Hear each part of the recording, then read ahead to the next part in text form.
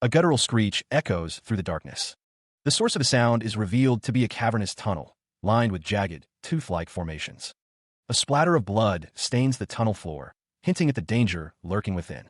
A clawed, green hand reaches out, its sharp nails glinting in the dim light. The hand belongs to a goblin, its face contorted in a savage snarl as it prepares to strike. A group of goblins swarm forward, their crude weapons raised, eager to overwhelm their prey. But one goblin is sent flying backward by an unseen force, a blue light emanating from the point of impact. The goblins are sent scattering as a figure descends upon them, a whirlwind of motion and deadly intent. The hooded figure, wielding a glowing blade, cuts through the goblin ranks with ruthless efficiency. The remaining goblins, terrified by the sudden onslaught, can only watch as their comrades fall. One final goblin meets its end, its eyes wide with fear as the hooded figure's blade descends. Having decimated the goblin horde, the hooded figure surveys the scene. The last goblin falls, its body hitting the cavern floor with a wet thud. The hooded figure's sword drips with the goblin's blood. With a flick of the wrist, the hooded figure cleans the blade. The corpses of the goblins litter the ground, a testament to the hooded figure's skill. Suddenly, a voice booms through the cavern, calling out, "Kessel!" The armored knight, Kessel, strides forward, his heavy boots echoing on the stone floor. He asks if the hooded figure is ready. The knight's advance picks up speed. The knight's sword glows with power, a warning to not rush him. The armored knight, Kessel, stands ready, daring the hooded figure to rush him. The hooded figure accepts the challenge, energy crackling around them. The hooded figure unleashes a flurry of blows, their sword a blur of motion. The hooded figure's attack cuts through the air with blinding speed. With a final strike, the goblin falls, its life extinguished. The armored knight declares the battle is over. The knight's blade drips with the blood of his enemies. Below, in the depths of the dungeon, something stirs. One of the goblins expresses relief, unaware of the impending doom. The remaining goblins lament the death of their tamed lord. The armored knight and the figure named Kai discuss their master's location. Kai volunteers to check on him, stating they are connected. Suddenly, the hooded figure is engulfed in a blinding light, a premonition of danger washing over him. The armored knight dismisses Kai's worries, seemingly unconcerned by the growing threat. The knight senses a strange vibration, an ominous sign of what's to come. Emerging from the depths, an orc confronts the knight and Kai. The orc's eyes glow with malevolent intent, signaling an imminent attack. The orc's presence fills the air with a palpable dread. The knight, Kessel, is struck by the orc's attack, the force of the blow sending him reeling. The other orc commands a retreat, ordering his comrades to regroup with their lord. The hooded figure dismisses the order, deeming it unnecessary. Kai calls out to Kessel, concern etched in their voice. The armored knight prepares to strike, recognizing the foe as something akin to an orc. The orc recalls a past life, one seemingly devoid of significance. The orc swings his weapon down with tremendous force. The armored knight stands firm, his red cape billowing behind him. The knight braces for the impact, ready to meet the orc's attack head-on. The orc's blow connects, the sound of the impact echoing through the dungeon as the knight is sent flying. The force of the orc's blow sends a shockwave rippling through the air. The silver-armored knight stands beside the orc, berating the fallen Kessel. He notes that the knight is different than when he was alive. A surge of blue energy erupts from an unseen source. The blue energy coalesces around a wooden staff topped with a glowing red orb. The energy intensifies, crackling with power. The orc braces himself, sensing the impending attack. The blue energy slams into the orc, the force of the impact throwing him back. Kai throws a card forward, yelling at the orc and silver knight to back off from Kessel. The servant stands beside the hooded figure, stating that the two of them will take care of the situation, referring to the hooded figure as master and my lord. The hooded figure holds up a card, their golden eyes gleaming. The hooded figure prepares to attack, the air around them shimmering with power. The silver knight's armored feet shift, preparing for the coming assault. The air crackles with magical energy as Kai prepares to unleash a fireball. A sphere of intense heat and light forms, ready to be launched. The hooded figure watches as Kai prepares the attack, wondering if it's just a simple fireball. With a shout, Kai unleashes the fireball. The orc, caught off guard, raises his arms in a desperate attempt to shield himself from the blast. The force of the explosion sends tremors through the ground, shaking the very earth beneath their feet. The silver knight is sent flying backwards from the sheer power of the blast. The fireball detonates in a massive eruption of fire and energy, engulfing the area. The servant is amazed by the display of power, questioning if his lord is truly not a great magician. The hooded figure's servant anxiously asks if their master is all right. The hooded figure sighs, admitting to being a mess and nearly depleted of mana from just that one spell. The hooded figure, still catching his breath, receives a comment on his progress. The servant seems pleased with the outcome of the battle. The scene shifts to a flashback, revealing a younger version of the servant, acknowledging the major improvement. He reflects on how unimaginable such events would have been in the past, lamenting his inaction since then. The flashback continues, showing the servant hiding under a blanket, seemingly afraid. He admits to simply hiding under his blanket during those times. The memory continues, revealing that he was the only one remaining, 3 months prior to the present. The door to his apartment became connected to a dungeon. He ended up getting trapped in his studio apartment. At first, the servant, Kim Hyun-bak, was fascinated by the dungeon. When Kim Hyun-bak first walked around the dungeon, he felt like he had become the protagonist of a fantasy story. But that feeling quickly vanished as he saw the goblins. He recalls the first time he encountered a real goblin. He was beaten and chased to the brink of death. The goblin's poison seeped into his wounds, bringing him close to the river Styx. But in the end, the dungeon newbie managed to survive the ordeal. The system congratulated him on his survival. The system then informed him that he had been given the qualifications of a dungeon explorer. After having his delusions shattered and experiencing a near-death situation, he holed himself up in his house, becoming an extreme introvert. He posted on a forum called Game MOA under the username Dungeon Newbie, asking for help because his house was connected to a dungeon while he was sleeping. Contacting the police or the fire department yielded no results. However, there was a silver lining. On Dungeon Web, there were other people like him. And inside, not only were there walkthroughs for the dungeon, a marketplace and tips, but he could also see the quests given to us. One such quest was a first dungeon raid of difficulty F to clear F-rank dungeon number 0795 within the time limit. The total participants were 30, with 365 days remaining, and the quest rewards were 100,000 USO and 1 F-rank item. Dungeon 0795 was the name of the dungeon connected to his house. He had to clear the dungeon with other people who also ended up getting connected to it. Thinking he could rely on others, the dungeon newbie believed one of the 30 connected people would clear it for him. In the end, he had to go out and hunt. Since he had to eat to survive, the dungeon newbie was transferred money whenever he defeated monsters. With that money, he was able to buy the necessary items from Dungeon Web, but after reading a post, Kim Hyun-bak was met with a crisis. The post warned that more powerful monsters would appear the deeper one went into the dungeon. He ended up playing it safe, surviving by just hunting goblins. After 3 months, the dungeon newbie was met with a crisis. He read a post that asked when so many explorers had died, and what would happen to him if all the other explorers died. He wondered if he would have to survive by hunting goblins forever. The news reported that something from that side was coming over as he clicked through the Dungeon Web. Kim Hyun-bak pleaded for there to be another way, before noticing a post from someone who'd received the same quest as him. The online forum buzzed with activity, a flurry of messages discussing the upcoming boss raid and the need for survivors to band together. A chilling laugh echoed in the darkness, a stark contrast to the hopeful messages. A figure, silhouetted against a blinding light, pumped their fists in the air, declaring their intent to survive. A glimmer of hope pierced through the oppressive darkness, a beacon for those struggling to endure. The next day, Kim Hyun-bak awoke with a start, the weight of the remaining time pressing heavily on him. A blue light enveloped him, a subtle reminder of the impending deadline, 274 days remaining. The air crackled with tension, a palpable sense of urgency filling the space. The goblins descend deeper into the cavernous dungeon. The green-skinned monsters continue their patrol, their crude weapons at the ready. A faint light flickers in the distance, unseen by the patrolling goblins. The goblins continue their march, unaware of the danger lurking just beyond their sight. A glint of determination hardens Kim Hyun-bak's gaze as he prepares to strike. The hunter moves with practiced stealth, his weapon raised, ready to ambush the unsuspecting goblins. The goblins, still oblivious, continue their patrol, walking directly into the path of the waiting hunter. One of the goblins suddenly stops, a flicker of unease crossing its face as it senses a presence. Kim Hyun-bak unleashes a swift, decisive strike, a surge of power emanating from his weapon. The goblin's eyes widen in terror as the attack connects, a searing pain erupting through its body. The force of the blow sends the goblin flying backward, its body crashing against the cavern walls. As the goblin lunged, desperate to grab him, it let out a strange, gurgling cry. Reacting instantly, Kim Hyun-bak swung his shield with practiced precision.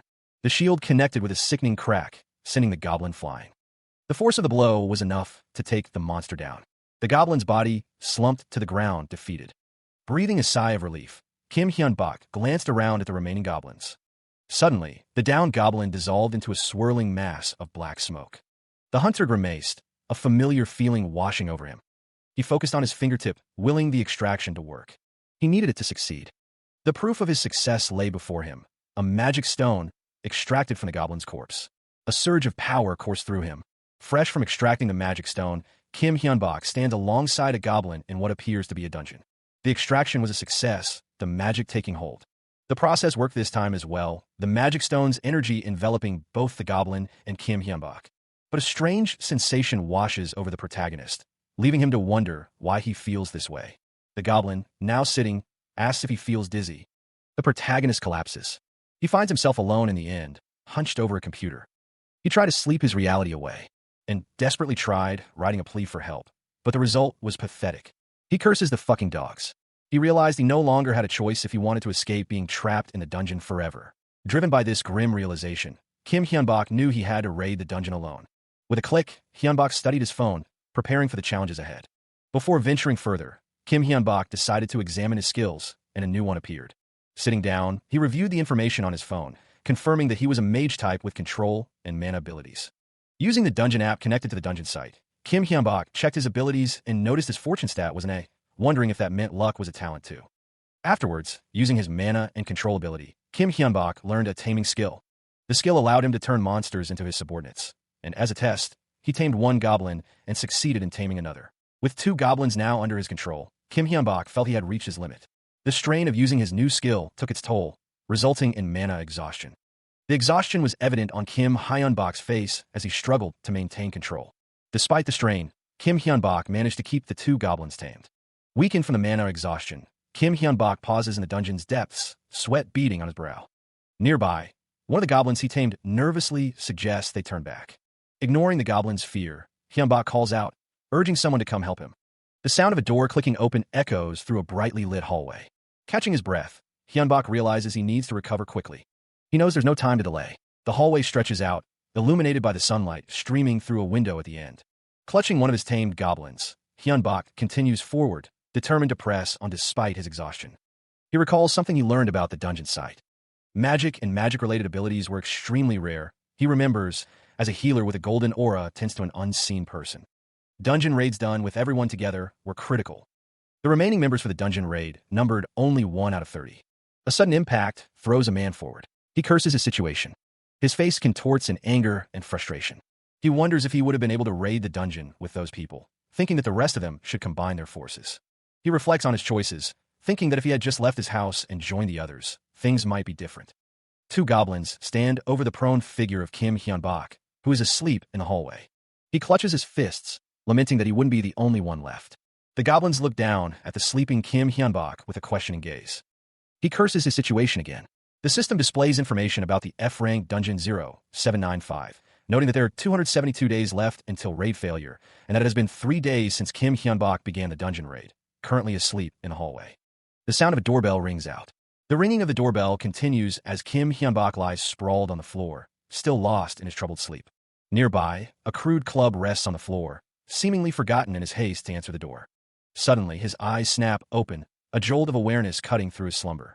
He clenches his fist, a surge of adrenaline coursing through him as he prepares to face whatever awaits on the other side. Springing to his feet, he grabs the club, his grip tightening as he steels himself for a potential confrontation. He pauses at the door, wondering if he had imagined the sound, but the digital lock confirms someone is indeed outside. The insistent ringing continues, each chime amplifying his apprehension. His eyes widen with a mix of fear and determination as he prepares to confront the visitor. Suddenly, the door bursts open with a bang. The security lock hangs open, seemingly undamaged. A chime rings out as Kim Hyun-bak wonders if he imagined the earlier noise. His eyes widen in alarm as the chime continues to echo.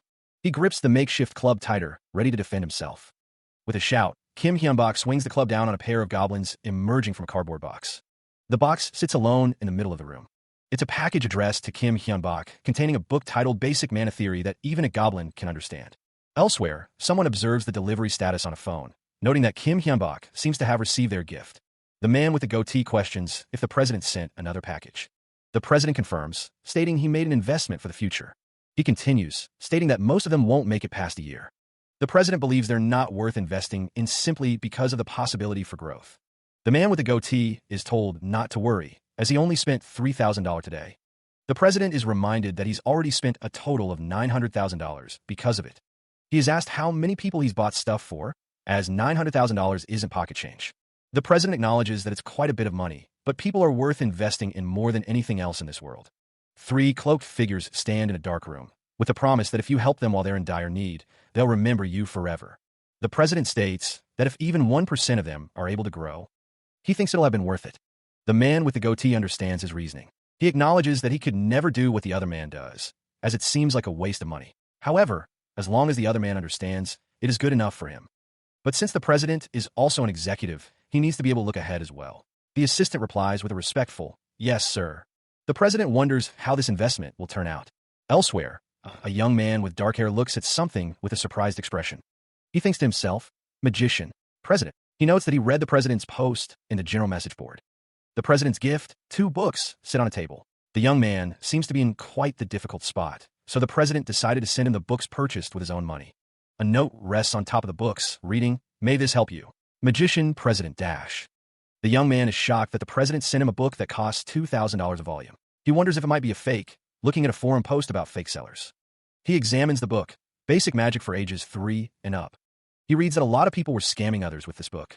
Suddenly, the book glows with power. The forum post reads, "I sent you a real basic mana theory. Someone serve him justice.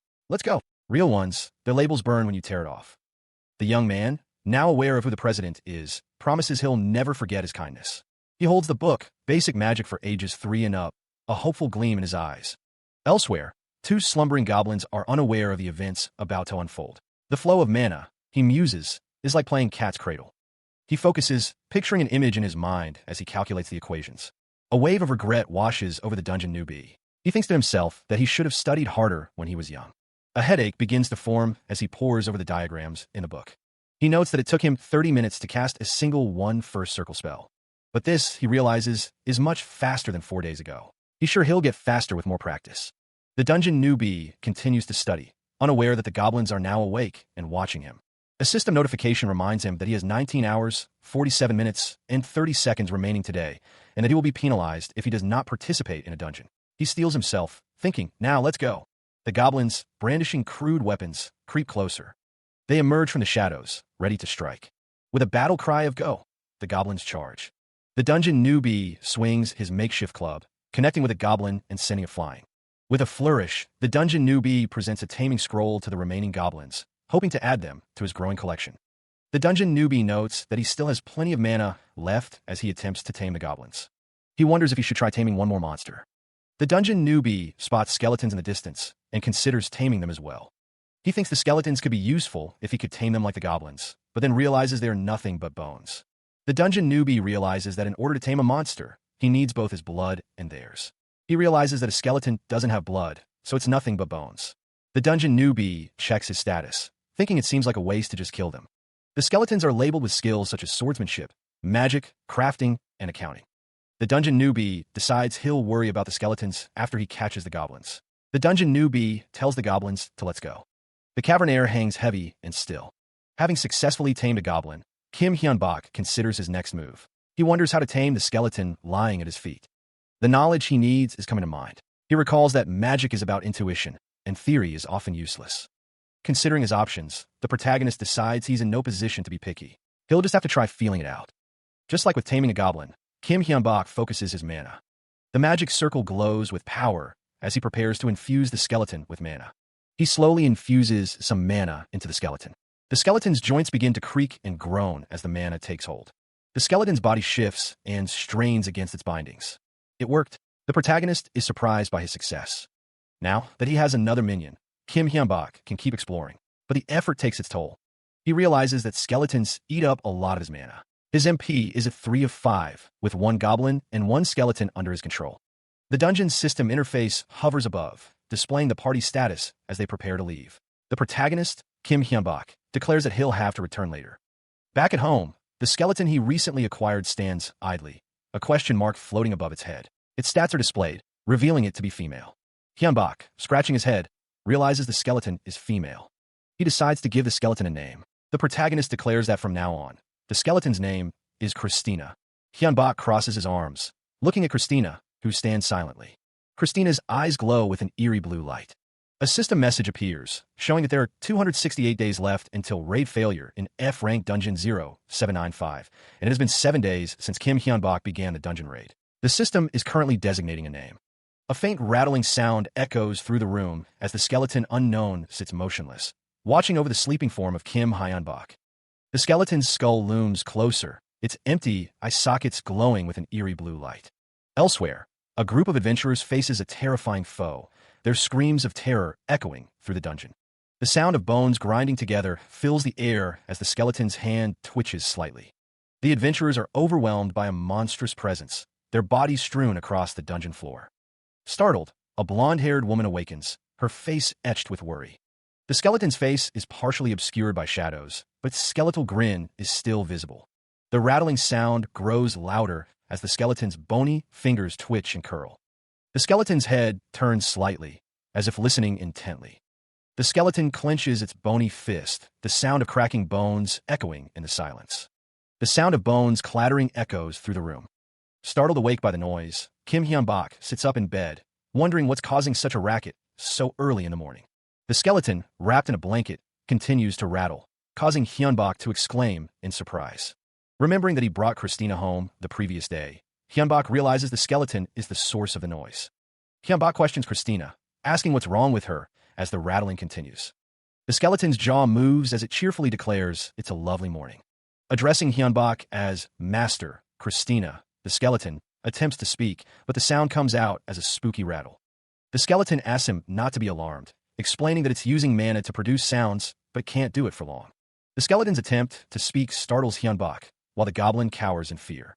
Hyun-bok admits that the skeleton almost gave him a heart attack, but acknowledges that she is an amazing skeleton, while Christina credits everything to her master. Christina expresses her gratitude for being given a name, revealing that it allowed her to remember a portion of her memories from her last life, and as a result, she can even talk now. Hyun-bok is left speechless, processing the skeleton's newfound ability to speak. Still reeling from Christina's sudden ability to speak, Kim Hyun-bok asks her to elaborate on what she means. Christina, wrapped in a blanket, is questioned about her true nature. Hyun-bok realizes she is more than just an ordinary skeleton. Hyun-bok observes Christina, noting her ability to use mana, speak, and even experience emotions. He is baffled by this revelation. Christina reiterates that her newfound abilities are due to the power of her name. Hyun-bok questions if it's just a name that is the cause of her abilities, but Christina insists that it is much more than that. Christina explains that a name is a person's identity, differentiating them on an individual and global scale. The skeleton apologizes for herself and others whose names have been taken, emphasizing the significance of a name. Christina confirms that the situation is as it seems, perhaps alluding to the gravity of the situation. The narrative shifts to a somber tone, describing those who have lost their egos and even their very souls. Christina reflects on her past existence as one of the bottom feeders of the dungeon, before she had a name. Hyun-bok realizes that Christina doesn't know who took away her name. Christina confirms that she does not know who stole her name. The skeleton's bony fingers twitch, a subtle sign of returning awareness. However, he realizes that not all of his memories have returned. There's just one thing he remembers. That single memory is of a monstrous figure, its silhouette a jagged nightmare with glowing red eyes. The skeleton sits up, his glowing eyes reflecting the terror of that memory. That is an incomparably terrifying existence. Meanwhile, Kim Hyun-bok clutches his stomach, feeling a strange sensation. He wonders if he's receiving Chris feelings. The feelings intensify, and Hyun-bok realizes that Chris is telling him there's something terrifying in the dungeon. The skeleton, still wrapped in a blanket and flanked by goblins, wonders if he'll be able to fight something like that. Hyun-bok clenches his fist, his expression hardening with resolve. The skeleton, addressing the goblins, demands to know what they want from him, lamenting that he was dragged in as they pleased and now might have to fight a monster like that. Hyun-bok grits his teeth, thinking that even if he dies, his soul won't be freed. The skeleton lies back down, lamenting how something like that can exist, declaring it's just not fair. The skeleton's bony hand grips Chris's, promising to do everything in his power for the young man's survival. Reassuringly, the monster tells Chris not to be afraid. Chris remembers the skeleton, along with some goblins. Chris thanks the skeleton, telling him that he'll be in his care. The skeleton asks Chris to tell him the memories he's recovered, stating that anything might help. Chris begins to recount his memories, but struggles to recall them. The young man strains to remember. Suddenly, the skeleton is struck by a wave of panic as he remembers something, and Chris is sent flying by an unseen force. The skeleton, speaking using mana, tells Chris not to be alarmed, as the young man realizes he's suffering from mana exhaustion. The skeleton explains that they'll have to wait until Chris recovers his mana, and Chris wonders what they should do until then. Chris's eyes widen in shock. The headphones rest on a table. The skeleton, Christina LV1 of 102, sits at a computer desk. Meanwhile, Kim Hyun-bok stands behind the skeleton, looking at the screen. The skeleton wonders if Chris had a language ability, noting that she's having tons of fun. The screen displays Christina's stats. The skeleton notes that the language stat is missing, but everything else is better. She also notices new talents she hasn't seen before, musing on the bestowal. The skeleton, still wearing headphones, ponders predicates. She wonders if she could learn magic and fire from the back if she learned magic like Chris. Kim Hyun-bok imagines taming some skeletons that can stand in the front. The skeleton is surprised by something on the screen. She declares that they have a plan for now. Kim Hyun-bok thinks that he should buy her a decent computer, as the skeleton's head tilts in confusion. The skeleton is at the computer, sweat dropping from her skull.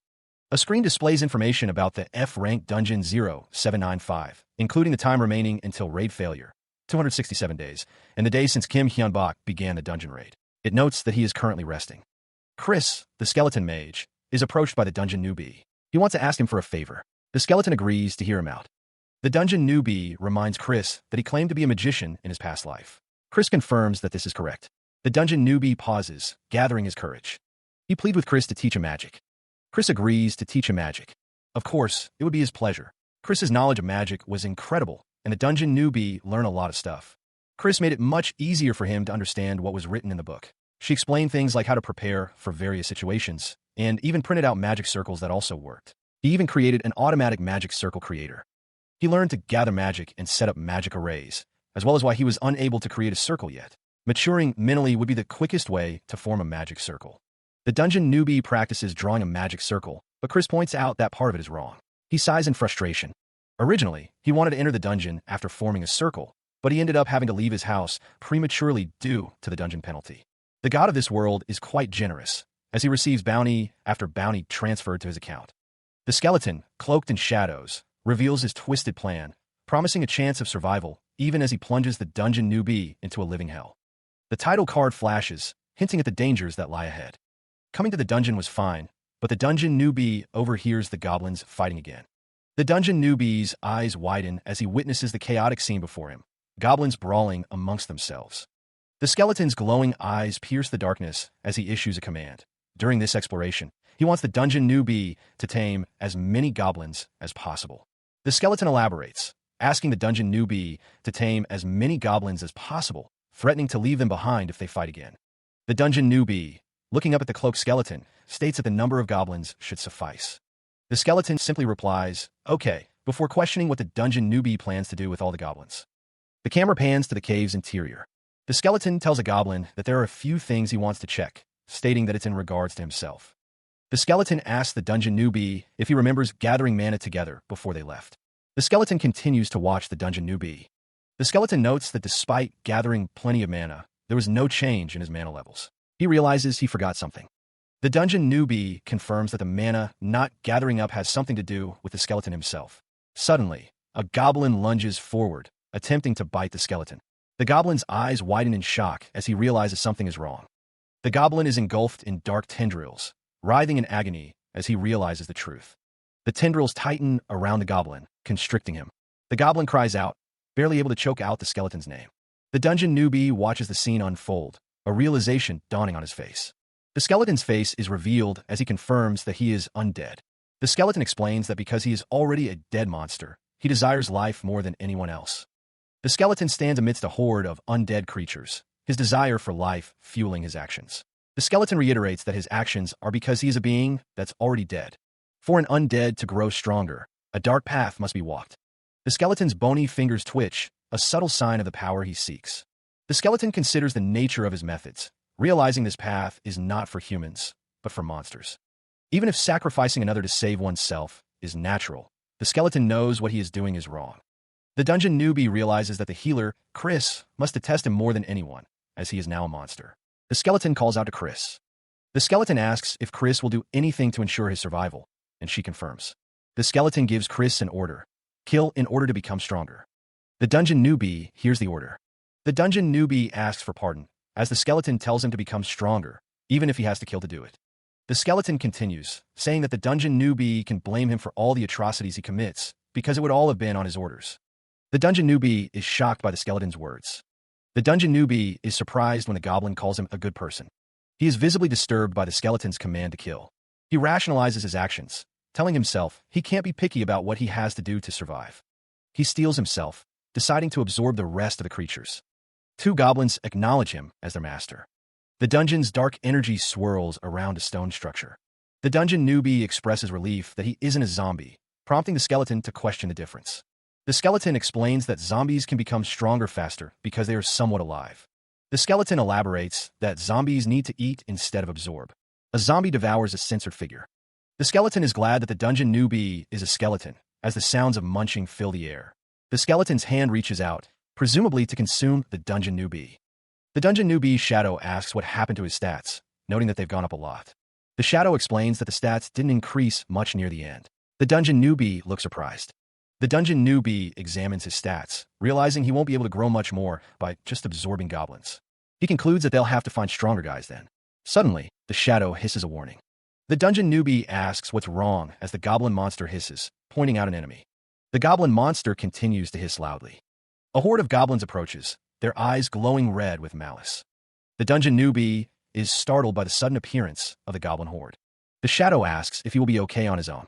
The skeleton's hand glows with power as it says to sit back and watch. The air crackles with magical energy. The skeleton, cloaked in tattered robes, prepares to unleash a spell. He prepares a magic arrow.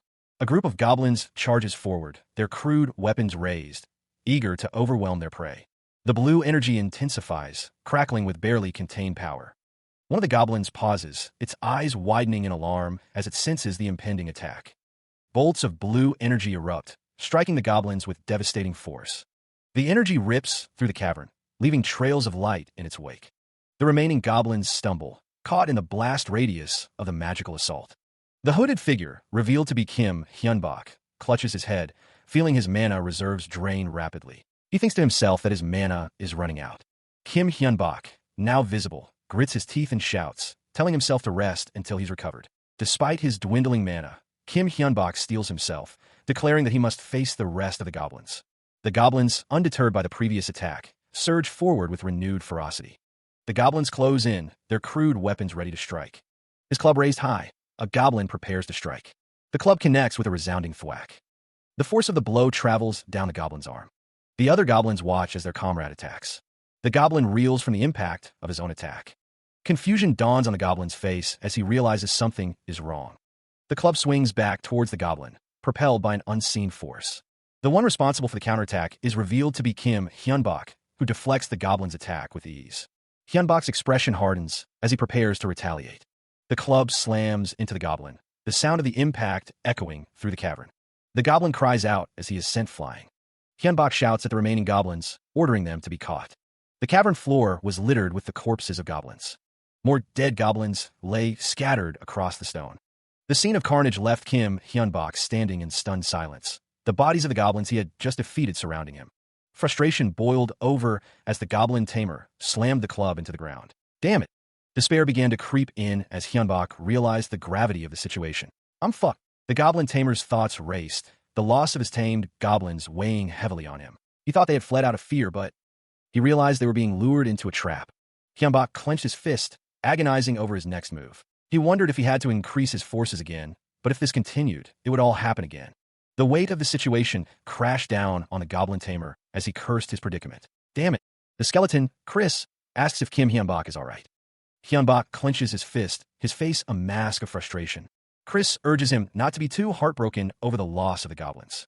The skeleton reasons that the goblins would have needed to be taken care of in the end anyway, so he should just think of it as inevitable. Chris suggests that they return for now, as Hyunbak is in need of healing.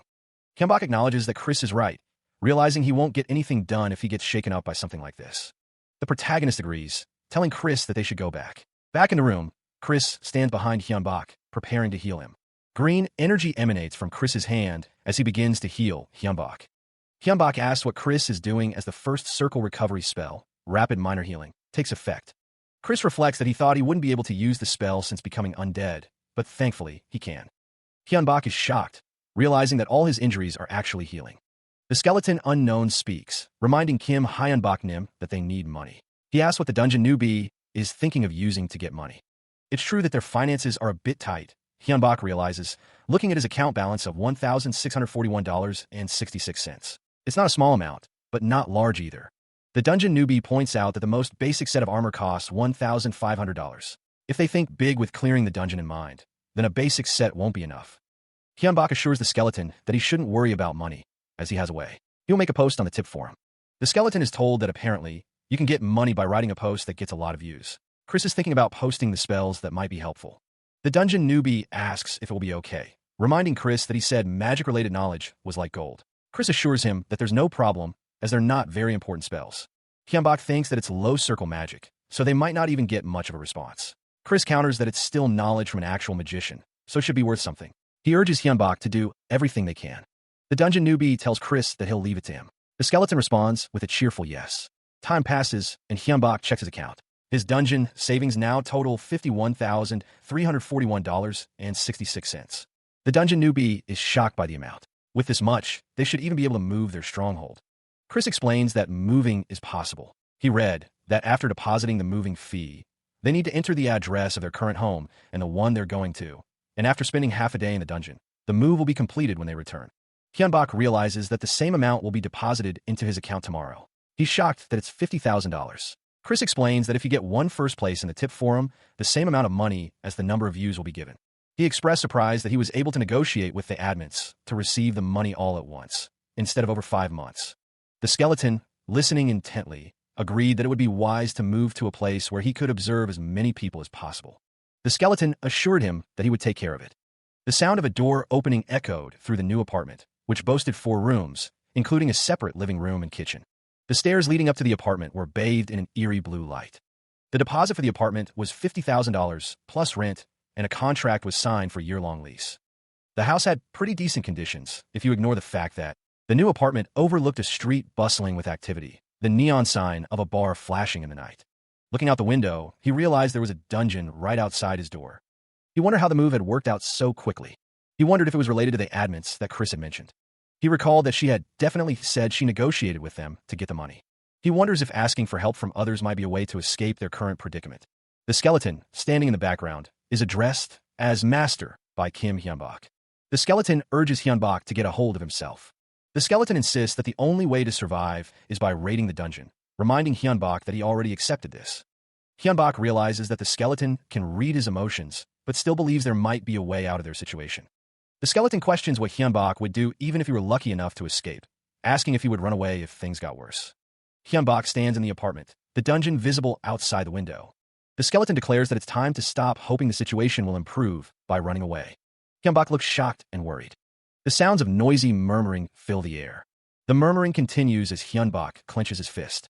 Suddenly, a crash echoes through the apartment. Following the crash, Hyunbak's determination hardens as he clenches his fist, resolving to find a way forward. He realizes that freedom is right in front of him, a path he must forge. With a surge of resolve, Hyunbak slams his fist into the wall, the impact causing cracks to spiderweb across its surface. The skeleton watches, its glowing blue eyes fixed on the display of power. The dungeon newbie vows to survive, no matter what it takes to clear the dungeon. Energy surges around Hyunbak, a visible manifestation of his resolve. The energy intensifies, swirling around him in a vortex of power. The swirling energy continues to build, the air crackling with anticipation. The energy intensifies further, the vortex growing larger and more unstable. The energy reaches a critical point, the air shimmering with its intensity. The energy begins to coalesce, forming a concentrated point of power. With a final surge, the energy erupts, unleashing a wave of power. The surge of power erupts from deep within the dungeon. The mana coalesces, forming a massive, shadowy figure. The sheer density of the mana is almost palpable. Kim Hyunbak stares at his hand, a question forming in his mind as he feels the power gathering. The shadowy figure roars, its power immense.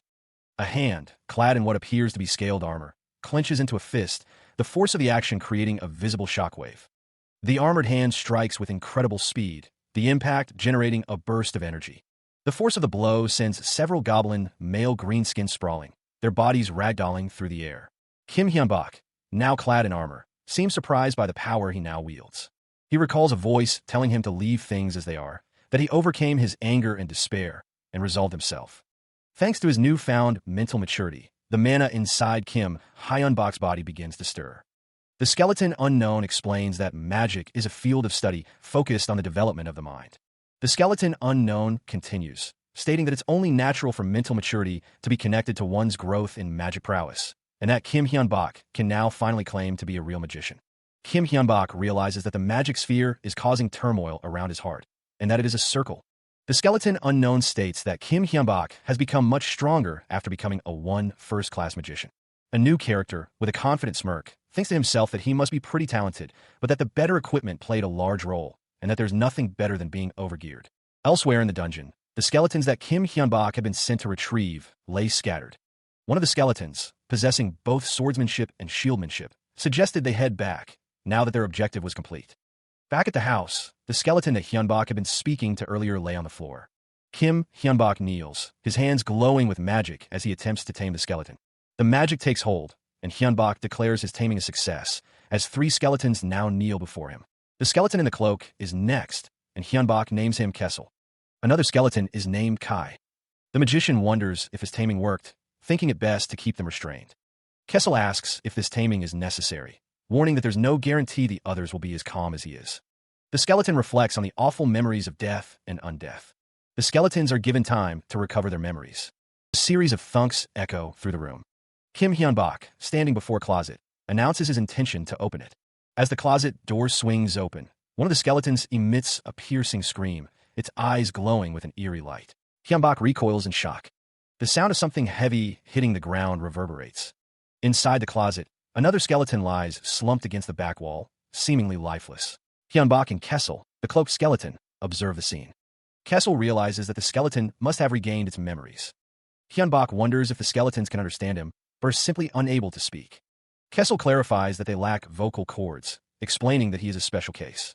He congratulates Hyunbok, reminding him that they have been given a second chance.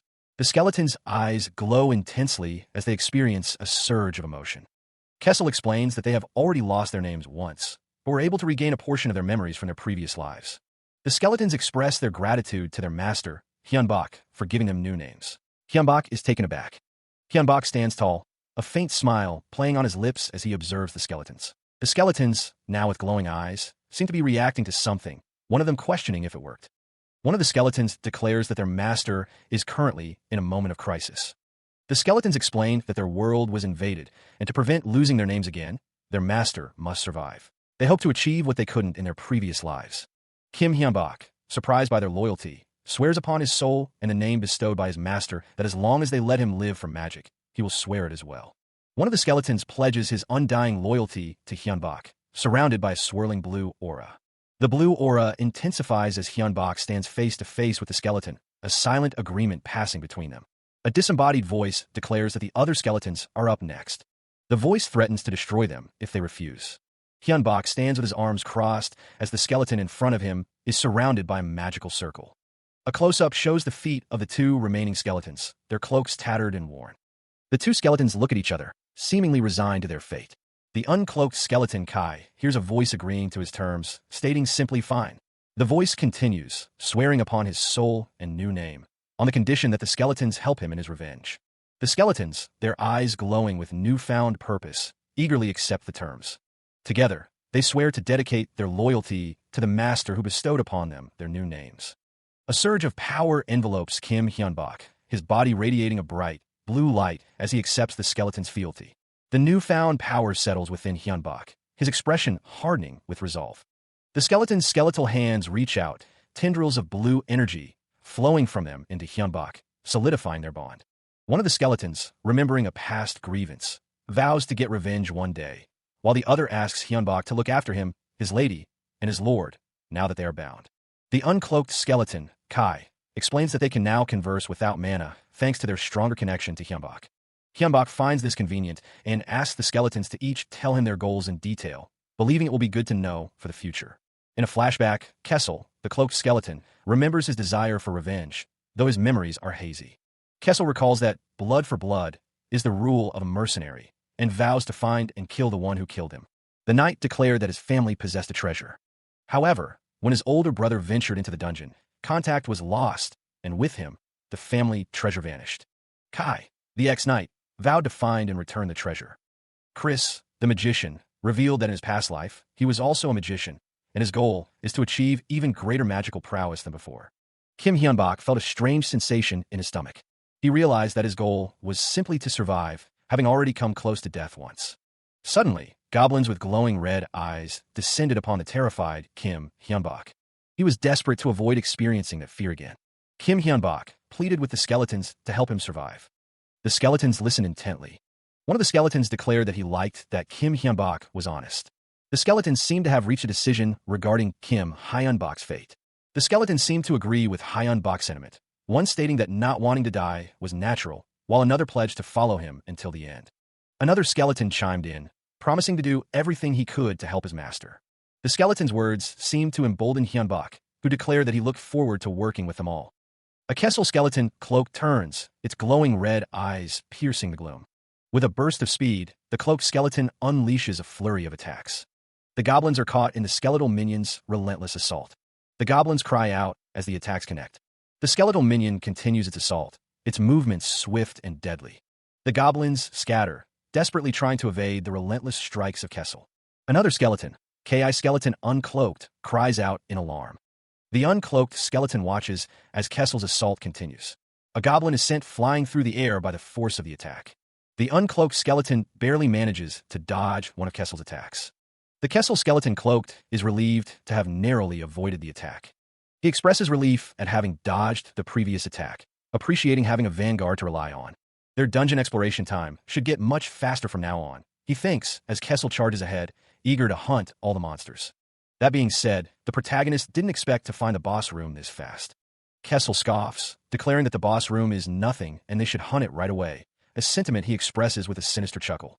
A speech bubble warns that there's a boss monster inside, one that's different from a regular goblin fighter, as a hulking goblin warrior stands before his horde. The protagonist notes that the post on the dungeon site was from a long time ago, so it could be unreliable, and asks what the others think about preparing themselves before going inside. A speech bubble suggests that they should go back for now, because if he dies, it's over, so they should be careful. Elsewhere, a voice calls out to Chris, who responds with a simple yes. The skeleton is asked if he's checking the stats, and he confirms that the stats have gone up a lot compared to before. The skeletons, Kessel and Kai, marvel at the convenience of checking their strength in concrete terms, while Kim Hyun-bak is asked to check his stats as well. He was already planning to do so. The skeleton stats are displayed, showing their strengths and remaining points. The skeletons note that Kim Hyun-bak's stats have also gone up a lot, and that he has new talents. Surprised, Kim Hyun-bak realizes he should check his own stats. Kim Hyun-bak focuses on his phone, checking his stats. Looking at his stats, Kim Hyun-bak realizes it's still not enough. The skeletons agree that they need more preparation if they don't want to lose everything because of a single mistake. They decide there's something they have to get, though Kim Hyun-bak feels uneasy about it. The skeletons reveal that they need mana crystal dust, but Kim Hyun-bak is shocked, knowing how expensive it is.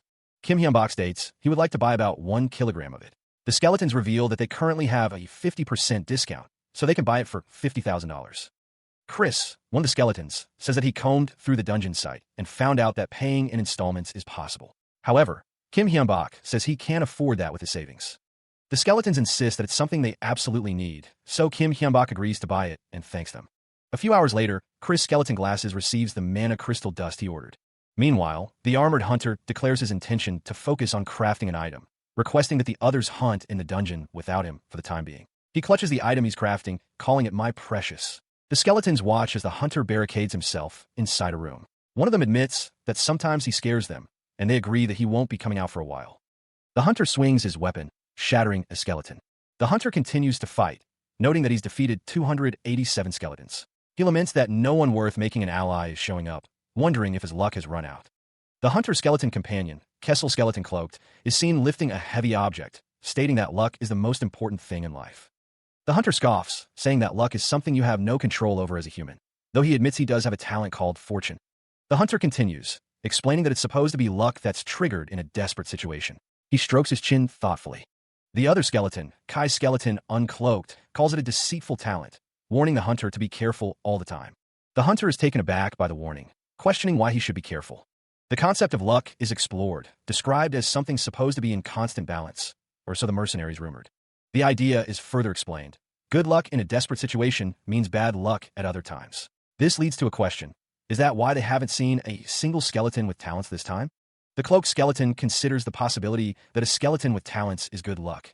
The uncloaked skeleton reflects on how luck was good, and thinking about it makes him happy.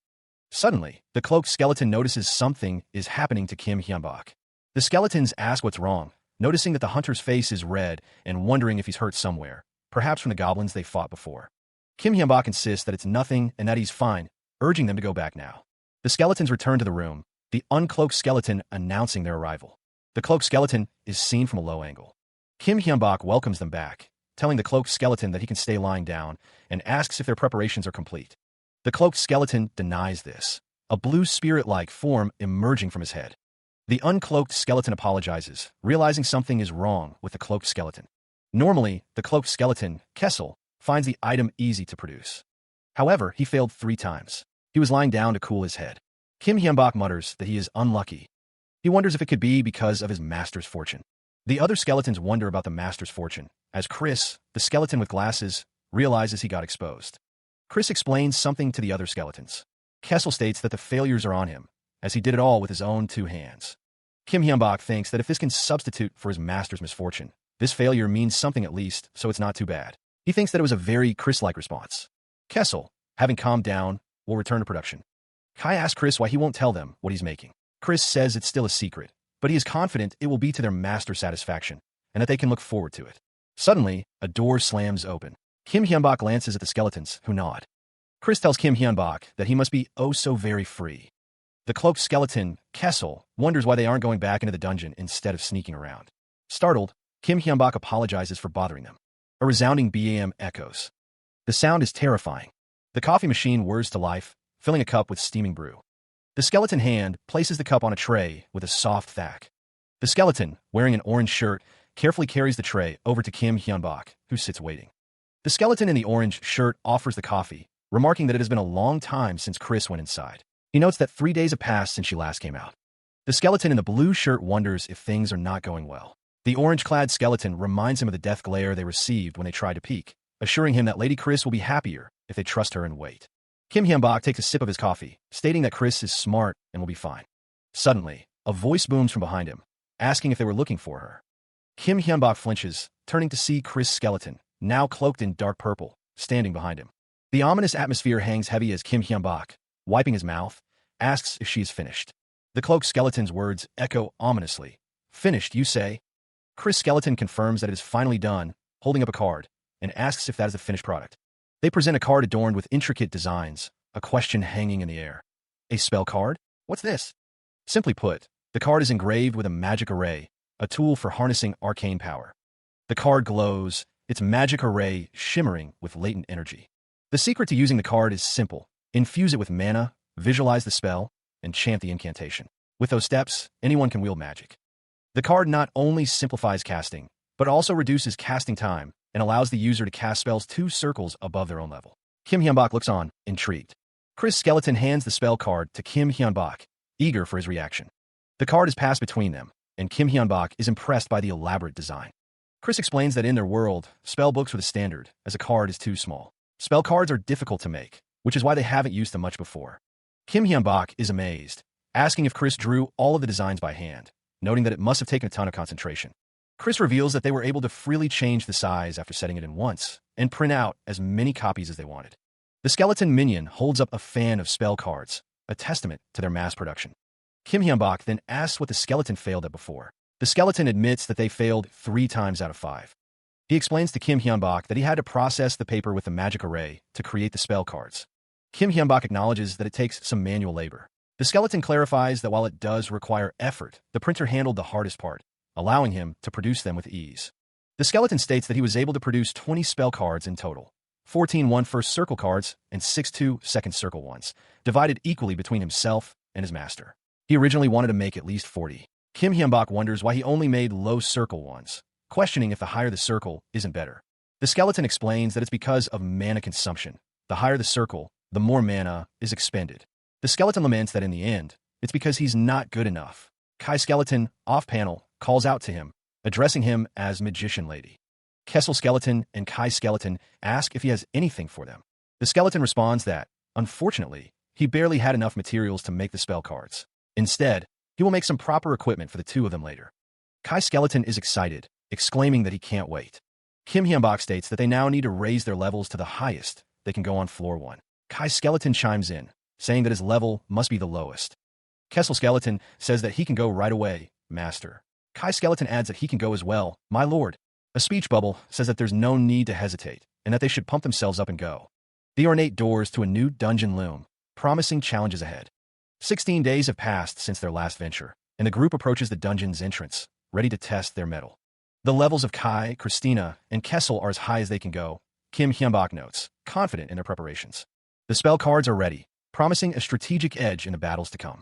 Kim Hyunbok, with a determined smile, reminds his team of their thorough preparations, placing special emphasis on Kai's crucial role. Kai, the uncloaked skeleton, grips his sword tightly, vowing to repay Hyunbok's trust with a triumphant victory. The doors swing open, revealing the path forward. Kai's hand tightens around the hilt of his sword, ready for whatever lies ahead. The cloaked figure of Kessel stands ready, his presence a silent promise of support. The group prepares to enter the dungeon. From above, the full scope of the dungeon entrance is revealed, showing the team's small size against the massive structure. The entrance to the dungeon looms, a dark abyss framed by ancient stone. Deeper inside, the architecture remains imposing, hinting at a civilization lost to time.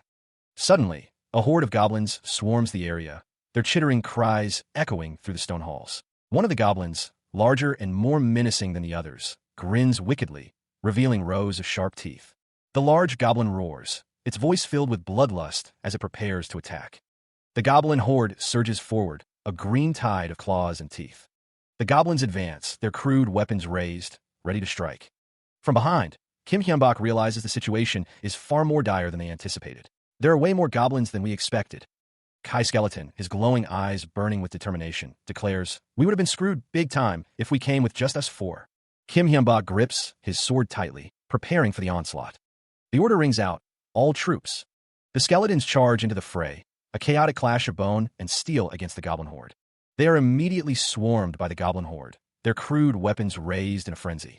The goblins press closer, their guttural cries filling the air as they converge on the skeletons. A voice rings out, clear and commanding.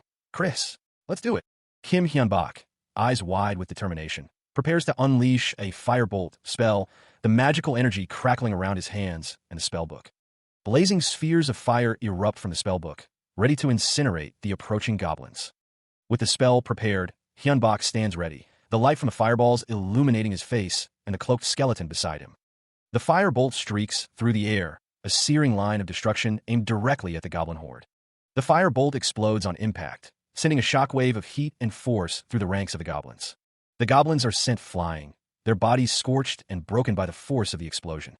Those goblins who manage to survive the initial blast are left stunned and disoriented, easy prey for the skeletons. Chris, the skeleton with glasses, rallies the troops, declaring that he and Hyunbok are providing cover fire. The remaining goblins, caught in the crossfire, are swiftly cut down by the skeletons, their assault faltering under the combined magical and martial assault. The goblins fall one by one, succumbing to the onslaught. Behind Kai, Kim Hyunbok expresses his approval. He thinks it was the right call to leave the skeleton in command. Kai, eyes glowing, laughs maniacally as he prepares to strike. The uncloaked skeleton commands his forces to kill them all. The skeleton's glowing eyes narrow as he focuses his power. A goblin is sent flying through the air from an unseen blow. Kai, wielding a massive blade, continues his assault. One of the larger goblins roars in defiance. The hulking goblin, finally deciding to get off his ass, prepares to fight. Kai declares that he will be the one to take the goblin down. The goblin and Kai clash, their weapons meeting with a resounding clang. The hulking goblin is struck from behind by Kessel, the cloaked skeleton. A frustrated thought bubbles to the surface. If only he had plate mail.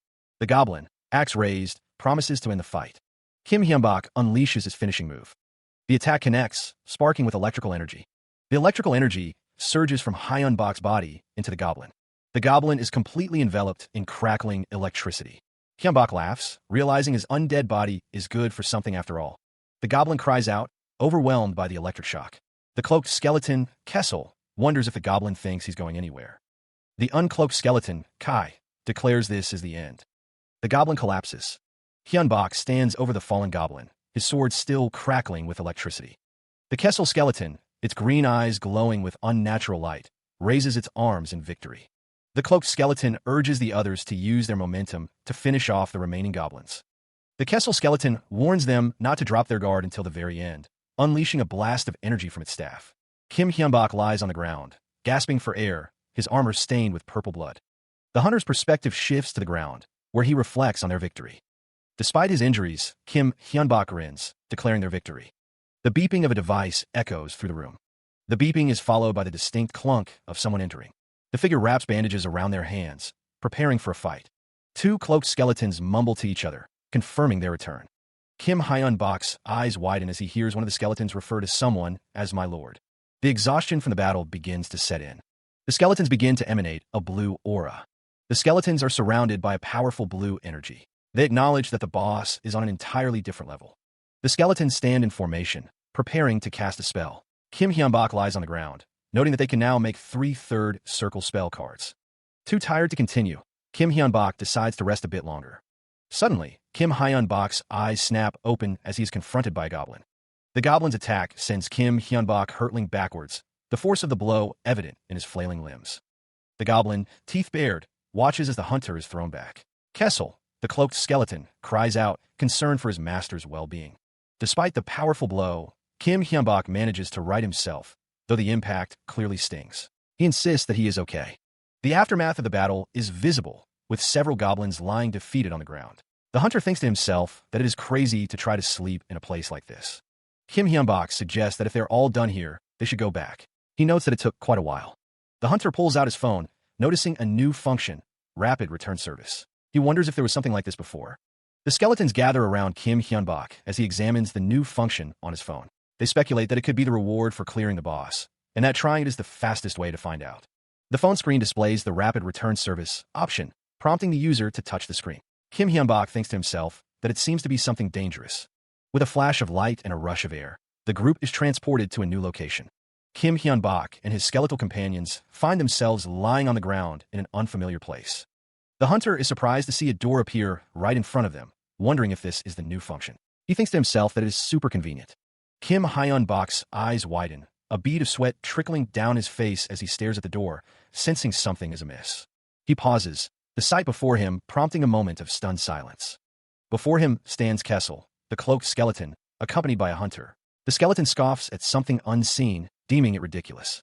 The cloaked skeleton mutters to himself, contemplating the nature of what he's witnessing. He wonders if it's a dimensional connection, materialization, or both, questioning how such a thing is even possible. Nearby, two other skeletons, Chris and another, discuss the situation. One urges their master to give up, remarking that magicians go rabid from magic-related things. The other skeleton agrees, suggesting it's better not to bother a magician when they're in such a state. He then asks when they're going home. Kessel states that it's impossible for the time being, and they have to wait. The other skeleton agrees, saying it's better to wait until they're in a better mood. One of the skeletons sighs, resigned to their fate. He thinks to himself that there is no choice, and they should wait until Chris has satisfied her curiosity, as the aftermath could get nasty. The cloaked skeleton stands before a glowing door, manipulating it with magic. Suddenly, Kim Hyun-bak wakes up with a start, wondering what's going on. He hears a ding-dong sound. Chris and another skeleton are standing in his room. Chris asks if he bought something from the dungeon site, noting that he is finally up. He confirms that he hasn't ordered anything recently, but Chris, ever vigilant, declares that he will investigate the matter. The sound of something heavy being moved echoes through the room. A large cardboard box labeled Dungeon Express sits in the room, and the skeleton in glasses announces that someone has sent Hyun-bak a package. The skeleton in the cloak remarks on the size of the package, while Chris warns Kim Hyun-bak to be cautious of packages from unknown senders. Chris examines the shipping label, noting that the sender is the magician president, and assures Hyun-bak that this person should be trustworthy.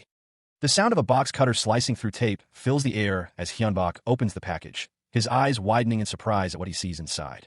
Inside the box, nestled in packing material, is a shimmering suit of armor. A note reads, "Greetings from the magician president," and expresses happiness that Hyun-bak wrote, the #1 post on the tip forum.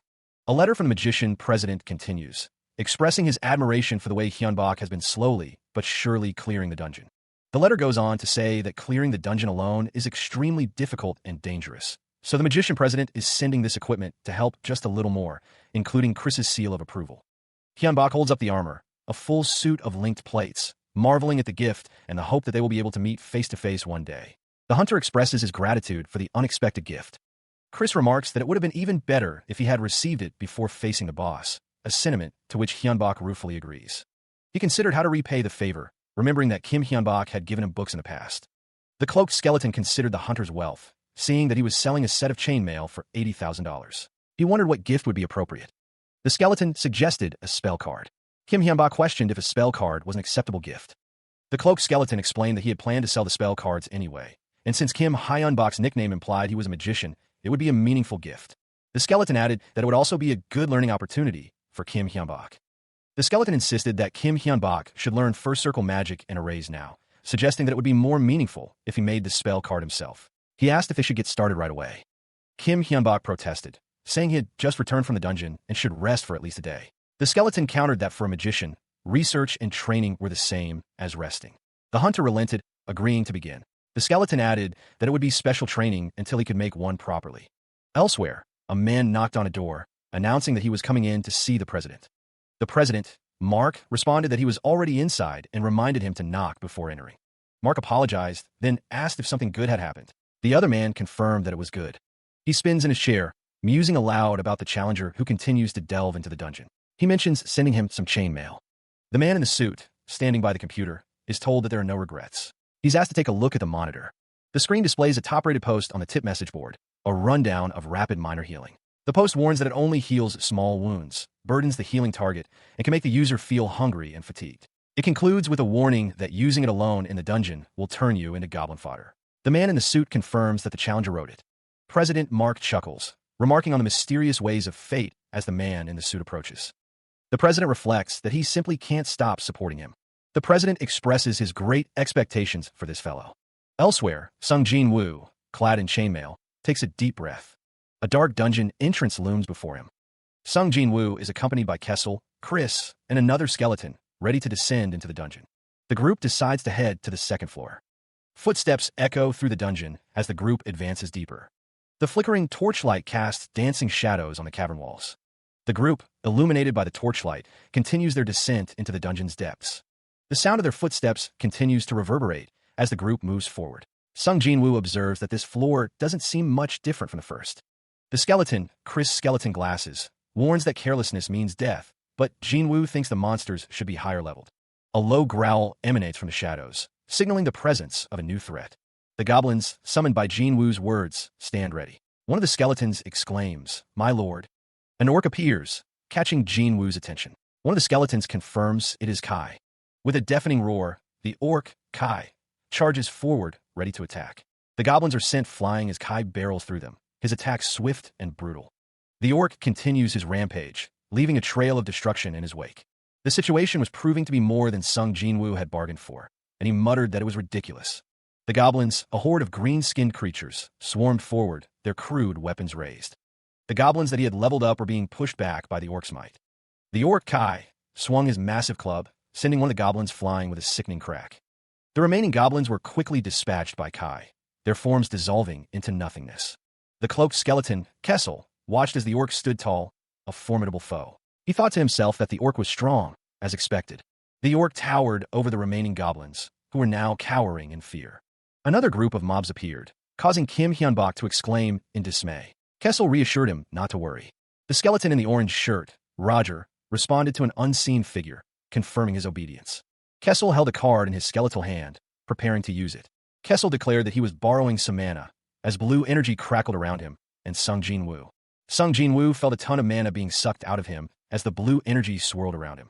Kessel, with glowing blue eyes, commands Kai to attack. In response to the command, Kai slams his weapon into the ground. A massive fireball erupts. The armored hunter shouts a warning as the fireball hurtles towards them. Kessel watches as the fireball flies through the air.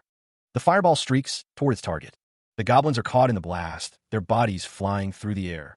The orc, now covered in sweat, grins menacingly. Chris, the skeleton with glasses, cries out in dismay. The fireball explodes on impact. The explosion engulfs the area. The armored hunter is amazed by the power of the magic.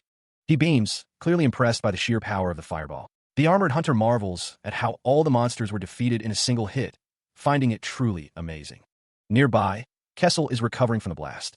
The cloaked skeleton assures his master that it's merely a little mana exhaustion. He finds it fascinating that he's falling apart simply because he's a skeleton. The hunter is relieved, admitting that he was scared. Kai, the uncloaked skeleton, stands amidst the fading flames, his legs completely destroyed. He tells Kessel to stop flailing and suggests that they withdraw for now. Even Kessel is surprised by the display of power. The hunter, realizing the danger, urges them to hurry back. Blue energy crackles around Kessel as he begins to regenerate. Chris, the skeleton with glasses, is fine for now. Kessel notes that he is now the one with mana exhaustion. He asks if Kessel is okay. Chris assures them that he's fine, explaining that skeletons regrow their bones after a while, and if push comes to shove, they can attach some other bones instead. He then shouts at the hunter, accusing him of being too callous because they're not his legs. The hunter retorts that this happened because of Kessel, so he should be apologizing first. Kessel apologizes, promising to be more careful in the future. The hunter sighs, saying that's just how he feels. In any case, everyone's safe, at least, though they did lose all the tamed goblins. He feels a sense of relief. Kessel asks how he managed a fireball, noting that he didn't mention preparing something like that. The hunter responds that he prepared it just in case. The armored hunter explains that magicians sometimes move on impulse, though he considers himself mostly rational. Chris, however, finds that the word impulse doesn't really suit him. The hunter recalls the door from last time, which was far removed from rational. Clearing his throat, the hunter asks for an opinion on the level of the monsters on the second floor. He notes that the goblins were a bit stronger, but fell far short of the goblin fighter. The orc, he continues, is harder to fight because of his heft and strength, but is around the same level as the goblin fighter. He concludes that they just need to be careful not to get surrounded. Muttering to himself, Kessel thinks that starting off with magic should make the battle easier. He then agrees with the hunter, stating that they should proceed with that in mind. Chris asks that they buy some equipment for them. The hunter reminds him that he said he didn't want any back when he first offered. Chris explains that it couldn't be helped back then because he was still getting used to his body, but it's fine now. Chris states that there's another reason, and Sung Jinwoo asks what it is. Chris explains that it's because of weight. Because they're skeletons, they don't have enough weight and can't bring out any destructive power. Chris explains that's why they have to increase their weight with equipment. Sung Jinwoo admits he didn't know about that. Chris adds that with some equipment, he'll only need one fist to pummel a little orc. Sung Jinwoo wonders if they could make a nucleus other than equipment. He questions what a nucleus is, and Hyunbak is also unsure. Chris scolds Sung Jinwoo, saying that he taught him that last time, and it seems he's been slacking on his reviewing. He threatens to instruct him with greater intensity, and Sung Jinwoo says that trying to cram so much information in a short period was difficult. Chris explains that no matter how strong an undead is, if their nucleus is destroyed, they will die. Sung Jinwoo wonders if they really have to make one then, and asks if it isn't just a weakness. He sighs, a skull icon replacing the in the word, as he laments that someone seems to have forgotten everything. The system displays the status of the F-rank Dungeon 0795, showing 230 days until dungeon failure, and that it has been 55 days since Kim Hyunbak began the dungeon raid. It also notes that he is currently being scolded by Chris. The skeletons and zombies are labeled as undead monsters. The undead do not tire or feel pain, making them difficult to defeat. However, they do have a weakness.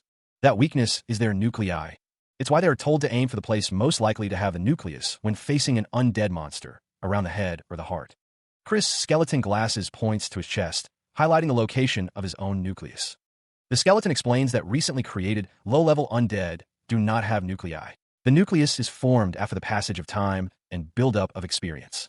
Though it doesn't seem like all undead get nuclei, just with a little aging and curing. He had planned on observing for the time being, but after today, he's changed his mind. The skeleton minion states that he is also of the opinion that they should increase their strength for future dungeon exploration. He asks what happens when a nucleus is made, wondering if it's just another weakness. The advantages outweigh the disadvantages. As with a nucleus, they can use their circle and or a sphere. Those are critical for magicians and swordsmen, right? Sung Jinwoo, surprised, asks Chris Skeleton Glasses how he has been using magic all this time without a circle. The skeleton explains that up until now, he has been storing mana in his bones, but from an efficiency standpoint, it's lacking. And so, Chris Skeleton Glasses would like Sung Jinwoo to permit the creation of their nuclei. Sung Jinwoo agrees, stating that with an advantage that big, it'll be worth it. The skeleton minion calls it a wise choice, my lord, and another skeleton exclaims nice. He considered the skeleton's suggestion, but quickly dismissed it. Right away was pushing it. A nucleus, the narrator explains, must be made from something that can absorb mana, like a special mineral, the heart of a monster, or a gem. Of those options, only gems are within their reach. Gems, Sung Jinwoo repeats, understanding the situation. Chris, the skeleton minion, confirms, adding that the higher the purity, the more mana it can absorb. Sung Jinwoo asks Chris how much money he currently has. The skeleton replies that, excluding the financing money, he has a little less than $30,000. It's no paltry sum, but the hunter wonders if it's enough. Chris questions if that's enough to buy a gem worth using as a nucleus. Sung Jinwoo explains that a 1-carat diamond ring costs around $4,000, wondering how large a gem for a nucleus needs to be. Chris states that it must be a minimum of 5 centimeters in diameter. Sung Jinwoo wonders if there is any other way. The skeleton minion replies that there is, asking for a moment. Chris walks away, leaving Sung Jinwoo to wait. The skeleton returns, presenting a business plan titled Making Dreams Come True and subtitled with his name. The plan is for raising funds for nucleus formation for an easy life. Chris announces that he will begin his presentation. Sung Jinwoo, surprised, wonders when the skeleton prepared something like this. The skeleton explains that gems are extremely expensive. However, he has a solution. Chris assures them that there is no need to worry, as he already has a method to rake in the cash. And that method, it turns out, is spell cards. He explains that by selling spell cards, they can earn more than enough funds to create nuclei. For the buyer, the cards will provide a new trump card, making it a win-win. The skeleton with glasses elaborates that since the presence or absence of magic can decide life or death, these cards are invaluable. The cost of mana crystal dust is displayed, $1,000 per 10G, with a minimum purchase of 100G. The skeleton with glasses acknowledges that the production cost is a concern. Sung Jinwoo calculates that if the mana crystal dust is used sparingly, they can make 100 cards per 1 kilogram of dust, which would be $1,000 per card. Factoring in the chance of failure and manual labor, he arrives at a selling price of $3,000 per card. The protagonist presents a contract, stating that the details are written there and asks the client to sign below, calling it a good opportunity. The cloaked skeleton asks if he just has to sign there, and the skeleton with glasses confirms, adding that he should sign there as well. They note that he's totally convinced, but that he should still read before signing. Sung Jinwoo wonders if the cards are too expensive and what would happen if they don't sell. The skeleton with glasses reassures him that it's nothing compared to the value of his life. The cloaked skeleton explains that dungeon explorers earn proportional to the danger they face. He asks if the client is done signing, and the client confirms. The skeleton with glasses asks how they will do the selling, suggesting they do it on the dungeon site, as he thought. The skeleton with glasses reveals that he has already discussed this with one of the dungeon site admins.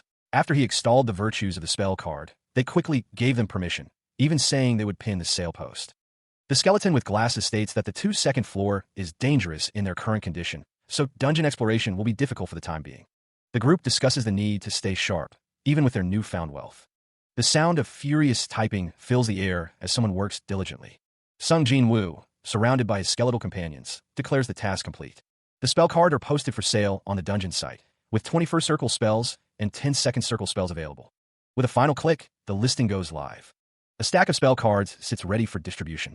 Moments later, Sung Jinwoo collapses onto the floor, overwhelmed by the sudden influx of notifications. The protagonist's face is a mask of exhaustion and disbelief, muttering that he's seriously going to die. Chris, ever the dutiful servant, offers Sung Jinwoo some hot honey water. The skeleton minion in the green sweater expresses his surprise at the outcome. He marvels at how quickly the spell card sold out. Sung Jinwoo, now refreshed with honey water, laughs in disbelief at the massive deposit into his account, though half of it will be used for production fees. He listens as Chris Skeleton Glasses explains that they will have more than enough money to make the nuclei and should start purchasing the materials soon. The protagonist agrees, adding that they need to start making them soon, but the skeleton minion notices Sung Jinwoo's hesitation. Meanwhile, a chibi version of Kim Hyunbak laments the need to tidy up the house, wishing he could rest for just one day. One of the skeletons, Kessel, marvels at the artificial nucleus now embedded in his chest, feeling the mana surge through him. Another skeleton, Kai, expresses his elation, feeling as though he's been reborn with a new power source. The skeletons, now enhanced, stand before Kim Hyunbak, their bodies glowing with mana. Kim Hyunbak wonders aloud if the upgrade makes that much of a difference, though he doesn't appear any different himself. The cloaked skeleton, Chris, chuckles, reminding him that the project cost them $1.6 million. Chris points out that by using artificial gems instead of natural ones, they were able to bring down the cost, even though the mana capacity is only 70% of a natural gem. Kim Hyunbak explains that the nuclei are replaceable and designed to resonate with a central nucleus later, which will make them much more powerful. Kim Hyunbak, having planned ahead, asks the skeletons to line up so he can check their stats, warning them not to be shocked by how much they've increased. The first skeleton in line, Christina, stands ready as her stats are displayed. Next in line is Kessel, his own stats now visible. Finally, Kai's stats are displayed, completing the lineup. Kim Hyunbak examines the stats of his skeletons, noticing a significant boost in their magical power and other attributes. The necromancer's eyes narrow, a realization dawning on him. Something new has appeared in the magic power section. He shows the skeletons the phone, pointing out the magic power section. Chris, the skeleton with glasses, observes that the power seems to be counted separately from talent, which he believes is a good thing. He suggests they check their stats daily, as more changes might occur since the nucleus is still fresh. Kim Hyun-bak agrees, noting that with their increased magic power, raiding the dungeon will be easier. He suggests they stop standing around and head inside. Kessel, the cloaked skeleton, objects, insisting they first ensure the nucleus is properly attached and that there aren't any problems while using mana. He questions who will take responsibility if the master ends up in danger due to an unforeseen problem. Kim Hyun-bak relents, deciding to train at home for now. Kessel tells them to wait, promising to show them his skills. He declares himself Kessel the Great. The cloaked skeleton unleashes a burst of green energy. Chris, watching the display, asks Kim Hyun-bak if he saw that. Kessel stands with his sword engulfed in a vibrant green aura, a skill he identifies as Sword Aura. The text explains that Sword Aura is a skill that requires at least an A-rank mercenary to use. Kim Hyun-bak is amazed by the display. Kessel scoffs, claiming any old, proficient swordsman could do that much. The cloaked skeleton, Kessel, faces a goblin, his sword at the ready. He declares that he will show something more impressive. A burst of energy erupts from the sword. The energy streaks through the air. The goblin is struck by the blast, sending him flying backwards. Kai, the uncloaked skeleton, exclaims that it's incredible. Kessel's eyes glow with power as he prepares another attack. The attack strikes the ground, creating a massive explosion. A voice declares that even they can do that. The force of the blast leaves Kessel disoriented. The explosion continues to expand. Kim Hyun-bak is amazed by Kessel's power. Kessel lies among the bones, seemingly defeated. He finds himself in a familiar predicament, the skeletal form of Kessel experiencing a sense of déjà vu. The skeleton laments that he used too much mana. The others question if he's all right, reminding him that they gathered a lot of mana before coming here, and yet he used it all already. One of the skeletons explains that utilizing Sword Aura for ranged attacks typically consumes a lot of mana, and Kessel simply went overboard. The cloaked skeleton stammers, explaining that he's still getting used to this body and that he'll be fine once he's used to it. Kim Hyun-bak acknowledges the unexpected situation, noting that they're exploring the dungeon for the first time in a while. The skeletons mumble amongst themselves. One notes that a core problem is their low mana regeneration and suggests experimenting with inscribing mana absorption magic arrays onto nuclei. Kim Hyun-bak interjects, suggesting they focus on that later, after the second round of spell card sales, lamenting that they're out of money. Kim Hyun-bak suggests that since it's come to this, they should go back before more monsters show up, asking for help to pick up Kessel and pleading with him. From the mouth of the cave, Kessel and another skeleton stand with Kim Hyun-bak, who thinks to himself that it's already too late. A low growl echoes through the cavern. The growling intensifies as a pack of gnolls, their eyes glowing red, emerge from the darkness. The gnolls, muscular and feral, stand ready to attack. Kim Hyun-bak exclaims that they're gnolls, realizing that Kessel is out of commission right now. The gnolls advance, their eyes glowing with predatory hunger. The pack closes in, their snarls echoing through the frozen landscape. Chris Skeleton, glasses perched precariously on his skull, anxiously asks what they should do. Kessel Skeleton urges him to calm down. Kessel Skeleton prepares to cast a lightning bolt. The lightning strikes true, momentarily scattering the gnolls. The cloaked skeleton stands ready, staff glowing with magical energy. He then switches tactics, unleashing Ice Breath to freeze the advancing horde. The ice spreads rapidly, encasing the ground in a thick layer of frost as Kim Hyun-bak watches, kneeling. The gnolls, however, are not deterred, and they leap over the ice.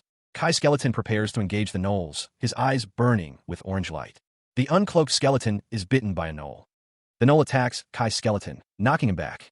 The battle concluded. Sung Jinwoo stares in disbelief, questioning if it was truly over. The cloaked skeleton, Kessel, addresses his master, while Sung Jinwoo responds with a hesitant agreement. Chris Skeleton, the skeleton with glasses, reminds the protagonist that a magician must always keep their cool. The protagonist reflects on the advice, realizing that his panic was indeed hindering his abilities. Chris Skeleton continues, reminding Sung Jinwoo that he was just a normal person a few months ago. Kessel assures the master that he is growing at an amazing rate, and that they are there to support him through his shortcomings. Sung Jinwoo acknowledges their support, stating that he has them with him. Kai Skeleton and Chris Skeleton stand side by side, their glowing eyes reflecting their loyalty. Sung Jinwoo expresses his gratitude to Kessel, Kai, and Chris. He asks them to continue looking after him. The skeletons thank their lord for his kind words and encourage him to get some rest. One of Sung Jinwoo's skeleton minions wishes him a good night. The next morning, Jinwoo lies asleep in his bed. He thinks to himself that he is tired, but it isn't so bad. Suddenly, Sung Jinwoo's eyes snap open. He wonders where he is. Sung Jinwoo sleeps soundly, unaware of the strange events about to unfold. The protagonist's eyes snap open, a sudden awareness washing over him. He finds himself in an unfamiliar place. Jinwoo wonders aloud, questioning his surroundings. The hunter takes a few steps forward, his bare feet padding softly against the unseen ground. He notes the emptiness around him, dismissing it as part of the dream. He sighs, frustrated by the bizarre dream. Jinwoo wonders why he has to have a dream like this. The protagonist stops, placing a hand on his hip. He wonders when he'll wake up, deciding to simply wait until he does. Suddenly, a faint blue glow emanates from his chest. Jinwoo is startled by the unexpected light. The glow intensifies, and he realizes with growing shock that it's his mana. Blue energy crackles around Sung Jinwoo, confirming his suspicions. His mana is reacting to something, even in this dreamlike state. He felt the dangerous energy building within him, a force he struggled to control. Isn't this pretty dangerous? Stop. The blue energy intensified, radiating outwards from his chest. His eyes narrowed, a bead of sweat trickling down his face as he fought against the overwhelming power. Just stop already. He clenched his fist against his chest, trying to contain this surging energy. The energy pulsed violently, threatening to break free. Desperation etched on his face. Sung Jinwoo commanded the force within. If you're inside my body, obey me. Despite his command, the energy continued to build, causing him visible pain. Stop. The rhythmic pulsing of the energy grew stronger, each beat resonating like a powerful heartbeat. The energy continued to pulse, the sound growing louder. The rhythmic pulsing of the energy grew stronger. He struggled to maintain control, his face contorted in pain as the energy threatened to overwhelm him. Despite the pain, Sung Jinwoo's expression hardened with determination, a silent vow to master the power within. Voices echo in the darkness, urging someone to awaken. The disembodied voices grow more insistent, demanding he snap out of it. The voices, now clearer, call him master. The plea to wake up becomes more desperate, the urgency palpable. The skeletal figures rejoice, noting that he is finally awake. Sung Jinwoo, now awake in his bed, is surrounded by his skeletal minions. They inquire about his well-being, mentioning an unusual mana ripple emanating from his room. One of the skeletons explains that an extreme amount of mana was being released from Jinwoo's body, and had it continued, he would have died from mana exhaustion. Sitting up in bed, Sung Jinwoo contemplates what he has just heard, a flicker of realization in his eyes. The skeletons press him, asking if something comes to mind regarding the mana surge. Jinwoo recalls having trouble controlling his mana in his dream. Jinwoo asks if Chris, the skeleton with glasses, helped calm his mana. The response is negative. The mana calmed down on its own. One of the skeletons notes that Jinwoo's mana flow is much more stable than before. He wonders aloud who could have been responsible. Sung Jinwoo, lost in thought, wonders if he himself was the one who calmed his mana. He opens his eyes, a newfound understanding dawning on him. Focusing his mana, Sung Jinwoo wills it into existence, calling it light. The mana responds, coalescing into a bright sphere of light in his hand. The hunter realizes he finally understands how to control his mana. He realizes the mana he uses is something that exists inside his body. Therefore, it is his and under his rule. The protagonist declares that he controls the mana. Suddenly, one of his skeletal minions is enveloped in a surge of blue mana. The blue mana crackles around the skeleton, surprising Sung Jinwoo. The skeleton's eyes glow with the same blue energy. The skeleton congratulates the hunter on becoming a true magician, master. Another skeleton expresses surprise that Sung Jinwoo skipped over the 2-second circle and arrived at the 3/3 circle. The skeletons congratulate him, acknowledging this as a momentous occasion, while Sung Jinwoo remains numb and offers a simple thanks. He is taken aback by his sudden surge in power, wondering how he managed to reach the 3/3 circle of magic so quickly. Chris' skeleton glasses reminds Sung Jinwoo that magic is deeply connected to one's mind, and explosive growth isn't uncommon. The protagonist wonders if he achieved some kind of enlightenment, though he doesn't believe he did anything special. The skeleton minion explains that enlightenment doesn't always have to be incredible. It can simply be learning more about oneself and reaching a higher place. Chris' skeleton glasses states that this applies to him as well, asking Sung Jinwoo to teach him about the enlightenment he attained. The skeletons look on as Sung Jinwoo hesitantly agrees to teach them. A rumble fills the air as one of the skeletons asks if it would be okay for him to eat first. The skeleton minion explains that by using the control talent and blessing of mana talent together, one can make the mana move instead of just utilizing it, which allows for greater power. Kessel Skeleton, cloaked, finds this quite surprising. The skeleton explains that it seems like Sung Jinwoo can use any spell on command as long as he understands it, but the downside is that using magic beyond his capabilities requires much greater mana consumption. On the other hand, since the mana consumption from magic within his capabilities decreases greatly, he might have the upper hand against a magician that's even one level above him. The skeleton minion continues, stating that Sung Jinwoo is indeed correct, and they can now count on him for firepower.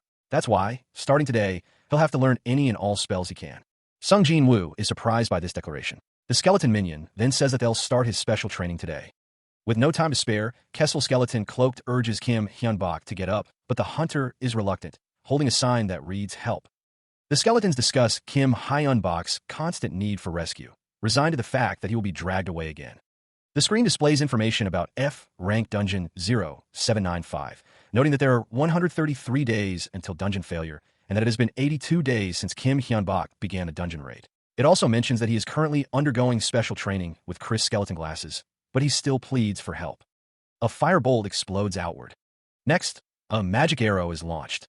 The skeletons watch as Sung Jin-woo unleashes a barrage of magical attacks, one musing if the studying broke his brain. The hunter, refreshed, exhales. The skeletons congratulate Sung Jin-woo on his improved skills, suggesting they head back. The skeletons caution him against overdoing it, reminding him that he still needs to study at home, lest he collapse from exhaustion. Jin-woo screams in frustration. Back in his apartment, Sung Jin-woo wipes his face with a towel, letting out a sigh. Chris Skeleton asks if he is done with his shower, wondering if something happened. Sung Jin-woo, drying his hair with a towel, tells them to take a look at their stats, adding that it's not even hard. His eyes widen in disbelief. The skeletons, Kessel, Kai, and Chris, are labeled with their titles. His maximum level and stats had increased, as shown on the screen. However, the talents remained the same. Just as they expected, Sung Jin-woo's skeletons knew about this change. Of course, the skeletons knew their bodies had changed. Plus, the change was visible on the outside. The skeleton with glasses, Chris, asked if Sung Jin-woo could see what had changed now. The skeletons seemed to be getting bigger. They noted that their bodies were still changing, and their bones seemed larger and sturdier than before. Sung Jin-woo was shocked. He exclaimed, asking if Chris was also changing. Chris confirmed that his body appeared to be changing as well. The protagonist sighed in relief, noting that he didn't grow any taller. But he wondered why this was happening, slamming his fist on the table. One of the skeletons stated that it was, without a doubt, because of him, their master. Sung Jin-woo was confused. The skeleton explained that Sung Jin-woo had ascended to the 3/3 circle recently. Sung Jin-woo realized that his recent ascension had influenced his summons. He asked if his summons would get stronger if he got stronger. The skeleton replied that it was very likely. The skeleton in the orange shirt explained that they would only know what kind of changes after the evolution was complete. What they knew for sure was that Sung Jin-woo grew stronger, and so did they. The skeletons discussed their plans, one suggesting that dungeon exploration should be easier now. Chris, the skeleton with glasses, believes he has become more proficient with magic and suggests clearing the dungeon little by little. However, another skeleton reminds him that he still requires more training. Meanwhile, Sung Jin-woo, sweat trickling down his face, acknowledges that he still has a long way to go. He quickly corrects himself, realizing that he has become a great magician on par with anyone. He is eager to test his new equipment. The skeletons are informed that their equipment will be ready next week, after magic is bestowed upon it. They agree to begin the exploration in a week, pleased with the news. The skeletons are told that until then, it's back to magic training, and they should prepare themselves. One of the skeletons chuckles, pleased that someone kept their promise. The promise was for full-plate mail. The skeleton in orange celebrates, now clad in full-plate mail. He continues to chuckle, confident that the performance of the armor should be much better than regular plate mail. The skeleton in full-plate mail stands firm as a goblin strikes him. The durability of the armor increased via strengthening magic. The armored skeleton laughs, not feeling a thing. The skeleton in the orange shirt activates acceleration magic, increasing his speed. He also uses weight control magic to adjust the weight of his equipment and automatic repair magic to maintain it. The weapon, like the armor, is maintained by magic, including sharpness, strengthening, and automatic repair. The armored skeleton and the skeleton in the orange shirt stand side by side, ready for action. Sung Jin-woo watches as the two skeletons celebrate, clearly pleased with their new gear. A voice speaks, announcing that something else has been prepared for the master. Sung Jin-woo's face lights up with surprise and excitement. Of course, Chris Skeleton says, encouraging him to try it on. It's not a robe, but a coat, enchanted with strengthening, automatic repair, and weight reduction magic. Chris Skeleton explains that the pockets also have spatial enlargement magic, allowing the wearer to carry a lot of stuff without it getting heavy. Sung Jin-woo is impressed, realizing how much effort the skeletons put into bestowing so much magic. Chris Skeleton admits they nearly broke the bank, but he did his best to ensure the coat could be used for the entirety of the floor. Kai Skeleton wonders if that means they can't use the items for very long. Kessel Skeleton stuffs a cat plushie and other items into the coat, demonstrating its capacity. Chris Skeleton states that no matter how good it is, equipment is consumable. He then shows a screen displaying that they successfully cleared the first floor, defeating 1 goblin fighter and 20 goblin mobs. The skeletons discuss the limitations of their current equipment, noting that even though it's stronger than expected, it can only carry them so far. Chris Skeleton Glasses wishes they could use their equipment for a long time, given the uncertainty of what lies ahead. With a sense of purpose, Kessel Skeleton Cloaked declares it's time to test their new equipment. Kessel Skeleton Cloaked stands tall, his glowing green eyes shining with anticipation as he prepares to lead the way. Kai Skeleton Uncloaked, growing impatient, declares that his patience is running out. He affirms that he shares the same sentiment as Kessel Skeleton Cloaked. Sung Jin-woo agrees, stating that their equipment is ready, and they should continue the dungeon exploration. He nods in agreement, with Kessel Skeleton Cloak's plan to delve deeper. The skeletons prepare to gather their mana and head out, ready to face whatever challenges lie ahead. The skeletons cheer, excited about the upcoming adventure, as Sung Jin-woo looks on with a smile. Suddenly, Sung Jin-woo pauses, noticing a plush toy. He wonders why there's a plushie here. Sung Jin-woo questions Kessel Skeleton Cloaked about how much he managed to fit into the spatial storage. The skeletons marvel at how much the new equipment can hold. The group ventures deeper into the dungeon, the glowing staff of Kessel Skeleton Cloaked illuminating their path. The skeletons stand ready, awaiting their master's command before the hunt begins. Finally reaching their destination, the group finds themselves at the entrance of a dungeon, where a large goblin and several smaller ones await. Kessel Skeleton, eyes glowing with anticipation, declares that the hunt is on. Before anyone can react, the skeleton unleashes a fireball spell, catching everyone by surprise. The fireball explodes, engulfing the dungeon entrance in flames. Amidst the chaos, a figure is sent flying backwards from the force of the blast. The goblin, scorched and disoriented, struggles to regain his footing. The goblin, identified as Kirk, is furious, questioning why he was attacked. Kirk angrily reminds the skeleton that he destroyed his legs and nearly killed him the last time they met. The skeleton defends his actions, explaining that the previous incident was due to misjudging the spell's strength, but this time he attacked first. The goblin retorts that both times were dangerous, but the skeleton disagrees, claiming it was a safe distance.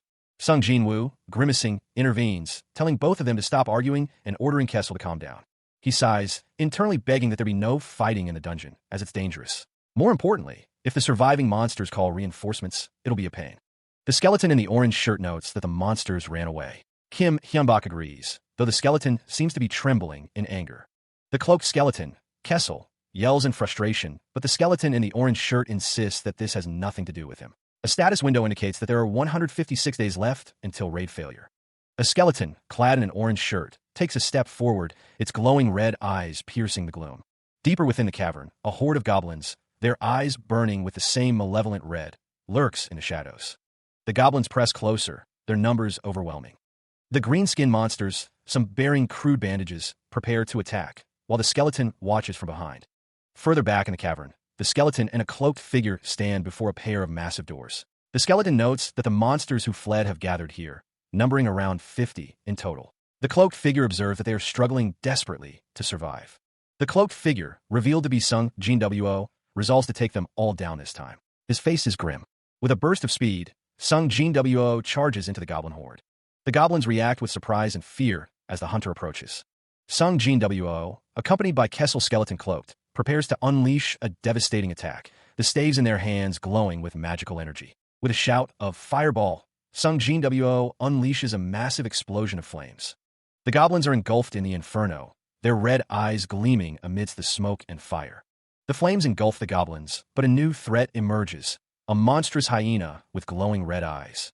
Suddenly, a hand reaches out, seemingly from nowhere.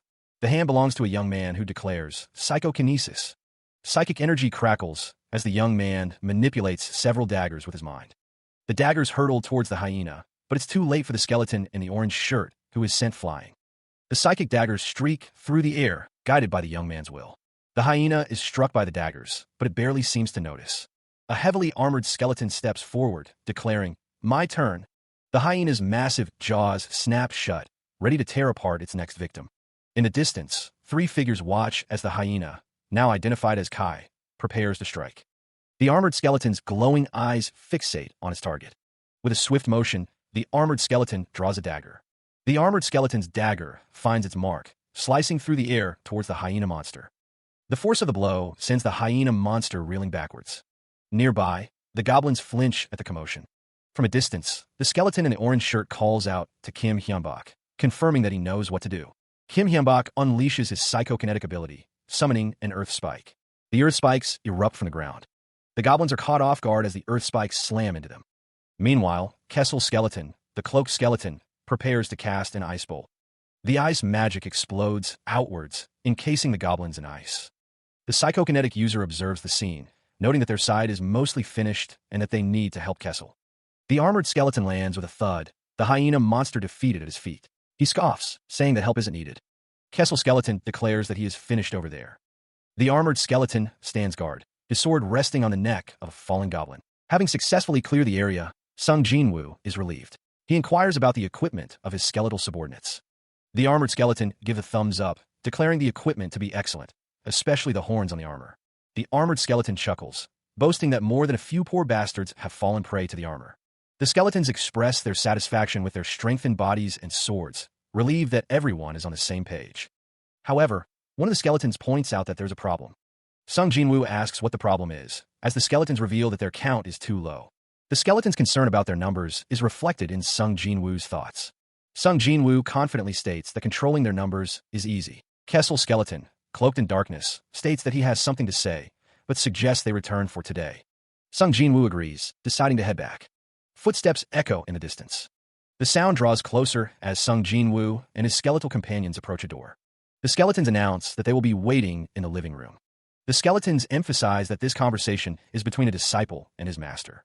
One of the skeletons clarifies that their relationship with Sung Jinwoo is that of teacher and student. The master considers what he is about to say, swallowing nervously. The cloaked skeleton asks what it was that Sung Jinwoo wanted to tell him, requesting that he sit down. He sits heavily on the bed. The skeleton reminds him that he has taught him a wide range of magic, and asks if any of the spells were particularly easy for him to use. Sung Jinwoo begins to respond, but hesitates, unsure of how to phrase his thoughts. He slumps forward, exhausted. The master wonders if he really has to learn so many spells, realizing that after deciding on a school of magic, a magician must always walk that path. The skeleton teacher explains that to make the right choice, one must become proficient in a diverse range of magic. The skeleton, Kessel, encourages Sung Jinwoo to continue, striking him lightly with his staff. The skeleton teacher realizes that the time has come for the protagonist to choose his school. The skeleton explains that he is not formally his instructor and that their talents differ. Considering Sung Jinwoo's talents, the skeleton notes that the schools available are numerous, but it seems he has already decided. The skeleton asks which school he will pick. Sung Jinwoo confirms that he decided a while back, putting a lot of thought into it, and believes this was the best choice. Sung Jinwoo declares that he is choosing the school of necromancy. And Sung Jinwoo will take an oath of mana to become a necromancer. The school of necromancy looms, a place steeped in dark arts. It's a school focused on summoning the undead, creating golems and chimeras, and dabbling in poisons, curses, and chemical reagents. Though it ranks among the top 5 schools for offensive ability, necromancy is not without its drawbacks. Due to the nature of its magic, necromancers are considered detestable and dangerous, making an oath of mana a serious commitment.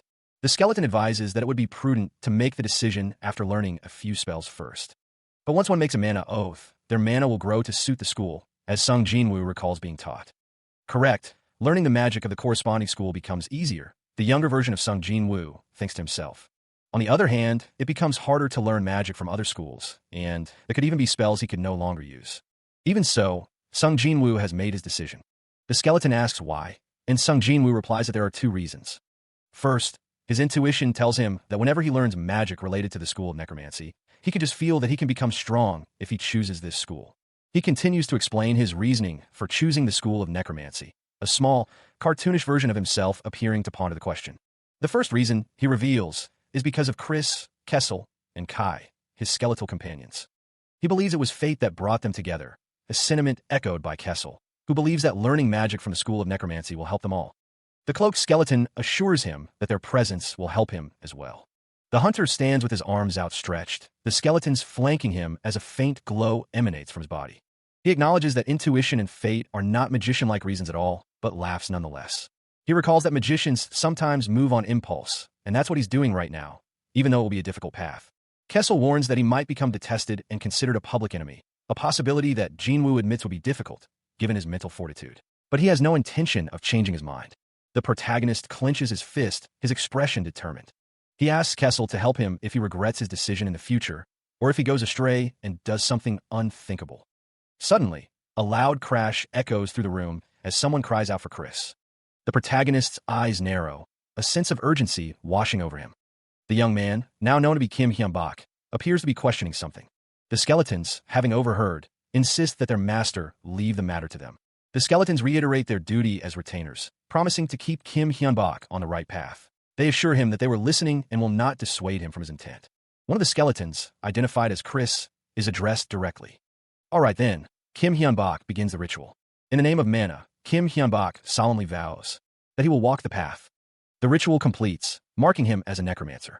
Chris seems impressed by the transformation. The mana surges within him. With the ritual complete, the skeletons congratulate Kim Hyun-bak on becoming a proper necromancer, sincerely hoping for his success as a magician. Chris is thanked, but Kim Hyun-bak wonders how to obtain a magic tome for the School of Necromancy. The cloaked skeleton, Kessel, assures that the sale of magic tomes on the dungeon site is not a cause for concern. However, the skeleton with glasses, Chris, expresses surprise at the price, noting that they are extremely expensive. The first circle tome is priced at $500,000.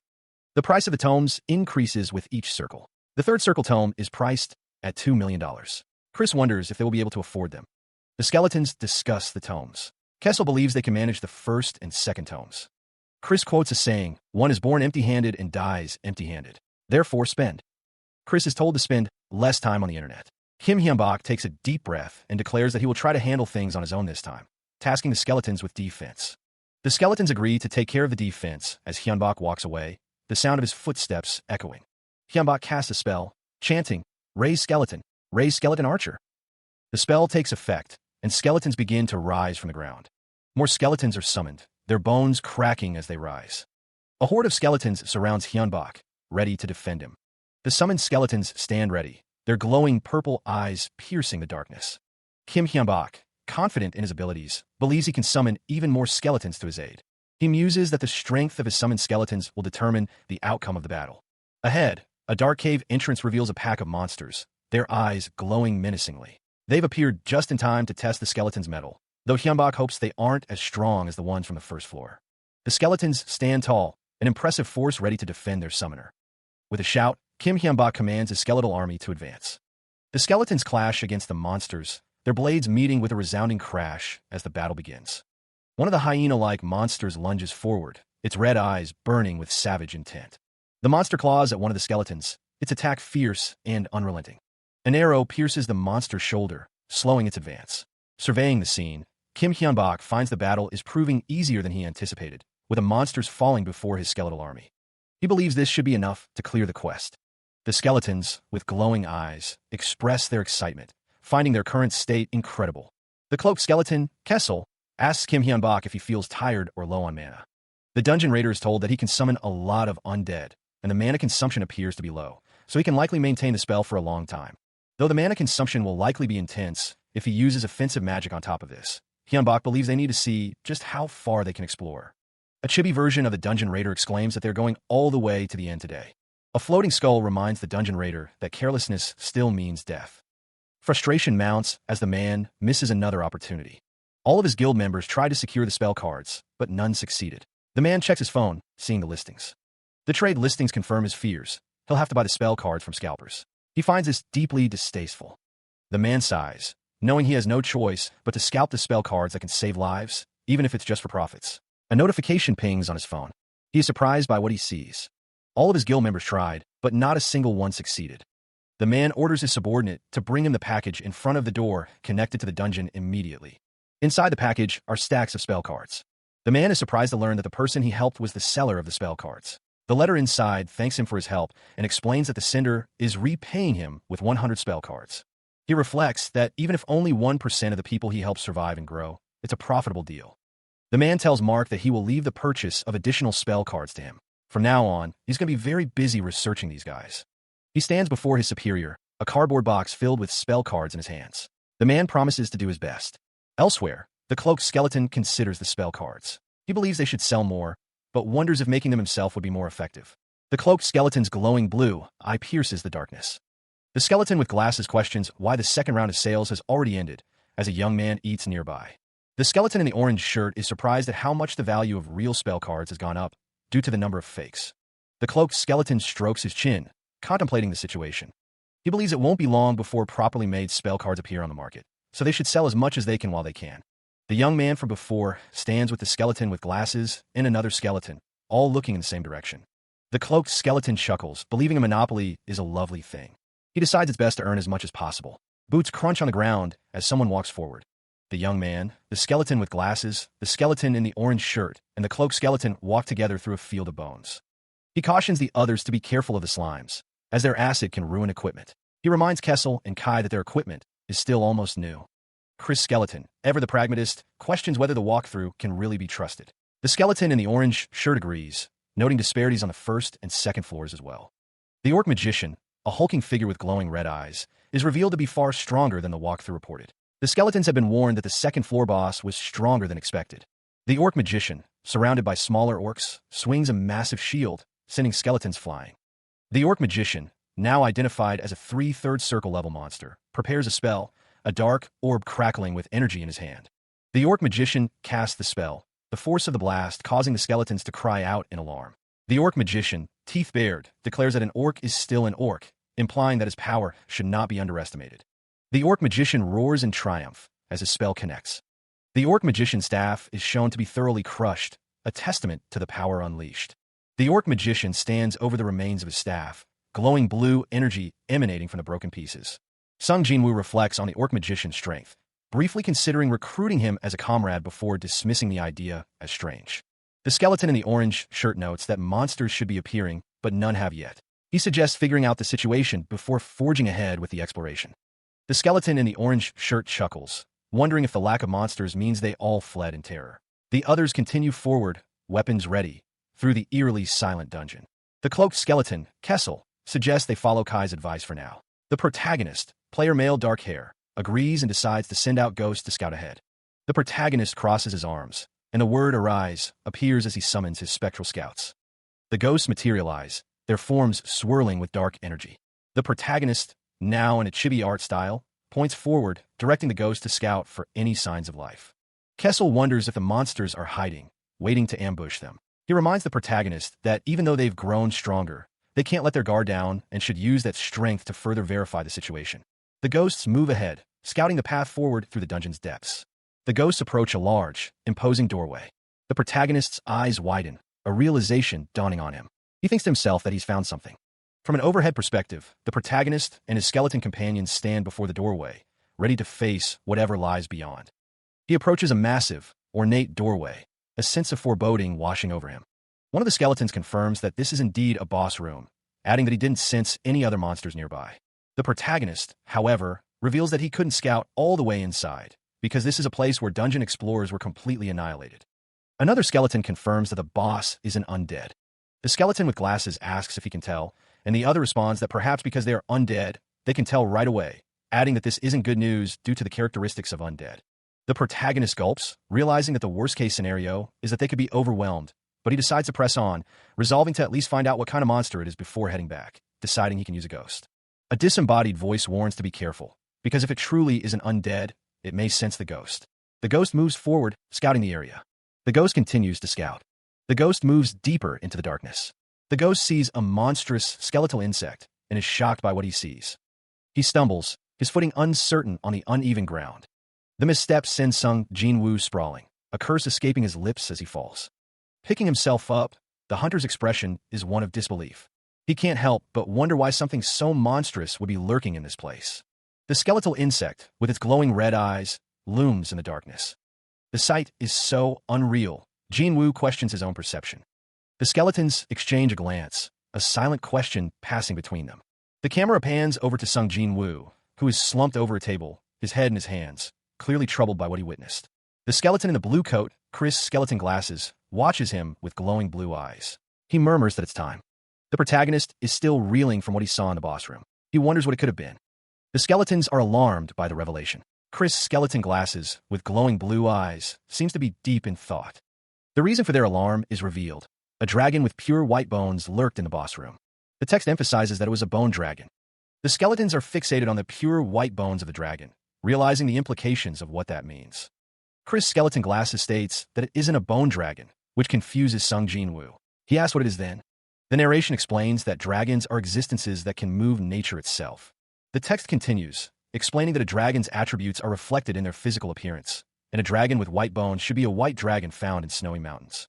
A white dragon's bones exude such a great chill that they can freeze everything in their surroundings. Sung Jin-woo is surprised, realizing he didn't see any ice or frost in the boss room. Chris Skeleton Glasses is sure of his theory. That dragon can only be one thing, an undead monster imitating a dragon, one made of the bones of other creatures. The theory is visualized, a skeleton dragon.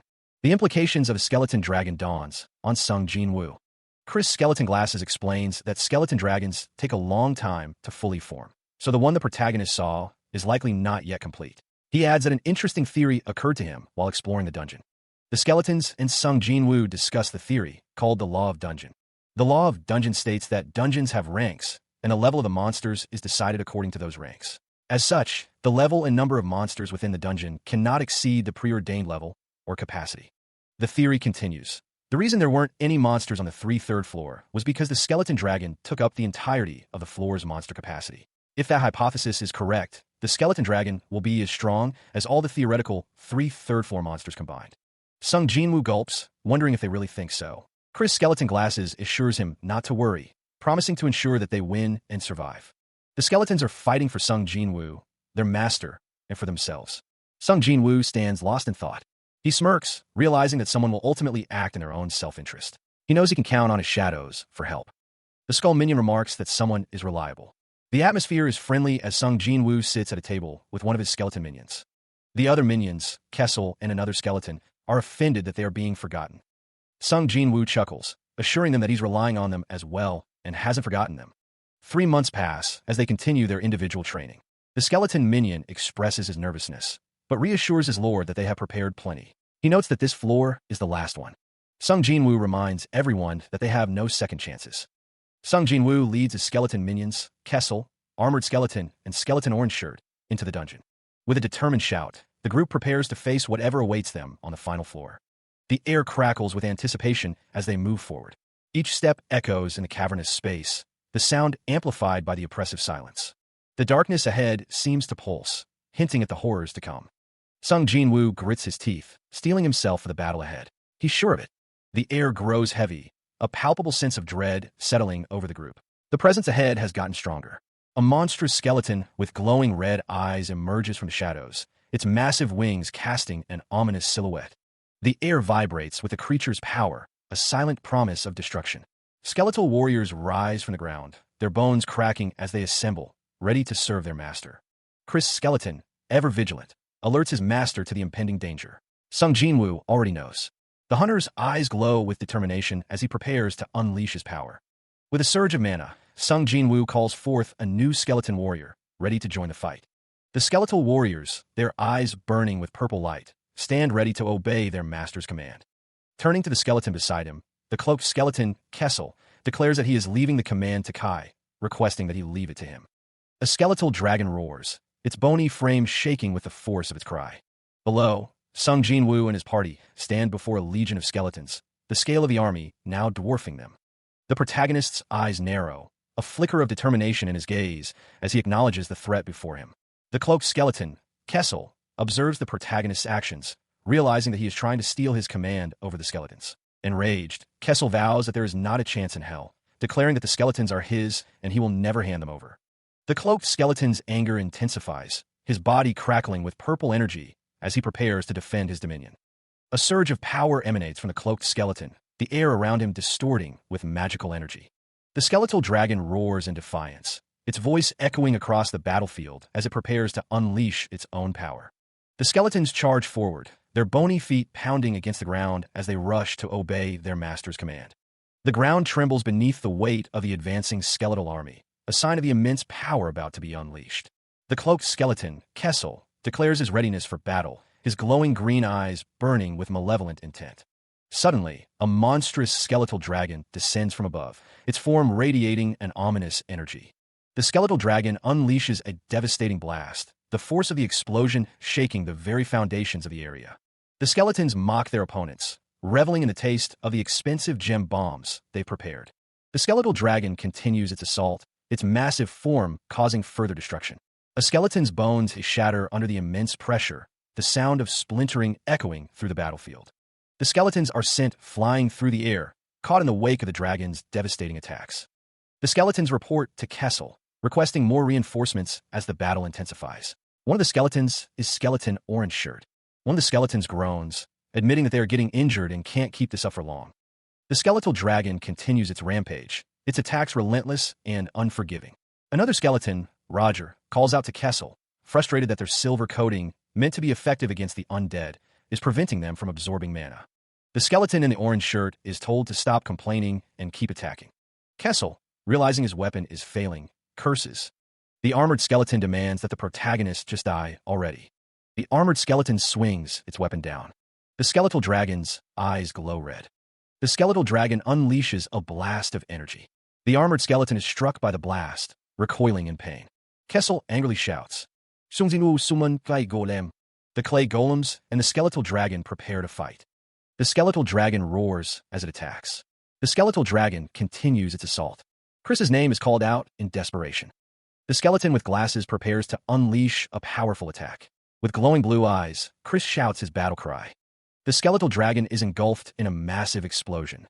The explosion rips through the battlefield. The force of the blast sends debris flying in all directions. The battlefield is momentarily obscured by smoke and dust. The skeletal dragon, now missing its head, collapses onto the ground. Amidst the aftermath, the skeleton in the orange shirt and the armored skeleton stand victorious. The armored skeleton confirms that the nucleus in the dragon's head has been destroyed. The cloaked skeleton, Kessel, is severely injured and bleeding, barely able to speak. The sound of Kessel's defeat echoes through the battlefield. The explosion rocks the area, and the force of it throws Kessel back. His skeletal minions, witnessing their master's defeat, are in disbelief. One cries out, urging him to regain his composure.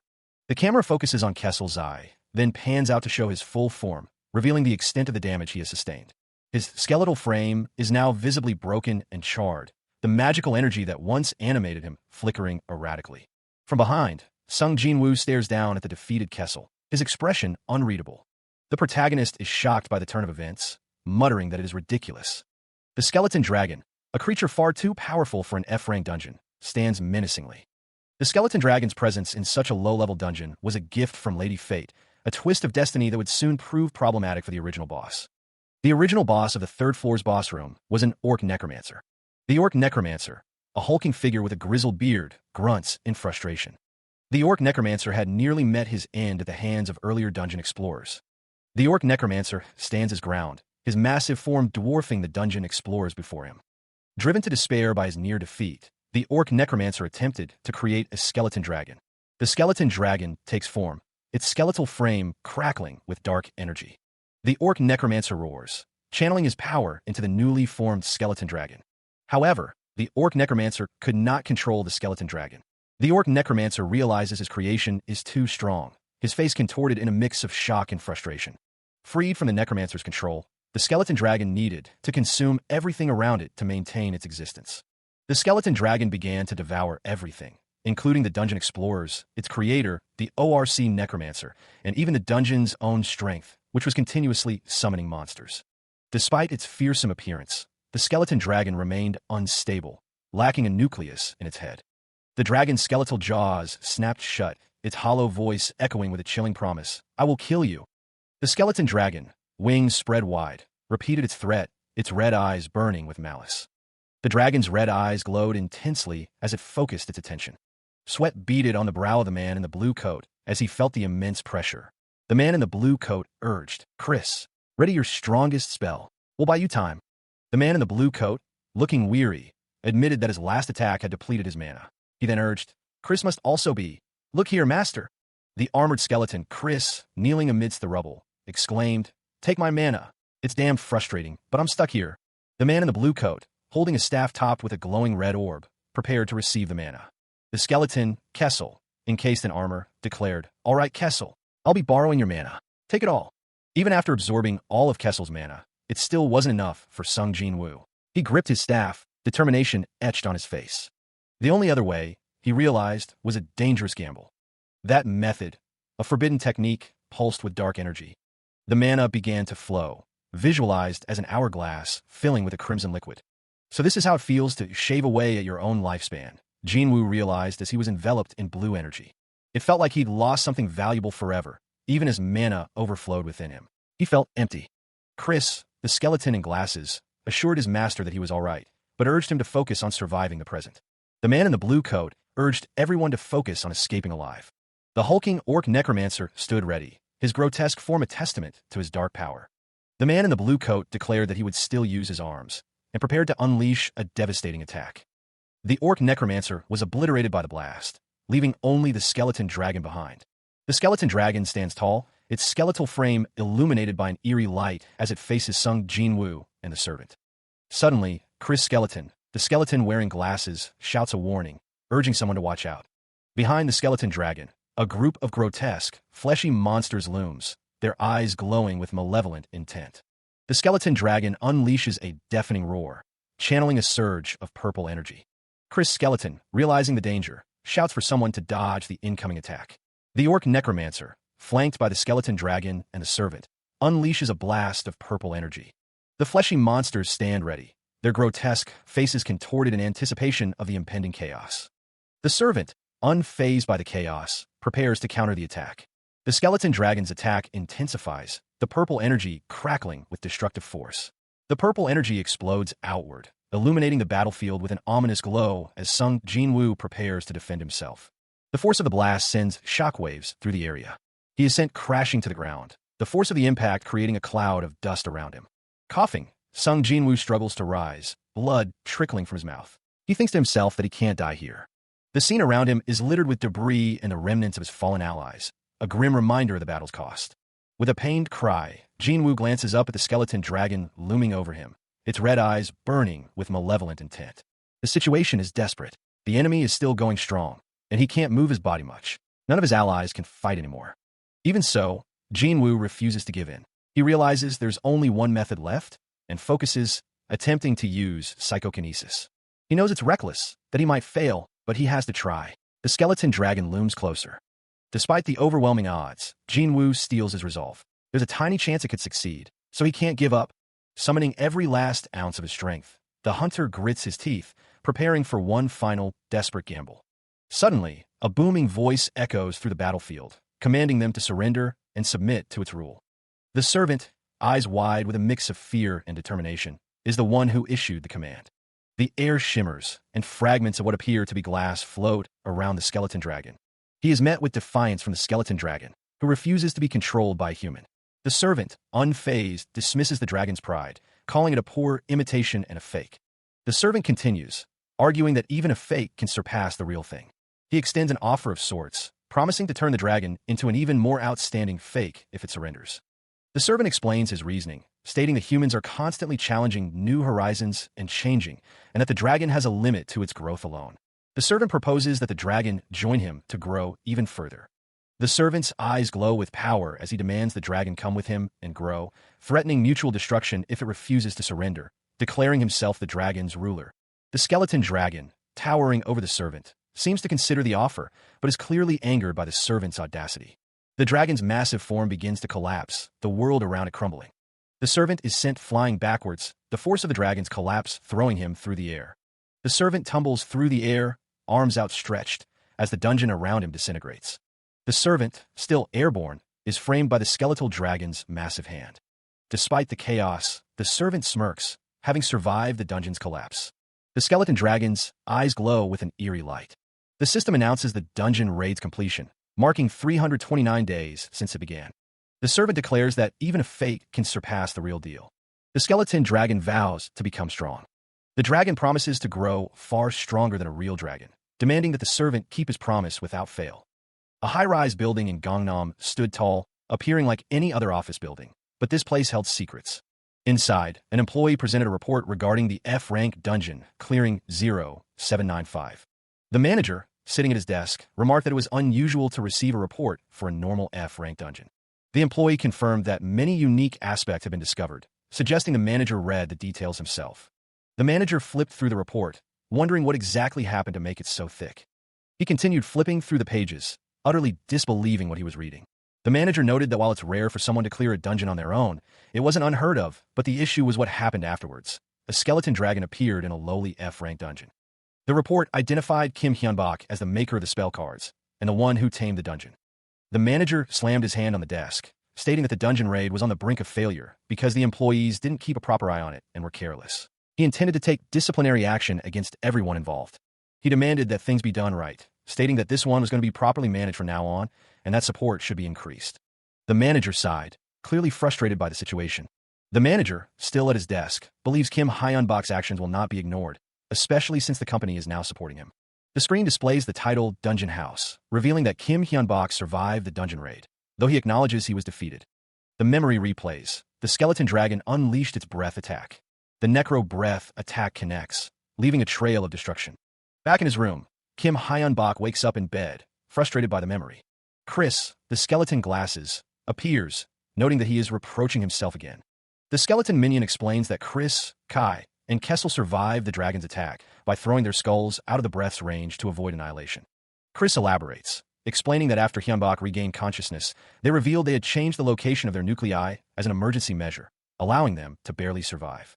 The skeleton minion agrees that it's good to reflect on past mistakes, but after a certain point, regret becomes a poison. Hyun-bak smiles, stating that just by looking at the results, one can tell the raid was a huge success. Hyun-bak recalls taming Nidhogg, but a voice clarifies that he did not tame it. It allowed itself to be tamed. The entity, Nidhogg, confirms that it knows Hyun-bak. The disembodied voice reminds Kim Hyun-bak that receiving a name has allowed him to grow stronger, but he must not forget his debt to his master. The cloaked skeleton, Kessel, appears, reminding him that he is still under his master's control. The skeleton dragon floats near the sleeping Hyun-bak, warning him not to forget his promise. If he betrays it to become stronger than a real dragon, the dragon will kill him and use him as a stepping stone. Hyun-bak, still asleep, vows to keep his promise, if only to protect himself. Hyun-bak thinks to himself that that's fine. The next morning, Kim Hyun-bak wakes up. Sunlight streams through the window of his room. He thinks about going out soon, now that he's allowed to, as a reward for clearing the dungeon. Kessel appears, telling him that his free time starts when he leaves the house. He confirms that Hyun-bak is safely recovering and should be able to go outside after approximately 15 days. Chris, the skeleton with glasses, bursts into the room, remarking that Hyun-bak looks fine, seeing as he's already thinking about going out. Kessel and Kai, the hyena monster, are also present. Kessel explains that he just came along because Chris and Kai are rotating shifts. Hyun-bak lies in bed as Kessel tells him that he'll be going to the workroom to make spell cards and new equipment. Chris tells Hyun-bak to hurry, saying he looks fine, so he's going out too, because he has plans with a lady. Chris, ever solicitous, inquired if Kim Hyun-bak was comfortable. The necromancer waved off his concerns, assuring him he was fine and to relax. The cloaked skeleton, Kessel, closed the spellbook with a soft thud, acknowledging the exchange. The sound of a doorbell echoed through the room. Hyun-bak's hand reached out, the door clicking open. The necromancer stepped out of his apartment, the door closing behind him. He emerged onto a bustling city street, the sounds of traffic filling the air. Chris, his skeletal face beaming, expressed his excitement at finally being able to see the world outside of the computer. Nidhogg, too, shared the sentiment, eager to experience the world alongside his liege. Nidhogg mused that since they were in his subspace and connected to Hyun-bak's senses, they could experience many things through him, as he himself lacked proper memories of the previous world. Kim Hyun-bak declared that it was time to go. The necromancer gazed out at the cityscape through a chain-link fence, taking in the sights. He walked into the bustling crowd, ready to experience the world anew. He pauses, a thoughtful expression on his face as he holds a cup of coffee. He muses that it was fun and that it's time to head back. In a flashback, a chibi version of Kim Hyun-bak laughs, asking if his minions don't want to go back. The scene returns to the present, where the cloaked skeleton, Kessel, expresses surprise that Hyun-bak is returning home before his free time is over. Hyun-bak states that wasn't his intention, but everyone has a place to return to, and it's only natural to return to one's house after leaving it. He continues walking, thinking that he's simply going back to where he belongs. He reasons that from tomorrow onwards, they'll be busy looking all over the country for a new house, so if he doesn't go back now, he'll be too tired to be of any use.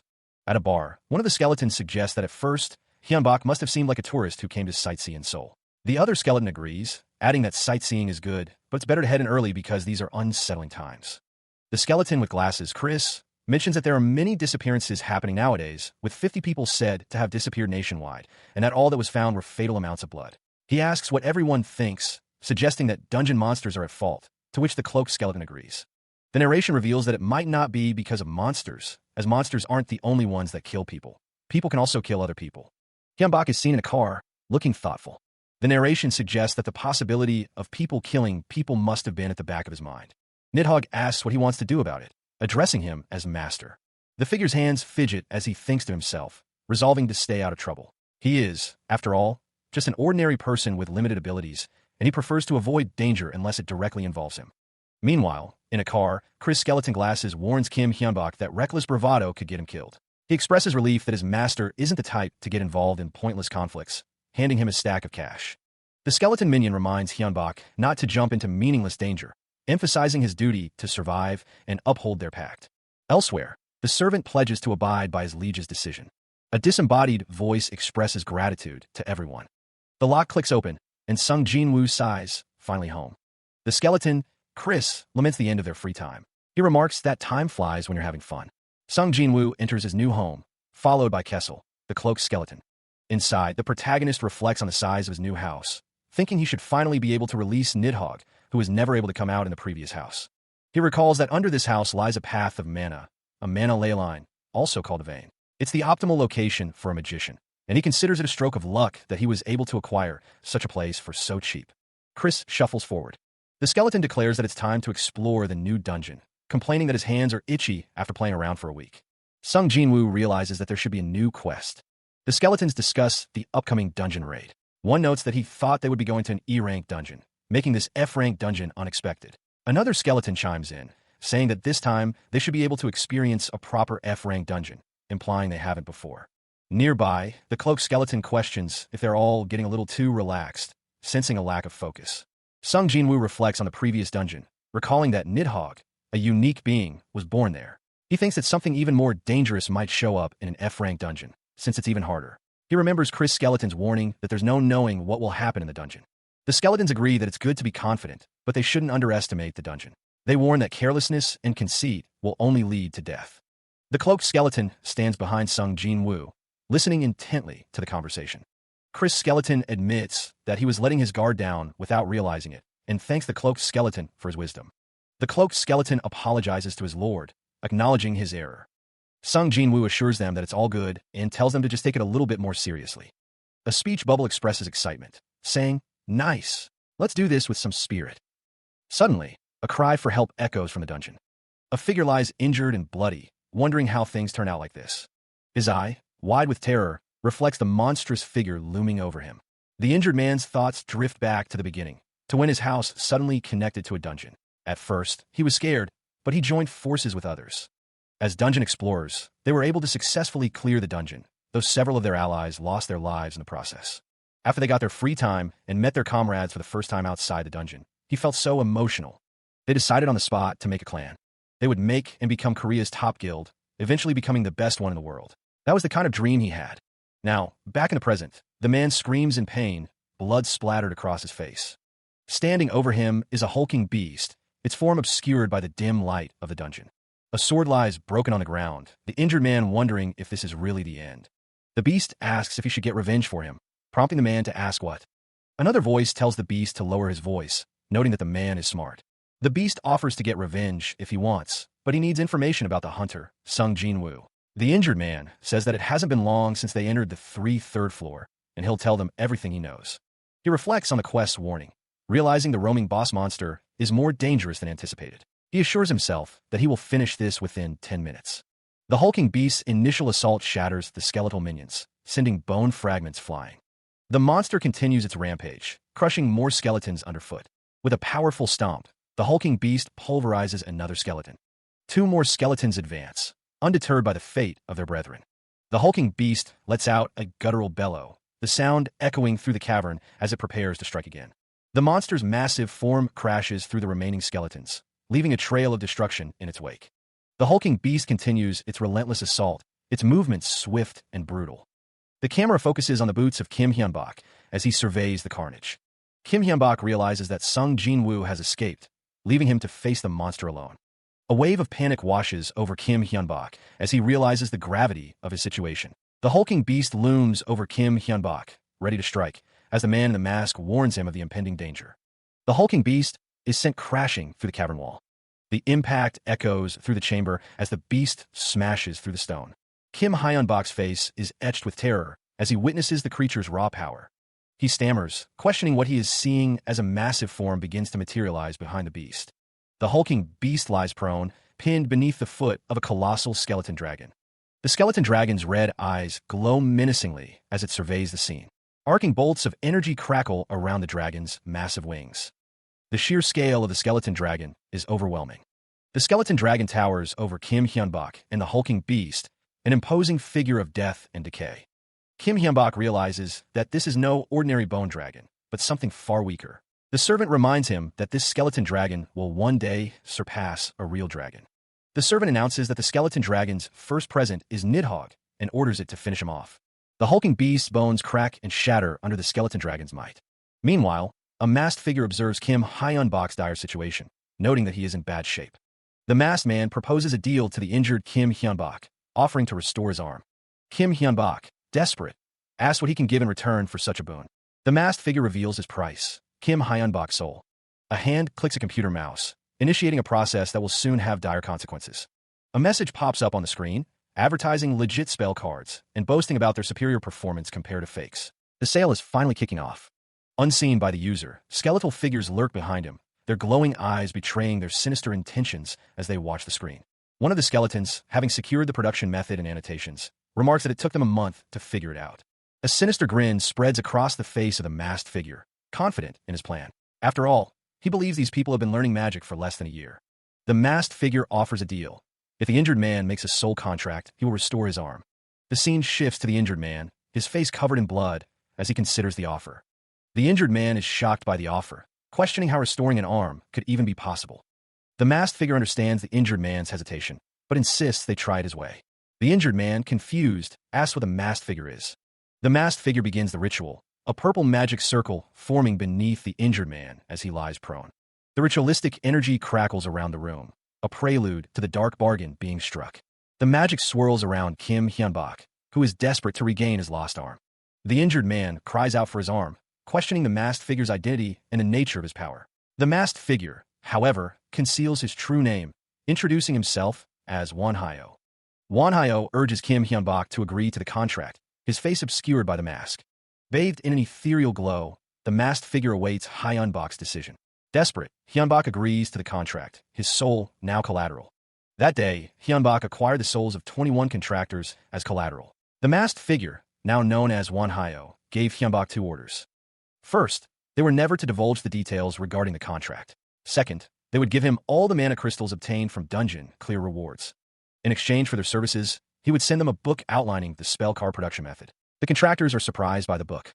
They would sell spell cards and take a portion of the profits as commission. It was a move made to rake in the maximum amount of profits using spell cards. With this, they can make money without working, right? The skull asks what this is called, and answers with passive income. Exactly, one of the skeletons says, agreeing with the other. They remark that it was unexpected for Kim Hyunbak to make contracts with others, and that he had previously stated he had no intention of recruiting followers. Hyunbak acknowledges that he did say that recruiting and managing followers was annoying. However, after thinking about it, he decided that having followers is necessary to protect himself. The narrative shifts to a close-up of the soul contracts. A voice explains that a soul contract has as much binding power as a mana vow. Normally, they can be left to their own devices, but when needed, they can be used. It's further explained that the contractors have to keep the contract a secret, so no one will know about the relationship between them and Hyunbak. One of the skeletons comments that it's a master-servant relationship that only the involved parties know about. The skeleton continues, saying that Hyunbak is becoming like one of those secret masterminds in novels. Hyunbak, hearing this, seems surprised and confused by the comparison. The skeletons tease him, with Kessel telling him not to be embarrassed. Hyunbak tells Kessel to stop making fun of him. His phone buzzes, and Hyunbak realizes it's already time. He wonders if there won't be any irregulars this time. A message appears, stating that those words are a flag. It details that since he has cleared 2 dungeons, he can be called a proper dungeon explorer capable of pulling his own weight, but he should never be conceited and never let down his guard, or the dungeon will swallow him alive and snatch away his life. The message refers to E-rank dungeon 1313. The message continues, showing that the current members are at the maximum of 9090, and the remaining time is 500 days. The quest clear rewards are $5 million and 1 E-rank item of his choice. It concludes by saying that even if there are any irregulars, they're prepared, so it doesn't matter, though it'd be better if there weren't any at all. The armored skeleton, Kessel, is growing impatient. 30 minutes have passed, and Kessel is eager to test his new equipment. He calls out to Hyunbak, who is currently out of sight. Hyunbak's eyes narrow, a glint of determination in them. The skeleton in the helmet orders everyone to halt, his voice echoing with authority. The skeletons wonder what kind of prey they will encounter. Hyun-bak dismisses their speculation, identifying them as dungeon explorers. He asks how far away they are. The skeleton minion reports that the explorers are about 5 minutes away, numbering 19 in total. He notes that they're all equipped with crossbows and appear to be frontline clearers. The skeleton asks Hyun-bak what he would like to do. Hyun-bak's hand clenches into a fist, ready for action. The protagonist states that everyone should be prepared to fight if necessary. He declares that from now on, all conversations will be done via telepathy, and he will go to meet them first.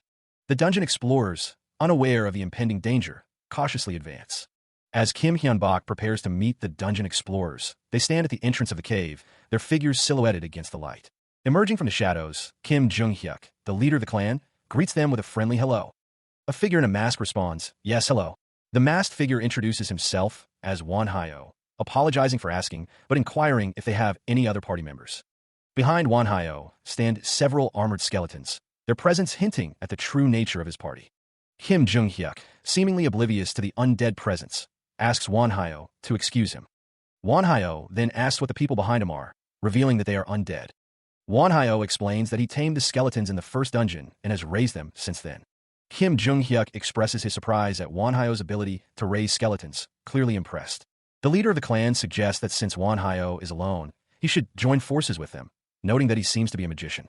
Won-hyo considers the offer, his eyes narrowed in thought.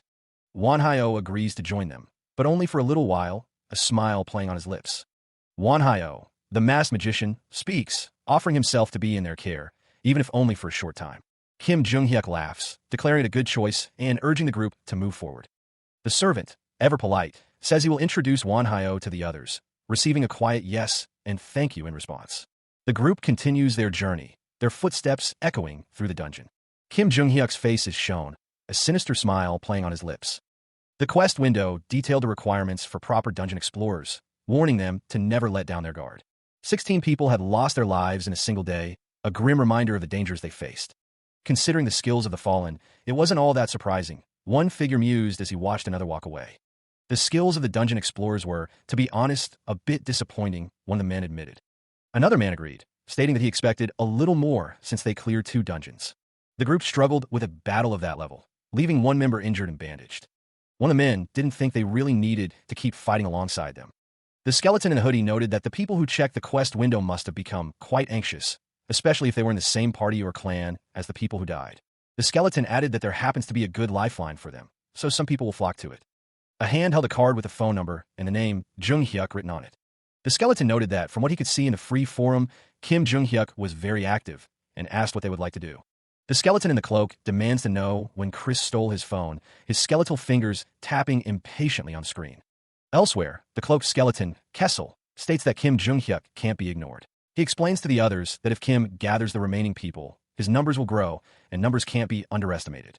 The skeleton in the orange shirt admits that Kim Jung-hyuk bothers him. Chris, the skeleton with glasses, is praised for his statement.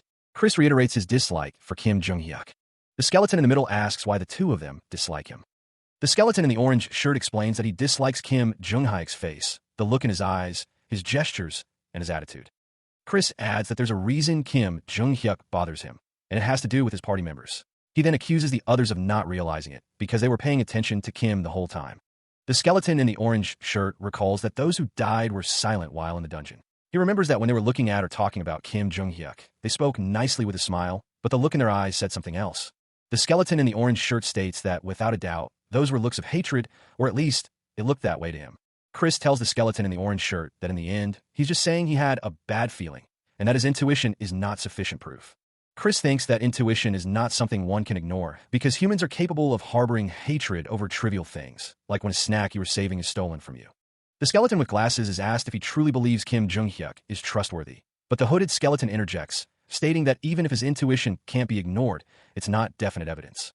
The hooded skeleton continues, believing it would be best to eliminate Kim Jung-hyuk before he grows any stronger, if possible. The skeleton with glasses is told that they should only eliminate Kim Jung-hyuk after getting definite proof. The skeleton with glasses is reminded that they already have a definite reason for why Kim Jung-hyuk should be eliminated, and the skeleton in the cloak agrees.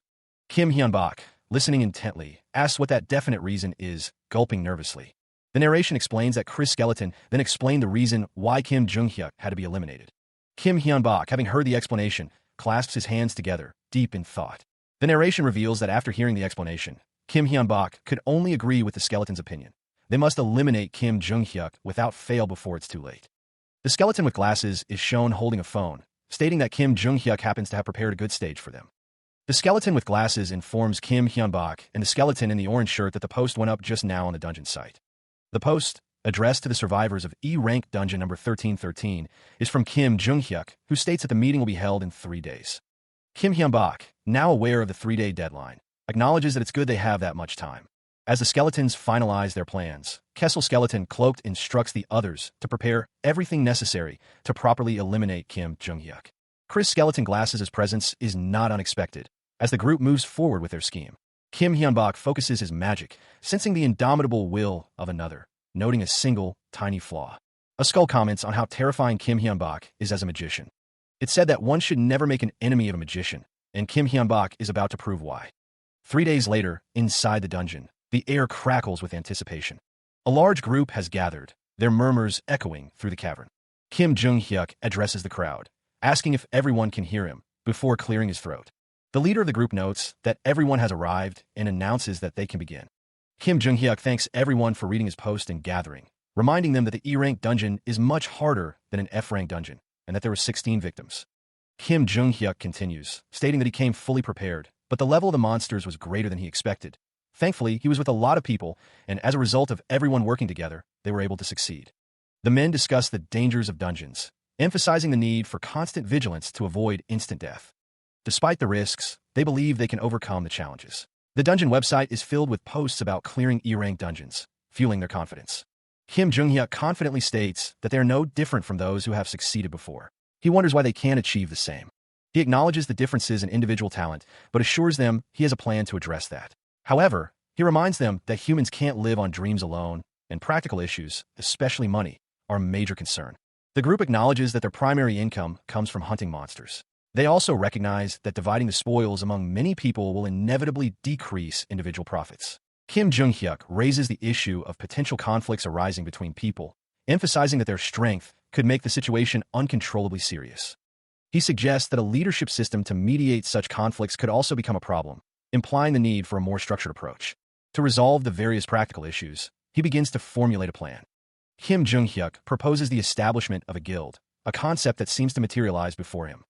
The others learn from the dungeon site that a guild system update is coming soon. They also discover that establishing a guild increases profits for monsters by 30% and offers many other benefits. One of the men observes that Kim Jung-hyuk is starting to reveal his ambition. As such, Kim Jung-hyuk once again proposes establishing a guild, solidifying his intentions. He declares that he will be the guild master, revealing his ultimate goal. The red-haired leader once again proposes establishing a guild. He declares that he will be the guild master. The crowd murmurs in response to the leader's declaration. Kim Jung-hyuk explains that there's a reason why he's trying to become the guild master. The leader reveals that it's because of the superpower he gained by strengthening and coercing others. The crowd expresses their disbelief, wondering if such a thing is even possible and what kind of superpower he possesses. Kim Jung-hyuk elaborates, stating that he has a B-rank talent called subordinate control that allows him to command people with a lower rank or level than him. The red-haired leader clarifies that even though he can control people with his talent, they still have free will, so he cannot forcibly control them. He continues, explaining that the most he can do is make their body stop for a brief moment, as a small figure of Kim Jung-hyuk shouts to stop the violence. The leader admits that his ability doesn't even work on anyone stronger than him, as a masked figure stands behind him and a goblin cowers in fear. Kim Jung-hyuk concludes by stating that he's worked hard every day to develop this ability. He explains that, through his efforts, he has acquired a superpower. The superpower, Kim Jung-hyuk clarifies, strengthens the talents of those he rules over, a revelation that elicits surprise from his audience. The others express their shock at the idea of strengthening talents. Kim Jung-hyuk reveals that he has named this superpower Blessing Under the Shade, which raises the talents of those under his rule by 1 level. He continues, stating that if someone makes a contract with him and comes under his banner, he can strengthen their talent. He then decides to demonstrate this ability. Kim Jung-hyuk gestures to one of the men, asking him to come forward. The leader explains that all the man has to do is say, "I will make a contract with you." The man agrees, and they shake hands. Kim Jung-hyuk declares that the man has now become his subordinate. The leader announces that he will now demonstrate his superpower. The man, identified as having the talents Robbery C and Robbery B, exclaims that he feels stronger. The man confirms that his talent has indeed become stronger.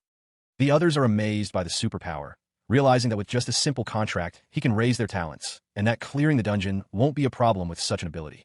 He stands before his subordinates, bathed in a radiant light, as one of them declares that this makes him worthy of becoming the guild master. Kim Jung-hyuk explains that his actions are intended to increase everyone's chances of survival, even by a little, and to extend this benefit to as many people as possible.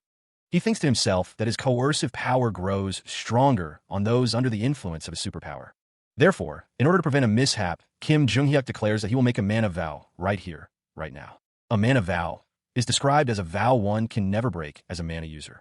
It's explained that if the vow is broken, the user won't just lose all their mana, but will also be attacked by the surrounding mana, causing them to perish in despair. Mana gathers around his fist as he prepares to make the vow. As a user of mana, Kim Jung-hyuk vows to never give guild members an unreasonable order. The crowd cheers, impressed that Kim Jung-hyuk even made a mana vow, further solidifying their belief that he is worthy of becoming guildmaster. He urges everyone to combine forces and clear the dungeon, thanking them all for understanding his intent. Kim Jung-hyuk smiles, confident in his plan. His smile turns sinister as he declares that it's over. The sound of applause fills the air, a reaction to the vow Kim Jung-hyuk just made. The masked magician, Won Hyo, stands among the crowd, who are impressed by the recent events. He had expected the leader to call for the establishment of a guild. The back of Kim Jung-hyuk's head is visible as he faces the crowd. The leader's power to strengthen talents by one level is truly astonishing, even to those who serve him. Won Hyo smiles, pleased by the praise he is receiving from Kim Jung-hyuk. He never thought that the leader would thank him. The magician asks if Kim Jung-hyuk will answer a question. The leader agrees to answer the question. Won Hyo explains that Kim Jung-hyuk's power to coerce someone becomes stronger when talents are strengthened under the influence of the blessing under the shade. However, he notes that it can be resisted if they're stronger or have a higher level or greater mental fortitude. The magician considers the leader's words, thinking about how his power can be resisted. Won Hyo realizes the implications of Kim Jung-hyuk's power, understanding why he killed 16 people. Other members of the group look on, confused by the conversation. Kim Jung-hyuk asks what Won Hyo is talking about, then reveals that he killed 16 people. He stands amidst the bodies of those who defied him, their lifeless eyes a testament to his control, or so he claims.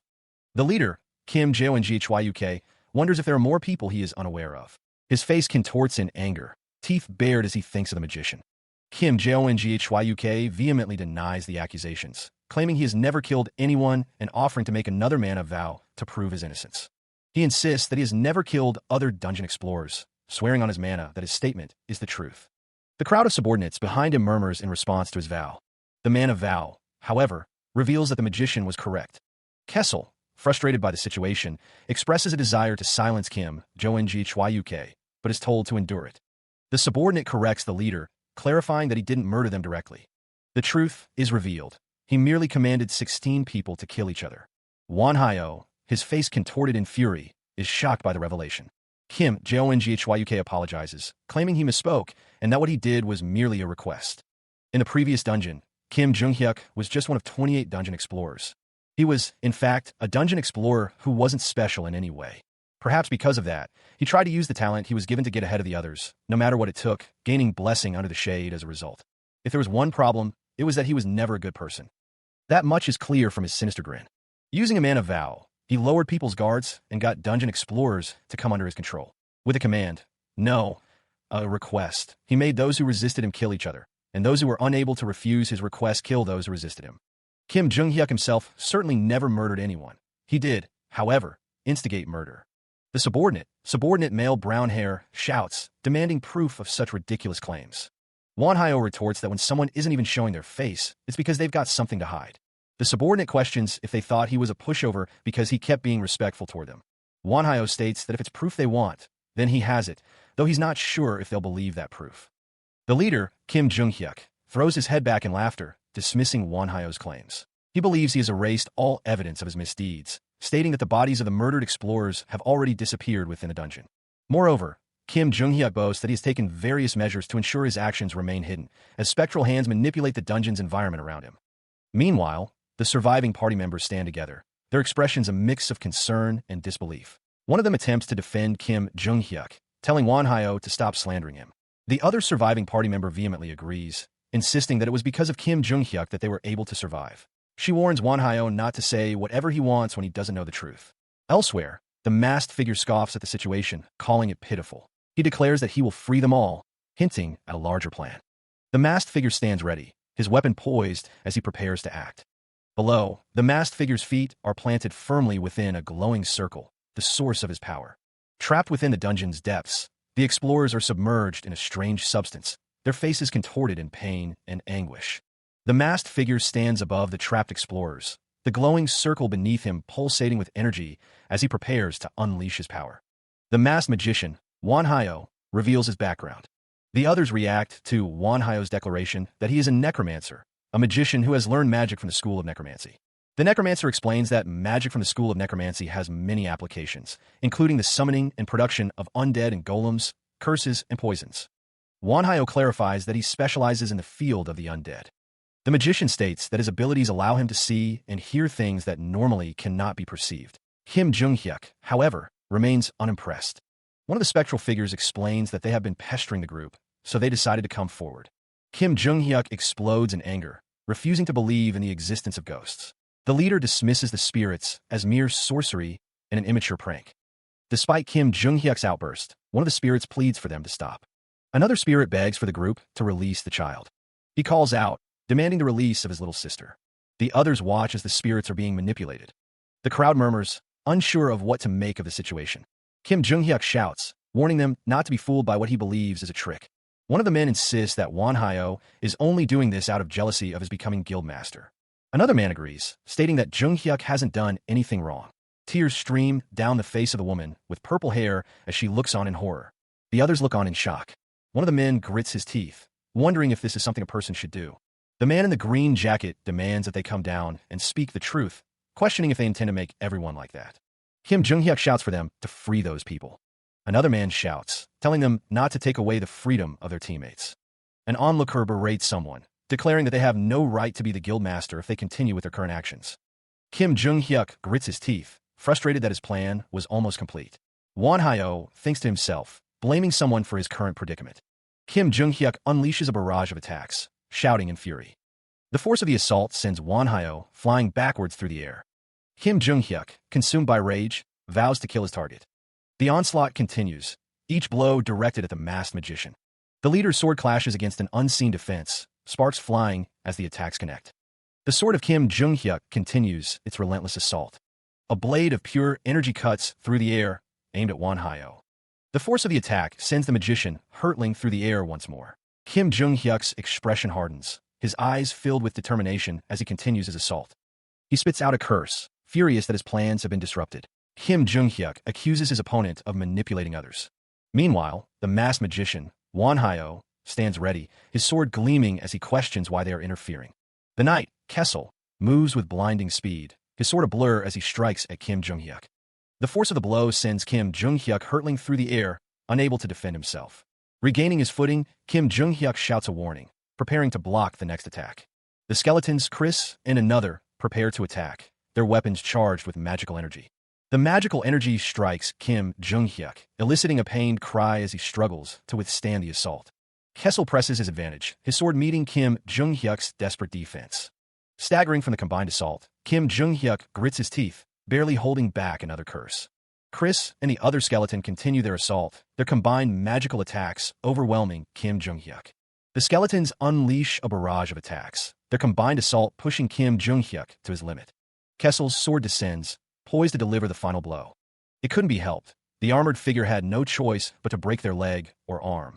Meanwhile, Wanhyo urged Kessel Skeleton not to harm Kim Jung-hyuk's subordinates, claiming they had done nothing wrong. The armored figure prepared to subdue them. The pink-haired warrior clashed with the armored figure, aiming to inflict as little damage as possible. The armored figure was impressed by her stability, noting that she didn't get pushed back in the least, and wondered if it was the power of the ability to raise talents. Kim Jung-hyuk scoffed, declaring that there was no way they could defeat his subordinates with mere skeletons. Suddenly, a surge of blue energy erupted from the ground. The pink-haired warrior was sent flying into the air by the blast. The source of the energy was revealed to be the cloaked Kessel Skeleton, now surrounded by a glowing blue magic circle. The blast sent the pink-haired warrior crashing to the ground, eliciting a cry of pain from Kim Jung-hyuk. Kim Jung-hyuk, enraged, warned them not to get full of themselves, declaring that he would show them the true strength of blessing under the shade. The pink-haired warrior looked up in shock as a red magic circle appeared around Kim Jung-hyuk. He cries out in pain as the berserker mode takes hold, his body straining under the sudden surge of power. The transformation continues, the red energy intensifying around him as the subordinate watches, concern etched on his face. The system message clarifies the nature of this dangerous power. Berserker mode trades life force for an immediate stat boost. The red aura engulfs Kim Jung-hyuk and his subordinate, the stats of both men visibly increasing as the blessing under the shade takes effect. Elsewhere, the pink-haired warrior declares that she will no longer hold back, preparing to unleash her full power. The red energy intensifies around Kim Jung-hyuk and his subordinate, their eyes glowing with the power of the Berserker mode. The power surges, the air crackling with energy as the Berserker mode reaches its peak. Kim Jung-hyuk and his subordinate charge forward, their movements now a blur of red energy as they engage their enemies. The pink-haired warrior lunges, her sword leaving trails of red energy as she attacks. An ice arrow is launched, streaking towards the pink-haired warrior. The ice arrow continues its trajectory, the air around it frosting over. The ice arrow strikes, a burst of blue energy erupting as it collides with its target. He observes the masked figure, noting the increase in his stats. Meanwhile, Kim Jung-hyuk charges forward, declaring that his subordinates are superior. The leader swings his sword at the masked figure, promising a swift end. The masked magician remains calm, stating that Kim Jung-hyuk has met his match. Kim Jung-hyuk is suddenly struck by an unseen force, crying out in pain. The leader, reeling from the attack, curses his unseen assailant and demands to know what they did. His face contorts in a mix of pain and shock as the attack takes its toll. The source of the attack is revealed to be a bone dragon, its red eyes glowing menacingly. Kim Jung-hyuk looks up in disbelief, recognizing the bone dragon. The bones of the fallen subordinates litter the ground. Elsewhere, a pink-haired warrior battles skeletons, her sword and shield clashing against bone. The pink-haired warrior's eyes widen in alarm, sensing the bone dragon's presence. The pink-haired warrior's arrival is met with immediate resistance, as the skeletons lunge forward, their bony hands reaching to tear her down. The warrior's shield proves effective, however, as she slams it into the ground, sending the skeletons flying back with a resounding thud. Meanwhile, the masked figure watches the scene unfold, acknowledging that Kim Jung-hyuk nearly succeeded in his plan. The masked magician continues, revealing that if he hadn't been present, the plan would have succeeded without his knowledge. The masked figure recalls that Kim Jung-hyuk would have been able to grow much stronger if the plan had succeeded, before questioning what he is trying to do. Kim Jung-hyuk, visibly shaken, insists that he understands and will stop, admitting that he was wrong. The red-haired leader begs for mercy, promising never to repeat his actions. The masked magician retorts that Kim Jung-hyuk is not the type to kill. The masked figure, suspended upside down, asks Kim Jung-hyuk if he spared the people who begged for their lives. Kim Jung-hyuk, sweating and panicked, swears that he did spare them. The masked magician's expression is unreadable, his mask concealing any hint of his true feelings. The magician states that it's not good to lie. He is struck by sudden, unseen force, the impact sending tremors through the air. The force of the blow explodes outward, sending debris flying in all directions. The masked magician, Won Hyo, is revealed to be the receiver of the attack, blood splattered across his mask and clothing. A guttural groan echoes through the room. The sound originates from Kim Jung-hyuk, hunched over a toilet, retching violently. His ragged breaths come in short, painful bursts. The leader's face is slick with sweat, his eyes wide with a mixture of horror and disbelief. He struggles to process the reality of his actions. He killed someone, and the memory is still vivid. The sensation of the kill replays in his mind, the feeling of a head splitting, the sight of blood and brains. That feeling, he realizes, is now permanently engraved in his memory. A voice echoes, praising him for enduring. The voice continues, justifying the kill, insisting that he did the right thing, that he killed someone evil and prevented more deaths. Kim Jung-hyuk questions if killing was truly the best course of action, wondering if there was another way to isolate the threat. He realizes that, more than anything, he is being manipulated, that he is just another puppet. The leader demands to know why he is being toyed with, acknowledging that he wouldn't have been able to defend himself in the same situation. He hears the names Kessel, Kai, and Chris. He questions the motives of those who support him, wondering if their loyalty stems solely from his position as their master. The skeletons remind Kim Jung-hyuk of the mana vow they made, emphasizing that everything they've done was a collective decision. They imply that if he hadn't eliminated someone, the consequences would have been dire. The skeletons continue to justify their actions, stating that if Kim Jung-hyuk hadn't acted, there would have been more victims and they wouldn't have escaped the danger. One of the skeletons urges Kim Jung-hyuk to overcome his sense of guilt, referring to him as my lord. Kim Jung-hyuk, surrounded by the skeletons, asks them to stop talking to him for the day, expressing his desire to be alone.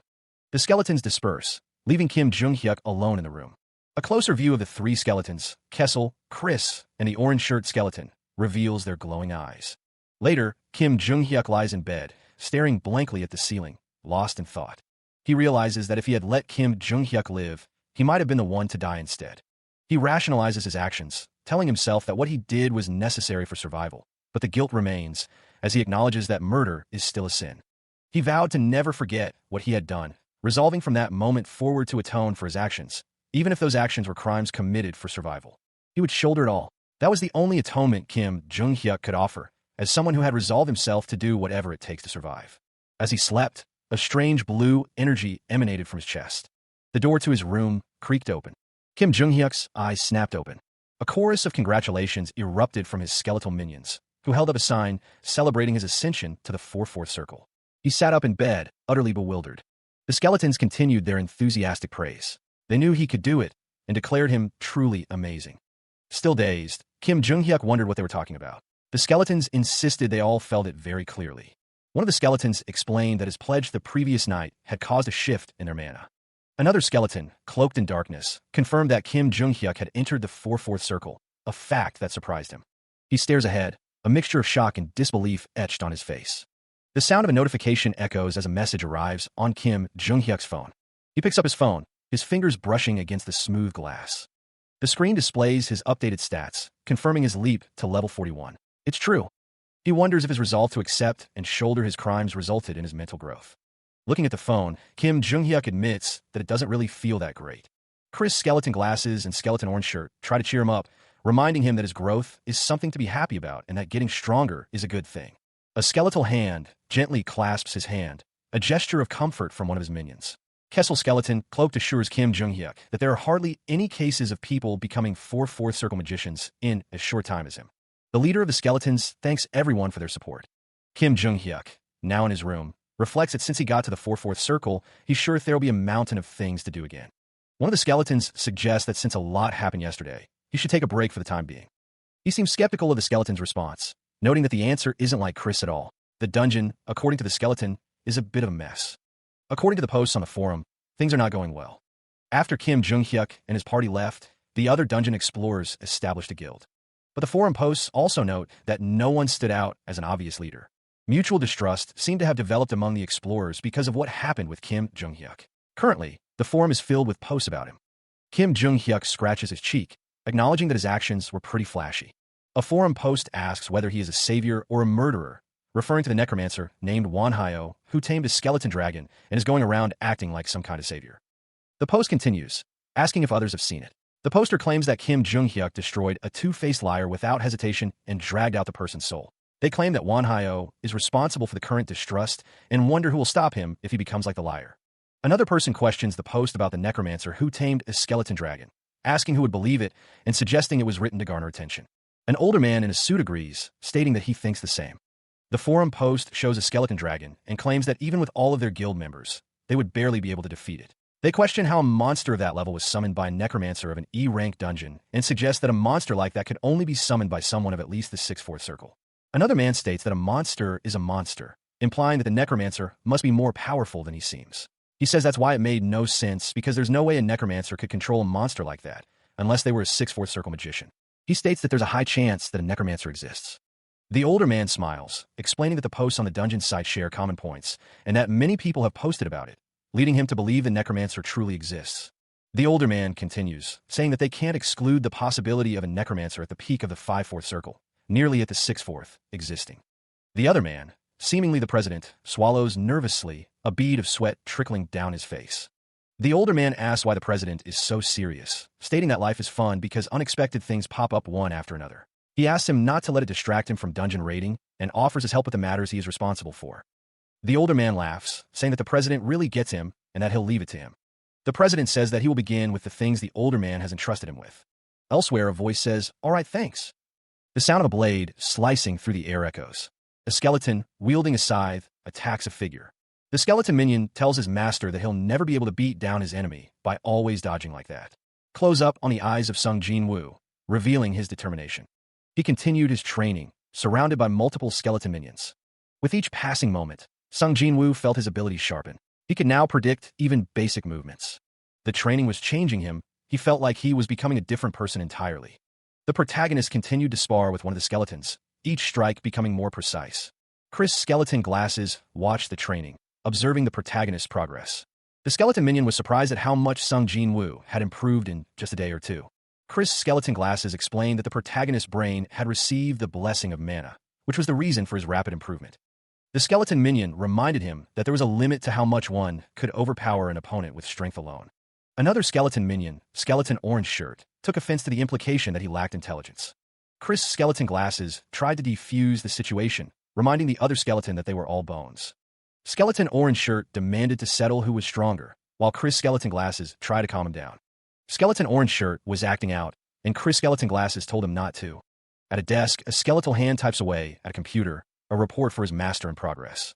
The cloaked skeleton reports that 13 more dungeon explorers have died. The skeleton minion explains that the dungeon explorers established a guild called Normals, though it felt hastily assembled.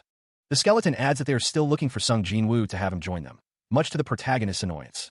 The protagonist, Sung Jin-woo, states he has no desire to work with them. The skeleton minion with glasses agrees, saying that he is already at the 4/4 circle, so there's no reason to cooperate with him. Sung Jin-woo admits he is still considering the dungeon difficulty and wants to start working on the raid soon. Suddenly, a voice booms, declaring that he cannot. The source of the voice is not yet revealed. The skeleton with glowing red eyes appears behind Sung Jin-woo, startling him. The skeleton with glowing red eyes insists that now is the time to strengthen his foundation, and even if he wants to go into the dungeon, he must resist the urge. Sung Jin-woo, surrounded by his skeleton minions, acknowledges that he never really intended on going out there in the first place. He then asks what is going on, since production and training are already finished. One of the skeletons responds, saying about that, the blueprint for their new base is finally complete. The advisor, New Skeleton Red Eyes, clasped his hands together, his glowing eyes fixed on something unseen. The room was still dark as the woman slept soundly. But her peaceful slumber was shattered as the nightmare began to take hold, her face contorting in distress. The dream echoed with a command. I said, kill those guys. The nightmare vision intensified, showing the woman wielding a sword, a sinister figure standing behind her. The dream culminated in a bloody scene, the impact of violence echoing in her mind. The woman screamed, trapped within the horrifying vision. She jolted awake, her eyes wide with terror. Gasping for air, she sat up in bed, the lingering fear of the nightmare still clinging to her. She realized with dread that she had the same dream again. Catching her breath, the woman tried to shake off the lingering images of the nightmare. A sinister voice echoes, questioning the purpose of it all. The unseen figure continues to laugh, revealing that even in death, Kim Jung-hyuk is not free from torment. The pink-haired warrior, still reeling from the unseen attack, coughs, the impact having clearly taken its toll. The skeletal figures stand over the fallen Kim Jung-hyuk, their master promising that his suffering has only just begun. The warrior lies defeated amidst the skeletal horde, her eyes closed as if unconscious. A voice whispers an apology, confessing to being the one who killed Kim Jung-hyuk, a revelation that stirs the warrior from her stupor. Her eyes snap open, wide with shock and disbelief at the unexpected confession. A surge of power erupts, accompanied by a deafening roar. The warrior's body glows with an eerie light as she unleashes her pent-up rage. She screams, demanding that the unseen force stop whatever it is doing. The warrior stands defiant, surrounded by the spectral figures she now commands, ready to fight back against the force that controls them. The pink-haired warrior's hand trembles, the weight of her newfound power settling upon her. Meanwhile, the spectral figure stands over Kim Jung-hyuk's prone form, the ethereal beings surrounding him awaiting her command. You can do what you want with him now, the figure says. The spectral figures lunge, their attacks accompanied by cries of "Gak!" and demands to kill him. The spectral figures continue their assault, blaming Kim Jung-hyuk for their suffering. The assault intensifies, the spectral figures screaming for it to stop. Back in the present, the pink-haired warrior's eyes widen in shock. What is this? She wonders. The warrior's expression shifts to confusion. She exclaims. She realizes she can move freely, her hand outstretched as if testing the limits of her newfound control. The warrior kneels on the ground, the spectral figures fading from view. A spectral form appears before her, revealing itself to be Hannah, now free. Tears well in the warrior's eyes as she hears Hannah's words. It was hard, wasn't it? It's over now, Uni. The warrior breaks down, overwhelmed with emotion. It's all over. Sorry. I'm so sorry, she cries. The pink-haired warrior kneels, head bowed, as Hannah's spectral form stands before her, a beacon of ethereal light. The spectral Hannah apologizes, her words echoing with regret. She blames herself for the warrior's current predicament. Hannah reassures her, absolving her of any blame for what has transpired. The spectral figure urges the warrior to be all right on her own and to survive, entrusting her with a heavy burden. Hannah's spectral form smiles gently, her expression serene as she calls out to her uni. The warrior, still kneeling, reaches out towards Hannah, her face etched with sorrow as she remembers that this was all for them. The warrior cries out, desperately trying to stop Hannah from leaving, but it is too late. Hannah's final word echoes in the darkness, a desperate plea from beyond. The pink-haired warrior's face is revealed, her eyes filled with a mixture of grief and determination. She realizes she can no longer afford to wallow in sorrow. Action is needed. The warrior clenches her fist, a surge of resolve coursing through her veins. She vows to become strong enough to prevent such a tragedy from ever happening again, her determination hardening into steel. Deep within a dungeon, a monstrous wolf and a goblin advance, their red eyes gleaming with malice. The goblin declares that this is not the end. The pink-haired warrior, undeterred, stands her ground against a horde of goblins in a flooded cavern. With unwavering resolve, the warrior shouts her defiance, her voice echoing through the dungeon. A flurry of crimson streaks fills the air, a testament to the ongoing battle. The crimson streaks continue to fill the air, painting a gruesome picture of the dungeon fight. Meanwhile, Chris, the skeleton with glasses, questions the need for a base, his expression suggesting a hint of skepticism. The skeletons gather around a table, discussing the new dungeon project and the dangers of dungeons that cannot be cleared. The skeletons discuss the grim consequences of failed raids, monsters remaining inside, and dungeon explorers losing their names and becoming undead. The scene shifts to a dungeon where unattended houses become breeding grounds for monsters, who then spill out into the world. Back at the base, the servant, overhearing the discussion, confirms that the situation is indeed dire. He listens intently as the man explains that while sightseeing is good, it's better to head in early, as these are unsettling times. The man continues, explaining that there have been many disappearances happening nowadays, with 50 people said to have disappeared nationwide, and it's terrifying that all that was found were fatal amounts of blood. He concludes that those incidents might have been caused by monsters. As such, the cloaked skeleton with glasses states that in order to increase their chances of survival, they need a long-term base, a shelter everyone can use. The man asks when the construction is starting. The skeleton with glasses tells him that before that, he needs to look at a different item on the agenda. The new dungeon project, Part 1, Base Construction. The man seems surprised, asking about a different item. The skeleton with glasses explains that making a base will take a huge amount of funds, and currently, the profits they are earning with spell cards are decreasing. He asks why they didn't make twice as many as before. The skeleton with glasses explains that the copycat spell cards have become pretty good quality these days, which means the market price has gone way down too. The man wonders if that means they should double production again, or wait, triple it. That's why the skeleton with glasses has been considering the sale of magic-endowed items. The skeleton with glasses presents a response. Chris Skeleton Glasses is asked to wait, and questioned if he is sure that'll be fine, and if it won't be bad if the production method is leaked again. The skeleton with glasses tells him not to worry. To some extent, spell cards aren't his specialty and were made just to make money. Magic items are different. The skeleton with glasses responds. The skeletons express their confidence in the upcoming magic item creation, daring anyone to challenge them. The master signs a document, officially beginning the process. Chris Skeleton Glasses is excited about teaching enchantment, while Sung Jinwoo realizes he will also have to participate, much to his dismay. The skeleton with glasses explains his mistakes one by one, helping him understand. The skeleton with glasses emphasizes that creating magic items is the best way to build a foundation. The next day, Sung Jinwoo's lessons on magic item creation began. As always, Chris Skeleton Glasses watched over Sung Jinwoo. Thanks to the skeleton's guidance, Sung Jinwoo was able to progress quickly, but if he ever repeated a mistake, the skeleton punished him without mercy.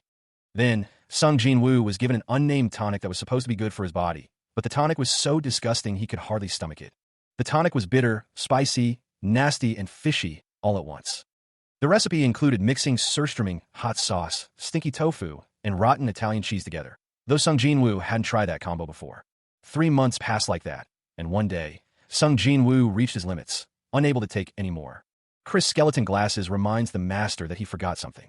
The man screams, begging for someone to kill him instead of subjecting him to whatever is happening. His cries echo through the room.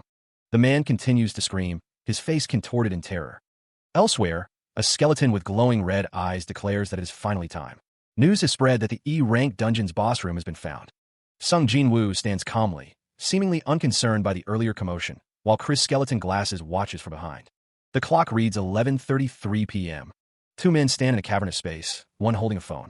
He doubts someone is coming, while the other thinks it would be a big help if they did. A woman with purple hair replies that she didn't get her hopes up anyway.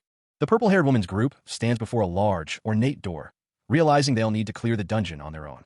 The woman's voice rings out, telling everyone to get ready because they're going in soon. Yoon Hannah, Normal's guildmaster, prepares to enter the dungeon. She stood before her assembled guild members, ready to lead them into the dungeon. The crowd murmured with anticipation as they prepared to enter. Meanwhile, deep within the dungeon, two figures celebrated their impending victory. One of them suddenly noticed something. Someone was coming. A horde of monsters lurked in the shadows, their eyes glowing with malevolent intent. Among them stood a figure in a white mask, seemingly their leader. The skeletons stood in formation, ready to ambush any intruders. The skeletal army awaited their orders, a silent, deadly force. The dungeon status was displayed. E-rank Dungeon 1313, with 392 days left until raid failure. It had been 108 days since Kim Hyun-bak began the dungeon raid, and they were currently preparing in front of the one first-floor boss room. A voice echoes through the cavernous space. "Hello, it's been a while, everyone." The speaker stands before a gathering of cloaked figures, their faces obscured by masks and hoods. Behind them, skeletal figures stand guard. One of the masked figures observes the assembly, commenting on the speaker's ability to summon so many alone. The cloaked figures express their gratitude to Yoon Hannah, Guild Master of Normals, for her presence. Yoon Hannah, addressing the crowd, admits she wasn't in the right state of mind to thank them properly before. She reintroduces herself as the current Guild Master. The Guild Master is thanked for avenging someone's older sister, the gratitude evident in their bowed head.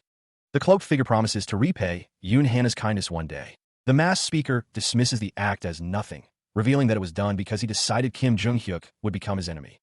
Yoon Hannah smiles, seemingly unfazed by the revelation. The guild master then proposes a collaboration to subjugate the boss monster for mutual benefits. The masked figure clarifies that it's not help, but a collaboration. He clarified that it was still, for the most part, a collaboration. Though Yoon Hannah may be strong, there were limits. The masked figure stated that he didn't think he was the one who would find the subjugation difficult. The guild master paused, considering the offer. The masked figure then proposed a collaboration-style remuneration. Yoon Hannah questioned what he meant by remuneration. Suddenly, a briefcase burst open, revealing stacks of cash and 5 low-grade mana crystals. The masked figure explained that the remuneration included $100,000 in cash and the mana crystals, plus a separate bonus if the subjugation was successful. One of the skeletons accompanying the masked figure chimed in, stating that 5 low-grade mana crystals wasn't a bad deal at all. The masked figure added that $100,000 wasn't that much money to them. Yoon Hannah asked what remuneration he had in mind for a successful clear. The masked figure responded that they would give her the item that appeared after the boss monster was defeated, no matter what it was. And Yoon Hannah declared that the 5 deputies of the Normals, including herself, would make a mana vow to honor any one request of his. Any one request of hers. The masked figure's gaze is intense, his intentions still shrouded in mystery. Agreeing to the terms, the masked figure states that they will collaborate. The masked figure elaborates, stating that the collaboration will extend not only to the present, but also to the future, within feasible limits. Turning away, Yoon Hannah prepares to explain the plan. With the remuneration secured, Yoon Hannah offers to explain the subjugation plan, confident in its reliability. After receiving the remuneration, Yoon Hannah began to explain the subjugation plan. The plan, as Yoon Hannah explains, involves close-range dungeon explorers acting as a shield, while long-ranged ones become a spear. Unbeknownst to them, the boss monster is a werewolf, leading them to choose the simplest and surest plan. However, this initial plan was quickly scrapped. The true nature of the boss monster is revealed, a ferocious werewolf, its eyes glowing with menacing intent. The werewolf's fur bristles, a sign of its raw power and aggression. The boss monster is indeed a werewolf, and there are at least 100 monsters in addition to the boss. She voices her concern about facing a werewolf. The masked figure assures Yoon Hannah not to worry. He states that he has a way to deal with it. After finishing all of their preparations, they open the door to the boss room. The masked figure and Yoon Hannah, along with a legion of skeletons, stand ready to face the boss. The group advances, shields raised. The masked figure's companion realizes that this will be harder than they thought. A massive werewolf sits perched above a horde of beasts, its red eyes glowing menacingly. The werewolf is surrounded by a pack of monstrous creatures with glowing red eyes. The werewolf roars, ready to attack. The werewolf's jaws snap shut, its red eyes burning with predatory hunger. A chorus of howls erupts as the horde of werewolves surge forward, their advance relentless. Yoon Hannah, ever the strategist, barks out orders, shield squad forward. The masked figure watches the unfolding battle, his expression unreadable. The shield squad braces for impact, their shields forming an impenetrable wall. Another command rings out. Group 1, Group 2, throw. The first wave of potions arcs through the air, aimed at the advancing werewolves. The potions shatter against the werewolves and their shields, splattering them with a mysterious liquid. A new order is given. Group 3, Group 4, Fireballs. The fireballs streak towards the werewolves, promising a fiery explosion. The fireballs detonate, engulfing the werewolves in a searing inferno. The masked figure observes the chaos from behind the front lines, his plan unfolding. The warbull bellows, its rage echoing across the battlefield. Flames engulf the charging warbulls, the magical assault proving effective. Despite the magical onslaught, the warbulls continue their advance, undeterred by the flames. Yoon Hana, watching the warbulls advance, shouts a command, urging Wanhyo to handle the situation. Chris Skeleton Glasses steps forward, declaring that he will take care of the warbulls. Surrounded by a swirling aura of purple energy, the skeleton prepares to unleash his power. The skeleton unleashes a volley of bone spears. The bone spears streak towards the warbulls, promising a swift end to their charge. Meanwhile, the shielded soldiers receive the order to advance. The soldiers march forward, their shields providing a formidable defense. The command to fire rings out, signaling the next phase of the battle. Arrows rain down upon the warbulls, adding to the chaos and destruction. The bone spears find their marks, piercing the warbulls' hides and eliciting pain squeals. Behind the safety of their shields, one of the soldiers smugly remarks how easy this is, boasting that they could do this much on their own. The warbulls bellow in agony as the bone spears continue to strike. The bone spears strike with tremendous force. Each impact echoes with a resounding crash. The soldiers stand firm, their shields forming a wall against the onslaught. The pink-haired warrior, watching the assault, hopes that just one strike will be enough. From behind the defensive line, the warbulls continue their advance. One of the soldiers shouts a warning about the approaching warbulls. The pink-haired warrior commands the soldiers to hold the line and not lose their ground, ordering them to fire in unison. Arrows rain down, arcing towards their targets. One of the warbulls bellows as the arrows approach. The warbull's tail is firmly grasped by an unseen force. The warbull is violently hurled away, crashing through the ranks. The impact of the warbull sends bodies flying, shields splintering under the force. One of the soldiers exclaims in disbelief that the warbull used a corpse to block an attack. The corpse is crushed. The soldiers cry out as the line begins to break, the monsters pushing their way in. The order is given. All units are to engage in melee combat, moving in groups of 2 to increase their chances of survival. The soldiers realize they can't keep going in a war of attrition like this. The pink-haired warrior wonders if they should retreat. The order to retreat to the back is given as the skeletons advance. The soldiers realize that it's too much for the skeletons to handle, and they'll be destroyed in no time. Sung Jin-woo declares that this isn't the end. Sung Jin-woo prepares to unleash his power. The warbulls continue their relentless advance, trampling the skeletal remains underfoot. The sheer number of skeletons summoned by the enemy is staggering, a seemingly endless tide of bone and death. The pink-haired warrior is shocked by the sudden appearance of so many skeletons. Dark energy crackles around the hand of the summoner, a prelude to the devastating attack he's about to unleash. The massive skeletal dragon looms over the battlefield, its red eyes burning with malevolent intent as the summoner prepares his next move. The command rings out, Necro Breath. The summoner's face contorts in a furious snarl as he unleashes his deadly attack. The air shimmers with dark energy as the Necro Breath begins to manifest. The skeletal dragon unleashes a torrent of dark energy, its power threatening to consume everything in its path. The Necro Breath surges forward, a wave of pure, destructive energy. The devastating attack obliterates everything in its wake, leaving a trail of destruction. The battlefield is engulfed in darkness, the Necro Breath leaving nothing but ruin in its wake. The pink-haired warrior's eyes widen in horror as she witnesses the devastating effects of the Necro Breath. The attack has left nothing behind. The warrior's allies have been completely vaporized. Despite the overwhelming power of the attack, the pink-haired warriors stand their ground, shield raised, ready to defend against whatever comes next. A surge of dark energy erupts, a prelude to the horrors about to unfold. The energy coalesces, forming the skeletal head of a monstrous beast, its red eyes burning with malevolent intent. The skeletal monster's form solidifies, its bony limbs crackling with dark power. A cacophony of screams echoes as the monster's presence overwhelms the battlefield. The ground trembles as the monstrous skeleton takes form, its emergence warping the very air around it. The fully formed skeletal dragon stands tall, a terrifying spectacle of bone and shadow. The pink-haired warrior watches in horror, realizing the others were vaporized into oblivion by the creature's power. A foot slams into the ground, the impact sending tremors through the earth. The masked figure stands firm, despite the chaos, assuring the pink-haired warrior and the others that he is all right. The skeletal dragon unleashes another blast of energy, the force of which threatens to obliterate everything in its path. The masked figure, staff in hand, declares that it is not over yet, preparing to face the skeletal dragon. The air crackles with unseen energy, a palpable tension hanging heavy in the atmosphere. Against the backdrop of a desolate landscape and ominous clouds, the pink-haired warrior and the masked figure stand ready for battle.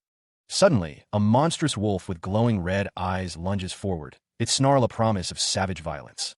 The shadows coalesce, revealing more of the monstrous wolves, their eyes burning with malevolent intent. The wolf bares its fangs, its roar a deafening challenge to any who dare oppose it. The pink-haired warrior braces for impact as the monstrous wolf closes the distance.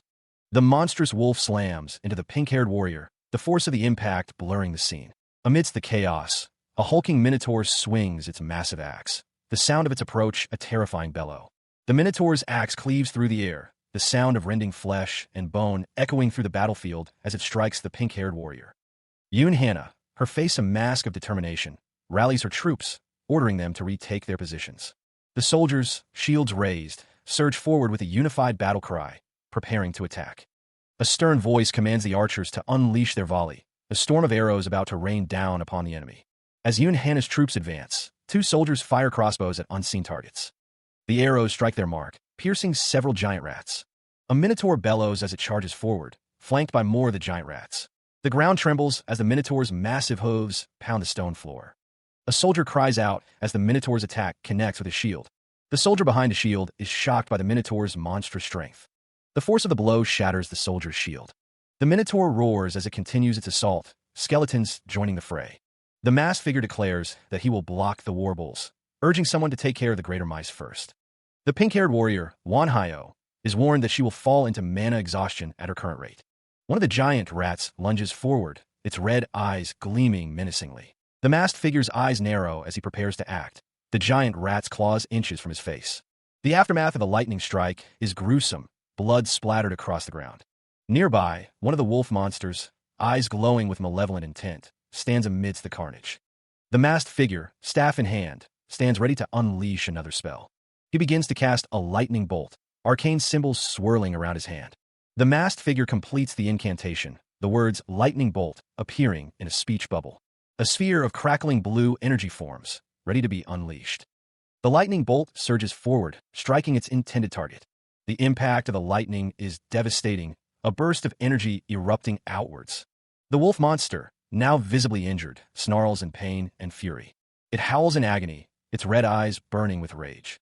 Green energy begins to flow around the monster's body, a sign of its rapidly regenerating vitality. The masked figure observes the monster's resilience, realizing its truly astounding vitality. The masked figure, surrounded by a skeletal retinue, faces the immense wolf monster, determined to end the fight. The werewolf, its back to the viewer, emits a menacing growl, ready to pounce. The masked figure realizes that the necro breath from before used Nidhogg's mana, not his own. Thanks to that, he was able to lure the werewolf alone to his side by acting as if he were running out of mana. The cloaked skeleton, Kessel, moves with blinding speed, a blur of red fabric and bone. The werewolf roars, its red eyes burning with fury as it prepares to strike. The werewolf is struck, the force of the blow creating a visible shockwave. Kessel declares that he will end this now, calling out to Kai. The werewolf is sent flying backward from the force of the attack, blood spraying from the impact. Kai, the skeleton in glasses, warns that the werewolf shouldn't look away. Kessel stands over the werewolf, his skeletal frame imposing, ready to deliver the final blow.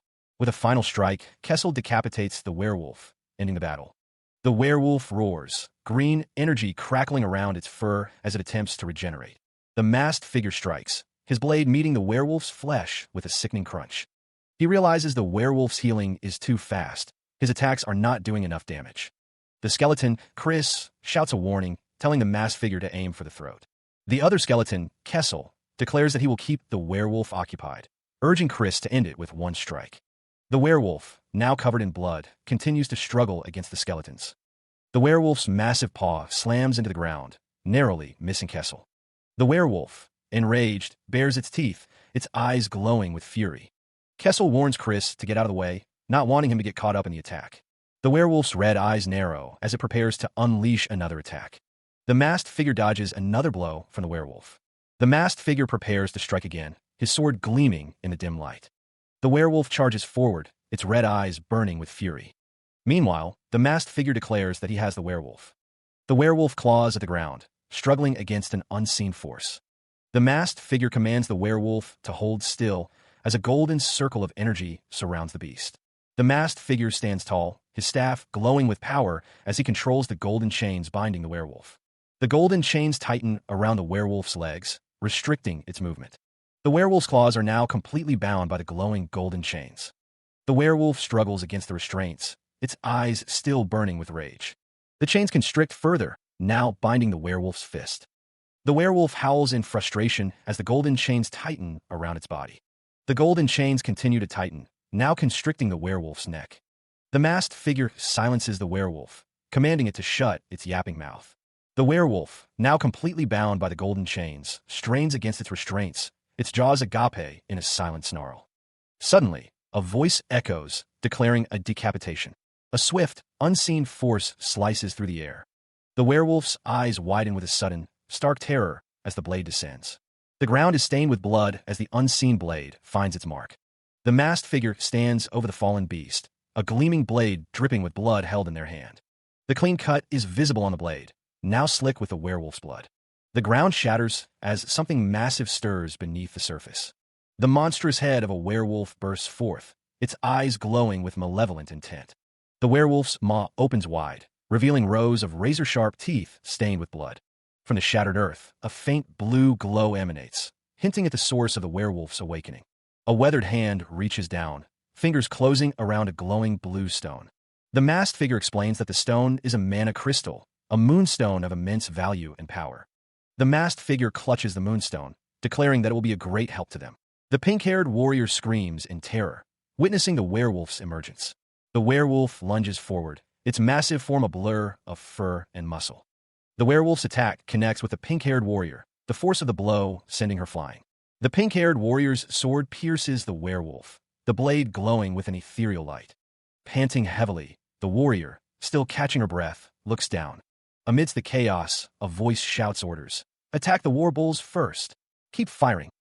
The battle rages on, with soldiers firing projectiles and a hooded figure deflecting attacks with a magical barrier. A war bull bellows in pain as it collapses, its skeletal remains littering the battlefield. The sound of monsters fleeing echoes through the battlefield. The monsters, a horde of grotesque rats, are running away, prompting shouts of frustration. The monsters are running away. We can't let them get away. The rats scatter in terror, their squeals filling the air as they flee from an unseen threat. The source of the rats' fear is revealed, a cloaked figure with a glowing eye, radiating an aura of immense power. The rats' panicked squeals intensify as they are slaughtered, blood splattering across the ground. The pink-haired warrior realizes the source of the fleeing monsters, muttering, "That undead is..." The warrior receives praise from the masked figure, who says, "Good work." The dungeon subjugation is over, marking the end of a hard-fought battle. The purple-haired warrior is congratulated on clearing the dungeon. One of the hunters wonders if the boss monster was killed, and another confirms that it seems so. The hunters nod in agreement, acknowledging their victory. The team celebrates their hard-won victory, relieved to have survived. They successfully cleared the boss room, a testament to their combined strength. The hunters are seen falling down, exhausted from the battle. The purple-haired warrior smiles, tears welling up in her eyes. The team expresses their gratitude to Wanhyonim, acknowledging his crucial role in their success. The purple-haired warrior thanks the masked figure, stating that they wouldn't have been able to clear it without him. The masked figure responds humbly, saying he merely did what was required from a collaborator. The purple-haired warrior asks the hunter with dark hair how he wants to do things in the future. He states that he will collaborate as needed, but will continue to do things his way. Meanwhile, the pink-haired warrior announces that she will be heading back now. She shouts that they are planning on proceeding to the second floor in 3 days. The pink-haired warrior adds that if he happens to have time, he should come, to which Wanhyonim replies that he will keep that in mind. The E-Rank Dungeon 1313, Day 108, one first-floor boss monster, is strong. A notification appears, stating that subjugation was successful, and that he is truly so much stronger than they imagined. The pink-haired warrior comments that he is stronger than they imagined. Wanhyonim thinks to himself that, skeleton dragon aside, the 3 undead who took care of the werewolf were also superb. The pink-haired warrior says that she is glad they set up a collaboration with Wanhyonim, and the subordinate with brown hair agrees. Wanhyonim thinks that if Kim Jung-hyuk had been alive, they would have become his enemy, and just thinking about it makes him shiver. The pink-haired warrior shouts that they are normals. She suggests that they head back home. Chris, the skeleton minion, holds a glowing blue orb. A subordinate asks if the item is really that amazing. The cloaked skeleton minion remarks that it must be amazing if they wanted it first out of all the spoils. Chris holds the orb close, musing that it is like God's eyes illuminating the darkness. The text explains that when the moon shone red, the monsters of the Idea continent grew more violent. The text continues, explaining that when the moon shone blue, the monsters became calm. The text concludes that moonstones, which hold strong moon power, were used in many ways. A face is shown, illuminated by the blue light of the moonstone. To illustrate the point about vitality, the skeletons recall the werewolf they recently subjugated, noting its vitality exceeded even that of a troll. The skeleton in the cloak, Kessel, realizes that the werewolf's vitality was higher than expected. The man acknowledges that Kessel chopped the werewolf's head off, preventing its revival. He praises Kessel for the easy win. Another skeleton, annoyed by the lack of praise, demands to be praised more. The skeleton with glasses, Chris, suggests that one of them should use the moonstone as their central nucleus. Sung Jin-woo considers the three skeletons. The man concludes that they have their answer, if that's the case. Both Kessel and the other skeleton agree that Chris should use it. Chris seems surprised by the suggestion, questioning if it's really okay. Chris and the other skeleton express that the moonstone doesn't suit them and feels like it's not theirs. Sung Jin-woo decides that it's a matter of intuition, and the decision is made. Kessel states that there's definitely no one better to use it than Chris, conceding to the decision. He expresses his gratitude, promising to live up to everyone's expectations. Nearby, Sung Jin-woo is congratulated by Kessel and another skeleton. Kessel announces that he will begin processing work right away, telling them not to look for him for a while. Sung Jin-woo chuckles, guessing they won't be seeing Chris for a while. As planned, the Normals Guild was about to descend to the second floor of the dungeon. The pink-haired warrior walks down the stairs. She's followed by a subordinate. The subordinate thinks to himself that there's no end to these stairs. The pink-haired warrior states that the second floor of the dungeon will be far more dangerous than the first. She shouts to the group, reminding them to be careful and protect each other. The pink-haired warrior reminds everyone that their goal is to return alive. The group raises their swords and shields, affirming their commitment to the mission. The team continues their descent, their footsteps echoing in the cavernous space. A foot dislodges a rock as the group makes their way down the steep steps. One of the subordinates warns the others to be careful, admitting he almost fell. The pink-haired warrior continues down the seemingly endless staircase. She spots the exit and encourages the others to keep going, warning them to maintain formation in case something pops out. The group finally reaches the bottom of the stairs, the sounds of dripping water echoing around them. The pink-haired warrior and her companions gaze upwards, the cavern's ceiling replaced by what appears to be a sky. The warrior's eyes widen in disbelief at the sight above. Behind her, the subordinate wonders aloud if what they are seeing is real, questioning how such a world could have been created. The group marvels at the impossible sight of a sky within a dungeon. The warrior stands before a massive tree, its size dwarfing her. The pink-haired warrior is confused by what she sees.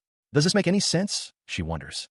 The warrior stands in a grassy area, sword drawn, looking around in disbelief. Looking up, she sees a sight that defies logic, a sky inside the dungeon. The pink-haired warrior is at the front of a group of soldiers who are walking through a forest toward the stone archway. Meanwhile, Sung Jin-woo is looking at his phone, a thoughtful expression on his face. One of the skeletons asks, "Master, is this really true? There's really a forest." The other skeleton adds, "The fact there's an external environment in the dungeon means it is higher than an E rank."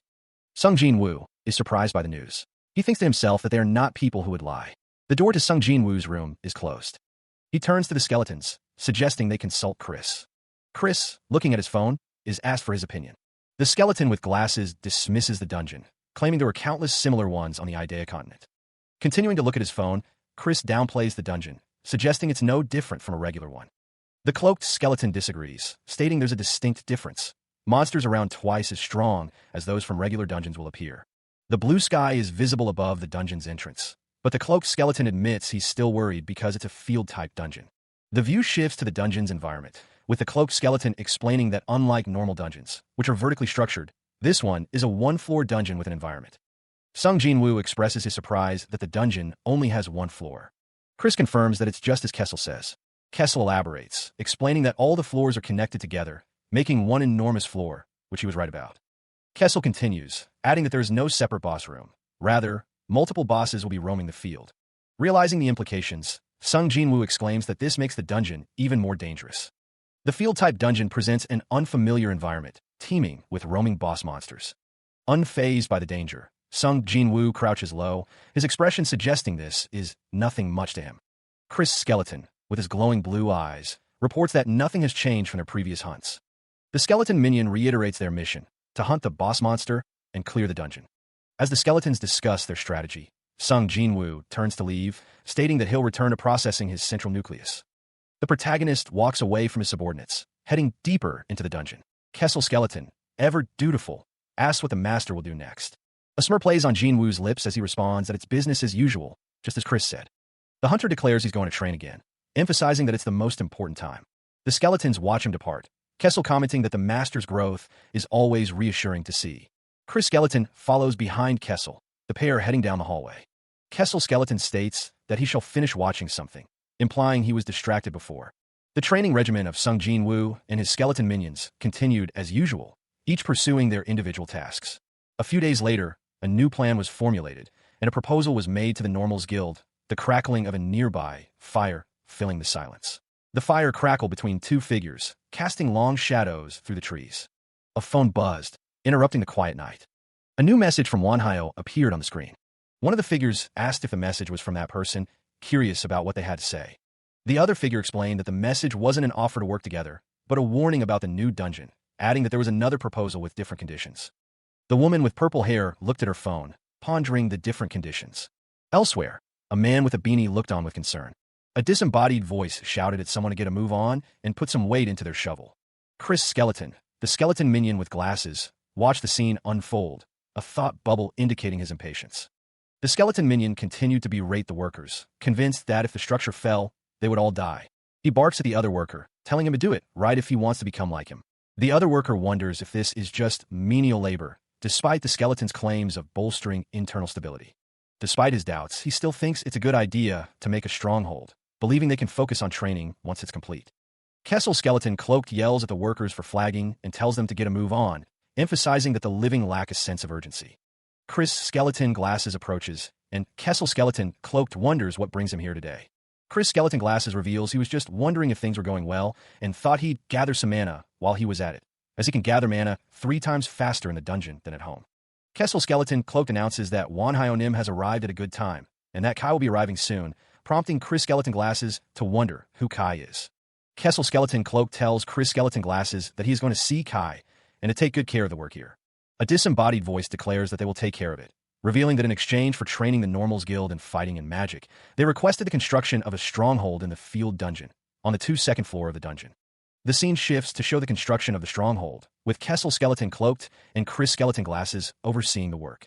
The Normals Guild accepted the deal, and their plans proceeded smoothly. Kessel Skeleton Cloaked and Kai were entrusted with giving most of the orders, since they had lots of experience, as Kessel berates the workers for daring to dilly-dally around. Kessel oversaw the work inside the stronghold, while another man apologizes, promising to do his best. Meanwhile, Kai handled the work outside, using his past experience as a knight to train members of the Normals Guild as scouts. The masked figure praises Kai's work, noting the amount of ground he covered. The masked figure then asks if he learned anything new this time. The skeletons reveal that in addition to the big monkeys, they found monsters called red monkeys and axe beetles.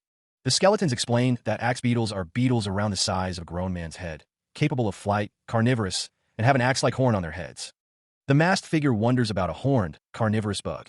The skeleton with glasses believes that these are all the monster types in the vicinity of the stronghold, but the masked figure notes that they are still lacking information.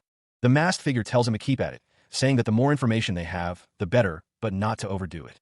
Someone eagerly volunteers to leave it to him, addressing the masked figure as my lord. A pair of hands grips the hilt of a sword, ready to strike. He continues to train his subordinates, emphasizing the importance of mastering the basics. The masked figure believes that solidifying the basics is a lifelong task. The masked figure reminds his subordinates that skills built up nice and strong will never betray them. The cloaked figure walks through the stronghold. The masked figure recalls teaching magic whenever he had the time, believing that a magician must give as much as they receive. While doing so, the masked figure realized new things, which helped a great deal with 4/4 circle magic casting. Just as everyone was getting used to the dungeon, some people decided to live in the stronghold in order to absorb the dungeon's abundant mana. A large bird flies overhead. One of the subordinates asks if the other saw that, questioning if they can get away with their lives if something like that attacks. The other subordinate responds that Wanhyo-nim is here, and a bird of that size is nothing for him, but if they were to be ambushed, they are training to prepare for that. A loud scream pierces the air. One of the subordinates screams, stating that he definitely doesn't think they're strong enough to play around here. A rumor spread of a mysterious monster sighting, causing the number of people staying in the stronghold to steadily decrease. But Sung Jin-woo stayed. In that manner, he continued to endlessly gather mana and immerse himself in magic training. The training continues, but a sudden disturbance breaks his concentration. A skeleton knight, its single eye glowing with malevolent energy, command a retreat. The source of the alarm becomes clear. Monstrous figures emerge from the forest, their presence announced by a guttural roar. One of the subordinates is struck by a massive stone fist, the force of the blow sending him flying. Another subordinate, armed with a crossbow, shouts a warning as the stone golem advances. The skeleton knight's armored feet pound against the stone floor as it flees. The massive stone fist of the golem hurtles forward. The subordinate with the crossbow stares in disbelief, realizing the imminent danger. The air crackles with the force of the golem's attack. The stone fist slams into the ground, obliterating everything in its path as the subordinate is caught in the blast. The hunter and the pink-haired warrior stand ready, swords drawn, as the earth trembles beneath unseen feet.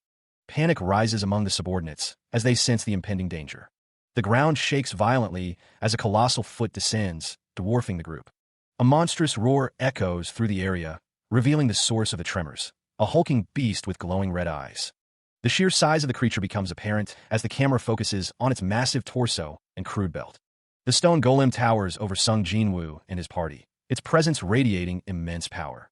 The stone golem's brethren emerge, a horde of monstrous figures ready to crush any resistance. A monstrous roar echoes through the dungeon. The source of the sound becomes clear, a pack of snarling, red-eyed beasts.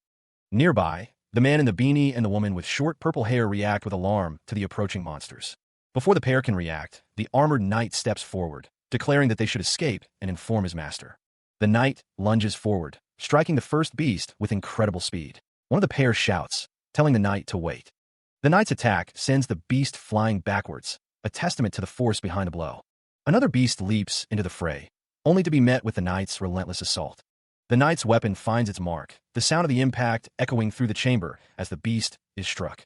A third beast, momentarily stunned, watches as its companion is struck down. It roars in fury. The knight continues his assault, a whirlwind of motion and steel against the monstrous horde. With a final, decisive blow, the knight silences another of the beasts, leaving a trail of destruction in his wake. The armored knight is sent hurtling backwards by the force of the monster's blow. The world spins as he flies through the air, the ground rushing up to meet him. Through the visor of the knight's helmet, a single point of light flares, a sign of the power within. The monster beast roars in triumph, its red eyes glowing with savage intensity. The knight's armor buckles under the immense pressure of the attack. The monster's massive paw connects with the knight's chest, the impact resonating through the forest. The sound of the blow echoes through the air. The monster beast prepares to follow up its attack, its stance wide and powerful. The knight crashes into the ground, the force of the impact creating a small crater. Suddenly, a skeletal warrior emerges, roaring a challenge at the monster beast. The monster beast turns its attention to the new threat, its massive form pivoting towards the skeleton. The skeletal warrior stands ready, a stark contrast to the fallen knight, preparing to defend against the enraged monster. A burst of energy erupts as the skeletal warrior prepares for battle. The monster beast roars, its red eyes burning with fury. The monster beast slams its fist down on the pink-haired warrior, attempting to crush her. The pink-haired warrior grunts in pain from the monster's attack. Pinned beneath the monster beast's massive hands, the warrior grits her teeth, struggling to endure the crushing weight. A voice shouts from the distance, urging someone to get out of the way. The skeletal warrior leaps into action, striking the monster beast and sending it crashing to the ground, freeing the pink-haired warrior. The monster beast roars again as it hits the ground. The pink-haired warrior thanks the skeletal warrior for saving her. The pink-haired warrior suggests that they should be able to escape together if they combine their strength. The skeletal warrior agrees, recalling the guildmaster's words about avoiding becoming a burden, and believes they can push through. The monster beast, enraged, attempts to strike the skeletal warrior with its claws. The skeletal warrior is immediately beset upon by the horde of ape-like monsters, their red eyes gleaming with malice. The monsters charge forward, their guttural roars echoing through the cavern. As the horde advances, the pink-haired warrior and the man in the cap stand their ground, ready to defend themselves.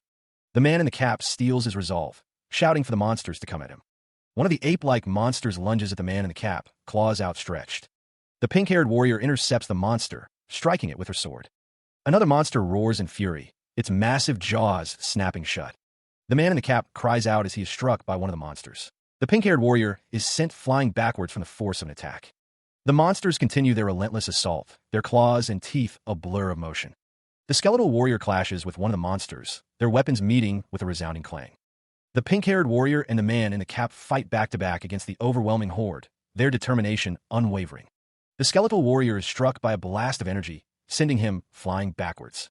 From a distance, Kessel Skeleton, the cloaked minion, warns of another incoming attack. A massive explosion erupts, bathing the area in intense light and heat. The pink-haired warrior is caught in the blast radius, struggling to maintain her footing. Kessel Skeleton realizes that this attack is different, designed to obscure their vision and divide them. He wonders if they're already surrounded and what their enemies are trying to achieve. A monstrous beast lunges at Kessel Skeleton, claws extended. The skeletal minion, now face-to-face with the beast, calls it a pesky brat. The monstrous beast strikes Kessel Skeleton with a flurry of blows. The beast continues its assault, its claws tearing through the skeletal minion's armor. The monstrous beast roars, its red eyes burning with fury. The beast stands triumphant, blood dripping from its claws after its brutal attack. The skeletal warrior, having recovered from the blast, charges forward, letting out a battle cry. The skeletal warrior, concerned for his allies, asks if everyone is all right. He believes that taking down the red monkey should have made things easier. The ground trembles as the white monkey, a roaming boss monster, approaches. The white monkey's eyes glow with menacing intent. The skeletal warrior stands ready, his armor gleaming. A close-up reveals the white monkey's menacing glare. The white monkey grabs the pink-haired warrior, who is sent flying. The skeletal warrior turns towards the pink-haired warrior, now lying prone on the ground. The pink-haired warrior crashes to the ground with a thud. The pink-haired warrior struggles to get up, while the skeletal warrior's skull is shown in the foreground. The white monkey looms over the skeletal warrior, its massive hand raised to strike. The white monkey unleashes a devastating blow. The white monkey prepares another attack, its eyes burning with rage. The monster beast stands tall, towering over the skeletal warrior and the pink-haired warrior. The skeletal warrior, however, refuses to yield, his glowing eyes burning with determination. Drawing his sword, the skeletal warrior prepares to strike. But the skeletal warrior hesitates, apologizing to his lord, admitting he cannot continue. The white monkey demands he stop the nonsense and get down. The white monkey roars, its fury shaking the very ground. The beast's eyes glow with a menacing red light as it unleashes its rage. With a swift motion, the white monkey strikes the skeletal warrior. The force of the blow sends the skeletal warrior hurtling through the air. The skeletal warrior crashes into the ground with tremendous force. The impact creates a shockwave, further demonstrating the white monkey's overwhelming power. The white monkey notices something, its eyes widening in surprise. The ground crumbles beneath the white monkey's feet, revealing the true extent of the damage. The monster beast, the stone golem, towers over the fallen skeletal warrior. The white monkey approaches, its massive form dwarfing even the golem. The stone golem roars, preparing to attack.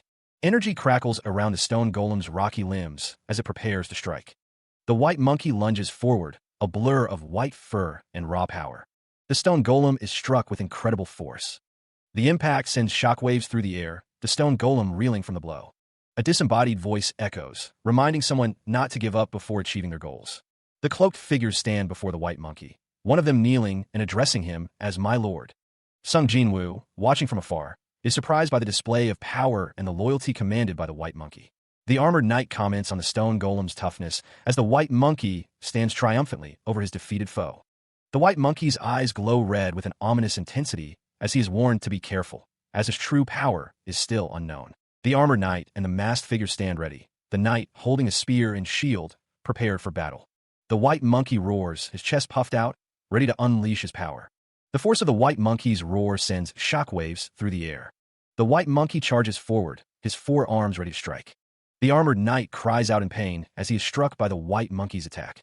The force of the blow sends the armored knight crashing through the forest. A massive foot, belonging to one of the wolves, stomps down with incredible force. The ground cracks and splinters under the immense pressure of the wolf's foot. The masked figure is sent flying backwards, crying out as he is overwhelmed by the attack. He urges his master to prepare himself. Three massive wolves with glowing red eyes stand behind the white monkey, ready to attack. The wolves stand ready, their claws digging into the earth as they prepare to pounce. One of the wolves howls, its red eyes burning with fury. The monster wolf's twin heads, each a maw of razor-sharp teeth, loom large, a testament to the danger ahead.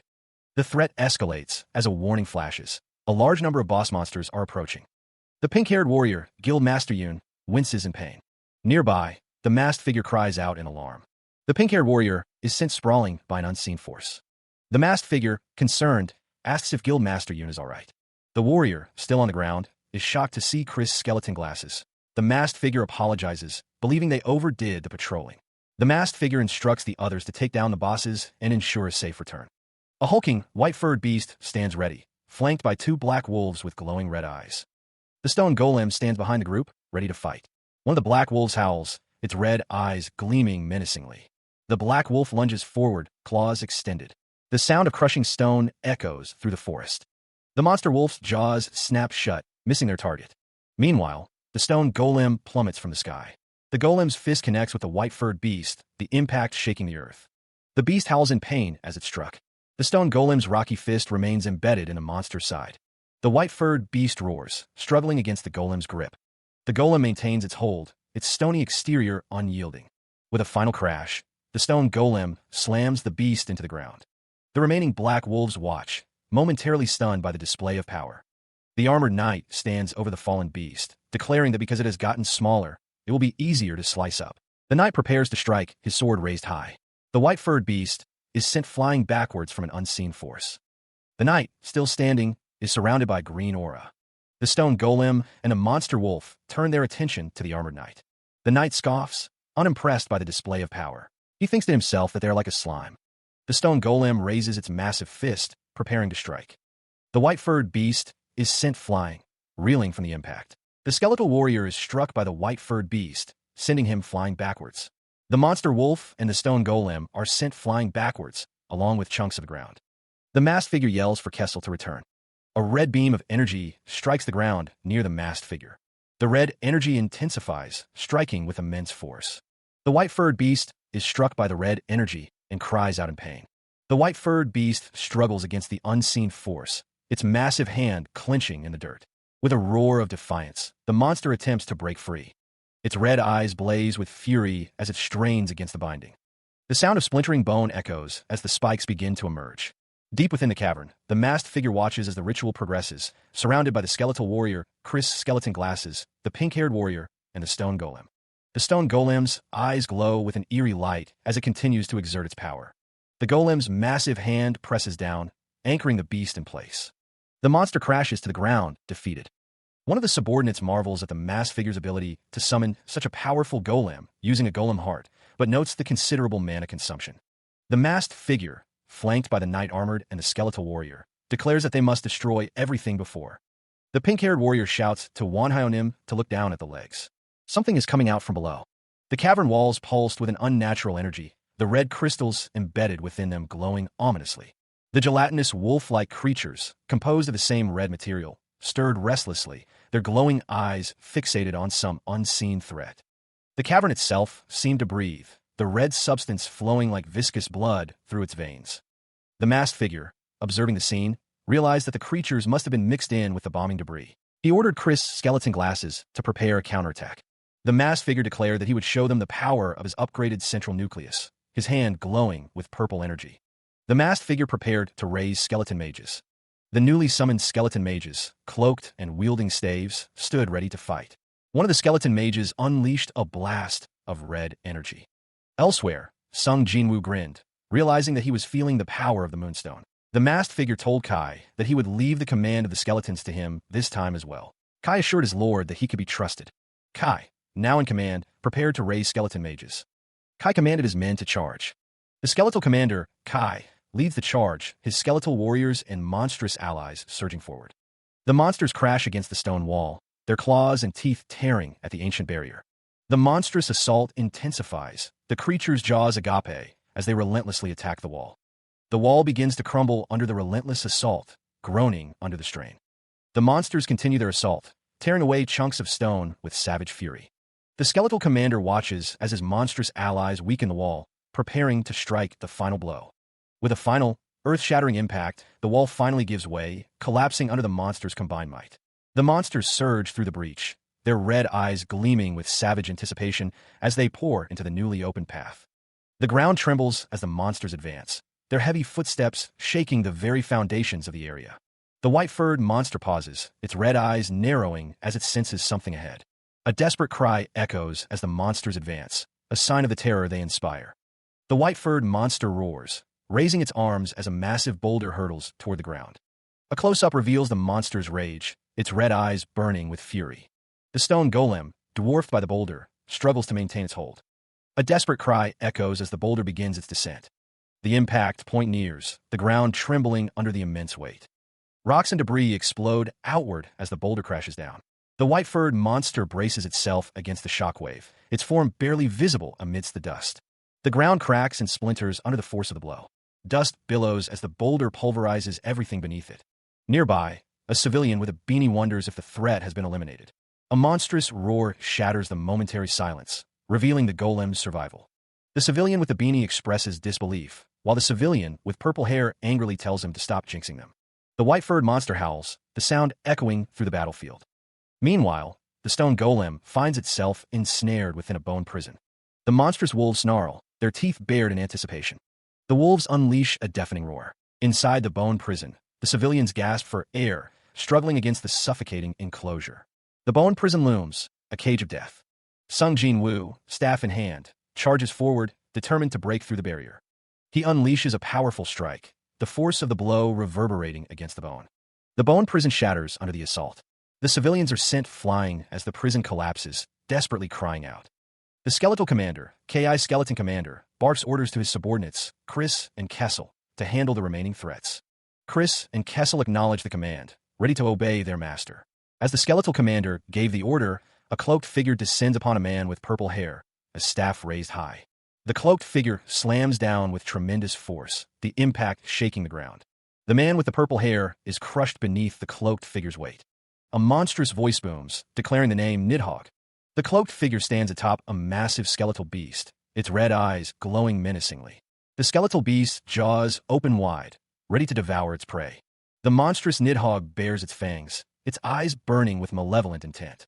A deafening roar erupts from the beast, shaking the very foundations of the dungeon. Nidhogg unleashes a torrent of crimson energy, bathing the area in its destructive power. The crimson energy slams into a skeletal warrior, obliterating it instantly.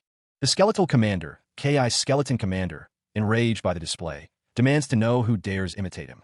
The skeletal commander glares at the cloaked figure, his glowing orange eyes narrowed in fury. The armored knight shouts a warning, recognizing the danger Nidhogg poses to the skeletal warriors. He urges them not to waste their energy. Nidhogg unleashes a torrent of dark energy, the force of it palpable even from a distance. The energy intensifies, streaks of red and black converging on the skeletal warriors. The dark energy slams into the skeletal warriors, shattering their bones and armor. The attack continues to pummel the skeletal warriors, the sheer power of Nidhogg's assault evident in the devastation. One of the skeletal warriors stumbles backward, struggling to maintain its footing against the relentless onslaught. The armored knight, realizing the dire situation, warns that they're being pushed back and that using more mana will only deplete them further. Another skeletal warrior urges them to dodge, but the armored knight silences him, knowing it's not that simple. The armored knight's face is split, revealing the monstrous visage of a dragon beneath the surface. He declares that he is a dragon and never loses. The armored knight clenches his fist, preparing to unleash his true power. The armored knight grits his teeth, claiming he can feel Nidhogg's emotions. One of the skeletal warriors observes that the armored knight is unable to acknowledge that he's being pushed back by the opponent, realizing there's no helping him. The armored knight, now in his dragon form, prepares to unleash his power. Below, the servant, entrusting all of his mana to the dragon, shouts for him to show what a real dragon looks like. The servant's mana surges into the dragon, fueling his attack. The dragon unleashes his necro breath. The skeletal dragon's breath hurtles towards the skeletal warrior and the monsters. The dark energy of the dragon's breath washes over the battlefield. The necro breath continues its relentless advance. The breath's dark energy intensifies, consuming everything in its path. The necro breath's destructive power radiates outwards. A monster wolf is caught in the blast, its form dissolving under the intense energy. The necro breath continues to spread, leaving a trail of destruction in its wake.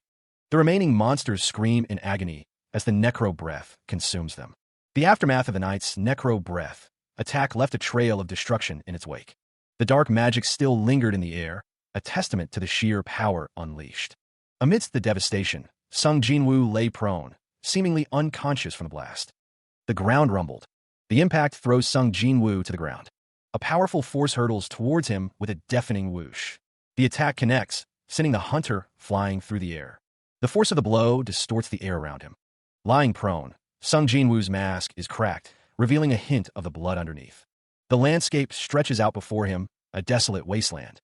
The hunter's body is flung across the barren ground, his staff skittering away. His skeletal minions call out, urging their master to awaken. "Master, can you hear me? Open your eyes." A groan escapes him as Sung Jin-woo begins to stir. His minions cry out, relieved, "Yuh, waking up a bit. Do you recognize us?" The skeletal minions crowd around Sung Jin-woo, their glowing eyes filled with concern. Kessel Skeleton, cloaked as always, asks if he's all right, while another skeleton expresses immense worry. He lies in bed, his expression blank as he stares up at the ceiling, still recovering from the mysterious attack. The skeletons hover nearby, as one explains that Jin-woo is in a state of mana exhaustion and needs rest. Another skeleton eagerly suggests they return home as soon as he is able. Turning his head, Sung Jin-woo asks if Guildmaster Yoon and the other executives are safe. The armored skeletal warrior assures him that everyone is safe, thanking him for his efforts and adding that they have all gone home. A wave of relief washes over Jin-woo. He explains that he sent the others to patrol in order to conserve mana, but something terrible almost happened. The skeletal warrior states that they were able to clear the main bosses thanks to the mana saved. The skeletal warrior emphasizes that if Jin-woo hadn't saved so much mana, it would have been difficult to fight them. Chris Skeleton agrees with Kessel Skeleton, stating that if they were going to encounter those monsters anyway, it was better to take them out quickly. Sung Jin-woo acknowledges the truth in their words. A dark rage begins to simmer within him as he remembers Nidhogg's pride nearly endangering everyone. He silently vows to never lose. The armored skeletal warrior apologizes for not informing Jin-woo sooner, explaining that he felt it was important to wait until now. He wonders if something else is going on. The skeletal warrior with glowing orange eyes explains that he and Guildmaster Yoon discovered something while patrolling. The discovery is revealed to be a humanoid monster, a giant. Sung Jin-woo exclaims in surprise at the mention of a giant. The skeletal warrior clarifies that it was slightly larger than the white monkey and is the lowest class of giant, a wicked giant. The skeletal warrior with green eyes adds that even a new giant shouldn't be underestimated. He warns that it's not a monster to be viewed lightly, even if it's the weakest among giants.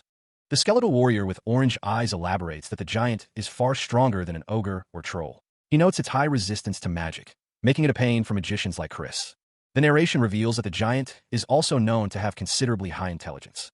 The skeletal warrior with orange eyes believes that this giant might be the most difficult opponent they've faced so far. The perspective shifts to the giant, who is being observed by the skeletal warriors.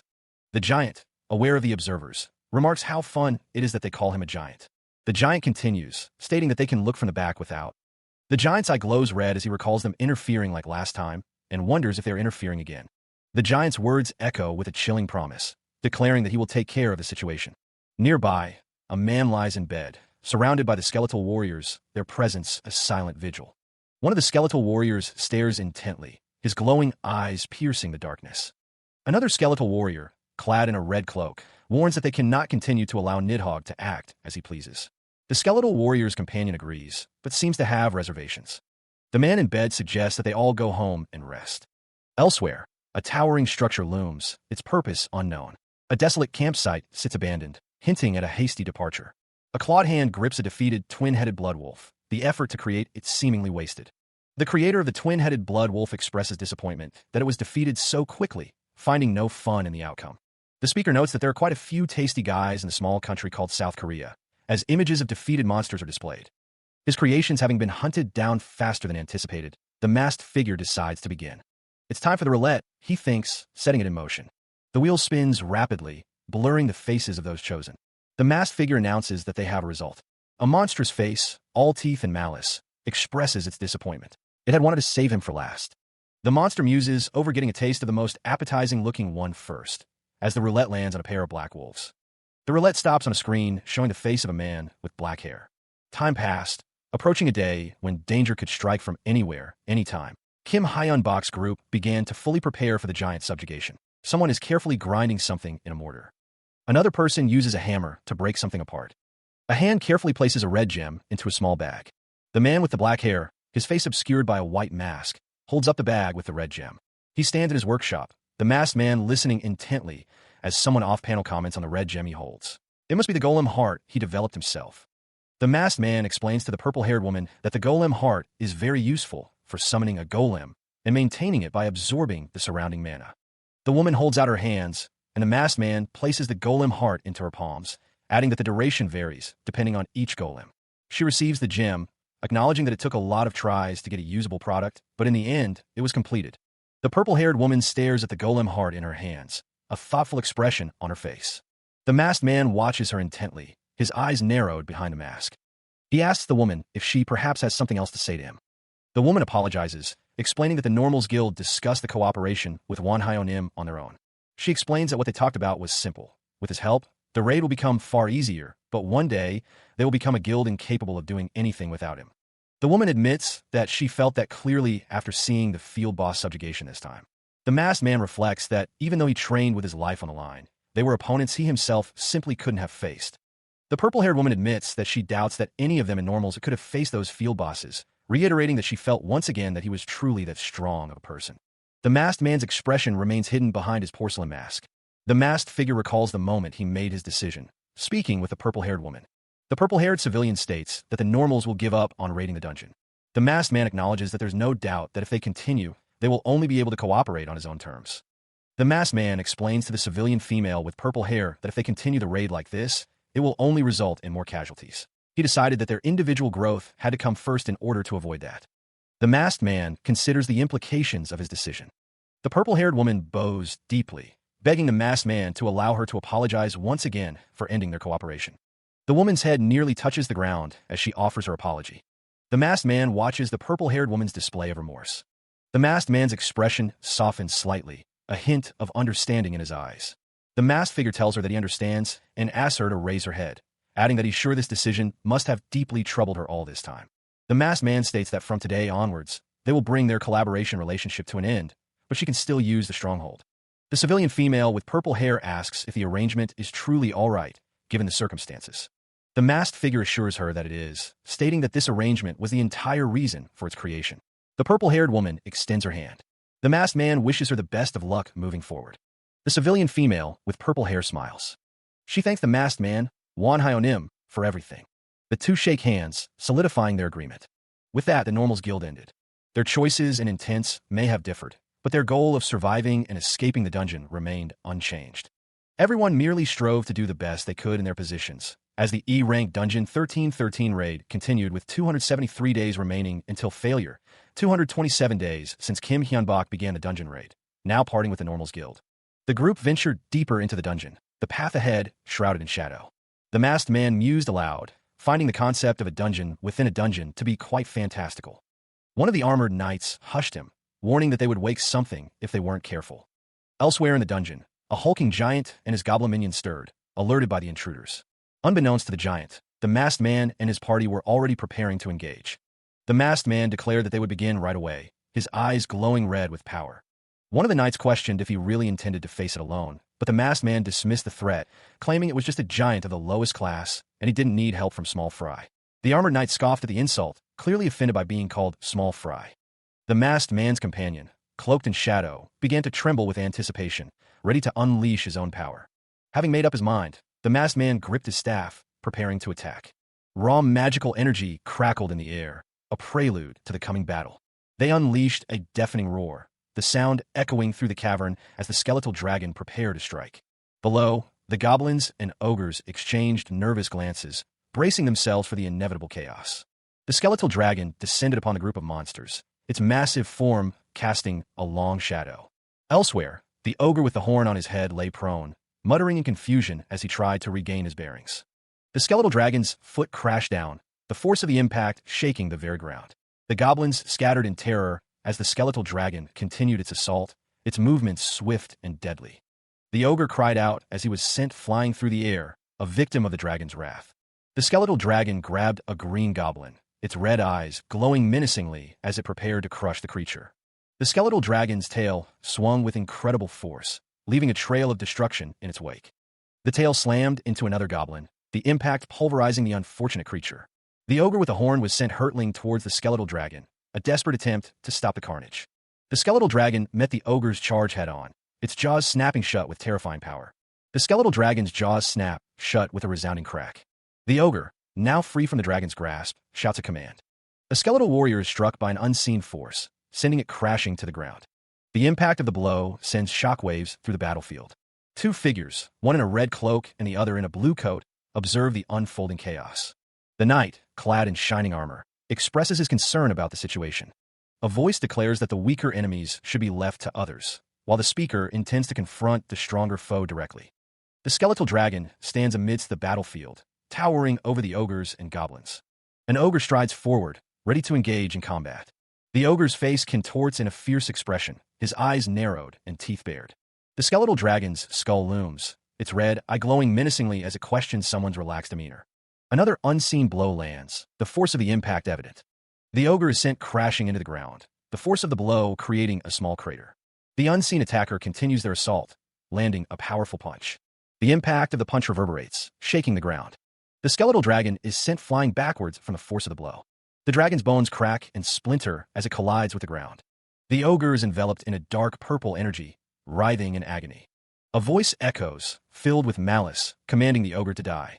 The purple energy intensifies, swirling around the ogre. The ogre's form begins to change, its muscles bulging and its skin glowing with purple energy. The dark energy continues to surge, focusing on the ogre. The ogre's transformation nears completion, its face contorted in a monstrous grin. The skeletal dragon skull is now being controlled by the dark energy. The ogre's massive form crashes to the ground, the force of the transformation leaving him vulnerable. With a ground-shaking impact, the ogre slams his fists into the earth. The skeletal dragon, now a grotesque parody of its former self, stares blankly ahead, its red eyes glowing with an unnatural light. Elsewhere, Nidhogg is distracted by the unfolding events, drawing the ire of his subordinates. One of them shouts, reminding him to focus on the present battle. The cloaked figure and his retinue watch from a distance, observing the chaos with detached interest. One of the armored knights declares that the transformed monsters should solve their own problems. The skeletal dragon is struck by an unseen force, the impact sending tremors through its fragile frame. The force of the blow shatters the ground beneath the skeletal dragon. The camera focuses on the point of impact, revealing the ogre's fist connecting with the skeletal dragon's skull. The skeletal dragon, reeling from the blow, refuses to believe he could be pushed back by a low-ranked monster. The ogre's follow-up punch lands with devastating force, sending the skeletal dragon crashing to the ground. The skeletal dragon is sent sprawling, the ground pulverized beneath its weight. The ogre, consumed by a strange power, laughs maniacally. The skeletal dragon, now reduced to a mere skull, stares back with glowing red eyes, seemingly in disbelief. The ogre mocks the dragon, calling him a weakling. The ogre holds the skeletal dragon's skull in his hand, a clear sign of his victory. The dragon's eyes widen, unable to accept the reality of his defeat. The masked figure, observing the scene, wonders if Nidhogg now understands the reality of the situation. Sung Jinwoo watches the scene unfold, his expression grim as the dragon's essence shouts in denial, refusing to be seen as a fake. The ogre continues to taunt the skeletal dragon, calling him a weakling. The ogre's grip tightens on the dragon's skull, crushing it further. The dragon's skull shatters under the ogre's immense strength. The ogre, victorious, continues to mock the defeated dragon, solidifying his dominance. The ogre's laughter echoes through the desolate landscape. Each powerful stomp from the ogre sends tremors through the ground. Another stomp, each one a deliberate act of dominance. The skeletal dragon's remains are pulverized under the ogre's feet, a final, brutal silencing. The dragon's essence, or what remains of it, cries out in defiance, declaring that the ogre will never be the real deal by boosting his ego. The ogre simply tells it to shut up. The ogre's rage intensifies. He stands amidst the shattered bones, a clear victor in this brutal contest. The dragon's remains are nothing more than scattered fragments. Each crunch of bone underfoot is a testament to the ogre's overwhelming power. The dragon's skull, now in pieces, lies broken on the ground. A sinister chuckle emanates from the shadows, a sound that promises further conflict. The source of the sound is revealed to be the armored knight, standing silently over the dragon's remains. The ogre, unimpressed, calls the knight weak. The skeletal dragon's skull lies on the ground, its red eyes glowing as it berates Kim Hyunbak for failing to keep his promise. The skeletal dragon continues, declaring the current situation a farce and a failure. The skeletal dragon's skull remains on the ground as it accuses Kim Hyunbak of lying and failing to make him stronger. The skeletal dragon's skull affirms that Kim Hyunbak did nothing and accuses him of being an arrogant, stubborn child who refused to acknowledge his teammates. The skeletal dragon's skull recalls that Kim Hyunbak was once the best and strongest card up his sleeve, but now claims that as long as he cannot sincerely think of them as his teammates, he will be left behind as a fake. The skeletal dragon's skull emphasizes that at one point, Kim Hyunbak was strong. The armored knight and the ogre stand ready to fight, the skeletal dragon's words hanging in the air. The armored knight clashes with another armored figure, their weapons meeting with a resounding impact. A figure cloaked in blue energy stands ready, prepared to strike. The blue energy figure strikes the ogre, the impact sending shockwaves through the area. The armored knight is struck by an unseen force, staggering backward. From within the skeletal dragon's skull, a voice echoes, revealing his long-term plans. While others grew, he was. The armored knight, desperate for power, begs to be taught. The ogre, still reeling from the previous attack, seems confused by the exchange. The skeletal dragon repeats the knight's plea, demanding to be taught how to grow and become strong. A sinister grin spreads across the face of the masked figure, hidden from view until now. The masked figure reveals that he has been waiting for those words. The skeletal dragon looms, a silent observer to the unfolding events. The ogre hesitates, sensing the shift in power. The skeletal dragon towers over the ogre, a stark contrast in their forms. The masked figure orders Nidhogg to eliminate their enemy. Nidhogg's feet are seen as he moves to obey the masked figure's command. The skeletal dragon's red eyes glow ominously, awaiting the next command. The ogre's massive maw looms, teeth bared in anticipation of the coming battle. The incantation echoes, a command to empower the spectral armor. The incantation continues, now focusing on the necromantic energy. The final enchantment is cast, this one specifically for undead weaponry, as the figure stands atop the skeletal dragon. The skeletal dragon, Nidhogg, looms, its red eyes burning with malevolent intent. The figure atop Nidhogg recalls the teachings that have brought him this far, the knowledge that will elevate his power. The skeletal dragon's face is worth more than just a glance. The dragon's maw opens, ready to unleash its power. The servant, remembering the teachings, vows to take them to heart. A sinister smile spreads across the face of the masked figure as he commands Nidhogg to eliminate their enemy. Nidhogg descends, diving towards his target with terrifying speed. The ogre braces for the attack, ready to meet the skeletal dragon's assault head-on. The sound of something breaking echoes through the air. The ogre roars in pain as Nidhogg's attack connects. The force of the impact sends the monster reeling. The ogre is sent flying through the air, debris scattering around him. The ground crumbles beneath the force of the attack. Nidhogg continues his assault, launching a barrage of projectiles. The projectiles tear through the environment, leaving a trail of destruction. Nidhogg dives down, preparing for another strike against the ogre. The projectiles continue to rain down, each impact sending tremors through the ogre's massive form. Another blast rocks the ogre, the force of the attack visible even from a distance. The barrage intensifies, the air thick with magical energy.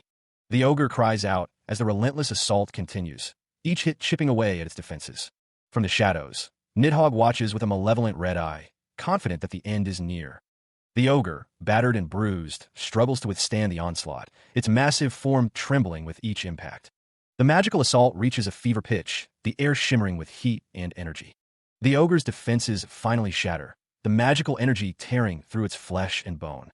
A blinding explosion engulfs the ogre, the force of the blast sending debris flying in all directions. The ogre is consumed by the inferno, its roars of pain echoing through the battlefield. The masked figure and the servant watch as the ogre is obliterated, the battlefield now a smoldering ruin. From within his helmet, the knight armored speaks, his voice laced with satisfaction. The ogre is finally defeated. He observes the fallen ogre, deeming it somewhat worthy of being called a dragon. Meanwhile, the servant, clad in a dark blue coat, stands before the skeletal dragon. The skeletal dragon's red eyes glow ominously as it towers over the servant. The desolate landscape stretches out, a testament to the power of the ongoing battle. Back with the knight armored, he seems surprised by something. Suddenly, the knight armored is warned to dodge.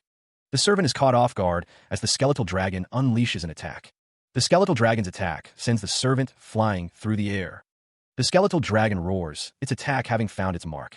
The force of the dragon's attack obliterates the ground. The impact of the attack is devastating. The knight armored watches as the servant is sent flying, someone shouting "Master." The area around the glowing pink mass crackles with unseen energy as the cloaked figures stand guard. The energy intensifies, forming a visible barrier around a hulking figure. The cloaked figures are caught off guard as the energy explodes outward. One of them exclaims in disbelief that whatever was contained should have died. Nearby, the armored knight warns everyone to be careful, sensing that the surrounding energy feels off.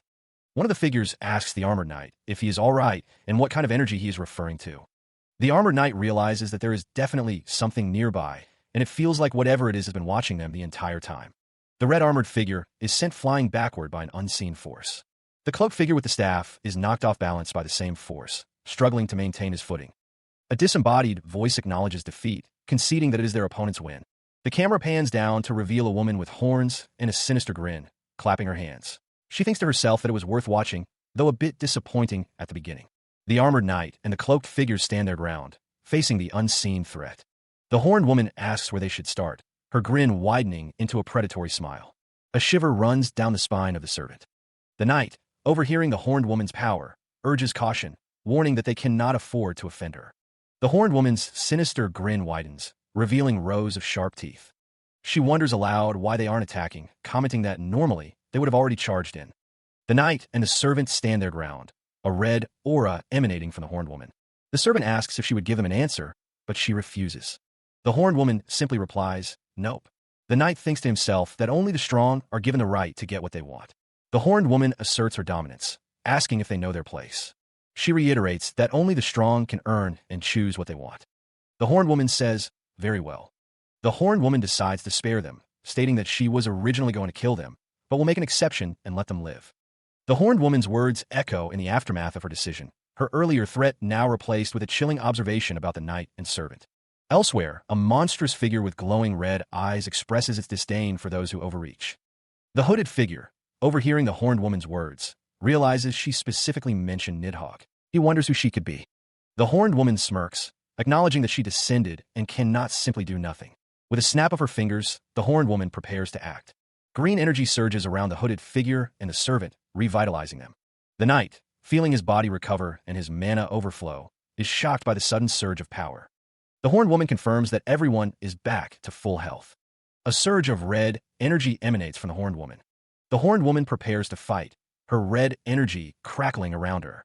The knight declares his readiness to fight, and the hooded figure agrees to join him. The horned woman tells them not to worry, promising to go easy and only asking them to survive for 5 minutes. The masked figure notes the strange nature of the horned woman's challenge, suspecting a test. The servant acknowledges their lack of choice, resolving to comply with her demands. Nearby, the masked figure prepares to unleash a powerful attack, intending to channel as much mana as possible into a single blow from Nidhogg. The armored knight, Kessel, and the skeleton with glasses, Kai, stand ready to defend their master. Nidhogg acknowledges the command, promising to fulfill his duty.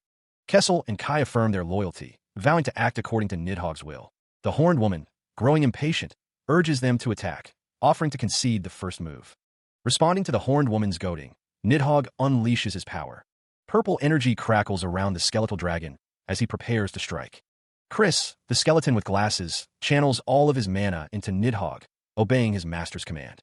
The horned woman is engulfed by Nidhogg's necro breath. The skeletal dragon unleashes a torrent of dark energy. The horned woman is blasted away by the force of the attack. Having been struck by Nidhogg's attack, the horned woman wonders aloud if that was supposed to be an attack.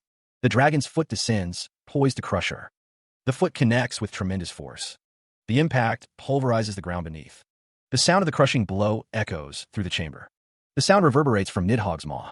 The servant's eyes widen in shock as he witnesses the attack. The narrator explains that Nidhogg was strengthened by merely extending their hand.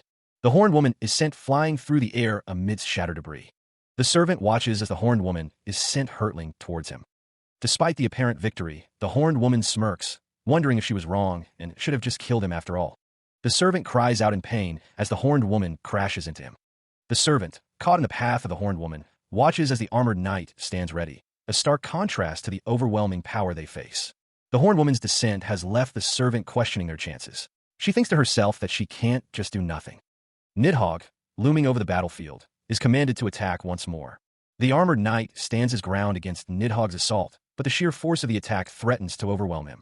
From above, a voice commands the dragon-like creature to take down the wicked giant. The masked figure raises his staff, preparing for a powerful attack. The masked figure shouts to Chris Skeleton Glasses that they are going for corpse explosion. Chris Skeleton Glasses acknowledges the command, ready to unleash the devastating technique. The corpse explosion begins, bathing the area in a blinding light. The explosion intensifies, consuming everything in its path. The skeletal warrior is engulfed in the fiery blast of the corpse explosion. The horned woman grins, clearly pleased with the unfolding chaos. The corpse explosion engulfs the skeletal warrior in a blinding flash of light and energy. The force of the blast intensifies, the surrounding area is saturated with a searing, orange glow. The explosion continues to expand, consuming everything in its path. From a high vantage point, the knight armored and the horned woman watch as the corpse explosion decimates the battlefield. The air crackles with unseen energy. A surge of power erupts, the force of it palpable. The energy intensifies, coalescing into a blinding flash. The ground trembles as the unseen force continues to build. The masked man, accompanied by Kessel Skeleton cloaked, strides forward, seemingly unaffected by the growing power. The masked man's face is partially visible, a sinister anticipation etched upon it. High above, the barrier surrounding the ogre shatters, the pink fragments raining down. Below, the man in the suit watches as the barrier collapses, his expression unreadable. The ogre, now exposed, feels the barrier reforming around him. The masked man shouts to Kessel Skeleton cloaked, urging him to finish the job before the barrier recovers completely. Kessel Skeleton cloaked moves with purpose, intent on destroying the ogre before it can be protected again. From within the ogre's shadow, a voice booms, declaring that it's finally their turn to fight. The ogre's massive form shifts, bracing for the incoming attack. The ogre's foot slams down, creating a shockwave as it attempts to crush its unseen foe. Inside a crimson barrier, a figure is suspended, seemingly helpless against the impending onslaught. The barrier pulses with energy, its crimson glow intensifying as the ogre's attack draws near. With a ferocious battle cry, Kessel Skeleton cloaked unleashes a devastating attack. The skeleton warrior's axe cleaves through the air, aimed directly at the crimson barrier. The axe strikes the barrier, the impact sending cracks, spiderwebbing across its surface. The crimson barrier shatters, its protective energy failing against the skeleton's might. The force of the impact sends shards of the barrier flying in all directions. With the barrier destroyed, Kessel Skeleton cloaked stands poised to deliver the final blow to the figure trapped within. The axe descends, poised to strike the defenseless figure, the outcome hanging in the balance.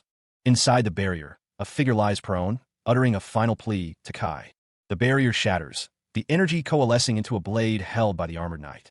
The knight, clad in gleaming white armor, prepares to strike. With a shout, the knight brings the blade down, aiming to end the life of the ogre. The blade descends, a torrent of blue energy focused on its target. The energy intensifies as the strike connects. The ogre is engulfed in the blast, the force of the attack evident in its contorted features. The energy explodes outwards, a blinding flash of pink and blue. The ogre is obliterated by the knight's attack, reduced to fragments amidst the dissipating energy. Below, the masked figure and the cloaked skeleton observe the scene, their expressions unreadable. The masked figure, his face etched with worry, hopes his guess is correct. A sinister chuckle echoes as the masked figure watches the aftermath of the attack. The masked figure's words hang in the air as the armored knight stands guard over the fallen ogre. Meanwhile, the horned woman grins, her sharp teeth bared. She wonders how they intend to fight her. Elsewhere, Sung Jin-woo considers the situation. He realizes that some kind of medium would definitely be necessary for an existence as powerful as her to appear in the dungeon. The horned woman muses that the reason he protected the dying wicked giant with a barrier was to act as a medium. Below, Sung Jin-woo continues to walk forward, unaware of the horned woman's analysis. The horned woman's eyes narrow, glowing with power. She notes that he is certainly different from the rest. She is impressed that he got this far with rubbish like that and detected a medium. The skeletal warrior stands guard, its red eyes gleaming menacingly. The horned woman stands over the skeletal warrior and the armored knight, her expression predatory. Below, Sung Jin-woo and his party continue their advance. He tells them that they get to live. The horned woman smiles, deciding to give him a reward. She declares that she will claim him. The horned woman's declaration hangs in the air, leaving Sung Jin-woo visibly concerned. The protagonist, taken aback, asks what she means by claiming him. With a sinister grin, Gloria clarifies that she means to claim him as either her prey or her subordinate. Suddenly, a voice declares that time is up, and the horned woman's form begins to dissolve into shadow. As the horned woman's presence fades, she reveals that, as a final word, since he passed her test, she will grant him the honor of knowing her name. The horned woman reveals her name to be Gloria. A disembodied voice explains that Gloria is a dragon that is both a devil of disaster and a devil that is a dragon, a catastrophe demon dragon who grants a name that means blessing. The horned woman's form fully dissipates, leaving behind only the echo of her words, that they will meet again sometime, whether as prey or subordinate. Sung Jin-woo, now alone, seems to ponder the implications of Gloria's words.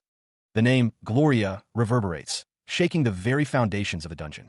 The dungeon begins to crumble, the party of hunters standing amidst the destruction. The system announces that the E-rank dungeon 1313 has been cleared, after 242 days since Kim Hyun-bok began the raid, with 258 days left until raid failure. A dry, humorless laugh escapes the protagonist. The skeletons sit in silence, listening intently as Sung Jin-woo considers the horned woman's words. She had definitely said she claimed him, but as prey or subordinate.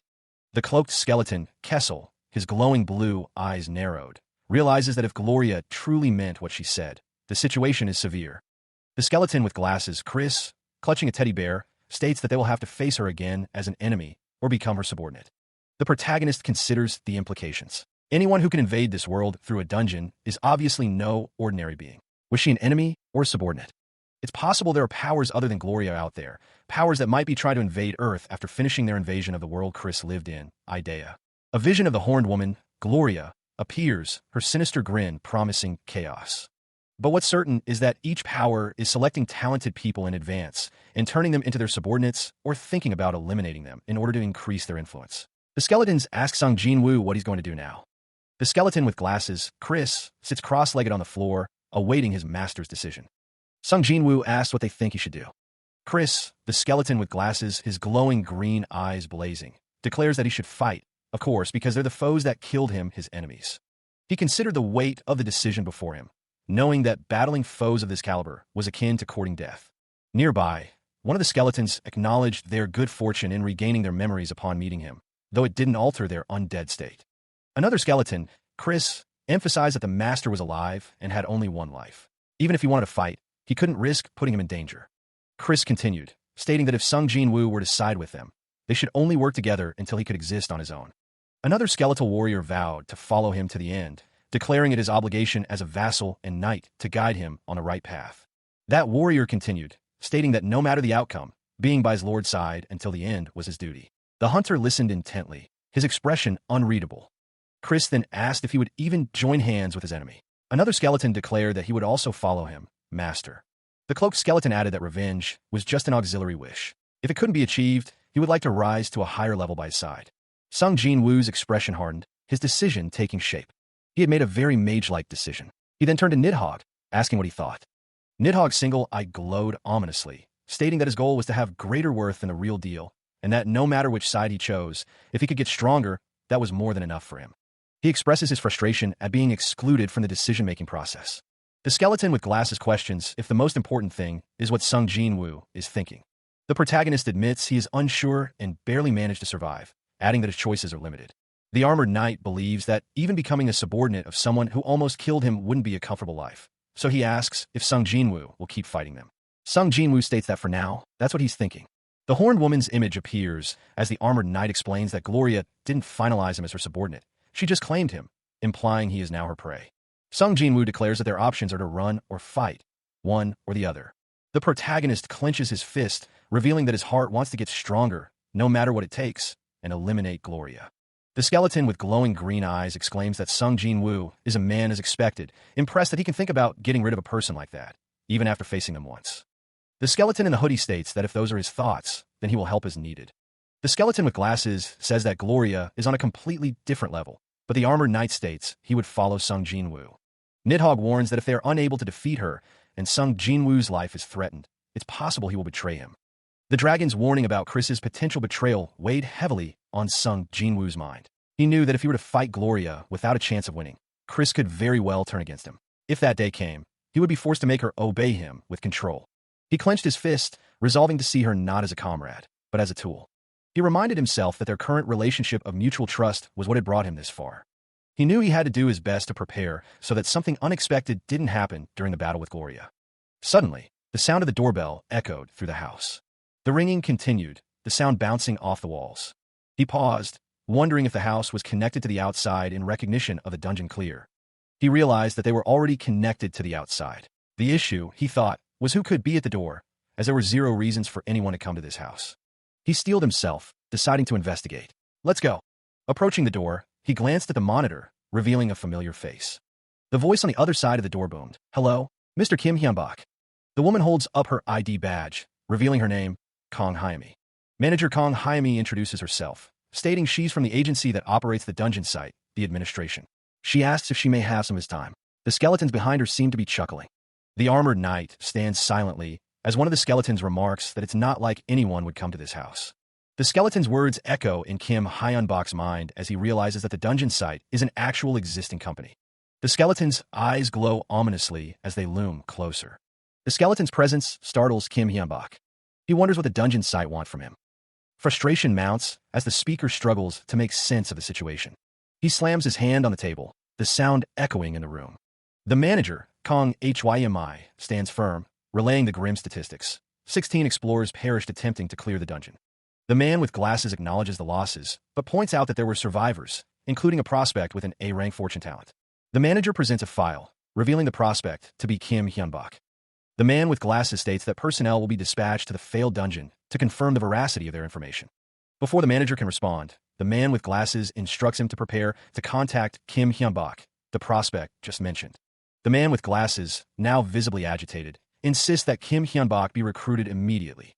He clenches his fist, his frustration palpable. Someone expresses their gratitude for being allowed to speak.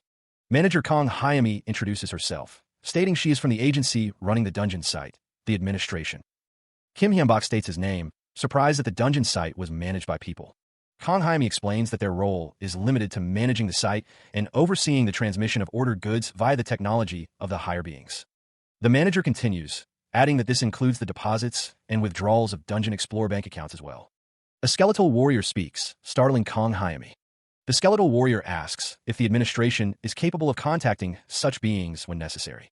Kong Hymi smiles, explaining that although she doesn't know the details, they operate under the assumption that these beings are both gods and devils. Kim Hyun-bak listens intently, responding simply, "I see." The skeletal warrior continues to speak. Kim Hyun-bak, turning to Kong Hymi, asks why she suddenly came to see him. Kong Hymi acknowledges his directness, stating that the administration can see the information of explorers through the dungeon app and keep special tabs on people with talents of a rank or higher. The manager reveals that a terrible incident occurred where an entire 16 prospects died in an E-rank dungeon in one fell swoop. Kong Hyami's expression hardens, her eyes narrowed as she considers the situation. The manager explains to Kim Hyun-bak that the reason he was sought out was to obtain information about what happened in an E-rank dungeon. The woman with orange hair states her true intention, to recruit Mr. Kim. Kim Hyun-bak counters, asking what her side can offer him in return. The manager explains that to get what he wants, he has to offer appropriate compensation. Kim Hyun-bak dismisses the idea of money, stating that he already earns plenty. Kong Hymi remains composed, listening intently. The manager reveals that if he provides them with information, they will sell him the mana crystals in their possession separately. Kim Hyun-bak is intrigued by the mention of mana crystals. Kong Hymi explains that the goods being sold on the dungeon site have gone through a selection process, and that they are in possession of rare mana crystals not found on the site. Elsewhere, Nidhogg asks what they should do.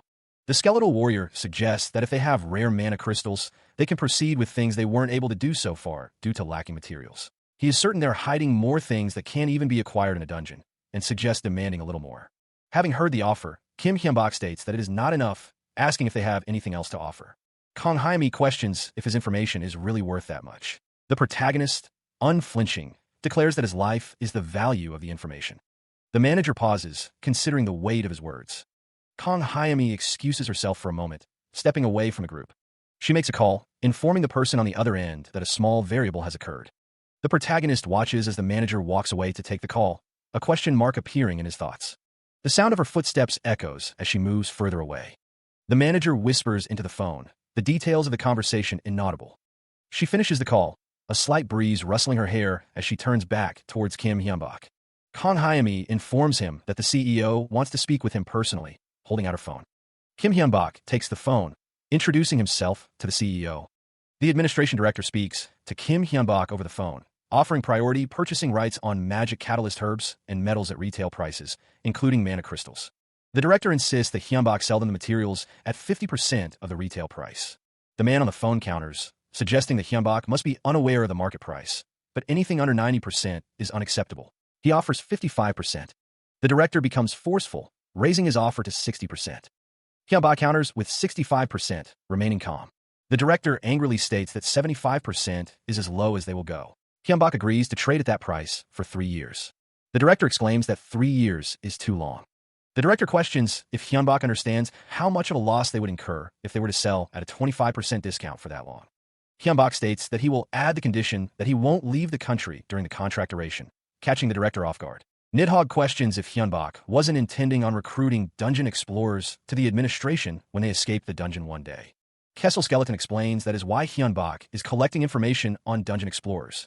Nidhogg reveals that he gets quite a few invitations from various guilds, but he will only settle for a high price. The tension is palpable as the man in the suit stares intently at his phone, a storm brewing behind his eyes. He agrees to a 3-year contract, but only under his own conditions. In exchange, he will act as a government-affiliated dungeon explorer for that duration. The call continues, the terms of the agreement being laid out. A firm no is the immediate response to an unseen request, the intensity of the refusal almost palpable. The man's frustration boils over, demanding to know why his terms are being questioned.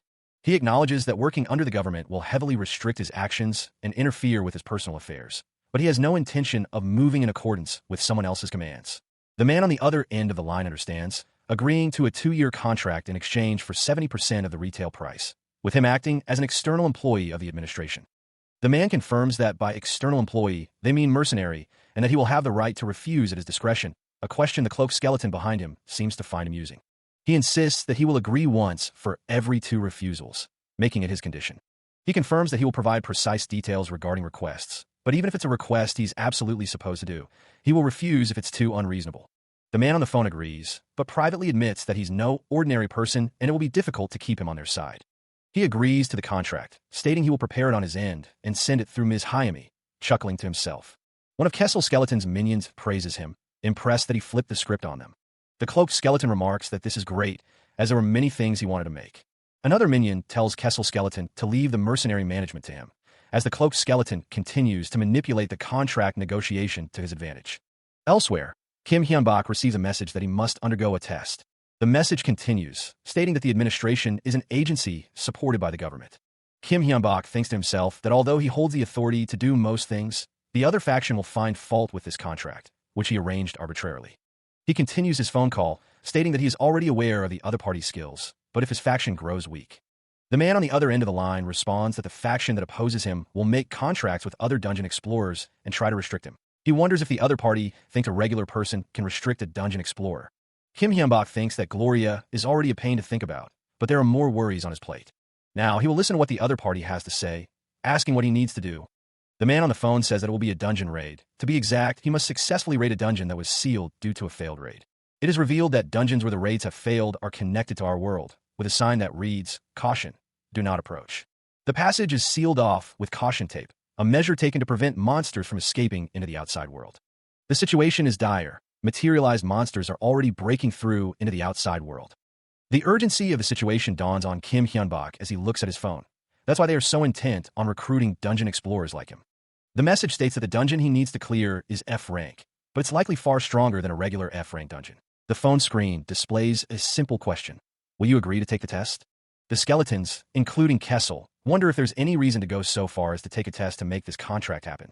The group stands together, awaiting his decision. One of the skeletons worries that it might become tiresome if they get involved in their faction fight for no reason. Another skeleton acknowledges that there are situations where even a mercenary has to pay heed to the kingdom. The skeletons agree that they must become stronger than they are now. The skeleton believes that this is possibly their greatest crisis yet. Kim Hyunbak, with a determined look, thinks to himself, Gloria. The sound of phone being gripped tightly echoes. The grip tightens as Kim Hyunbak makes his decision. He declares that he will take the test. The skeletons watch with anticipation, their glowing eyes fixed on the outcome of his choice. The servant, standing nearby, listens intently as Kim Hyunbak speaks into the phone. He requests to be guided to the dungeon, his voice firm with resolve. The sound of approaching footsteps echoes through the area. The footsteps grow louder as a helicopter descends, kicking up dust and debris.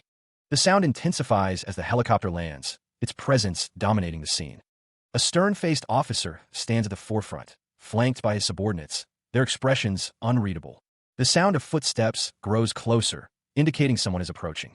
The helicopter's engines wind down, the sound reverberating through the air. Colonel Kim Junyi, accompanied by Kong Hyami and a cloaked figure, approaches the waiting officers. Footsteps echo as the group advances, their destination clear. Kong Hyami asks, confirming the identity of the cloaked figure. Kong Hyami, is he the one? The officer confirms, yes, Colonel Kim Junyi. This person is the external collaborator who will clear the dungeon for us. The cloaked figure is revealed to be Dungeon Explorer Wanhyo. Colonel Kim Junyi expresses his disbelief that someone like the Dungeon Explorer, Wanhyo, could be capable of clearing a dungeon swarming with monsters. The Colonel's skepticism is juxtaposed with a close-up of new character Dungeon Explorer Wanhyo, who is capable of clearing a dungeon swarming with those monsters. The narrative continues, explaining that he may appear ordinary, but Wanhyo has cleared such dungeons multiple times and has already been acknowledged. Colonel Kim Junyi retorts that he, as the one responsible for the site, will decide what happens, and that any prior arrangements are of no concern to him.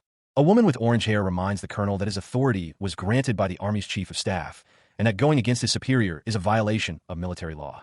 The colonel, flanked by 2 soldiers, warns that if something goes wrong, they will take extreme measures. The dungeon explorer, Wanhyo, stands with the woman who spoke in the previous panel, as the colonel and his men look on. Meanwhile, a group of armored figures stand in what appears to be the dungeon entrance. One of the armored figures complains about the insulting words directed at someone simply guarding the dungeon entrance, wondering if they should just forget the test altogether. Another armored figure laughs, suggesting they think of it as their brand of hazing. The first armored figure sarcastically remarks on their good nature. The soldiers continued their march, escorting the odd group deeper into the facility. 2 soldiers snidely commented on the appearance of the group. One wondered if they were cosplayers, while the other dismissed them as attention seekers.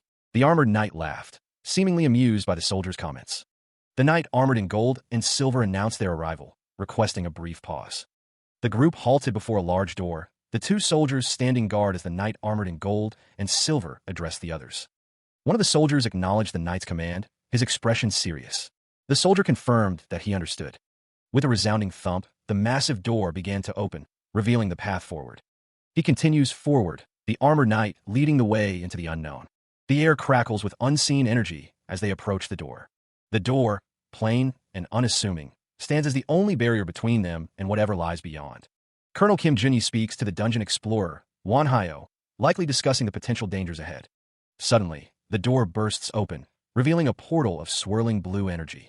The dungeon explorer, Wanhyo, pauses, sensing the shift in the atmosphere. He grips his staff tighter, preparing for whatever emerges from the portal. Goblins, their eyes glowing with malevolent intent, pour through the gateway. The goblins, armed with crude weapons and shields, advance with a clear hunger for violence. One of the goblins lets out a blood-curdling shriek, signaling the attack. The goblin's fangs are bared, ready to tear into flesh. The goblins surge forward, their shields raised, eager to engage the intruders. As the goblins descend, one shouts orders to block the entrance and set explosives. The sound of rattling echoes through the corridor as the goblins prepare their attack. The soldier at the front realizes the door has been breached. Colonel Kim Junyi barks orders for the strike force to advance, frustration evident in his voice as he realizes their initial plan has failed. The soldiers are commanded to open fire, preventing any enemies from slipping past. The soldiers unleash a hail of bullets, attempting to suppress the goblin advance. Despite the gunfire, the goblins manage to break through, their crude weapons sparking against the soldiers' defenses. The goblins cry out as they are struck by the gunfire, but their numbers press forward. A powerful blast erupts, incinerating the goblins in its path. The flames engulf the corridor, the intense heat distorting the air. Amidst the inferno, the skeletal warriors stand their ground, unfazed by the flames as they engage the remaining goblins. The soldiers, caught in the chaos, struggle to maintain their footing as the battle rages around them. The cry goes out, "Fire!" Soldiers scream as they are engulfed in flames. The fire rages, consuming everything in its path. Amidst the chaos, Colonel Kim Junyi barks orders, demanding medics attend to the wounded. The intense heat continues to spread. The flames lick at the soldiers' heels as they scramble for safety. A figure emerges from the inferno, wielding a staff that seems to amplify the flames.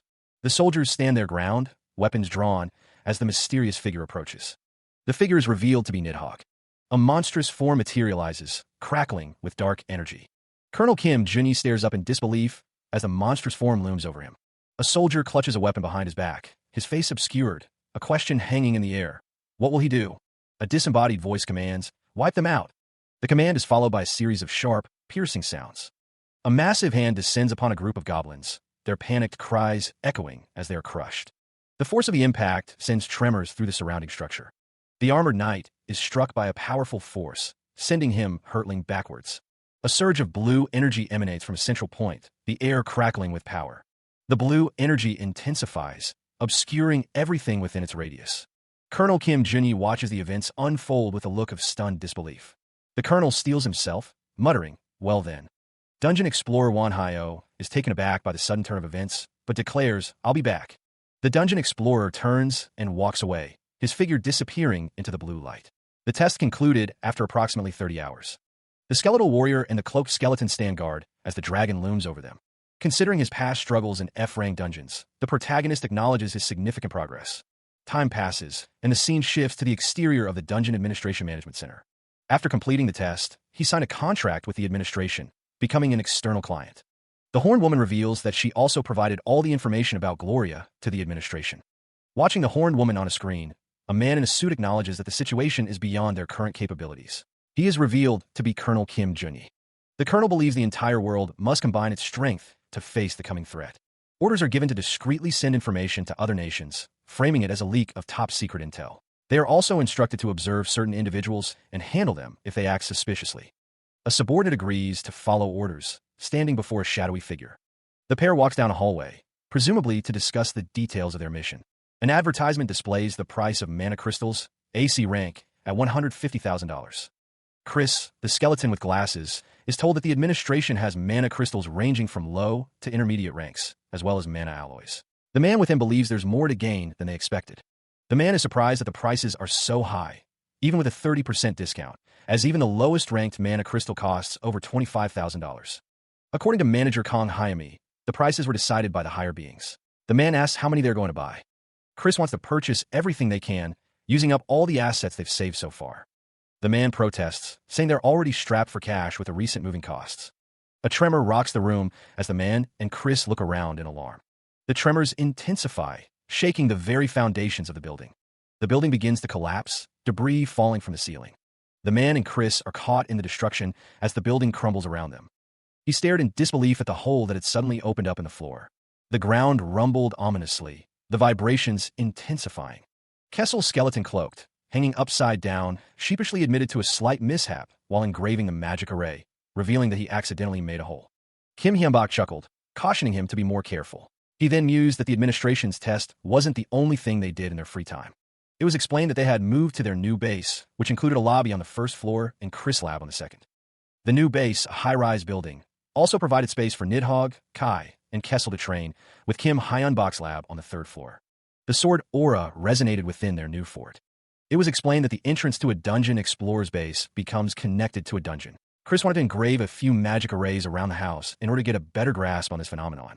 A skeletal warrior, holding a glowing sword, prepared to engrave magic arrays, demonstrating how sword aura could be used for this purpose. Apparently, these magic arrays would collect information that would give them a definitive answer on how the connection with the dungeon occurs. The skeletal warrior continued to engrave the magic array, confident that they would find out in due time. A nearby dragon skeleton praised the skeletal warrior's ability to figure out how to use sword aura just by watching, to which the warrior thanked him for the praise.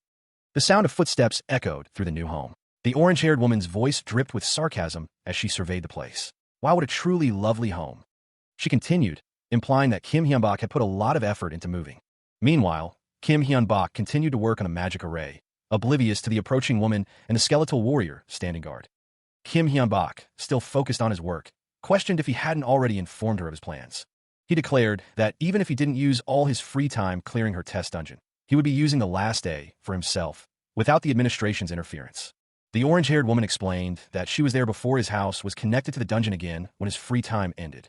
She clarified that their administration wasn't the one connecting dungeon explorers to dungeons, but they could at least predict what kind of dungeon he'd be connected to in advance. She added that he would be connected to a dungeon at this time. The woman revealed that Kim Hyun-bak would be joined by all 35 members of a dungeon explorer guild brought in by the administration. The skeletal warrior stood silently behind Kim Hyun-bak as he listened to the terms. The orange-haired woman stated that he would work with them to clear the D-rank dungeon, the Den of Paranoia. Kim Hyun-bak continued to work on the magic array, seemingly resigned to his fate. Kong Hyami, the manager, explains that she needs him to take care of the 35 dungeon explorers who have joined the administration, asking that he cooperate so they can safely clear the dungeon. The hunter listens intently. The manager apologizes, stating that she cannot accept his request, leaving him confused. He explains that he is not strong enough to protect 35 people in a D-rank dungeon, especially since he has never been in one before. Kong Hyami believes that if she tasks him to protect them, it will give them the feeling that the administration doesn't have faith in them, which would mean a high chance for trouble to occur between him and them. The manager looks at him, waiting for his response. He agrees, stating that he can manage that much. The manager tells him that these are the patch notes for the newly restructured system.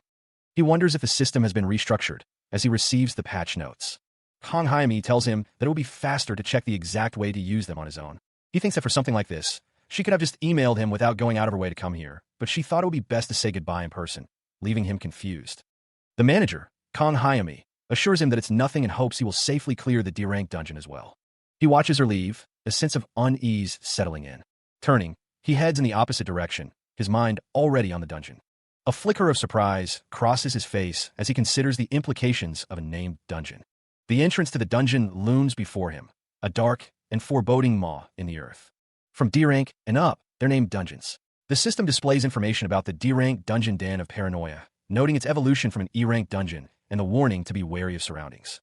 He notes the rewards and the unusually high number of participants, 300 in total. He considers taking a closer look.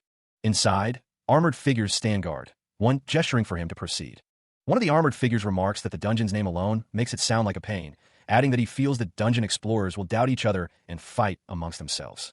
Another armored figure wonders if that's why it has paranoia in its name, as a trap is sprung nearby. The armored figures cry out, asking if their lord is all right. He followed the armored knight through the dark corridors of the dungeon. The knight, unfazed by the lack of light, stated that the darkness posed no problem for the undead.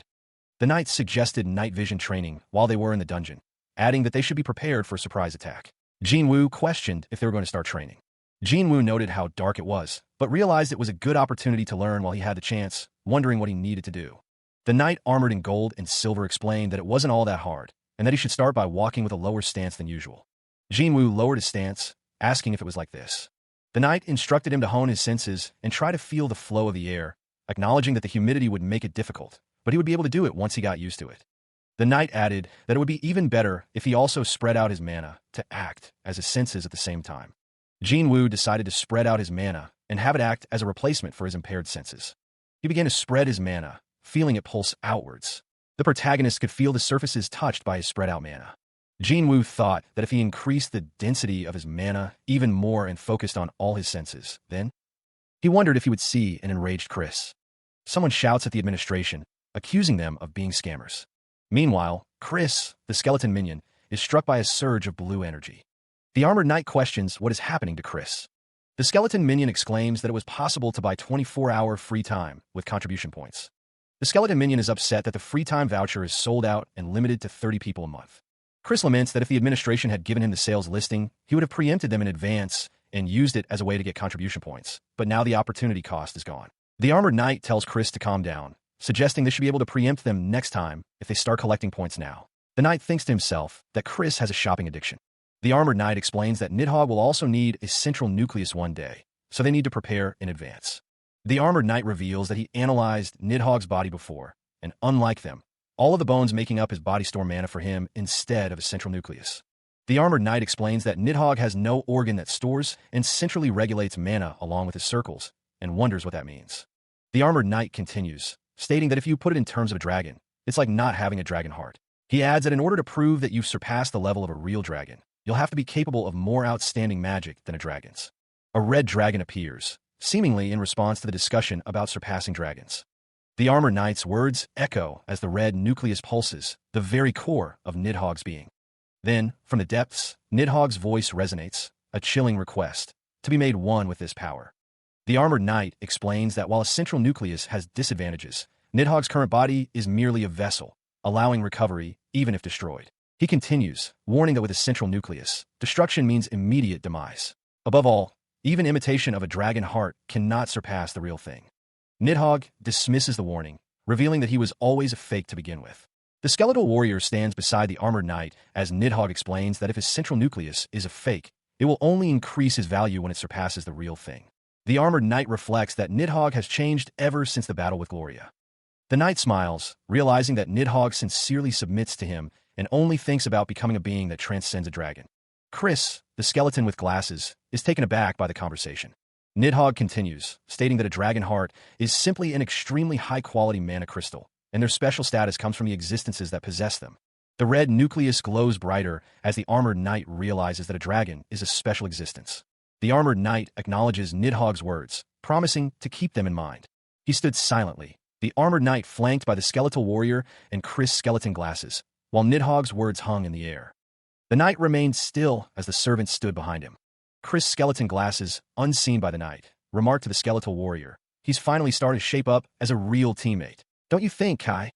The armored knight tilted his head, a silent question forming in his mind. Suddenly, Kai Skeleton Cloaked appeared behind a skeletal warrior and Chris Skeleton glasses, startling them. "Gee, where'd you go? Did you get attacked?" Kai Skeleton Cloak's eyes glowed menacingly as he responded. "Looking for me?" Chris Skeleton Glasses, startled by Kai Skeleton Cloak's sudden appearance, exclaimed, "You scared me. Where were you?" The armored knight, having overheard the commotion, thought to himself that the conversation was dragging on, so he took a look around. The servant, standing in a dark corridor, asked, "Find anything?" The armored knight responded that he found traces of dungeon explorers ambushed by something, wondering if it was like the E-rank open dungeon. Kai Skeleton Cloak's eyes glowed brighter as he stated that it was slightly more strategic than that. The armored knight realized that it looked like monsters performed guerrilla warfare against humans. A sense of unease washes over the man in the blue suit, a premonition of the events about to unfold. Deep within a cavern, the air hangs heavy with the scent of blood, a grim testament to the battles fought within. Further into the cavern, a faint light reveals a scene of carnage, the aftermath of a brutal encounter. Emerging from the depths, the perspective shifts to a fortified village, its wooden structures a stark contrast to the natural rock formations. The village, built into the very walls of the cavern, appears deceptively peaceful from afar. A closer view reveals the village's precarious position, perched on a rocky precipice overlooking the abyss below. The clash of steel echoes through the cavern as blades meet, signaling the start of a fierce battle. The sounds of combat are accompanied by shouts of confusion and betrayal, as one side demands to know why they are being attacked.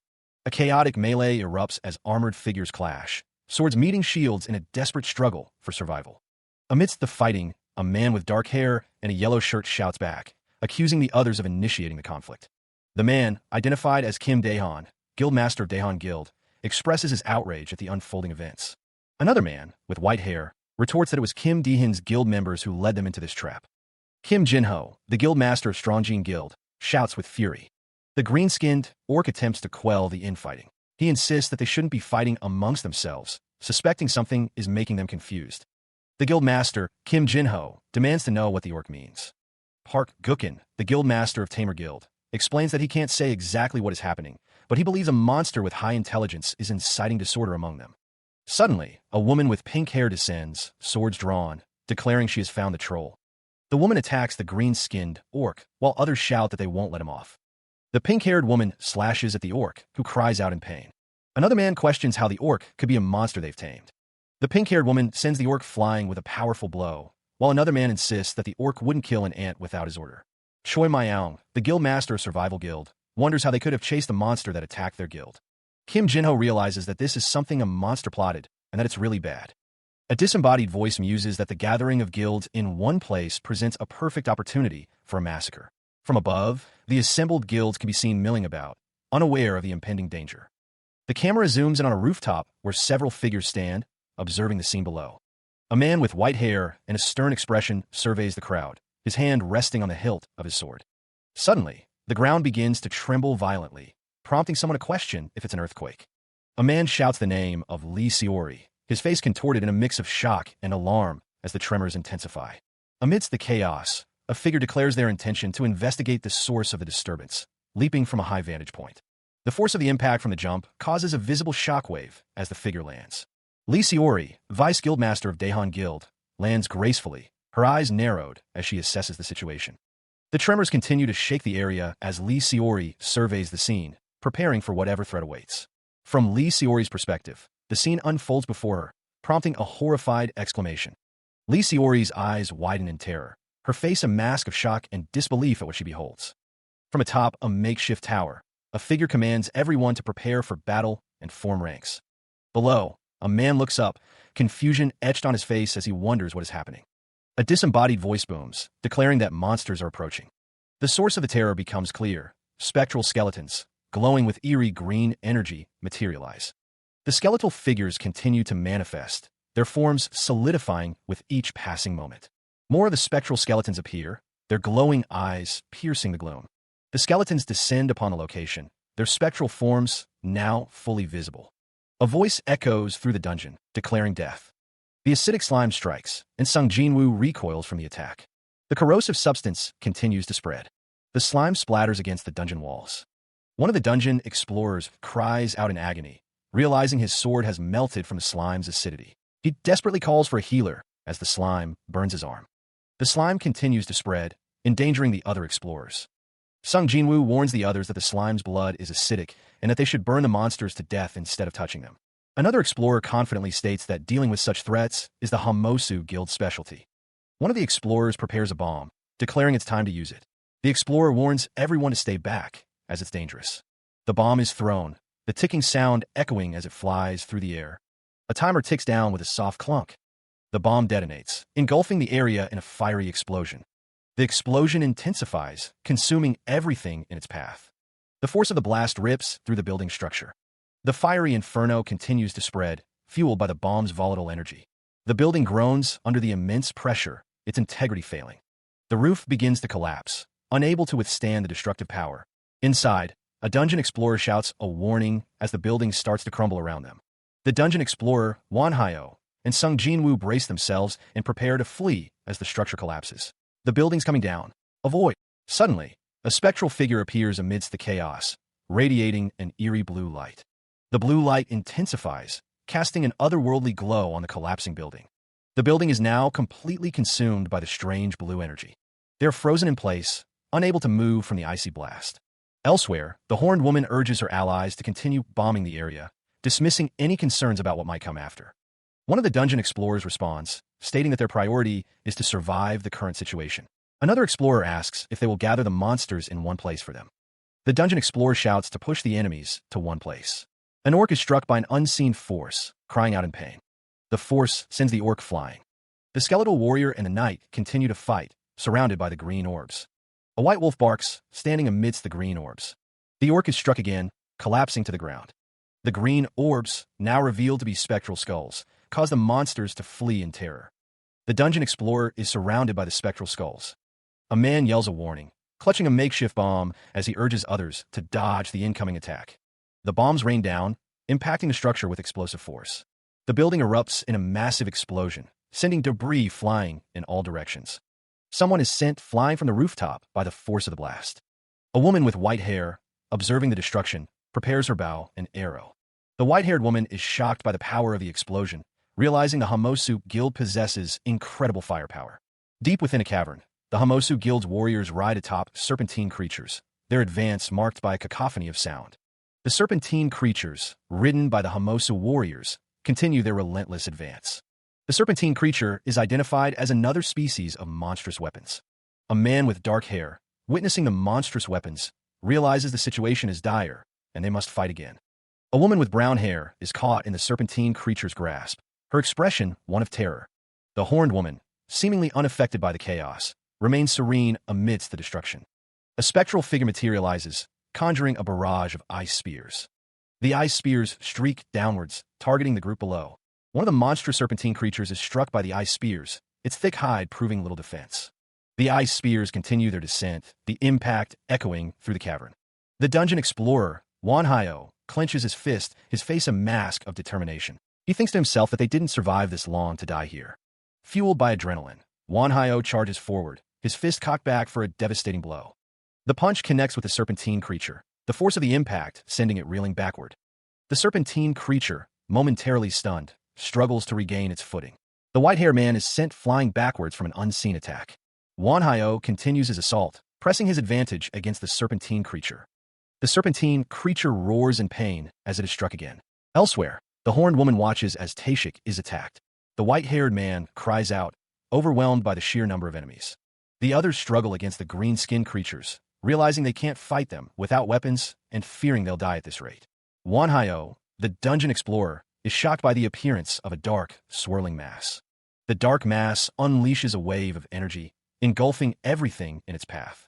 Another scream echoes as the energy wave continues its destructive path. A winged skeleton commands the others to handle the injured first, leaving the rest to them. The dark energy continues to surge, its power seemingly unstoppable. The skeletal warriors are caught in the blast of dark energy. The skeletal warriors charge forward, undeterred by the dark energy.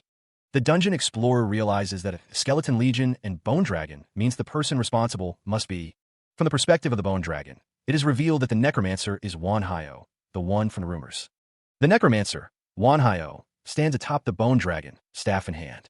The bone dragon's skull looms, its single red eye burning with malevolent energy. From the sky, the bone dragon unleashes a barrage of purple energy, devastating the village below as the green lizard mounts retreat. The bone dragon's rider remains silent, his mask-like face betraying no emotion. The order to retreat is given as the lizard riders flee the onslaught. The bone dragon roars, its cry echoing across the battlefield. The villagers realize the monsters are retreating, a glimmer of hope amidst the chaos. The villagers celebrate their survival, realizing that they fended off the attack thanks to the necromancer. The villagers are instructed to take down the houses and build a barricade, gathering spell cards and any equipment that can be used as weapons. Amidst the chaos, a villager cries out for a recovery potion, highlighting the injuries sustained during the attack. A notice on a phone indicates that the raid service is being restructured due to the presence of too many monsters. A woman, holding a phone, is told that they will be repaid for what they did, implying a debt of gratitude for their actions during the battle. The mood is grim, a guild member has been killed, and strangely, there were no monster traces at the scene. The white-haired man wonders if they need to increase security, frustrated that they keep losing people. Another hunter suggests that monsters could be hiding among them, mimicking people, which is why the return service wasn't working. The hunter with a mask asks how they can differentiate humans from monsters. He laments that without a mimic monster's body, they can't run an analysis. The white-haired man states that at least they know the reason for the return failure, so it should be possible to return. One of the other hunters asks how. One of the hunters explains that the return service won't operate if they're in combat, or if there are hostile monsters nearby. He proposes sending a set number of people back first, to a safe place with no one else. If the service still doesn't work, there must be a mimic monster in the group. The white-haired man realizes that if the return succeeds, it will leave a mimic monster and a small number of dungeon explorers behind. He asks who they're planning on leaving behind, as those people will be exposed to danger. One of the hunters suggests taking turns to leave a set number of people in the village, reasoning that as long as returning is possible, they can easily recover their stamina and use this place as their base. The white-haired man agrees, thinking that clearing the dungeon in that manner would be good. The hunter with the mask suggests that while they're at it, they should decide which guild will go first and which will stay behind. One of the hunters proposes deciding things with a simple game of rock, paper, scissors. The white-haired man agrees, saying that sounds good, and asks if they should do best of 3, or just 1 round, stating that he's in for a quick and simple decision. The armored knight wonders aloud if they should proceed with a tournament-style approach or engage all at once. Below, the horned woman listens intently, her expression unreadable. The other dungeon explorers stand ready, awaiting instructions. One of the explorers expresses his confusion. The dungeon explorer, Wanhyo, is asked if he has anything to add. The armored knight states that he is speaking his own mind, and the others should listen up. He warns that if they continue raiding the dungeon in their current manner, at least half of them will die, if not all. 2 of the explorers bristle at the knight's words, questioning if he's implying they are weak and reminding him of their past accomplishments. The armored knight acknowledges their past achievements, but implies that their strength was gained too quickly. The armored knight observes that the explorers greatly lack concentration, observation skills, intensity, and even fierceness. The armored knight states that the owner of the dungeon is cunning, and if not for him, they would have all been wiped out. The horned woman asks what they are supposed to do, questioning if they're being told to simply die there. The armored knight's words drip with sarcasm, suggesting they either fight or cower in fear. The horned woman, standing before the knight, expresses her surprise at his bold declaration. The knight commands them to do nothing, return home, and wait. Kessel, however, declares that they will clear the dungeon, much to the surprise of the dungeon explorer, Wanhyo. Kessel assures his master that if he believes in them, he can simply stand back and watch. The cloaked skeleton assures the master that Kessel isn't one to do something like this in vain. The armored knight argues that they can clear the dungeon without any sacrifices, proposing that if there was a sacrifice, it would end with just one person, their master. The cloaked skeleton responds that, of course, they need no compensation. The master's body lies on the ground, seemingly lifeless. The dungeon explorer, Wanhyo, asks if it will really be possible on his own. The servant walks away, staff in hand, leaving the others behind. The master, still alive, begins to laugh. The white-haired man's brow furrows, a grim determination hardening his gaze. It was not that it was possible, but that it had to be done. The weight of the decision settles upon him. It was that he had to do it, because if he didn't, only death awaited. The cloaked figure, Kessel skeleton cloaked, stands before the masked man, who is revealed to be servant male Darkhair. He questions the servant's recent actions. The servant explains that he was acting on his own. The skeletal minion, Kessel skeleton cloaked, continues, stating that sometimes things don't go as planned. The servant explains that if they had gone on with the raid and received compensation again, it would have been a waste of time, and several guilds would have begun to bear a grudge against him.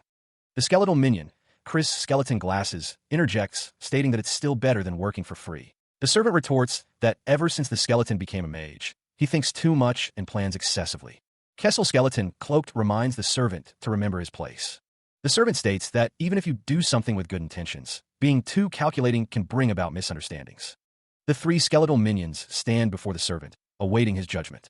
Chris Skeleton Glasses apologizes for acting without consulting him. Kessel Skeleton Cloaked also apologizes for agreeing with the skeleton and allowing him to act independently. The servant tells them it's all right, stating that they did it for his sake. He is given a warning, the cloaked skeleton and the skeleton with glasses listening intently. The servant is told that his actions will be overlooked this time, but if he acts independently again, he will not be forgiven. The cloaked skeleton responds to the servant, stating that if it's ever necessary, he'll act again without hesitation. The skeleton with glasses explains that the servant must grow stronger so that he can grow stronger. The servant acknowledges the skeleton's words. The servant, now alone, declares that they should prepare for the dungeon raid. Meanwhile, deep within a dungeon, the walls are lined with sharp, jagged rocks. A mysterious figure lurks in the shadows, thinking that they are thinking the same thing. The figure, revealed to be a monster with a skull-like face and glowing red eyes, believes that as long as they can catch that one man, the rest of the humans will become their prey. They must only wait for him to make a move. The monster is suddenly struck by an unseen force. The force explodes with a burst of fire. A burst of fiery energy erupts, signaling the start of a chaotic encounter. Nearby, the armored knight admits that he, too, is ready for the coming battle. The explosion obliterates a structure, sending debris flying as the cloaked and glasses-wearing skeletons brace themselves against the shockwave. Surveying the scene, one of the dungeon explorers questions if destroying the base was truly the right call. The cloaked skeleton explains that scattering the mana of a D-rank dungeon boss monster is the only way to restore the dungeon, though the process will consume a ton of mana. The dungeon explorer, Wanhyo, chuckles nervously, seemingly aware of the impending danger. A colossal thud echoes as the ground trembles, signaling the arrival of a massive threat.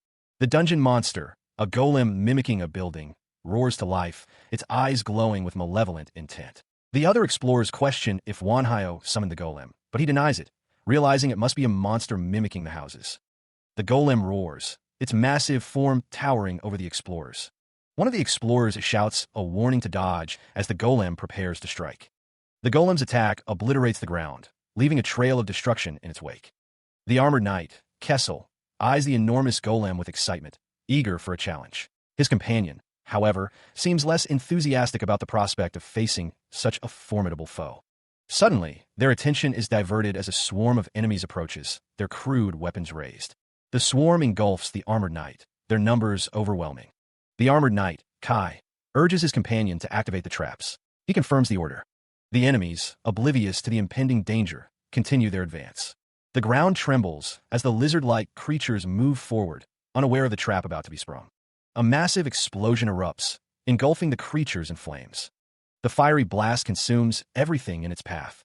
The dungeon explorer, Wanhyo, watches in awe as the traps are triggered, marveling at the effectiveness of the Hamosu Guild's techniques.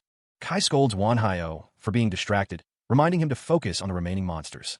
Despite the explosion, one of the lizard-like creatures manages to survive, albeit severely injured. The injured creature, barely clinging to life, expresses its disbelief at being outsmarted by what it considers mere prey. Though seemingly defeated, the dungeon monster's eyes glow with a menacing red light. Above the fallen monster, a massive skeletal dragon looms, its eyes glowing with the same malevolent energy. The skeletal dragon unleashes a torrent of necro breath, a wave of dark energy that surges forward. The necro breath rips through the air, the force of its passage creating visible distortions. The dungeon monster's voice echoes, defiant even in its weakened state. It scoffs at the notion of being defeated by such a weak blow. The monster commands its vestiges to gather, the remnants of its power coalescing around its broken form. The armored knight observes the melting corpses, a sense of unease washing over him. The dungeon explorer, Wanhyo, realizes the corpses aren't simply melting, they're being drawn somewhere. The vestiges surge towards the monster, drawn by an unseen force. The remnants of the corpses flow like liquid, converging on a single point. The dark energy intensifies, swirling around a central figure. The armored knight stares in disbelief at the emerging form, recognizing something impossible. The mass of red slime rise, its form unstable and grotesque. Nearby, new character dungeon explorer Wanhyo reflects on the rarity of monsters capable of assuming human form. He notes that this situation is unfolding as he anticipated. The slime monster is identified as a slime-type doppelganger. The armored knight stands tall, observing the incomplete doppelganger, the master of the den of paranoia, within this D-rank dungeon. The slime doppelganger declares its intention to devour its prey. Nidhogg warns against underestimating the doppelganger based on its appearance. The armored knight understands that a doppelganger is an unusual monster to find in a D-rank dungeon. The slime monster is commanded to die. The armored knight prepares to unleash an attack. New character Dungeon Explorer Wanhyo orders the knight to burn the monster down, preparing to use Necro Breath. The knight unleashes the Necro Breath attack on the slime monster. The slime monster's arm begins to change shape. The dungeon monster unleashes a torrent of dark energy, the force of the blast threatening to overwhelm the skeletal dragon. The horned woman, observing the battle from afar, scoffs at the display of power. She believes the attack is insignificant compared to her own strength. The monster's attack continues, but the skeletal dragon seems unfazed, enduring the onslaught with ease. The skeletal dragon descends further into the dungeon, its form casting a long shadow. Meanwhile, the dungeon explorer, new character Dungeon Explorer Wanhyo, notices that the doppelganger's vestiges are fusing with the bones of the skeletal dragon. The skeletal dragon plummets downwards, the sudden descent causing alarm. As the skeletal dragon falls, the knight calls out to Kessel, ordering him to take action. The skeletal warrior reassures the knight, stating that they are following his orders precisely. The skeletal warrior declares that they are ready to go, preparing for the next phase of the plan. The dungeon monster crashes into the ground, the impact creating a cloud of dust and debris. The force of the impact sends shockwaves through the surrounding area. The dungeon monster begins to stir amidst the rubble, its form shifting and reforming. The interior of the dungeon monster remains eerily silent. The armored knight wonders why there's no response from within the monster. He believes that at a time like this, the best thing to do is to remain calm. From above, the dungeon monster mocks the knight and the skeletal warrior, questioning their intentions with such a weak attack. Suddenly, the dungeon monster is struck by an unseen force, causing a violent explosion of blood. The armored knight is shocked by the sudden explosion, wondering why it happened so late. A paralyzing curse is cast. The caster of the curse is revealed to be the cloaked Kessel skeleton. Seeing their chance, the armored knight orders an attack on the golem. The dungeon monster is struck again, causing it to explode into pieces. The dungeon explorer, Wanhyo, is shocked by the explosion. Wanhyo notices something exploded. The vestiges of the explosion are heading towards them, leaving the dungeon explorer in shock. The dungeon explorer, surrounded by the strange, pulsating red masses, watches as they splatter onto the ground. Straining, the dungeon explorer with the sword and shield grunts as he faces one of the blobs. He struggles to comprehend their nature. Nearby, the cloaked skeleton, channeling energy through its staff, urges everyone to combine their strength to destroy the creatures. The dungeon explorer in the yellow jacket looks on with concern. The cloaked skeleton reveals the nature of the blobs. They're the doppelganger's clones. The blobs begin to shift and contort, their forms changing into crude, humanoid shapes. The dungeon explorer in the green camouflage jacket is dwarfed by their size. The cloaked skeleton warns that they must be destroyed before they combine into one. From behind the bars, a voice booms out, commanding them to charge. A figure, clad in blue, answers the call, rushing forward with a sword raised high. Another figure, larger and more imposing, follows close behind, its movements swift and deadly. The monstrous bull roars, its body glowing with an ominous red light as it prepares to attack. The impact of the bull's attack sends shockwaves through the dungeon. The bull's massive form slams into the dungeon explorer, sending him flying backward with a pained cry. The monstrous bull declares that he will turn the foolish humans into his food. Another voice cries out, calling for Jinho as the bull's attack continues to devastate the area. The dungeon explorer, new character Dungeon Explorer Wanhyo, screams in agony as the bull's attack overwhelms him. A bone spear hurtles through the air, aimed at an unseen target. The bone spear strikes, creating a vortex of energy as it impacts its target. The bone spear, launched with deadly accuracy, hurtles towards its target. Meanwhile, the dungeon explorer, new character Dungeon Explorer Wanhyo, orders his allies to retreat with the wounded, declaring he will handle the rest. The dungeon monster roars, vowing not to let anyone survive unscathed. The red monsters echo the sentiment, their cries of kill and violate filling the air. The dungeon explorer, new character Dungeon Explorer Wanhyo, stands his ground in the temple, surrounded by the menacing red creatures. The dungeon explorer, new character Dungeon Explorer Wanhyo, calls upon his power, preparing to raise a skeleton knight for the battle ahead. A hulking skeleton knight rises, its purple eyes glowing with menacing intent.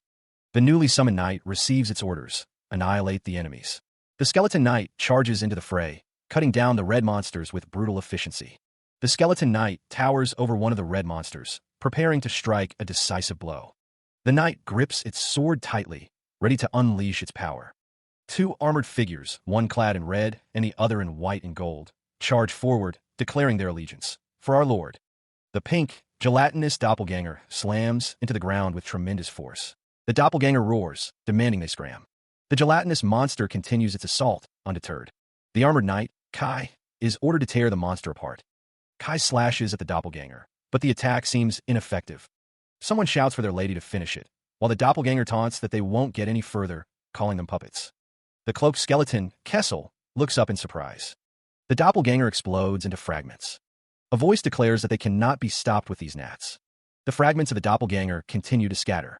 Sung Jinwoo realizes that the fragments are stronger than his skeletons, even though they destroyed the dungeon to disperse the doppelganger's mana. The cloaked skeleton declares that this is his win.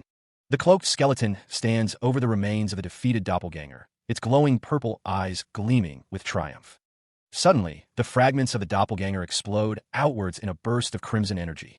The force of the explosion sends the fragments scattering in all directions, a chaotic spray of crimson. The cloaked skeleton is knocked back by the blast, stumbling slightly as the fragments rain down around him. The fragments coalesce into smaller, grotesque versions of the original doppelganger, their forms still unstable and oozing.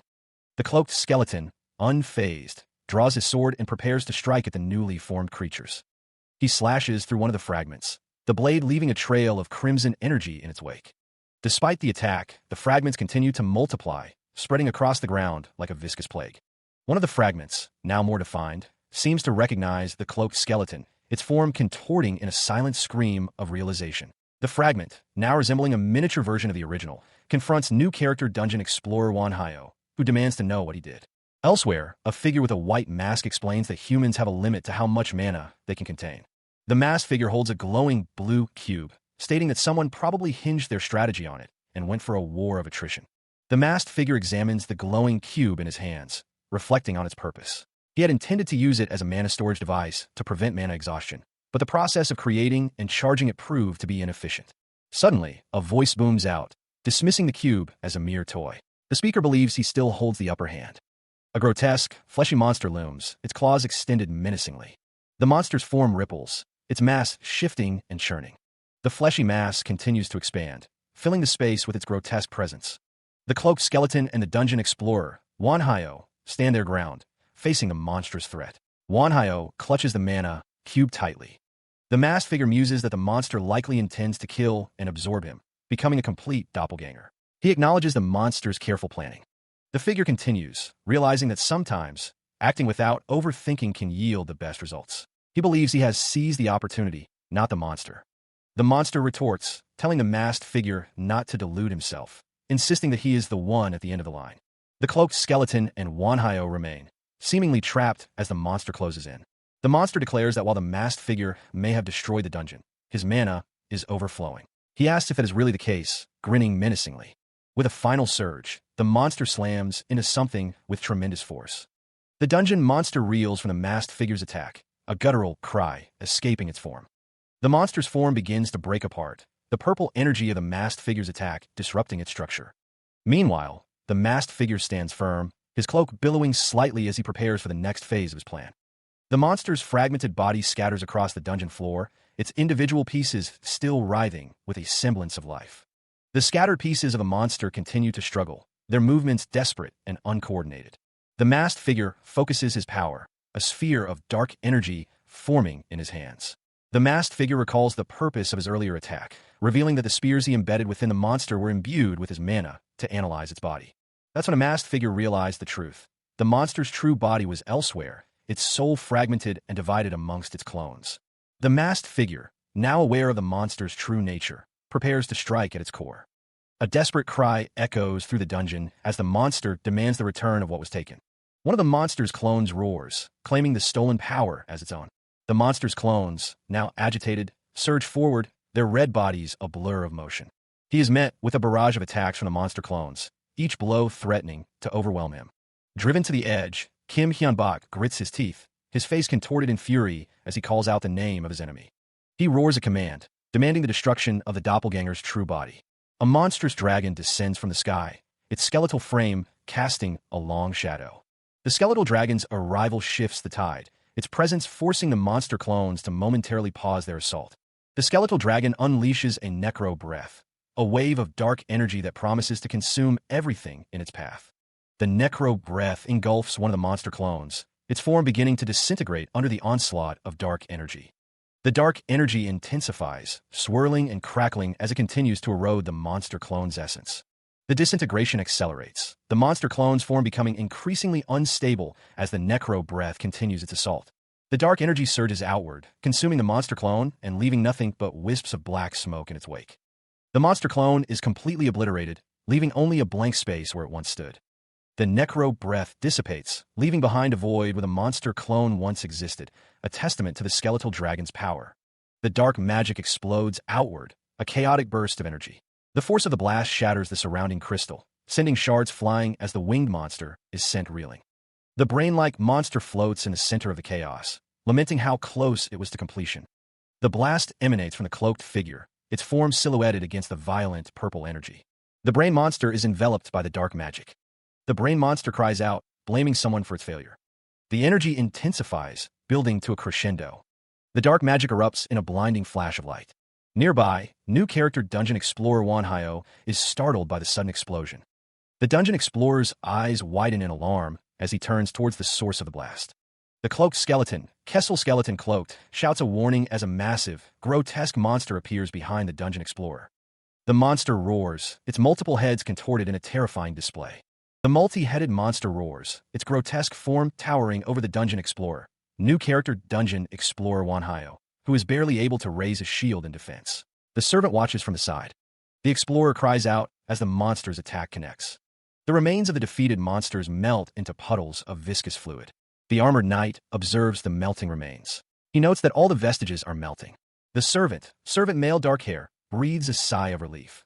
The armored knight armored, stands tall, his presence imposing. The servant stands beside him. The masked figure, Kessel, sits on the ground, exhausted. He realizes that the battle was a war of attrition, and he almost ran out of mana. The armored knight tells Kessel that it is not completely over yet, and that they must destroy the gunk that remains. The servant smiles, thinking that they have something to do. The armored knight pats the servant on the shoulder, telling him good work. The armored knight tells Kessel that he did nicely once again, master. Kessel thanks the armored knight. The armored knight grips the sword tightly, a voice echoing, urging everyone to maintain their focus and complete the task at hand. The successful raid on the D-rank dungeon, Den of Paranoia, is now complete 5 days after Kim Hyunbok began the dungeon raid. There are 745 days left until raid failure, with 245 out of 300 current participants. 3 days after completing the D-rank dungeon raid, Sung Jin-woo found himself restless. He thought to himself that he didn't want to do anything. That might be because he had already experienced the crisis of death that isn't present in real life, and emotions like the happiness that comes after surviving. He considered going for a walk, or something, but quickly dismissed the idea. No, he couldn't waste his precious free time. He couldn't sleep, wasn't hungry, and his interest in the novels and manhwas he always read had waned. Suddenly, Kessel Skeleton, one of his summons, appeared, requesting something. Jin-woo asked what was going on. The skeleton requested to go out, explaining that he had agreed to get together with his gaming friends. The protagonist scoffed, asking if it wasn't a waste of time for a skeleton to use his free time like that. The skeleton pleaded with him to help him out somehow. Sung Jin-woo observed that the doppelganger's fragment was changing as he wished. He found it fascinating that his expression was really... Kessel explained that it was connected to his mind through mana, but it only reached his face and shoulders. He asked if Jin-woo couldn't make it his whole body. Jin-woo told him to be reasonable, stating that it was already amazing that he had managed this much. Kessel Skeleton, still working on the doppelganger fragment, accidentally rips the ear off of Chris Skeleton, who cries out in pain. Chris Skeleton, despite the pain, praises Kessel for his work. Kessel explains that he only remodeled the doppelganger's fragment, giving himself less credit. The skeleton in the cloak laughs, and Chris Skeleton agrees that he is awesome, prompting Kessel to gratefully accept their praise. Chris Skeleton suggests that eating dinner at the meeting might not be a good idea, given the circumstances. Kessel assures them that the doppelganger's fragment will take care of the food they eat. He explains that there will be a limit to how much they can ingest, but the important thing is that they might even be able to perceive taste. Chris Skeleton is excited by the prospect of tasting alcohol, questioning if it is really true. The skeleton with glasses suggests that it would be best to mass-produce this. Kessel promises to assist with all his might. Sung Jin-woo asks Chris if he has already seen the money in this. Sung Jin-woo is seen off by Kessel and Chris, who tell him to come back safely and not get into any fights, while another man in a coat looks on jealously. He assured them that he wouldn't cause any trouble, but that was when they realized something shocking. the Kessel skeleton, having tasted the doppelganger fragment, now burped, announcing his return home to his master, much to Sung Jinwoo's surprise. The timer on Jinwoo's phone showed how much time he had left. As long as his familiars like Kessel or Kai didn't leave the house, wouldn't consume free time. The protagonist soon came up with a certain trick. If his free time didn't end, he wouldn't be allotted a new dungeon. That meant he could take advantage of this to not go into the dungeon. And for outside matters, Jinwoo could use the doppelganger's fragments. The protagonist decided to have his familiars handle things instead. A new page appeared on the dungeon site, the mercenary system. Seeing as a system like this has been added, the dungeon raids must not be going as well as expected. One of the skeletons remarked that mercenary was a word he'd missed. He thought it would be better for them to raid dungeons as mercenaries rather than be allotted a new dungeon and clear it. He then asked what his lord thought. The protagonist thought so, too. The mercenary system was a new function added to the dungeon site. Dungeon explorers who have less than 2/3 of their dungeon raid time left can make a request. Dungeon explorers, in their free time, can use this system to accept requests and lend their help. The rewards of the person who requested the mercenary and the rewards given with the dungeon clear are given to the mercenary. By the same token, the mercenary also receives the free time given after the dungeon is cleared. However, such a mercenary system is only favorable for guilds or skilled dungeon explorers. Jinwoo wondered why they added this mercenary system. The cloaked skeleton believes the increasing mana density is due to the mana seeping out from dungeons and spreading throughout the world. The cloaked skeleton asks what the difference is between the mana density inside and outside of dungeons. The servant replies that there's still a fairly big difference. The cloaked skeleton continues, noting that the mana density is increasing faster than the speed at which they and other dungeon explorers are growing. The cloaked skeleton predicts that in 1 year, or maybe even sooner, the mana density in dungeons and the real world will be the same. The skeleton with glasses understands, stating that they are trying to clear as many dungeons as possible and push the growth of the existing skilled explorers in preparation for that, because this world will change entirely. The skeleton with glasses confirms the information, and the servant agrees. The servant worries about the changes that will occur in real life if dungeon monsters were to appear in the real world, and he and the other dungeon explorers would.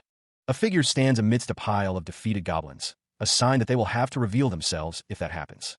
More than anything, the servant fears the catastrophe demon dragon, Gloria.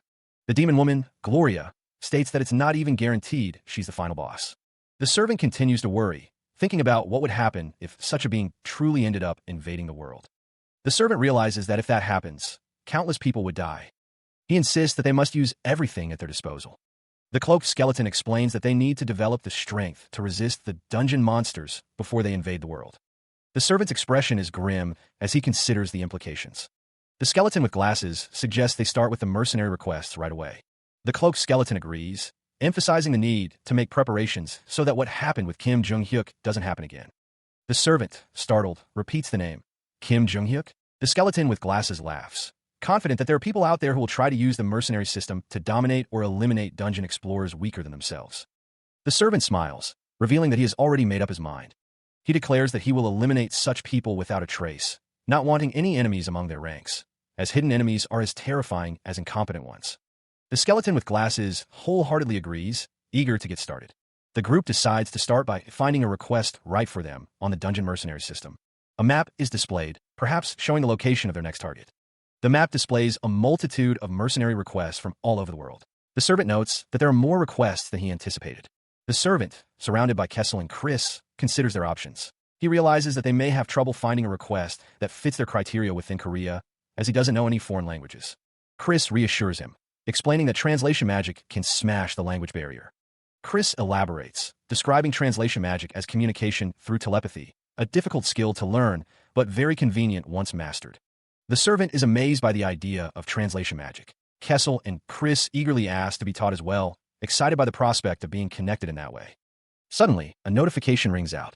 Chris decides to design an item bestowed with translation magic, calling it a business item. Chris begins writing, then tells the servant that he will leave the decision to him. Kessel suggests that since things have turned out this way, they should take a request that will let them rake it in. The servant considers this, thinking that money is good and all, but the servant suggests that if they can't decide, they should take the request with small compensation, as he felt the desperation in the request. Kessel agrees, noting that it does look like they're in a pinch. Chris chimes in, saying that they happen to need slime cores, so he'd like to receive an F-rank dungeon request, Master. The servant notes that somehow, Chris and Kessel are on the same page. Since they got plenty of money for now, he decides it'd be best to take the request that Kai picked out.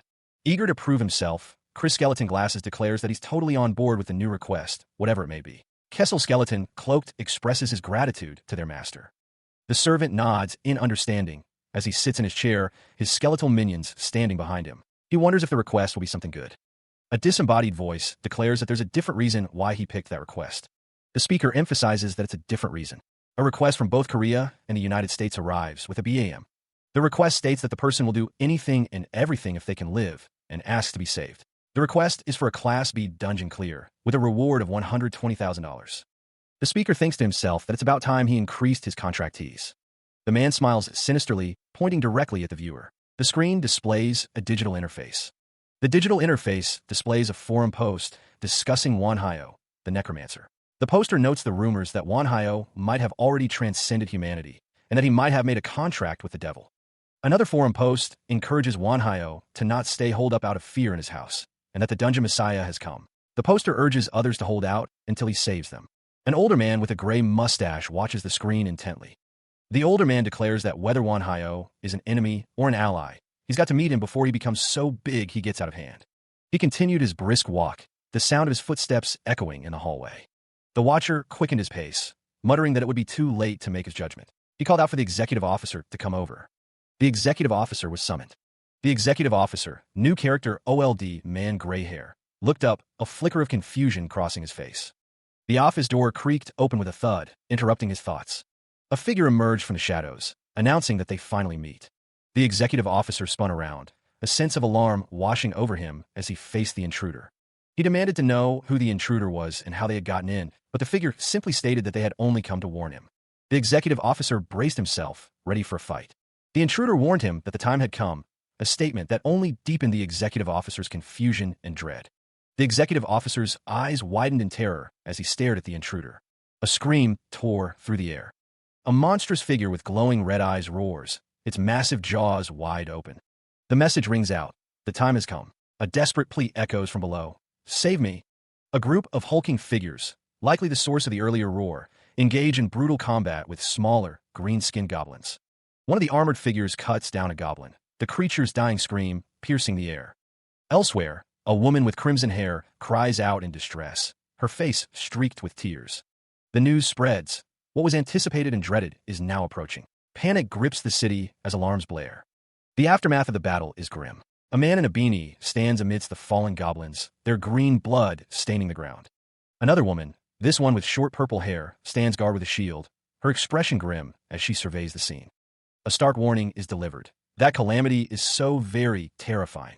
The order rings out. Block the entrance. A horde of goblins surges forward, their crude weapons raised.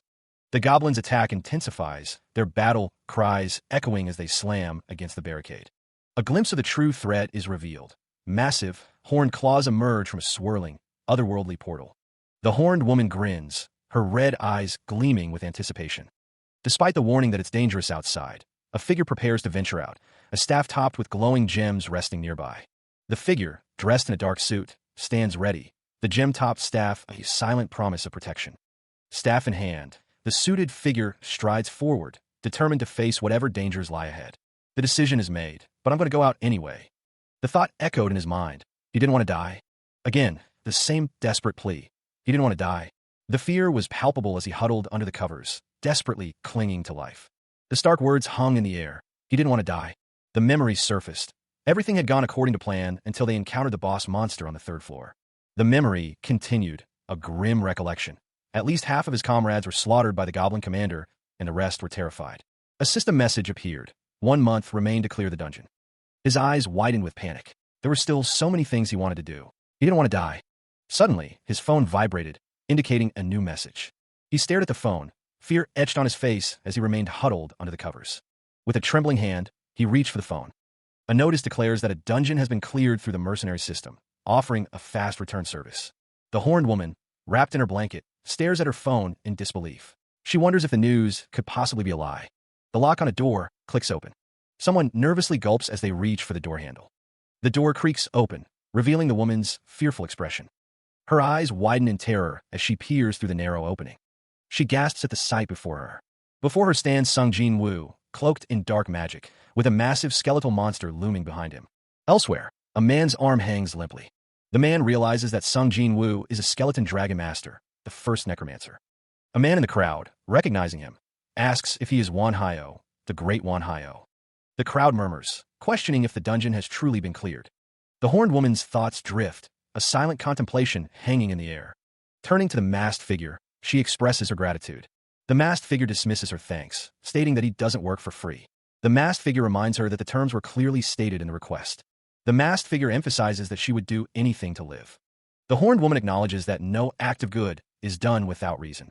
She asks the masked figure what she can do for him. The masked figure presents a contract. The masked figure holds out the contract, awaiting her decision.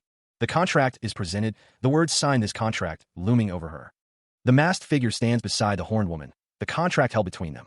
Kim Mi-jin's signature seals the agreement. The masked figure observes that she is quite daring, having signed the contract without even checking the terms. The horned woman, Kim Mi-jin, replies that she did check. The terms state that her soul becomes the masked figure's property, a fact that cannot be revealed to anyone. The contract also stipulates that the horned woman cannot disclose the terms by any means, including text or spoken speech, and that 5% of her monthly profits will be sent to the masked figure. The masked figure points out that the contract is unilaterally disadvantageous for her, and yet she signed it. Kim Mi-jin smiles, stating that in the end, it doesn't change her decision, and she doesn't. The masked figure notes that she is quick on the uptake. In exchange for all of this, Kim Mi-jin asks that the masked figure please give her strength. She pleads with the masked figure to make her strong, promising to do anything for them and for her survival. A close-up of the masked figure's eye reveals a cold, calculating gaze. Kim Mi-jin thinks that this is a once-in-a-lifetime opportunity. Tears well in her eyes as she realizes this is the kind of opportunity to literally change one's life. The horned woman's masked companion explains that because she has a talent for magic, he will give her the chance to become strong. The armored figure continues, stating that he is the kind of person who deeply cherishes what's his. The masked figure receives an affirmative response from the woman with red hair. Elsewhere, Kim Hyun-bak sits at his desk, a document displaying Kim Mi-jin's stats lying before him. The dungeon explorer sits with his arms crossed, contemplating the information. He reflects that there wasn't anyone with much talent other than her. The document shows that Kim Mi-jin's stats in magic, calculation, and photographic memory are all at a C level. He thinks to himself that he was lucky. The man also realizes that she has a high aptitude for necromancy-related curse magic, and that she'll lead the others, making her a good addition to his forces. Suddenly, Chris Skeleton Glasses and Kessel Skeleton Cloaked announce their return from training the new recruits. The dungeon explorer asks how the close combat explorers are doing. He is told that everyone is following their instructions to act. The man thinks that the training environment is also very good, since dungeons don't disappear even after they're cleared as long as at least one person remains in them, leaving them with a perfect training hall. The dungeon explorer is startled by the sudden appearance of Kessel Skeleton Cloaked, who is standing right behind him. The photo of Kim Mi-jin sits on a desk, prompting Kim Hyun-bak to muse if she is an investment. Elsewhere, a voice expresses gratitude to Wan Hyo. Kim Mi-jin stands with her hands clasped, a knowing smile playing on her lips. The masked figure recalls giving Kim Mi-jin a necromancy magic tome and the spell card production method on the last day of training. From within the dungeon, Kim Mi-jin declares that she will definitely survive. The perspective shifts to the feet of the dungeon explorers, as one of them hopes to meet again. Kim Mi-jin's face is shown in close-up as she thinks that they will become her hands and feet. Kim Hyun-bak thinks of the dungeon explorers as his supporters. The dungeon explorers stand together, unaware of their impending fate. A voice proposes that they start gearing up to clear a real dungeon. The skeleton, Chris, makes it clear that they won't just play around in low-level places. Kim Hyun-bak acknowledges the warning, promising to keep it in mind. Chris states that this time he can. The skeleton minion reveals that he has already compiled a list of requests. Kim Hyun-bak examines the list, noting that it requests magic users of at least the 3/3 circle. The list specifies the need for recruiting 5 people, and the compensation is described as generous. The details of the compensation are revealed. In addition to the basic rewards, they will unconditionally give 5 mana crystals of the lowest grade and 5% of all materials dropped by monsters within the dungeon. The list also claims they will add compensations depending on the degree of their contribution during the raid, leading Kim Hyun-bak to wonder if it isn't too generous. Chris voices his suspicion that the request was written to come in contact with skilled mages. Kim Hyun-bak agrees, surmising that the request is likely to bring them into their own group. The protagonist decides to go with this request, but he plans to fully prepare for the dungeoning. Chris agrees, addressing Kim Hyun-bak as Master. He then wonders aloud if it's a guild request and what the guild's name is. The masked Kim Hyun-bak and Kessel are fighting against armored knights, who are revealed to be part of a huge guild that ranks among the top 10 in the US. The masked hunter stands ready, Kessel at his side. A knight unleashes a torrent of fire, forcing Kim Hyun-bak to act. He commands Tia to absorb the incoming attack. A surge of red energy erupts around the masked hunter as he prepares to utilize Tia's power. The red energy slams into the knight, the force of the impact causing a visible distortion. The knight is sent flying backward, engulfed in the crimson energy. The absorbed energy coalesces, ready to be unleashed. Kessel wonders if the doppelganger feels unpleasant, but the masked hunter dismisses the concern. The hunter clarifies that it feels good because it's warm, hinting at the true nature of the absorbed fragment. He corrects Kessel, stating that the fragment isn't that, but Tia. Having secured Tia, Kim Hyunbok's servant urges him to hurry, lest they arrive late. He agrees, and the group moves forward. The masked figure, accompanied by his skeletal servant, continues deeper into the cavernous dungeon.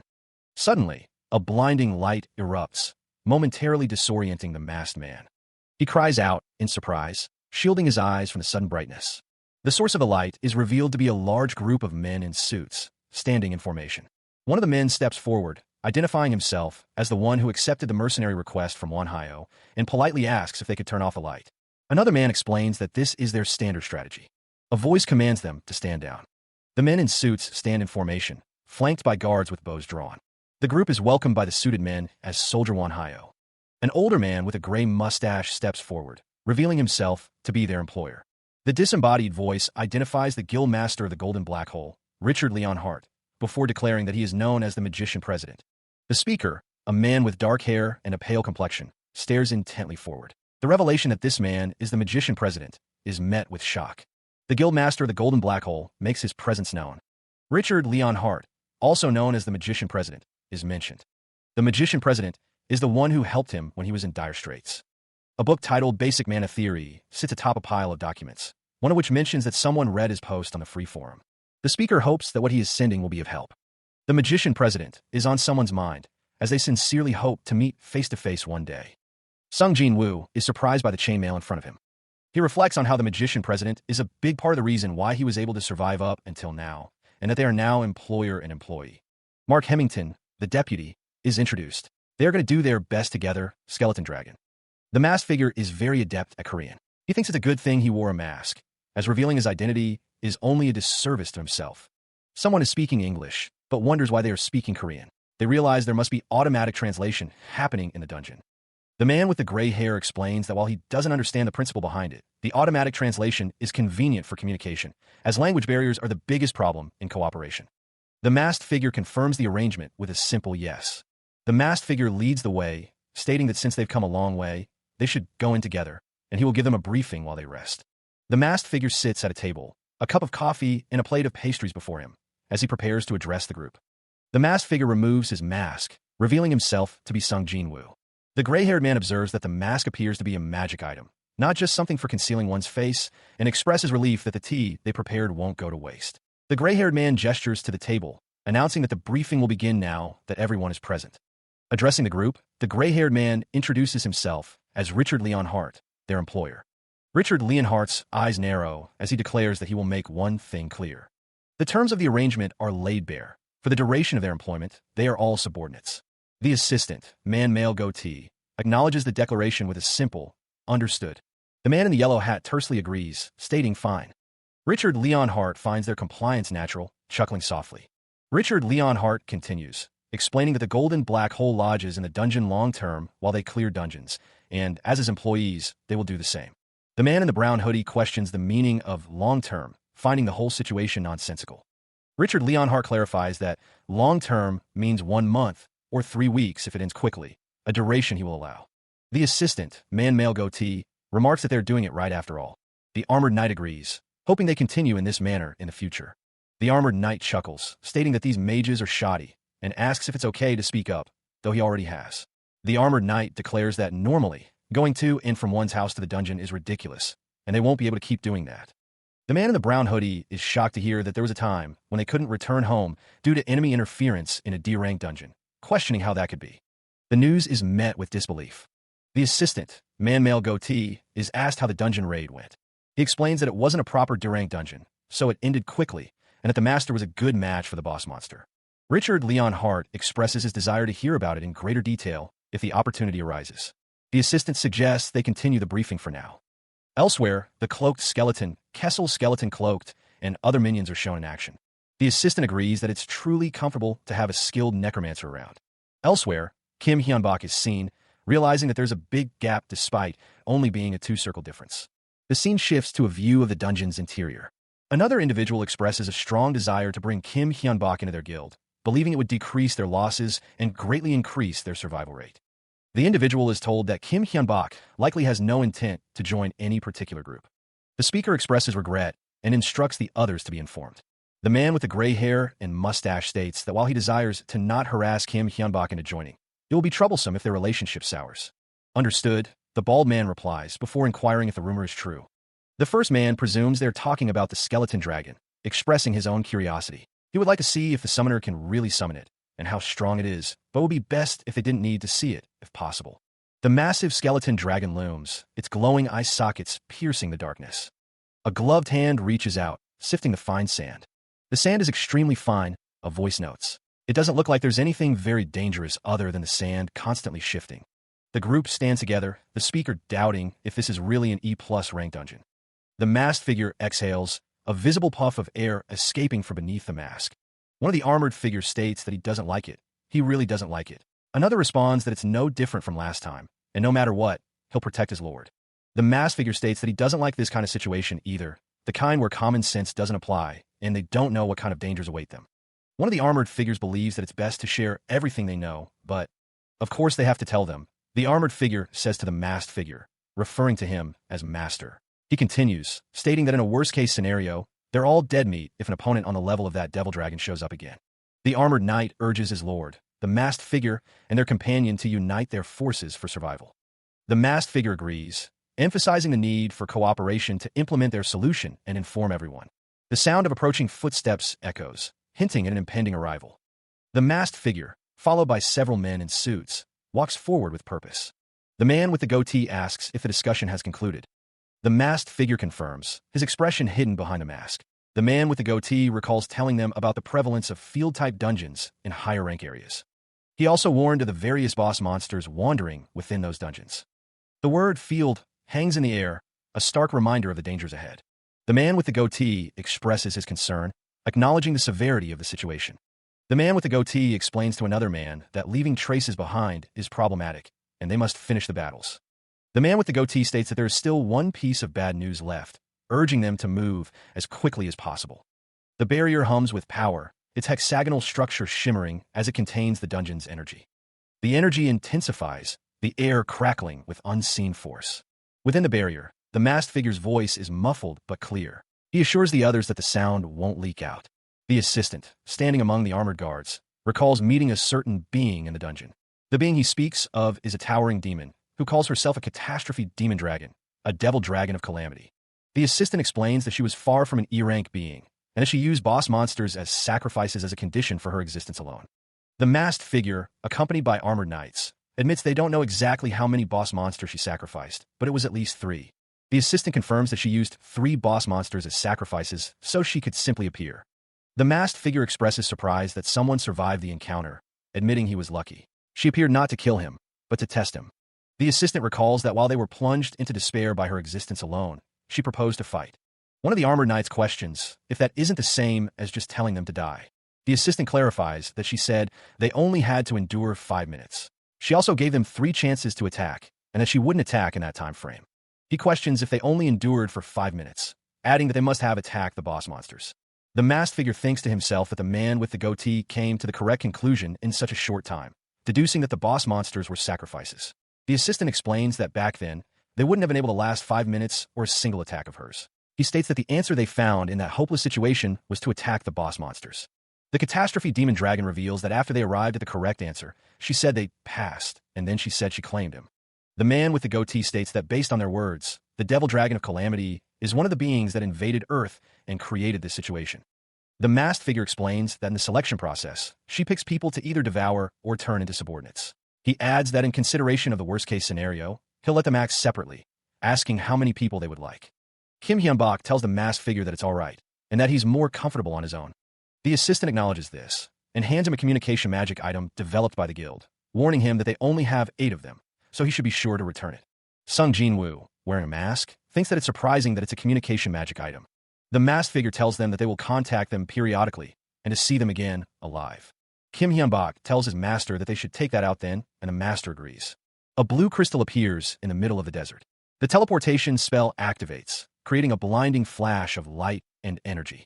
Emerging from the light, the masked figure instructs Kessel to drive. Meanwhile, an armored figure confidently declares that he will take care of something.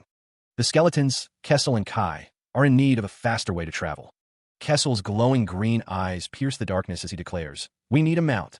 Back at the table, the masked figure questions Kessel's sudden obsession with finding a mount. Kessel explains that too much time is wasted getting around the dungeon. The skeleton, Kai, agrees with Kessel's statement. The masked figure considers the idea, realizing that keeping Nidhogg around consumes too much mana. The masked figure orders Kessel to hit the gas. Kai is shocked by the masked figure's lack of chivalry or sense. Kai questions the masked figure's actions.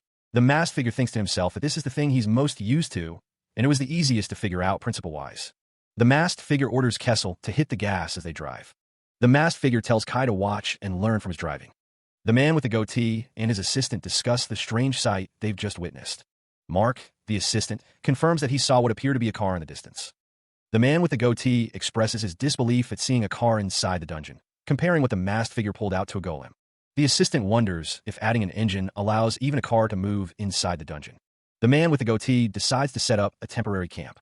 The camera pans out, showing the camp being set up in the middle of the desert dungeon.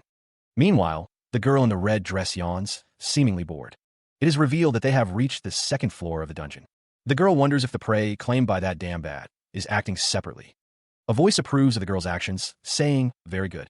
The car speeds through the desert, kicking up sand as it goes. The vehicle continues its journey, the occupants seemingly unaware of the strangeness of their situation. Inside the car, the occupants express their unease. The situation is indeed weird, and someone has a bad feeling about it. The car continues its relentless trek through the seemingly endless desert. The driver wonders aloud if they've been driving for about 30 minutes. The masked figure in the back seat speaks up, remarking on the lack of monster attacks. It's an observation that hangs heavy in the air. The man in the front seat, his face partially obscured, decides to stop for now, sensing that something is amiss. He fiddles with a device on his wrist, but it emits only static, failing to provide the information he seeks. The man concludes that the device isn't working properly and decides to head back, addressing the skeleton in the back seat. Chris Skeleton Glasses acknowledges the order, confirming that he understands the change of plans. The car turns around, retracing its path through the desolate landscape. The vehicle speeds across the desert, kicking up sand as it travels. Inside, the occupants remain unaware of the magical trap closing in around them. Inside the vehicle, one of the occupants confirms that they are indeed headed in the right direction, oblivious to the impending danger. The assistant, man male goatee, reveals that he checked their course with magic, just in case. He admits that he has a feeling something is here that they don't want to know about. With a distinct kerchunk sound, the vehicle comes to an abrupt halt in the middle of the desert. The assistant, man male goatee, steps out to investigate. The masked figure asks if they would like to hear the good news first, his tone suggesting the presence of bad news as well. The masked figure then asks if they would prefer to hear the bad news instead.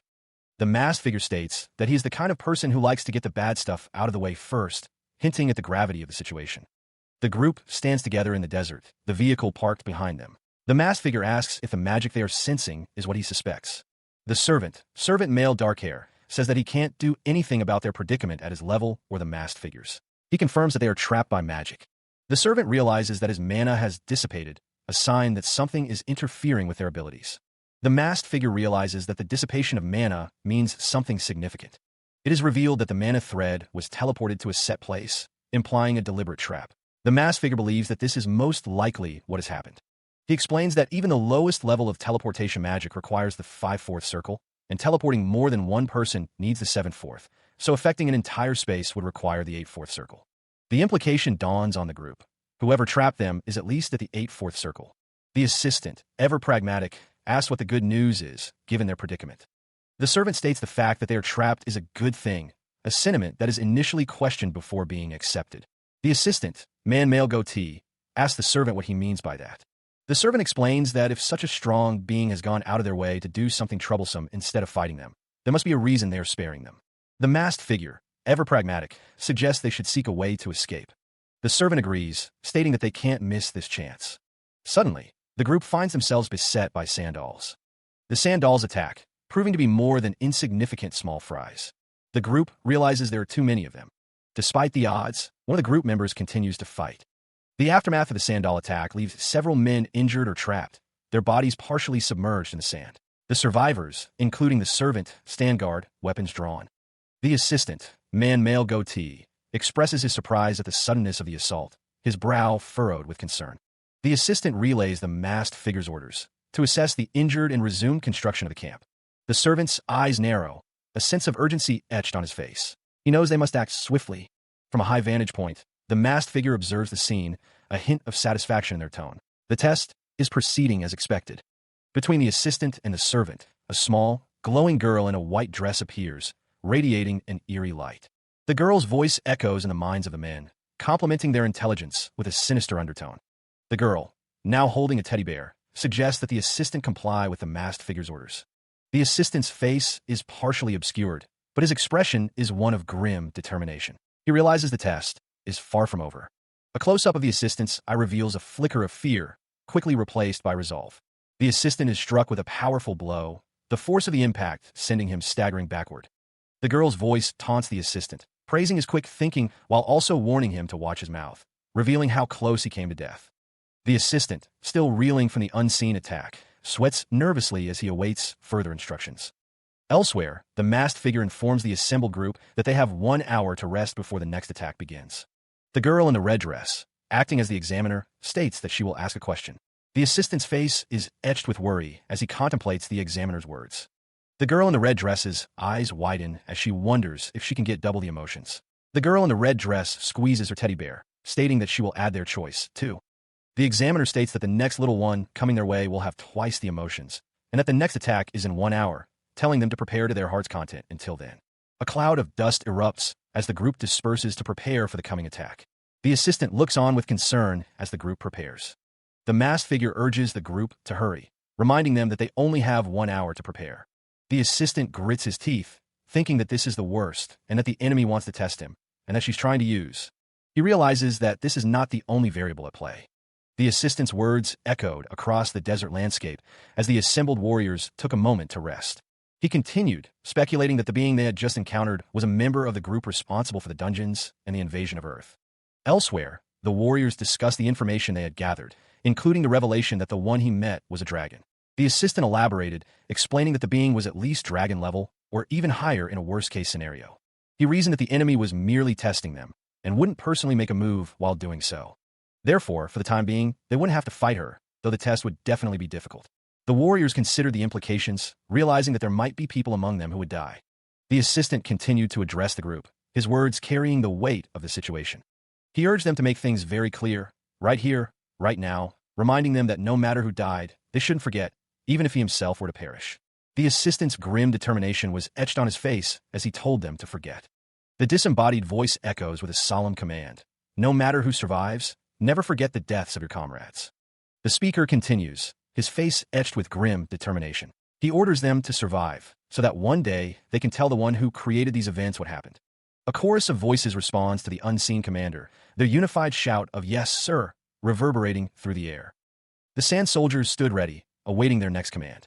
The ranks of the sand soldiers stood firm, an army of automatons awaiting orders. The sand soldiers, fueled by an unknown power, fought with a single-minded determination: survive. The second battle concluded with another victory for the sand soldiers. Thanks to their thorough preparations, the sand soldiers emerged from the second battle without a single wound. As soon as the battle ended, the girl appeared again, her expression unreadable as she asked another question. The girl, clutching her teddy bear, posed a question: quantity, quality, or emotion? Which of the three do you want doubled? When Richard answered with yet another different choice, equipment, the girl smiled, seemingly pleased with his response. He stated that he would double the equipment on the sand soldiers and that the battle would be in 2 hours. 2 hours later, the third battle began, the clash of weapons echoing across the battlefield. Thanks to repairing the base and resting properly during the break, they won without any wounded. For the fourth, fifth, and sixth time as well, he continued to state different choices. She stands small against the backdrop of the arena, the only splash of color in the monochrome landscape. Meanwhile, the observers note that the rest time is also doubling, wondering if the girl in the arena is adjusting the difficulty. Despite his best efforts, Richard could no longer come up with any new choices after the 18th time. In the end, they fought 20 battles. Battles, just like the girl in the red dress wanted. The armored knight falls to the ground, defeated once again. The observers note that the equipment and movements of the sand soldiers are getting stronger and stronger. Their regeneration is also improving, and even their emotions are becoming more vicious. The girl claps her hands together, seemingly pleased with the outcome. It's the 24th time, so she asks if they want to maintain the break time again. Richard chooses to decrease their personnel. He states that he wants to have their numbers, asking if it's possible to send half of them back. The soldiers react with shock to the request. The girl considers what to do, then decides she will spare half of them. She, the girl in the red dress, watches with glowing eyes, declaring that the remaining soldiers will choose who gets to leave. A flash of light erupts, and a message appears. The next battle will be in 21 days and 8 hours. The guild master declares that he will stay behind, ordering Mark to go back. Another soldier protests, calling out to the guild master. He insists that he must stay, as he is the one in charge. The guild master's foot is shown rushing forward, as he tells the deputy to go back, insisting that even if he dies, the guild can survive. The guild master pats the other man's shoulder, revealing that he has measures in place in case he dies. The guild master tells the other man that the rest is in his hands. The other man understands. The guild master apologizes to everyone else, but says that they will. The remaining soldiers decide to settle who stays behind by drawing lots. The guild master insists he will stay behind because he is the oldest. Another soldier says that the guild master should leave because his kid was just born. The guild master tells the others that they worked hard and should head back. Another soldier insists that he will make it out alive, too.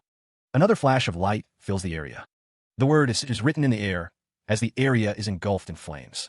As the area behind him is engulfed in flames, the man in the suit instructs someone named Mark to take care of the rest. The guild master, despite the dire situation, maintains a facade of optimism, stating that their chances of survival are not zero. However, beads of sweat trickle down his face, betraying the anxiety he attempts to conceal. That was the last conversation they had before Mark exited the dungeon, leaving the guild master behind. The remaining soldiers, numbering 62, watch as the guild master ventures off alone. The guild master explains that they secured healing and medical supplies while the gate was open, intending to use them for the remaining time. Footsteps echo as the guild master makes his way through the desolate landscape. Two soldiers call out to the guild master, questioning where he is going on his own, pointing out the danger. He dismisses their concerns, claiming there aren't any monsters.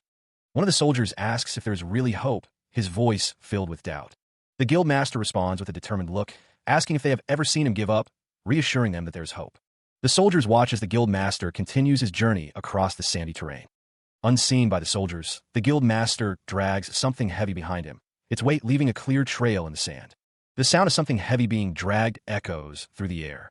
Two armored figures stand before a vast landscape. One comments that finding their objective took a long time, while the other finds it fascinating. The armored figure's boots come to a halt, the word Yindi ominously displayed. The guild master orders his subordinates to set up the mana crystal bombs they brought. Explosions erupt in the distance, the sound of boom reverberating. The explosions intensify, engulfing three figures in a fiery inferno. The scene cuts to a close-up as the guild master's companion questions why they didn't bring the mana crystal bombs. The guild master's companion questions if the bombs are meant to be used in battle. A voice declares that the explosions are necessary for their survival, though it's just a guess. The guild master grimly states that they will have a hard time making it through the explosions as they are now. The guild master's companion reveals that he picked hope, which was small but definitely there, to save at least half of them. The guild master agrees, suggesting they go back, believing they've tried everything they can. The world fades to black as the mana crystal bombs are about to detonate. The assistant, along with the other soldiers, huddle together, bracing for the inevitable. One of the soldiers trembles, but the guild master's assistant steels himself, knowing the battle will soon begin. Another soldier, visibly shaken, repeats the words he was told to say. With a forced smile, the soldiers offer their final words. I'm sorry, and thank you. The assistant and the soldiers sit and wait, bracing themselves for the end. As the mana crystal bombs are about to explode, the armored knights prepare to attack. The knights' eyes glow red as they prepare to strike. The knights charge forward, their leader shouting, all forces attack. A desperate command echoes. Struggle until the very end to survive. The soldiers charge forward, weapons raised, ready to meet the knights' assault. The mana crystal bombs detonate, engulfing the area in a cataclysmic explosion. The mana crystal bombs detonate in a series of violent explosions. The knights, amplified emotions and all, scream in agony as the blast engulfs them. The doubled emotions are proving to be a painful experience. The explosion continues to spread, consuming everything in its path. The guildmaster's assistant, man male goatee, visibly gulps, wondering if doubling the knight's emotions was a mistake. The assistant and his companions watch as the knights are engulfed in the explosion. They realize that they couldn't even cut down a third of them. The armored knights, though battered, continue their advance. Despite the explosions, the knights press forward, their armor scorched but intact. The knights, undeterred, raise their spears, preparing for another attack. The spears rain down, piercing the ground with deadly force. The ground is now a field of spears, each strike carrying immense power. The guildmaster's assistant, realizing the situation is dire, shouts for a retreat. Another figure, obscured from view, orders the commencement of Phase 2, indicating a shift in strategy. The disembodied voice echoes with a chilling familiarity, singling out new character dungeon explorer Wanhyo by name. Is you Wanhyo? The sound of explosions echoes. The explosions intensify, engulfing the area in a fiery inferno. The force of the blast sends debris flying. Amidst the chaos, a group of figures presses forward, their determination unwavering. They are told not to stop. One of the figures, revealed to be a masked assailant, lunges forward, sword raised, declaring that his enemy will die. The masked assailant acknowledges the numerical disadvantage, but remains undeterred. The masked assailant believes his guild members are more skilled than their enemies. A close-up reveals the masked assailant's face, obscured by a gas mask, his eyes gleaming with resolve. The masked assailant plans to inflict as much damage as possible before abandoning the base, then quickly charging through. The masked assailant is splattered with blood, his eyes wide with a mix of shock and determination. Though wounded, the masked figure grits his teeth, pushing through the pain. Driven by a desperate need to reach his target, the man in the gas mask shouts out the name of his comrade, Thomas. The man in the gas mask urges the guild master to press on, his voice strained. A final, grateful thought echoes as a body falls heavily to the ground. The man in the gas mask, splattered with blood, utters a final word. Another man in a gas mask, fueled by rage, declares his intent to kill those who wronged him. With a final, bloody message of gratitude to the guildmaster, one of the men in gas masks falls defeated. Amidst the carnage, a dying man's last wish is for someone to care for his cat, Eddie. An axe-wielding figure leaps towards the man in the gas mask. The beeping of a bomb intensifies as the man in the gas mask stands defiantly. A massive explosion engulfs the area. The explosion continues to rage, consuming everything in its path. The gas mask man's grimace is visible through the lens of his mask. Driven by desperation, he shouts a command. They must survive. The air crackles with an ominous energy. Below, the armored knights stand ready, their numbers vast. The knights advance, their footsteps echoing across the battlefield. One of the armored figures expresses that this is too much, questioning if they want to kill them that badly. The armored figures laugh, their voices echoing with a chilling glee. A man with a goatee, seemingly their commander, states that they can't go on like this. A disembodied voice warns that if they keep going like this, everyone will die because of them. A girl in a red dress descends the steps, the armored figures watching her every move. The commander is told that he made the best choice as a commander. The girl in the red dress smiles, stating that while he is a good commander who cares for his subordinates, he is not a commander who wins. The girl in the red dress states the obvious, her eyes wide and intense as she speaks of knowing the way to win. She continues, declaring that a commander must be cold-hearted, mechanical, and inhuman.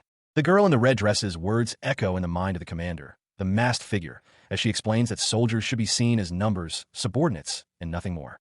The commander, the masked figure, his eyes wide with a dawning horror, realizes that the only result left is death. The girl in the red dress's words resonate with the reality of the battlefield, where soldiers, subordinates, end up dying. The commander, the masked figure, realizes that he has made the worst decision.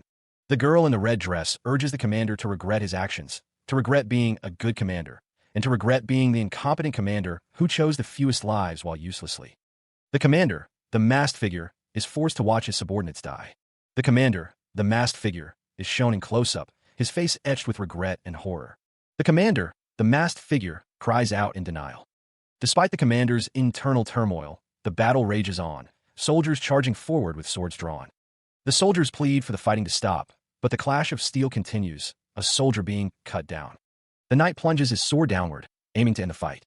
The soldier, impaled, can only shout in defiance as his life ebbs away. With a final, wet crunch, the soldier is defeated. His last words are a plea for vengeance. The masked figure, watching the scene unfold, offers to teach a valuable lesson: leadership. A voice echoes, promising power. The red eye of the masked figure glows, a sign of the power he possesses.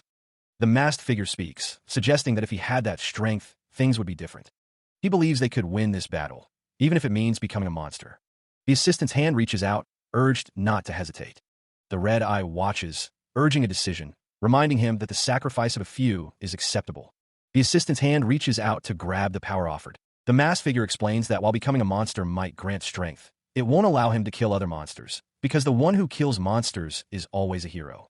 A surge of purple energy erupts, consuming the skeletal remains of fallen foes. The dark energy swirls and intensifies, a visual testament to the growing power. The ground trembles as something massive approaches, each footstep a thunderous echo. The assistant, surrounded by armored soldiers and the masked figure, stands ready to face whatever comes next. The soldiers brace themselves, their faces grim as they anticipate the coming battle. The assistant, his brow furrowed, is asked how much he overheard. The assistant recalls the monster's words, how it ridiculed and tempted him from the very beginning. Elsewhere, a horned demon smirks, revealing that someone despises the monster and that she was able to get help because of it. The assistant is told that they might be able to get through this with his help, but there's no guarantee that the same will hold true going forward. The assistant reflects on the need for strength, especially when one has much to protect, but realizes that strength doesn't necessarily have to be one person's alone. The soldiers agree, stating that it doesn't necessarily have to be one person's strength alone. The assistant is reminded that humans live in groups because they're weak and that he's smart, so he should realize it. In order to prevent the same thing from happening again, they absolutely need power. The force of the blow sends Glenn reeling backward. Glenn, recovering from the hit, remarks that he understands what's happening, but insists that the assistant needs to be struck as well. The assistant retorts that he has already been hit. Another man steps forward, declaring it's his turn. He strikes the assistant, who seems surprised by the attack. Now it's the assistant's turn to be struck. He remains silent as he receives the blow, his face already bruised. The man who struck Glenn earlier urges them to stay human, stating they're following their human guildmaster and not a monster. The group stands before a swirling vortex of purple energy, vowing not to become monsters but to grow stronger. The assistant apologizes and thanks them as he is enveloped by the purple energy. The group is seen from above as the purple energy surrounds them. Elsewhere, Sung Jinwoo glances in their direction. A knight reports to his master that the others have been taken care of, confirming their return. The masked figure acknowledges the report, stating that the rest is just cleanup. The masked figure agrees, noting that it's a different method from Richard and his guildmates. The masked figure reflects on having teammates who are more trustworthy than anyone else, as a scene of battle unfolds in the background. A blinding flash erupts as the assembled group stands their ground. The blonde girl's face contorts in rage. It was almost done. Her anger intensifies as she declares that it failed because of someone. The girl in the red dress accuses someone of daring to claim prey from a lizard. A blinding flash erupts as the group advances. The blonde woman clicks her tongue, frustrated. TCH, it was almost all done. Her anger intensifies, the woman's face contorted with rage. It failed because of you.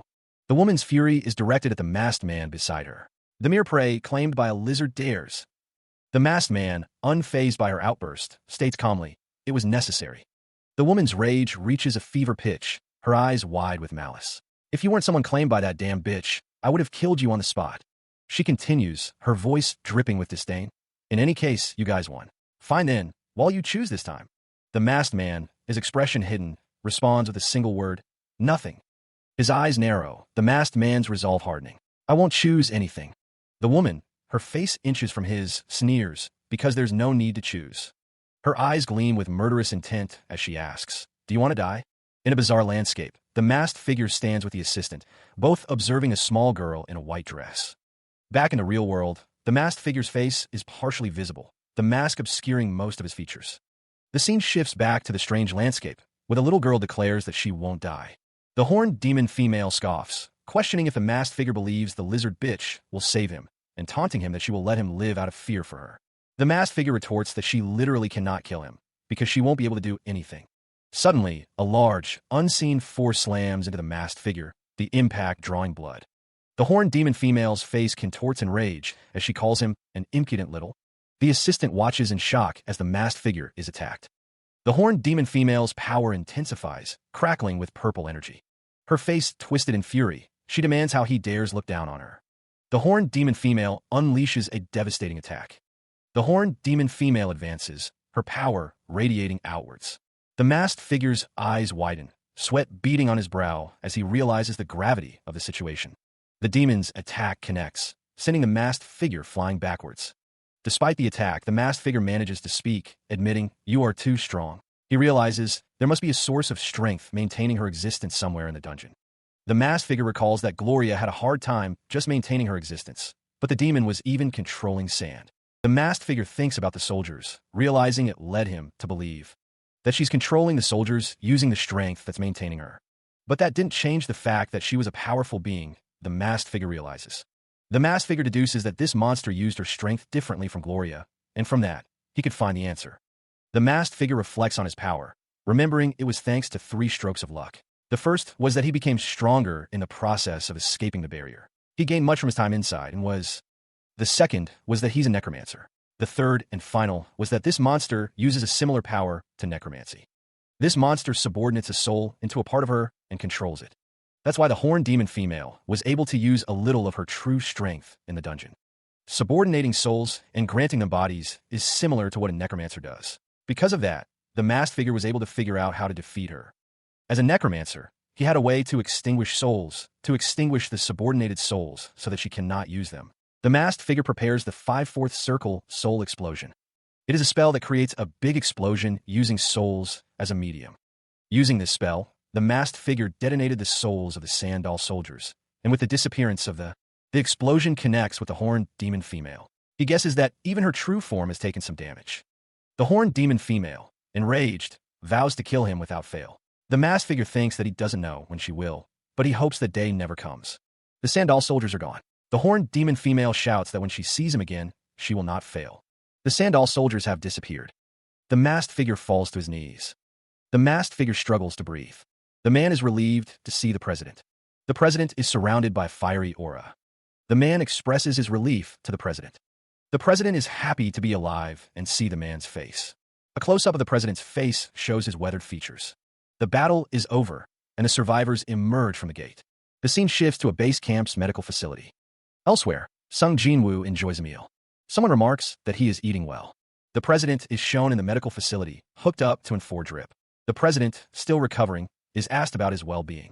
He admits that every part of him aches, but he's glad to be alive, especially now that the dungeon has disappeared. Sung Jin-woo listens intently, his expression thoughtful. The assistant suggests that the president could travel by plane or take another commission, assuring him that he will be flawlessly rewarded and taken care of. The assistant extends an invitation to the president to join their guild, confident that it's the best in the U.S. Sung Jin-woo expresses his gratitude for the offer, but declines, stating his intention to form his own guild if he ever decides to join a group. The assistant anticipated this response, then proposes that Jin-woo move to the U.S. Jin-woo thanks him for the suggestion, but declines, stating he doesn't intend on leaving Korea at the moment. He admits that he mostly just can't bear to leave behind the things he's achieved. The assistant suggests a rain check on that idea, then mentions he wanted to say something else first, but is distracted by the president's condition. The president, acknowledging the lateness of the hour, thanks Jin-woo, stating that they were able to survive thanks to him. He smiles, assuring someone off-panel that he will repay their favor. Sung Jin-woo states that he'll hold the person to it, requesting extra compensation, as he has done more than what was originally requested. A skull-like creature observes Jin-woo, thinking he's a pretty decent guy.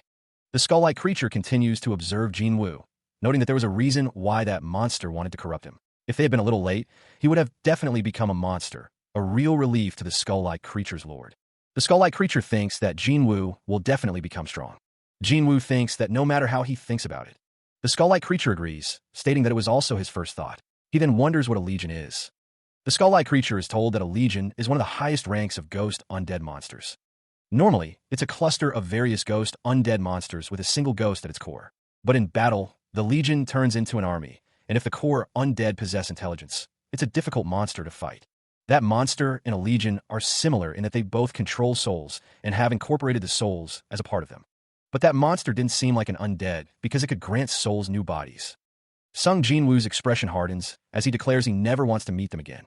The skeletal minion, along with his companions, echoes the sentiment with a resounding ditto.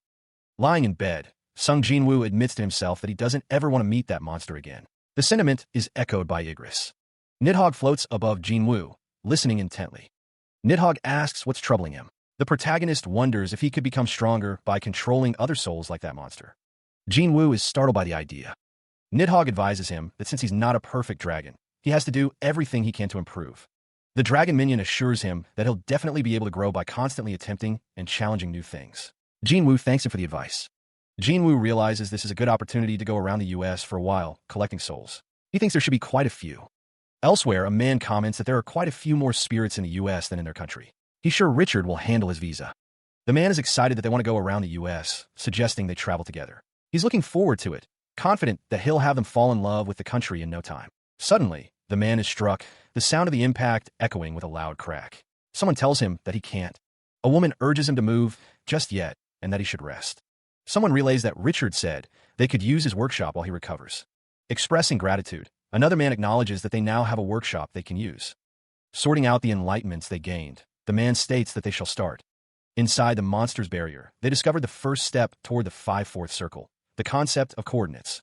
The 1/1 circle is point, and the 5/4 circle is coordinates. It can be said to differ depending on the magician's interpretation. The concept had come full circle to the very beginning.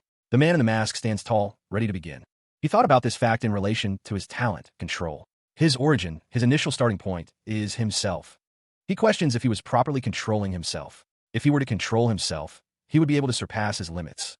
He was certain that this was the correct method for him, so he focused his mind in order to control himself. His body didn't do as it was told, so he came within an inch of his life a few times, but he surpassed the wall that was himself. He had reached the 5/4 circle, but he couldn't escape the barrier. It was right then that the horned demon female appeared, grinning menacingly. The demon female states that the unlucky one has gone and caused a mess again. She says she'll tell him how to get out, so get in that unlucky one's way.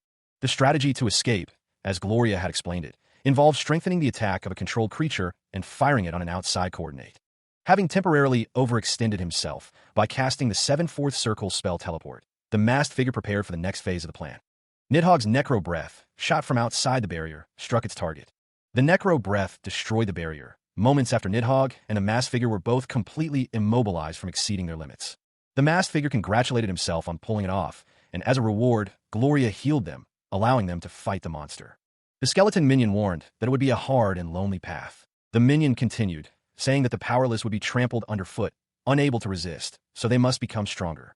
Sung Jin-woo agreed, realizing that if he couldn't get stronger, he'd just get killed. Gloria screamed in terror. The horned demon female remarked that the way Gloria looked right now was just perfect, like an insect struggling, and Gloria, enraged, accused the demon of breaking the rules and asked if she thought she'd just let this slide. The horned demon female smirks, explaining that she simply rewarded the kid she acclaimed because he accomplished something she didn't think he could. Gloria, now face to face with the consequences of her actions, can only muster a strangled cry of defiance. The demon continues, her voice laced with amusement and threat. She notes that Gloria has become quite gutsy, daring to call her a lizard. Looking down at the blonde, the demon female refers to her as an insect. The sound of Gloria flinching echoes through the air. The blonde, terrified, hears the demon say that she will let her live, only because she is in a good mood today. The demon female commands Gloria to know her place and crawl around like the bug she is.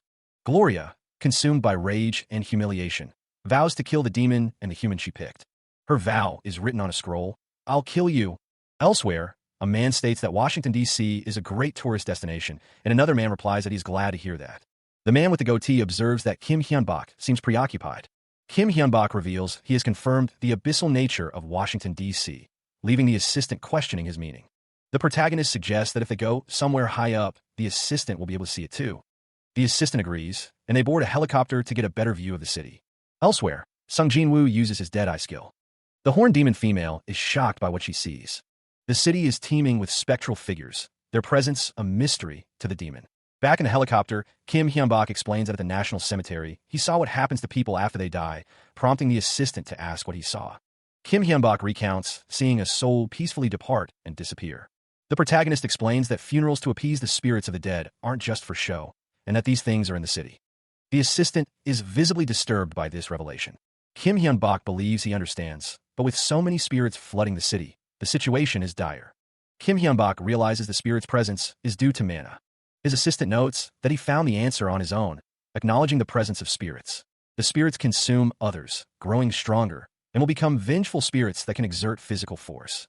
The assistant asks Kim Hyun-bak what he would do if he were in the president's position, dealing with undead monsters. The president finds the situation absolutely outrageous, especially since it's not even Halloween. The President of the United States reviews a document. The Vice President laughs, asking if they should be readying holy water and crosses, as he relays the information that the entire city's ghosts will attack the residents within a year. The Vice President suggests adding to the national defense budget, since the President decides he'll have to ask the exorcists to fly out. Suddenly, the President's office is filled with a bright light and the sound of crackling energy. He noticed something strange, questioning the anomaly. The President declared his intention to investigate the source of the disturbance. Driven by a sense of urgency, the president, Kim Hyun-bak, and his assistant moved to confront the unknown threat. A swirling vortex of spectral energy manifested, its eerie green and purple hues filling the room with an unsettling presence. The assistant stumbled backward, overwhelmed by the sight of the apparitions, exclaiming that they were ghosts. With a burst of speed, Kim Hyun-bak dashed forward, his determination unwavering in the face of the supernatural. The spectral figures lunged, their ethereal forms closing in as the assistant screamed in terror. The spectral energy surged, crackling with intense power as it hurtled toward its targets. The president and his team were caught off guard, the sudden appearance of the spirits leaving them momentarily speechless. A surge of crimson energy erupted, the figure within cursing as it materialized, a stark contrast to the previous green and purple. The assistant, now armed, opened fire on a newly arrived red specter, but the bullets seemed to pass right through it. The red specter absorbed the bullets, its form solidifying as it prepared to retaliate. The president recoiled in horror, shielding his face as the red specter's power intensified. The red specter's appearance has clearly taken the president by surprise. The assistant explains that the specter's attack was the reason he submitted his report to the president. The assistant elaborates, stating that this was a demonstration of what will happen to their country within a year. The president, visibly shaken, demands to know what just happened, addressing the Minister of National Defense. The Minister of National Defense, equally stunned, questions if this was all a demonstration. The assistant confirms that it was, indeed, a demonstration of what will happen to their country within a year. The Minister of National Defense asks who the two people are standing behind Richard Leonhardt. The assistant identifies the man as Richard Leonhardt, the guildmaster of a guild called the Golden Black Hole. The assistant continues, revealing that the masked figure is the person who implemented the demonstration.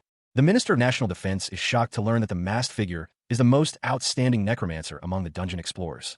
The masked figure observes that the influence of dungeons is growing larger and larger, and that they have already persuaded the other people in power, noting that the president and the minister are the last two. The masked figure warns that they should move quickly if they want to prepare for the calamity that may come within a year. The plan was set. To begin, they had prepared a town with a smaller population, and they had confirmed the existence of spirits there as well. The magicians and military were all in the right places, a relief to the speaker, who would be standing guard in the vicinity. Then the masked figure's plan would begin. The ritual would begin. The masked figure stood before a massive, skeletal dragon, energy crackling around them. Nidhogg would begin.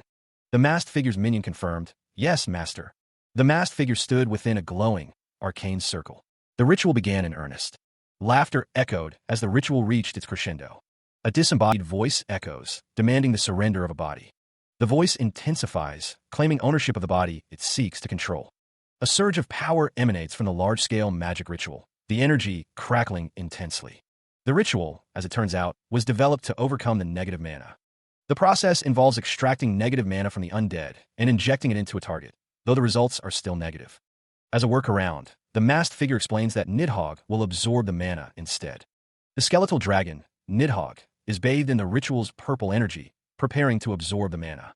Sung Jin-woo watches the ritual unfold, questioning if the masked figure is only concerned with quantity. Nidhogg's eye glows intensely as it focuses on properly absorbing the power, even though absorbing a lot is good too. Nidhogg acknowledges the command, indicating it understands the masked figure's instructions. The large-scale magic ritual continues to pulse with power, the energy crackling around its edges. The ritual's energy intensifies, swirling with a vibrant, otherworldly glow. A disembodied voice wonders if it's all over. The masked figure, standing before Nidhogg, inquires about the dragon's condition. Sung Jin-woo's eyes widen as he looks at his phone, clearly shocked by what he sees. The phone screen displays Nidhogg's stats, now listed as a skeleton dragon variant. The phone screen shows the words, "Is Nidhogg turning into a different race?" Nidhogg's red eye glows as he acknowledges his master.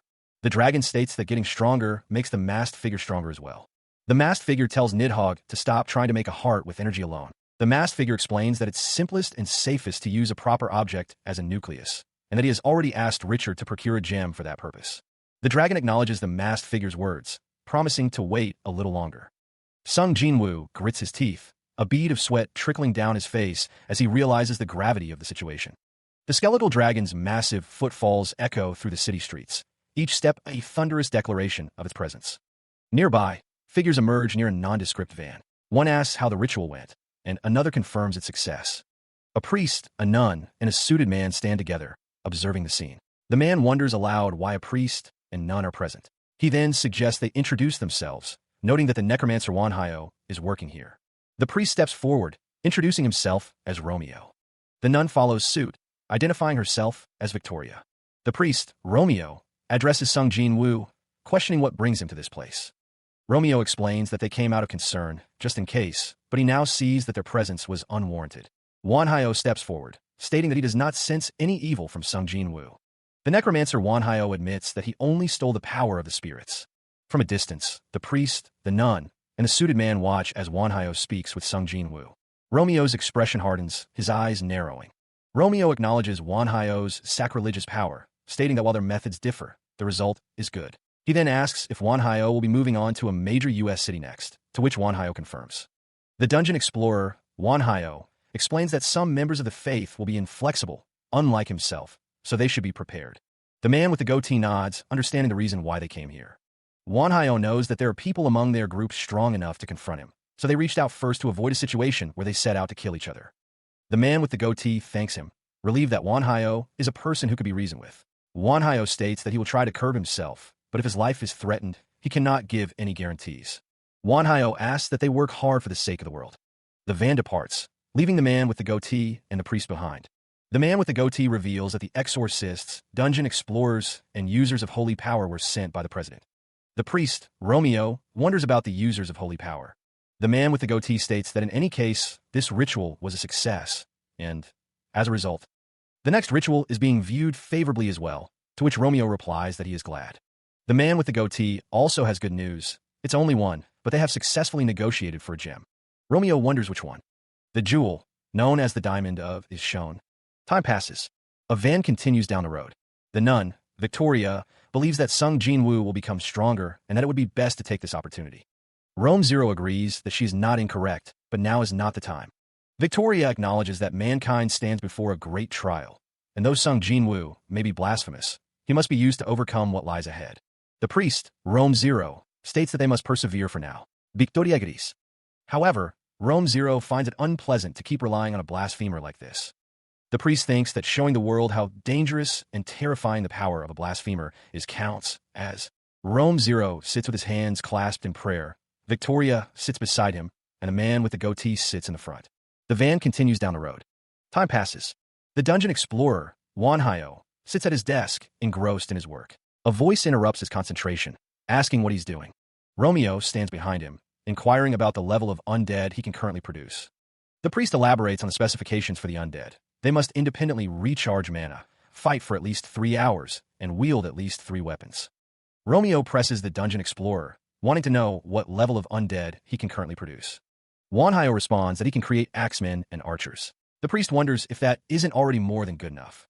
Romeo suggests that Won Hyo try studying computer or robot engineering as well, hinting at the possibility of creating even more advanced undead. The priest explains that computer and robot engineering have similar mechanisms to undead creation, such as body crafting and programming actions, and that it will definitely be of use. Won Hyo expresses his gratitude for the suggestion. Romeo tells him it's no problem, then asks if he's going to go take it. He examines a small, glowing purple gem. Meanwhile, the assistant smiles, telling someone to do well with the next ritual. Afterward, they carried out 2 more large-scale magic rituals, masking their true purpose. The masked figure stole the negative mana of at least 1,000 spirits to further Nidhogg's growth. The chosen city was Las Vegas, a place that held countless events every day, making it the perfect cover. They were able to masquerade the ritual as a national event, hiding their dark intentions in plain sight. The parade, advertised as Undead vs. Human, was set to begin at 6:30 p.m., drawing in unsuspecting crowds. Unaware of the impending danger, onlookers discussed the grand parade, enticed by the huge prize winnings. Suddenly, the sky filled with descending figures, a sign of the chaos to come. Parachutes deployed, carrying not only soldiers but also large containers, hinting at the military's involvement. A soldier urged everyone to arm themselves and move swiftly, signaling the start of their operation. The military promised to supply them with new weapons developed specifically for this operation. The commanding officer ordered his troops to shoot the enemies with the new weapons and capture them, revealing their objective. A figure stands atop a shipping container, arms raised as a blue light emanates from below. Surrounded by colleagues, the man in the center feels nothing as the blue light washes over them. From atop the container, a soldier explains that the weapon cannot harm the living. The soldier continues, instructing them to use it on the undead and rob them of their strength, and to return to the stronghold for a new one if the weapon's beam turns red. The more undead you catch, the better the weapon you'll be given. A screen displays the conflict, undead versus human. The soldier rallies his fellow humans to fight as paratroopers descend from the sky. A priest, a nun, and a knight stand ready for battle. From a high vantage point, a man with a staff remarks that they've made a spectacle of the operation, but with the scale of it, it can't be helped. An older man explains that they have to make people help out with a large-scale spell. The assistant nods in understanding as he is left to his own devices by the evil necromancer. The red dragon's wing beats powerfully, stirring up the air. The crowd below gasps in awe at the sight of the dragon. One of the onlookers comments on the expense of summoning such a creature, as the evil necromancer stands atop the red dragon. Another onlooker expresses their desire to ride the dragon. The dragon's scales ripple as it prepares to attack. The dragon unleashes a blast of energy, the force of which shakes the surrounding buildings. Meanwhile, the evil necromancer begins a ritual to block evil forces. The ritual unleashes a wave of chaotic energy, filled with grotesque figures. The dragon laughs maniacally, declaring that the humans will seize victory. The crowd below prepares to fight. The evil necromancer's ritual continues, the energy swirling around him and the figures he has summoned. He holds a glowing blade, ready for the next attack. The monstrous figure, desperate, cries out, demanding more power as it faces certain doom. A burst of energy explodes outward. The energy manifests in the city, a dark omen. Two soldiers stand guard, one commenting that they've downed 15 evil spirits and are likely to win. The flames of the ritual burn brighter, a sign that it is not yet complete. The man with the glowing blade faces his ally, boasting that his blades are made of wind. The other man, holding a blade of fire, retorts that his weapon broke again. Elsewhere, Kim Hyun-bak reflects that the event is not only a testing ground, but also the perfect practical test. A figure in a wide-brimmed hat observes the city, noting the ominous signs. The figure believes the event will wrap up before long, adding that everyone's getting tired. The man in the brown hoodie declares that it's time to end this. A swirling vortex of purple energy crackles ominously. The completed dragon, now resurrected, descends upon the city, its red wings casting long shadows as it cackles maniacally. From the shadows, the man in the brown hoodie sneers, dismissing the efforts of those below as foolish. He gloats, revealing that the power stolen from the spirits was used to complete his dead dragon. The hooded figure addresses the crowd, coldly informing them that they have reached the end of their usefulness. Fear grips one of the onlookers as the gravity of the situation dawns on him. A single, chilling word hangs in the air: die. The resurrected dragon looms, its form crackling with purple energy as it prepares to strike. Panic spreads through the city as people realize the impending doom. Another citizen's face contorts in terror as they witness the unfolding catastrophe. The dragon, perched above the city, declares that he differentiates between favors and grudges. The dragon announces that he will spare them all just this once, but warns that there will be no next time. The dragon, perched atop a building, anticipates the chaos he is about to unleash upon the world. Meanwhile, a figure in a wide-brimmed hat observes the unfolding events, satisfied that everything is proceeding as planned. The figure prepares to retreat, seemingly confident in the events that have been set in motion. Suddenly, the figure is struck by a powerful force, the impact causing a visible reaction. The attacker reveals himself to be a knight, accusing the figure of blasphemy. Surrounded by fellow knights, the lead knight questions how the cloaked figure thought they could remain hidden. The knight's armor bears the emblem of a cross and holy water, identifying him as a member of a religious order. The Roman Catholic Knights Templar are revealed to be involved. Elsewhere, a man expresses his shock and anger, revealing that the Roman Catholic Church had promised their cooperation. The man demands to know how the plan failed, but the priest with him claims ignorance. The priest insists that his actions are, to some extent, independent. The man questions the priest's claim of independence, his expression conveying suspicion. The situation took a turn for the worse, the urgency underscored by the blaring alarms. 4 helicopters and 7 tanks had gone AWOL, heading straight for the center, a fact relayed by the man with the goatee over his radio. The man with the goatee's brow furrowed with concern as he received the alarming news. The man with the goatee exclaimed in disbelief as he realized the scale of the betrayal. Below, the rogue helicopters and tanks sped through the city streets, their destination clear. The situation was indeed dire, as the cloaked figure knew there were fanatic proponents among the soldiers. The cloaked figure inquired if the person on the other end of the line could escape. The response came back grim. Escape wouldn't be easy with the helicopters and tanks in pursuit. The man with the goatee dismissed the threat of the helicopters and tanks, his tone suggesting a hidden advantage. Addressing all forces, the soldier in the foreground relayed the message that Judas sold out a superstar, instructing them to move according to plan and not attack the necromancer. Major General Hendrik began to apologize, explaining that he had remained silent in order to clean out the army's ranks. The soldier in the foreground was accused of intentionally allowing the events to unfold so he could round up the fanatics, a charge he confirmed with a simple yes. The assistant to Major General Hendrik relays information, stating that the fanatics' weapons have been under constant surveillance, suggesting minimal risk. Major General Hendrik, responding through a walkie-talkie, assures someone that they should be able to escape. Elsewhere, a voice considers the option of escape, but finds it lacking. The Red Dragon, Nidhogg, declares his intent to stand his ground. The masked figure, receiving a transmission, expresses surprise at Nidhogg's decision, then resolves to alter the script. A massive red dragon, dwarfing the surrounding buildings, declares that these humans are not gods in their imperfection. The dragon adds that humans are weak, so they try to become stronger. The wizard states that those methods may be different, but they have one thing in common. The people using them take responsibility for their words and actions. The armored knight questions the wizard's group, accusing them of using God as a shield. The wizard, his expression grim, urges them to always remember, heedless of the fact that others may be sacrificed.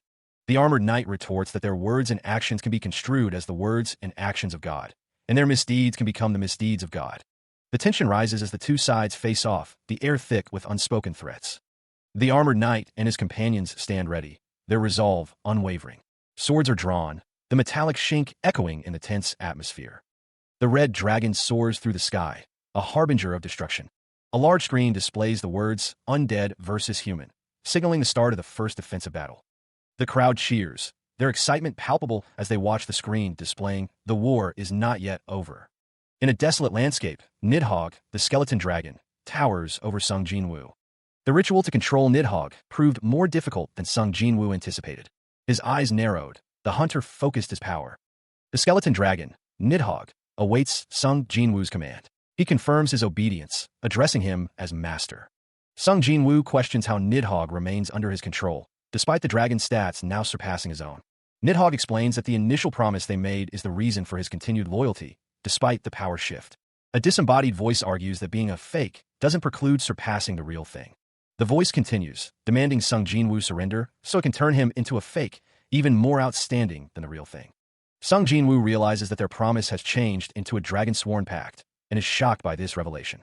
Nidhogg declares that, as per the pact, he must become a fake more valuable than the real thing and serve his master, Sung Jinwoo. The disembodied voice of Nidhogg echoes, declaring that his master must transform him into a fake more valuable than the real thing. To be exact, the master in question, Sung Jinwoo, has become a Dragon Master. A Dragon Master, as the text explains, holds absolute command over a dragon sworn into a pact. However, Nidhogg reflects that he was always a controlled being, so nothing has changed. Turning his head, Sung Jinwoo seems surprised by this revelation. The armored knight speculates that their promises might become pacts like Nidhogg's. The knight wonders aloud if he will become a death warrior, a death battler, or perhaps a champion. But the armored knight cautions against such assumptions. The cloaked figure assures the knight that he is his lord's vassal, and that they shouldn't get ahead of themselves. Sung Jinwoo, holding his staff, is called a lucky guy. The armored knight states that his strength grows with his masters, after all, and the cloaked figure agrees that the master really gets it. The group decides to hurry back to the city, eager to enjoy the city of pleasure. The news reported that the second event wrapped up successfully 45 days after the first. Chris, Kessel, and Kai absorbed a significant amount of negative mana. The three formed new nuclei, with Chris using a lunar rock, Kessel a ruby, and Kai a sapphire. After evolving, their stats increased. Kai, the Death Knight, stood ready. Kessel, the Death Warrior, leveled up. Kai, the Death Knight, also leveled up. Along with an explosive increase in stats, the three of them became variants like Nidhogg. Kim Hyunbok, too, achieved impressive growth. Kim Hyunbok's stats increased. Afterward, they cleared E and Frank dungeons in their spare time as mercenaries, and once they successfully finished the third event, they went to the airport. Someone asked if he really had to go back. He was told that he had adjusted quite a lot to life there. He responded that it was unfortunate, but his base was in Korea. He knew what he had to do. Kim Hyunbok had to return. At the airport, the masked figure assured him that they were prepared to accept him at any time. Hyunbok promised to remember their support, thanking them for everything. The plane soared through the sky, carrying him back to Korea. The sign for Korea International Airport came into view. The knight armored noted that even the air felt different here. Hyunbok looked around, a sense of anticipation washing over him. A man with red hair greeted him enthusiastically, calling out, "Mr. Kessel, hee bingo." Another man, this one with blue hair, asked if this was their first time seeing them with these appearances, calling out to Mr. Kai. The knight armored confirmed that this wasn't a disguise, explaining that they had gotten stronger while they were in the U.S. The blue-haired man explained that they could now take human forms. His companion urged him to stay on their way, addressing him as master. The red-haired man presented Hyunbok with a token of gratitude from the director, Mr. Kim. The gift included a charm and a letter addressed to Kim Hyunbok. He held the charm, a gift imbued with the power of Lord Schwanwoo. The voice echoed, explaining that the charm was made thanks to him, and it was only right that Kim Hyunbok be the one to use it. He was urged to put to good use. The dungeon explorer considered the implications of such a gift. Even after returning to base, his work hadn't changed much. Training, research, and dungeon clearing were still the mainstays of Kim Hyunbok's routine, with charm research added to the pile. Before his move, he had seen charms as nothing more than Oriental scrolls. But the director's charm was completely different for what he thought. This slip of paper no bigger than an A4 sheet harbored the power of a deity himself, Schwanwoo. The amount of negative mana imbued within exceeded the limits of his control. Back at the office, the armored knight suggested that they should kidnap him. The masked figure informed him that their master had a guest, asking if it was Kong Hyami. The armored knight realized that it was the person they were saying they wanted to kidnap. The sound of footsteps echoes in a room as two skeletal figures stand guard behind the seated man. The man with blonde hair is being assessed. He appears younger and thinner than expected, and his mana signature is surprisingly weak. The blonde man, growing impatient, asks if they have finished examining him. The man with dark hair confirms that he is indeed the director. The director reveals that he is also the administration director and the one who made the talisman the dark-haired man received. The director questions the dark-haired man's bravery, asking if he is unaware of how terrifying a magician can be. The skeleton, one glowing blue, eye piercing the silence, states that he is very aware, having faced magicians several times, calling them seriously crazy folks, and questions why the director is looking at him while saying that. The skeleton clears his throat, explaining that magicians are already a pain, but the recent abundance of mana has made them even worse, clarifying that he's referring to the magicians of this world, not dungeon explorers. The dark-haired man realizes that there are magicians in this world as well. The director notes that the dark-haired man already seemed to know, explaining that there was always mana on Earth after all. The director elaborates that even when the mana was weak, magicians adapted to their environment and developed the study of magic. He sits, listening intently to the terms of the deal being offered. The magician promises to provide all the materials that once belonged to the magicians he has killed. He offers this as an advance payment for his commission, a gesture that seems unnecessary to the other party. The director, Kim Hyunbok, finds himself in a magically fortified stronghold, flanked by skeletal guardians. The magician notes that he is being kind, as other magicians would have gone straight for the kill. The magician states that he will answer in turn by giving his junior a special lesson. The director is shocked by the magician's words, as the skeletal guardians prepare to attack. Kim Hyunbok realizes he is unable to move, wondering if the magician made preparations before entering his domain. The director curses himself for letting down his guard, realizing that this place was the magician's base all along. The magician's skeletal guards stand ready, awaiting his command. The magician asks if he can smoke a cigarette, stating that he does mind, as this is a family-friendly household. The magician reiterates that the advance payment will be the materials of the magicians. Trapped within the magician's domain, he acknowledges the terms of their agreement. The magician, confident in his plan, promises a reward for success, a valuable piece of land. The magician elaborates, promising a territory far superior to their current location. He reveals a communication talisman, hinting at its purpose within the magician's scheme. The magician waves goodbye, stating that they will be in contact later. With a sharp click, the door closes, leaving the skeleton soldiers alone. One of the skeletons laments that they were outmaneuvered, never anticipating the magician would target the entire property. He suggests they should have prepared defenses against outside interference.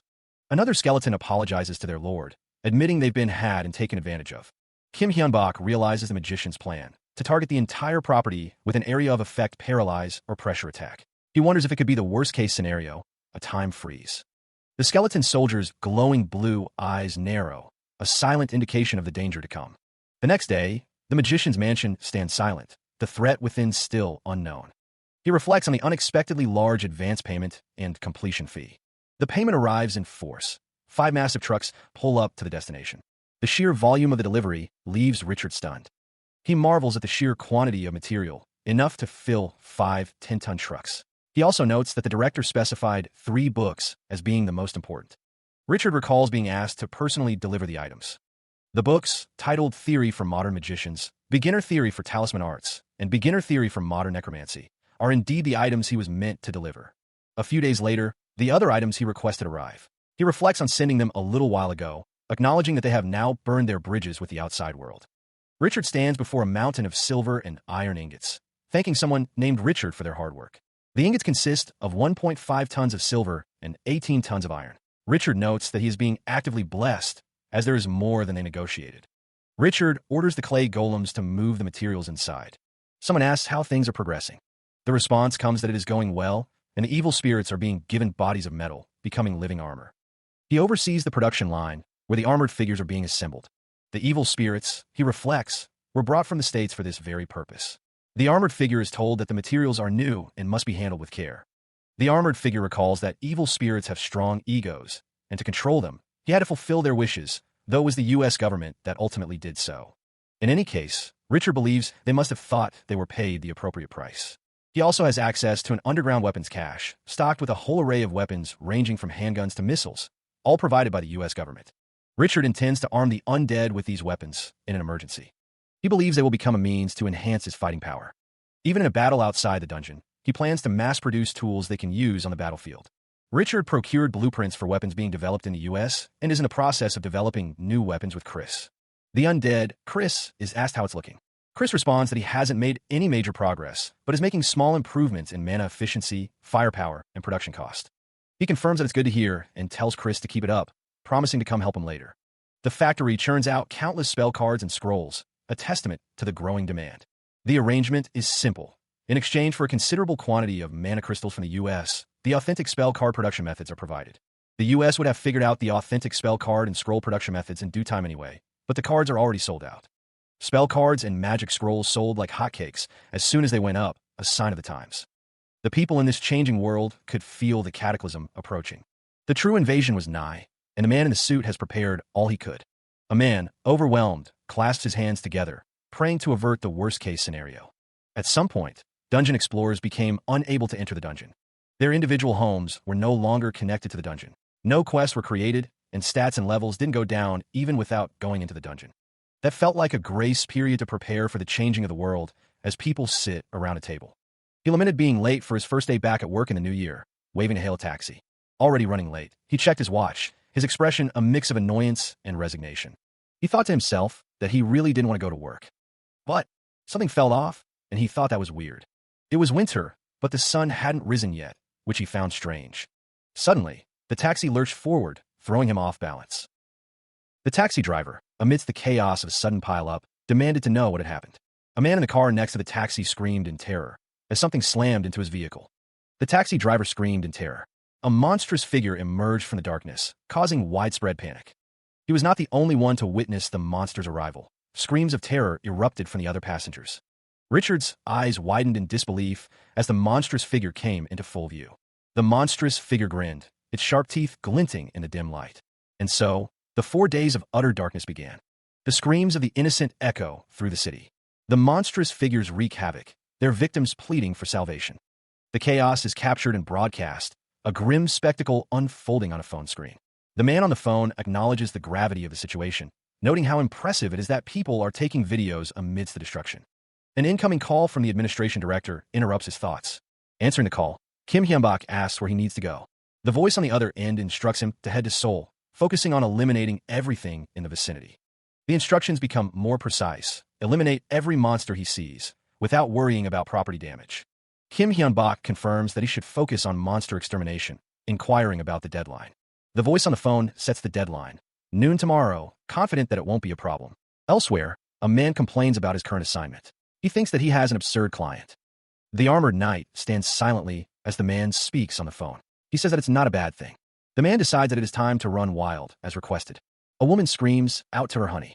A man shouts to not look back and just hold on tight. The man declares that he will definitely protect her as 2 monstrous wolves with glowing red eyes approach. A person rides a motorcycle with a bright light shining from the front. The woman shouts to go to the right as a monstrous wolf opens its mouth wide. The monstrous wolf lunges forward, its jaws wide open in a terrifying roar.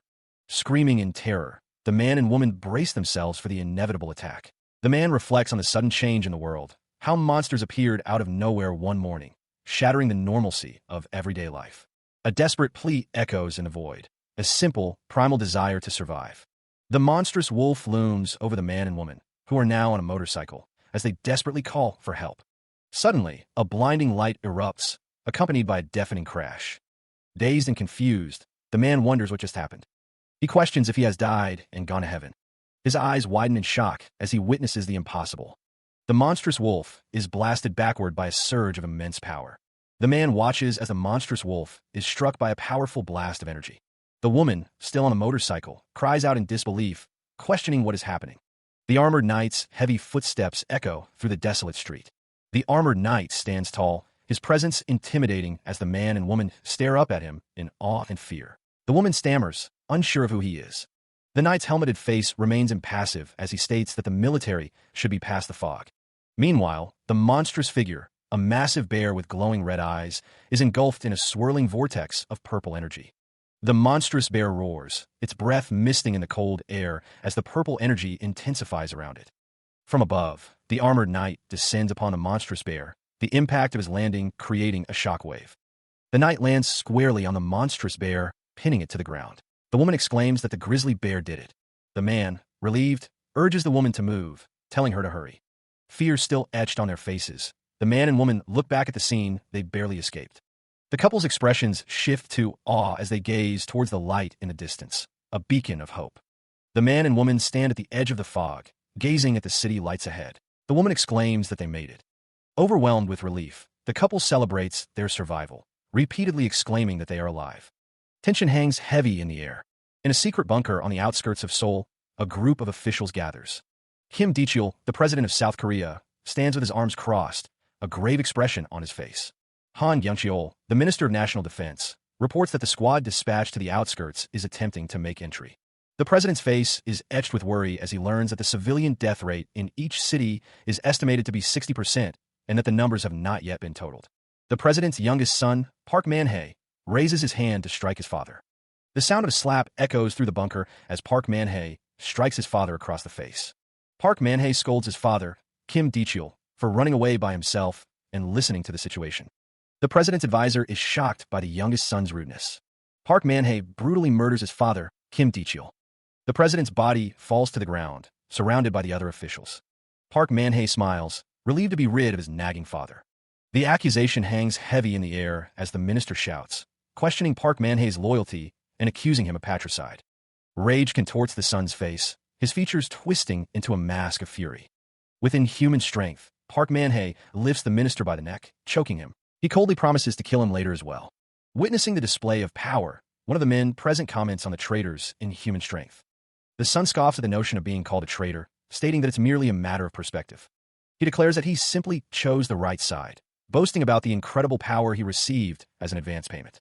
With arms outstretched, Park Man-hae proclaims himself as the only one who has become so special. The scene shifts to a wider view, revealing several bodies lying in pools of blood. A voice declares that even the hunters will be of no help, and that Earth cannot win. Back in the room, one of the men demands to know what Park Man-hae means by his earlier statement. The son, smiling, recalls seeing the power bestowed upon him very clearly, showing the monstrous figures that granted him this power. He reveals that Earth was merely a board game to them from the beginning. Park Man-hae extends his hand, urging them to join their side, become their servants, and offer them the world, emphasizing that they are being merciful by giving them a chance. As Park Man-hae declares his intention to kill anyone who refuses to join his side, he strikes an individual in military fatigues, the force of the blow sending blood flying. Several men, now on the ground, pledge their allegiance, desperate to join his cause. The man in military fatigues, Sergeant Major Hyong, grits his teeth, his expression hardening. Richard, unfazed by the display of violence, nonchalantly asks if the sergeant major knows what he just did, dismissing the man's concerns with a callous remark. Sergeant Major Hyong retaliates, striking Park Man-hae with a punch. The sound of the impact reverberates through the room. The sergeant major stares at his hand in disbelief, feeling the effects of the simple physical enhancement. Park Man-hae recovers, his expression dark as he stands over the sergeant major. The sergeant major realizes that despite his physical enhancement, his hand has gone numb. The sergeant major, now kneeling, begs Park Man-hae to leave everything to him. Park Man-hae, surprised, questions the sergeant major. Park Man-hae cracks his knuckles, preparing to deal with the sergeant major. The sergeant major's victim cries out in pain. The sergeant major of Korea declares that if there's anything special about him, it's his experience in dungeon exploration. He states, well then. The sergeant major declares that he shall now punish the traitors of mankind, as he strikes down another. The force of the blow sends the victim flying. The victim's shoes and tie are sent flying, landing in a pool of blood. One of the men present apologizes, saying he asked the sergeant major to leave his head intact if possible, and that he totally forgot, asking for forgiveness. The sergeant major responds that he'll have to take responsibility for his choice. The men present are shocked by the sergeant major's actions. Humanity came to know that the enemies were already here, that traitors were among them. The tanks opened fire, unleashing a barrage of bullets. The monstrous figure declared that the moment they acted, everyone would die, lamenting the creature's large size. The order was given to aim at the monstrous figure. The soldiers exclaimed in shock. The monstrous figure grabbed a car, the driver inside screaming that he didn't want to die. One of the soldiers noticed a person. The soldier relayed the information through his radio. The monstrous figure, still holding the car, was struck by a blast. The soldier on the radio stated that he would take responsibility and confirmed the order. The soldier shouted into the radio. A voice on the radio told them to wait and hold their horses. Emerging from the smoke, Sung Jin-woo, clad in armor and radiating a menacing aura, approached the scene. He slams his armored fist into the ground, creating a shockwave. The monstrous figure is sent flying backward from the force of the blow.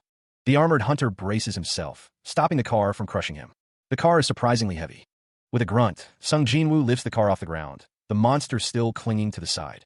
A soldier barks orders into his radio, commanding his unit to open fire. Bullets ricochet harmlessly off the car as the armored hunter struggles to maintain his grip. The bullets explode against the car, doing little to no damage. Sergeant Major Hyong observes the scene, impressed by the armored figure's strength. He wonders who he is. The armored hunter glares from behind his helmet. The soldier on the radio reports that reinforcements have arrived, but questions if it's just one person. Sergeant Major Hyong stands near the car, confirming that the armored figure is not alone, as other reinforcements are on standby. The armored knight relays a crucial message. The approaching figures from the rear are allies, not enemies, and should not be attacked. The sergeant major, listening intently, appears concerned by this unexpected turn of events. A ripple of unease spreads through the ranks as the soldiers brace themselves. The monstrous reinforcements arrive, their purple aura and grotesque forms eliciting a cry of disbelief. These are the allies? The knight repeats his order, urging the soldiers to use the monsters as shields. The sergeant major wonders if monsters were sent as reinforcements to other places as well. The knight confirms this. The soldiers are stunned into silence by the bizarre command. The military begins to restructure their formation around the monstrous golems, following the knight's orders. From above, the monster's behavior seems strange, acting as a unified herd and gathering in one place. The perspective shifts to reveal a figure controlling the monsters with magic, some of whom are even holding corpses. The sergeant major's eyes widen in horror as he realizes the full implications of the situation. A distorted, glowing red summoning circle pulsates with ominous energy. The summoning circle is observed from a distance. It's a magic circle, but the creature to be summoned is not yet set. Whoever is summoning this doesn't know what creature will be summoned, but they know it's dangerous. The summoning array is already activated, making it impossible to destroy. A figure in a dark cloak stands beside a man in a suit. The cloaked figure tells the man to calm down. The man in the suit asks what they should do. The cloaked figure suggests they retreat for now, because in the worst-case scenario, a high-level being will be summoned due to their influence. A city apartment building looms in the background, unaware of the events about to unfold. Before the summoning, someone prays to any and all deities for help. A young woman cowers in fear, begging for someone to save her. The woman reflects on how, up until yesterday, she was going to work like usual. A monstrous figure with glowing red eyes lurks behind trash bags, wondering why things turn out like this. The monstrous figure growls, its presence radiating menace. The monster's eye focuses, a predatory glint promising violence. The monstrous figure's jaws open wide, emitting a deafening shriek. The sound reverberates as the monster lunges forward. The monster's attack sends bodies flying. A young woman cries out, desperately pleading for someone to save her. The monstrous figures pause, their attention drawn to the woman. Her voice trembling, the young woman continues to beg for help. Tears well in her eyes as she desperately pleads, I beg you, please help. A disembodied voice echoes, asking, You wish for help? The voice continues, instructing her to then make your request. The young woman stands amidst the monstrous figures, a strange, pink light emanating from beneath her feet. A sinister figure with green hair appears, his face twisted into a cruel smile as he asks, It's unfair, isn't it? You're still young. Will you give up here? The young woman, looking off to the side, wonders just who. As a voice declares, We are evil. Those who became evil because we were defeated by the gods. But the young woman hears a voice declaring that they are nemesis of God, able to fight on equal footing and different from the gods who only watch. The voice continues, promising to grant her desires. She is surrounded by monstrous wolves. The voice echoes, stating that this is happening in the place of God, who did nothing. Despite the dire circumstances, she shouts that she doesn't care if it's the devil. The voice praises her resolve as shadowy figures emerge. Red-skinned demons appear, their eyes glowing menacingly. The young woman, now seemingly resigned to her fate, stands surrounded by the demonic forces. A blond man in a suit, a demon, appears, his red eyes gleaming as he stands behind her. The voice promises a guardian who will protect her. The young woman looks up, surprised by the mention of a guardian. The blond demon effortlessly lifts the young woman into his arms, preparing to take her away. The demon smiles, telling her that they will head to a safe place since she is tired. Tears well in the young woman's eyes, her expression a mix of fear and resignation. With a swift motion, the demon, blonde and impeccably dressed, effortlessly lifts her into his arms. He pauses, a slight smirk playing on his lips as he considers the situation. Unbeknownst to the young woman, a massive, skeletal dragon soars through the night sky above the city. Below, Sung Jin-woo stands before the dragon, his gaze fixed on the monstrous creature. Elsewhere, the masked figure clutches a bag overflowing with materials, boasting about the spoils of their monster hunts. The sound of approaching footsteps echoes through the city streets. The demon strides forward, carrying the young woman, as the sound of footsteps grows louder. Sung Jin-woo's gaze sharpens as he hears a voice calling him master. The masked figure realizes that Sung Jin-woo is not human. The demon pauses, extending an invitation. He greets the necromancer and proposes a conversation. From the shadows, Sung Jin-woo responds, his tone cautious, stating that he will only talk if they are not an enemy. He watches as the masked figure and the demon, along with the young woman, disappear from sight. The hunter concludes that everything should be fine. Meanwhile, the demon introduces himself, his eyes glowing with an unnatural red light. He is Andromalius. Elsewhere, a man reads about Andromalius, a demon of Solomon, the 72-second demon god, the Count of Justice. The disembodied voice declares that the masked figure is an archdemon, known as the Count of Justice. The blonde demon acknowledges that humans know him by that title, but expresses surprise that the masked figure isn't more surprised by this revelation. He adds that the existence of gods and demons is natural, given the presence of monsters, undead, and dragons. The masked figure states that the blonde demon is as enlightened as one would expect from an outstanding mage, and finds him impressive, considering he is human. The masked figure takes a step forward, musing that people of the modern age get easily caught up in stereotypes. The skeletal dragon, Nidhogg, acknowledges the masked figure as his master. The masked figure tells Nidhogg that it's okay, noting that while the blonde demon's rank might be low, he is still an archdemon. The blonde demon realizes that the current version of himself can't win against the masked figure. The masked figure carries the young woman, commenting that it hasn't been long since that creature was born. He finds it impressive that the blonde demon raised her to such a level in such a short time. The blonde demon asks if a masked figure can even notice things like that, stating that a demon can tell the time of a life. The masked figure asks if he could trouble the blonde demon to use a spell to clean clothes or something, if he is one, adding that he can't leave. Nidhogg observes that their treasure is in such a state, prompting the masked figure to question if she is the demon's treasure. He confirms that she is a treasure that has only appeared. He reflects on the situation, noting that one treasure was stolen and another acquired, only to be broken. He admits he doesn't know what happened, but acknowledges the young woman's importance. The blonde demon, standing nearby, agrees with the masked figure's assessment. The demon suggests they take a break and have a cup of tea. Meanwhile, the young woman wonders how an archdemon can maintain its form in the middle realm, questioning if it's because she is the contractor. The masked figure states that he is not her contractee. The blonde demon recalls the young woman only asking for help during her brush with death, which sends a rush down his spine. He believes she has unconsciously recognized that she is a special existence to demons. The masked figure wonders if that means she summoned an archdemon to the middle realm and controlled him just by asking, questioning why the demon is telling him this. The blonde demon responds that it's only natural. The masked figure states that he wants to establish a good relationship with the demon. The demon asks how he could be an insignificant being compared to the masked figure. The blonde demon tells him that it's not good to undervalue himself. The demon compliments the masked figure's talent, stating that he had Visego's advice. He considers the advice he received from Visego, the Prince of Prophecy, knowledge of the past, present, and future. The blonde demon recalls the advice, to become close to the first skilled person he saw above ground, as that meeting would bring great gain. The demon blonde states that the first skilled person he saw was the masked figure. The masked figure replies that it is an honor, believing that if Visego knows of him, he will definitely be alive in the near future.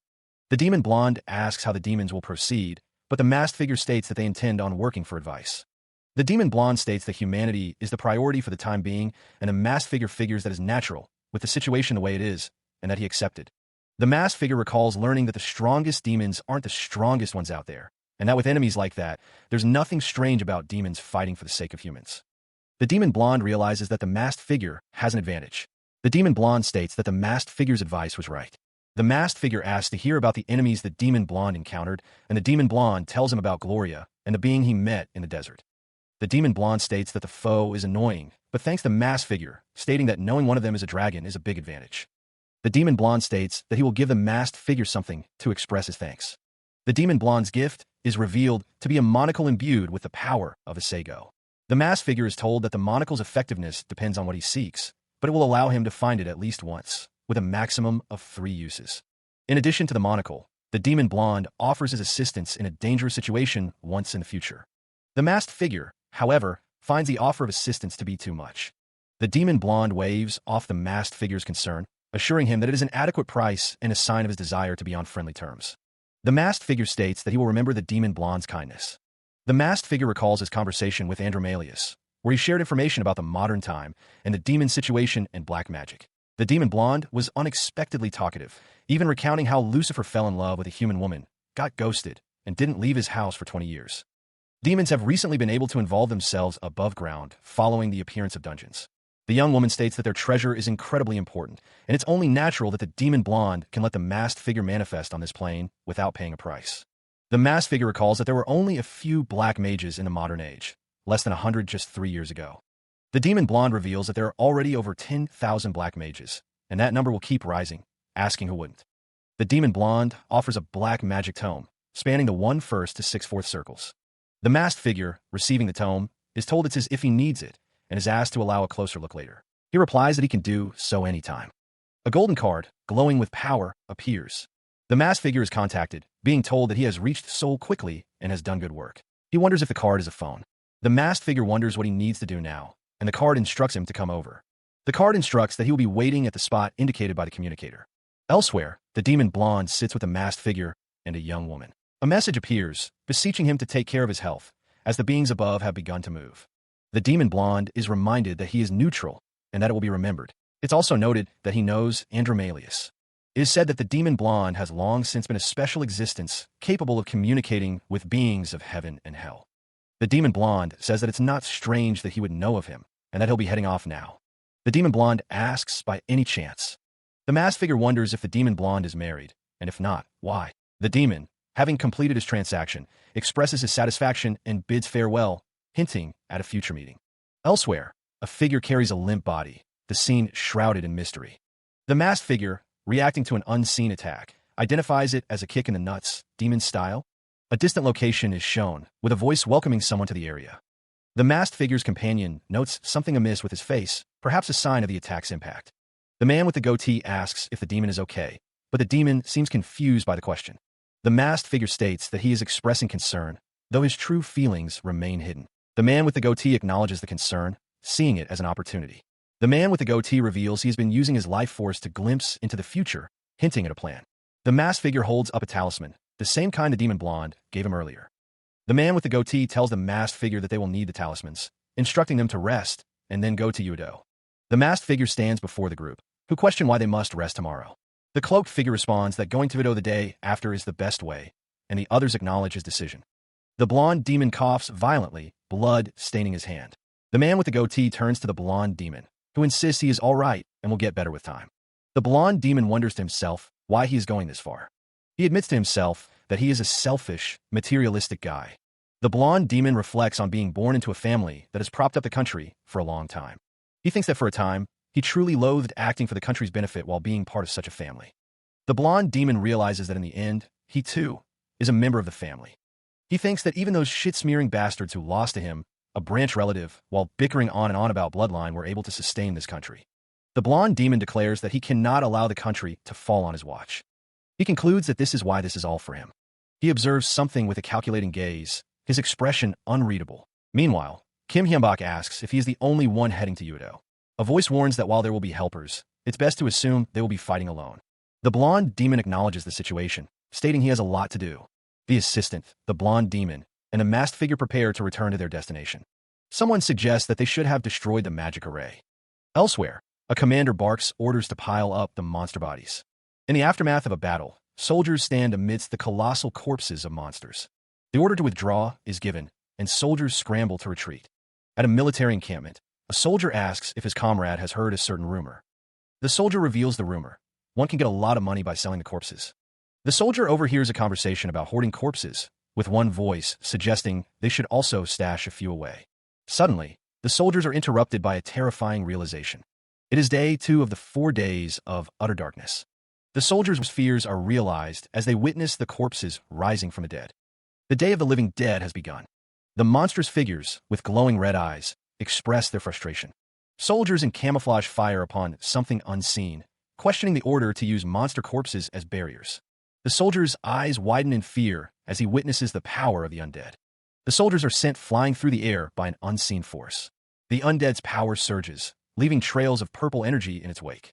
The source of the undead's power emanates from a glowing orb on its back. A massive explosion engulfs the area, incinerating everything in its path. The explosion's shockwave sends debris hurtling through the air. Surveying the devastation, the masked figure realizes the enemy is undead, explaining why they were told to rest. The masked figure reflects that when fighting undead, they would mistake him, a necromancer, as their enemy. A voice asks how they should proceed. The masked figure's associate suggests they use this opportunity to test their power. Meanwhile, the contractor recalls making a contract with a new race while staying at their stronghold, the genies. The masked figure sees this as an opportunity to test the force of transcendent beings other than angels and demons. The contractor summons Agni. The flame genie, Agni, emerges, eager to fulfill the contract. Agni exclaims his excitement at finally being called. The genie asks if he finally gets to burn things to his heart's content, as per their contract. Agni, a flame genie, is a genie of the lamp who answers the summoner's wishes. The contractor warns Agni not to burn anything related to him. Agni is pleased that he found the right contractor this time. The contractor requests that Agni guide any survivors to the city outskirts, if possible. Agni happily agrees. He cackles with glee as the city burns, reveling in the destruction he is causing. Nearby, the masked figure questions if this is truly all right, fearing the entire city will be reduced to ash.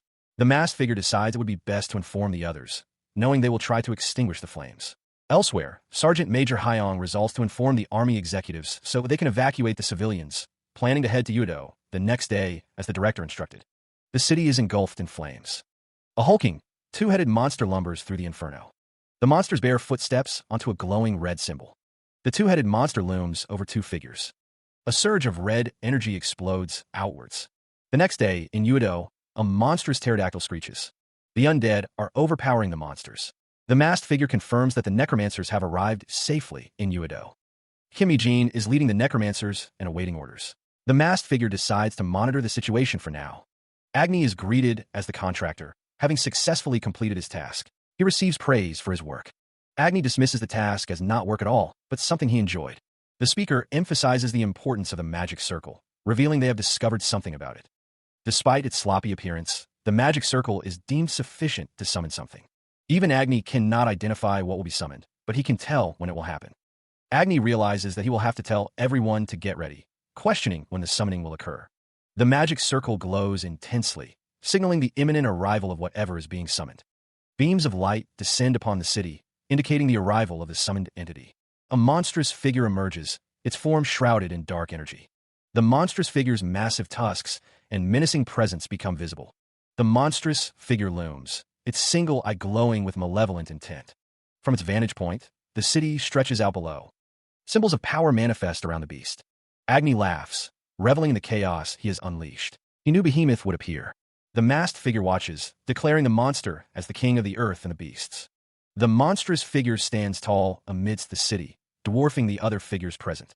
A voice narrates that of the 2 chaos monsters made by the Mighty One, Behemoth is the one sent onto land. Sergeant Major Hyong, witnessing the arrival of Behemoth, recalls reading about it in the Bible, a creature treated like a god or a devil. Agni dismisses the threat, declaring that this Behemoth is only a fragment of the original. The Flame Genie continues, noting that this version is far weaker than the original Behemoth. The monstrous figure expresses its frustration. The monstrous figure unleashes a devastating attack, leveling the surrounding buildings. The monstrous figure, enraged, unleashes its power upon the city. The dragon's fury is palpable as it roars, its anger shaking the very air.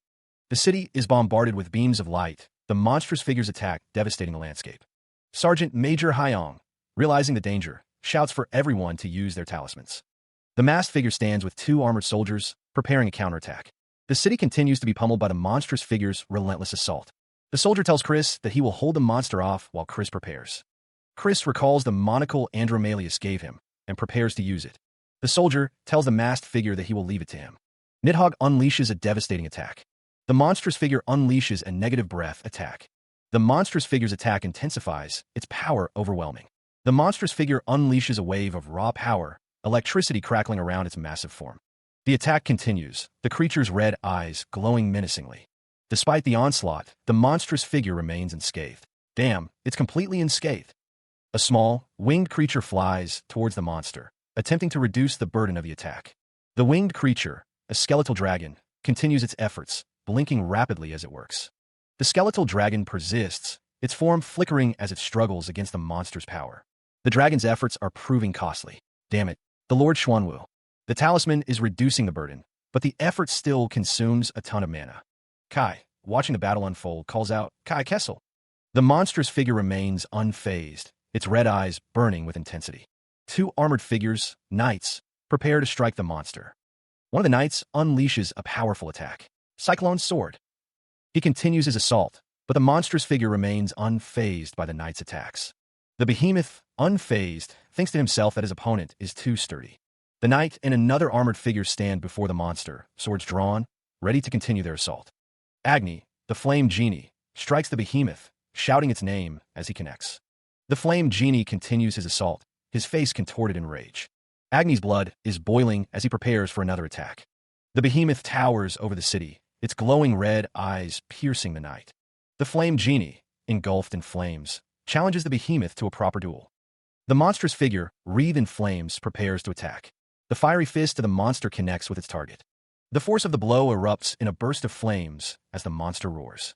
The armored knight wonders how his attacks are even working against such a powerful foe. The monster, Behemoth, boasts that he has the blessing of the earth. Behemoth declares that nothing from earth can hurt him, while the armored knight prepares to fight, knowing that non-humans must surpass their limits. The knight prepares to unleash a bone spear. The bone spear is launched, crackling with purple energy. The bone spear hurtles towards Behemoth. The bone spear explodes on impact. Despite the bone explosion, Behemoth remains completely unfazed. The monstrous figure's fist connects, the force of the blow creating a shockwave.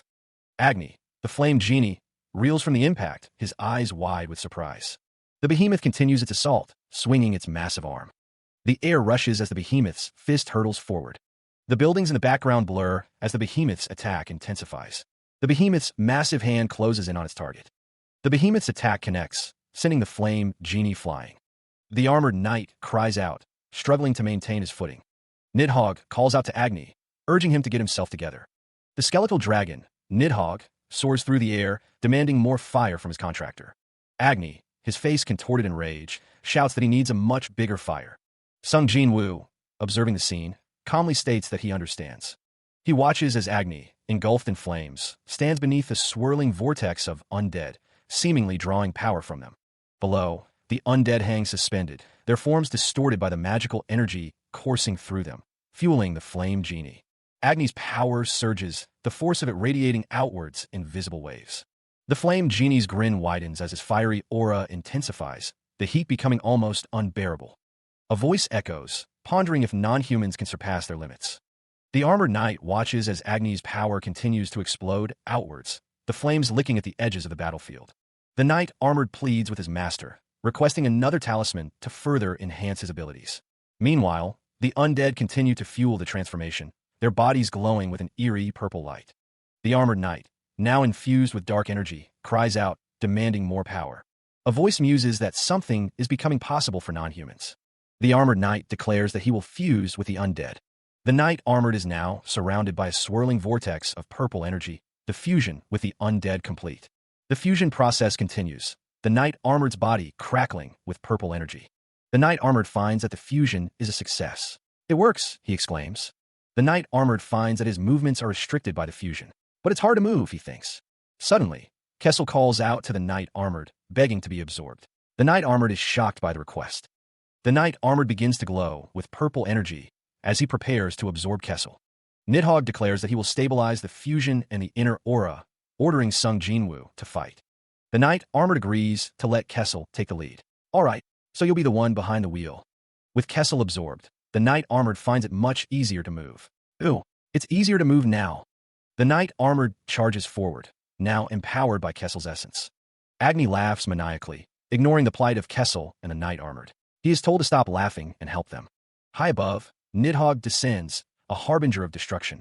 The monstrous figure calls out the dragon's name as it approaches. Nidhogg. The dragon unleashes a devastating attack. Nidhogg's necro breath engulfs the area in a wave of dark energy. The dragon's attack is described as a simultaneous bombing. The necro breath slams into its target. The armored knight is struck by the blast, the force of the impact staggering him. Agni, engulfed in flames, prepares to counterattack. The armored knight, now glowing with Agni's power, prepares to strike. The knight armored strikes the monstrous figure, empowered by Agni's flames. The monstrous figure reels from the blow. Agni urges the knight armored to endure, acknowledging the difficulty of the fight. The knight armored's foe shouts, commanding a reversal of the necropolis spell. The effects of a necropolis spell are reversed, lifting the gravity that had been crushing the city. The figures who were previously trapped by the spell are now released. A woman with magenta hair urges everyone to gather their power for Kim Hyunbak. The knight armored calls upon Agni, preparing for another attack. The monstrous figure roars, its massive form looming over the battlefield. The knight armored and Agni face the monstrous figure, ready to strike. Kim Hyunbak reflects on his weakness, lamenting his lack of a powerful one-shot ability. He wonders if there's a way to amplify negative mana. A skull-like figure suggests that a bestowal spell could work by bestowing curse and death attributes to a certain medium, specifically the monocle for Visego. The negative mana is stored in Lord Xuanwu's talisman, along with the mana from those under contract. Confident in their strategy, the figures on the platform declare they will defeat the monstrous figure in a single blow. The knight armored unleashes a burst of energy, aiming directly at the monstrous figure. Kim Hyunbak, his face obscured by a mask, prepares to cast a spell, uttering the word judgment. The combined assault of the knight armored and the masked figure strikes the monstrous figure. The force of the impact intensifies as the attack continues to pummel the monstrous figure. The combined attack culminates in a blinding flash of light, obscuring the outcome of the battle. From the depths of the dungeon, the monstrous figure's dismembered body parts are being pulled back together. The flame genie, Agni, praises the contractor for his impressive work. Agni believes that Sung Jin-woo will have no trouble taking on the heavy hitters with an attack like that, as the armored knight struggles to stand. The knight's limbs are scattered, leaving him vulnerable. Agni states that it is now time for the prize, as he is undead and requests to be put back together in one piece. With a shwoo sound, the monstrous figure flies through the air, ready to claim its reward. A system notification appears, indicating that Sung Jin-woo's level has increased. The system notifies Sung Jin-woo that his fire resistance and affinity have increased, and he has unlocked B+A, limited to beast-type monsters only. Sung Jin-woo is surrounded by an incredible life force.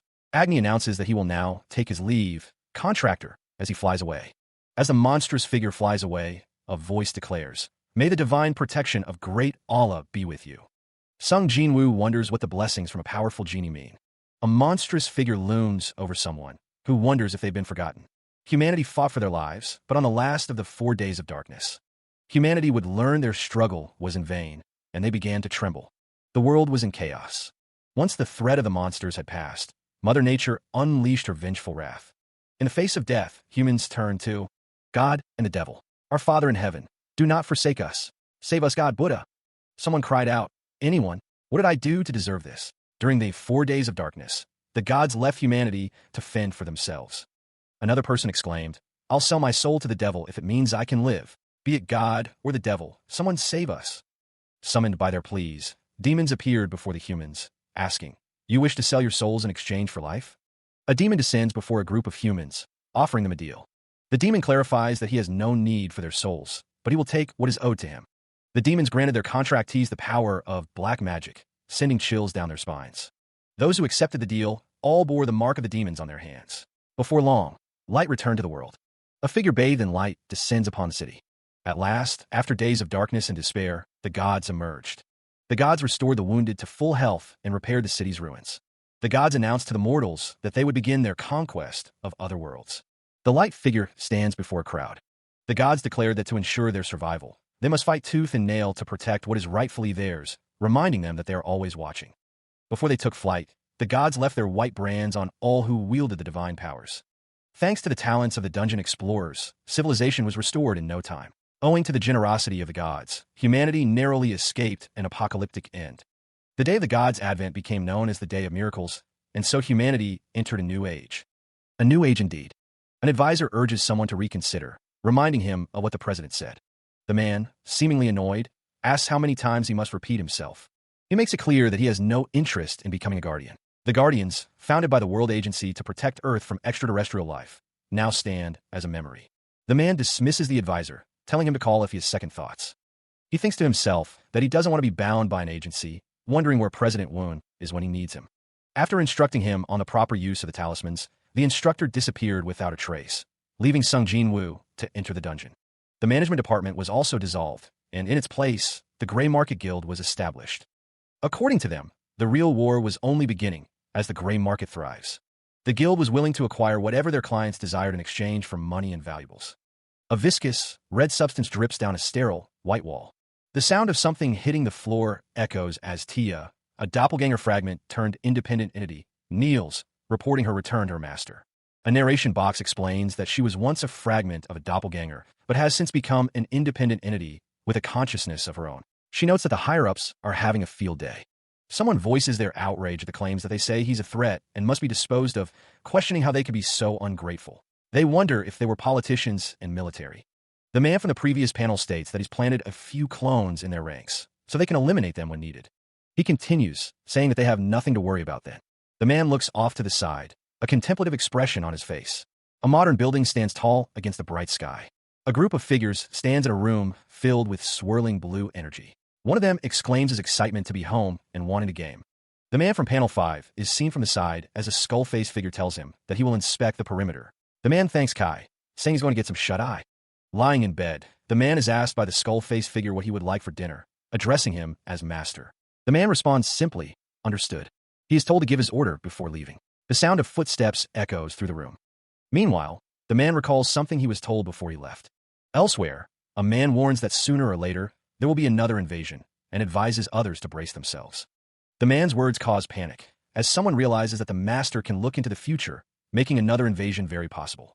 A woman bursts into a room, demanding to know what is happening. A voice booms, announcing that they have an incredible guest at the door. Sir Wan Hyo smiles, seemingly pleased by the announcement. A close-up reveals Wan Hyo's confident expression. Wan Hyo asks someone to drop the formalities and treat him as they have in the past. A voice reflects on the past, admitting they were wary of Wan Hyo, but things are different now. The man introduces Seer, also known as the Prince of Hell. Seer presents a card, stating that Andromalius speaks highly of the recipient. The case is opened, revealing the horn of Baphomet nestled inside. Meanwhile, Andromalius presents a mithril ingot, stating it will be of great use.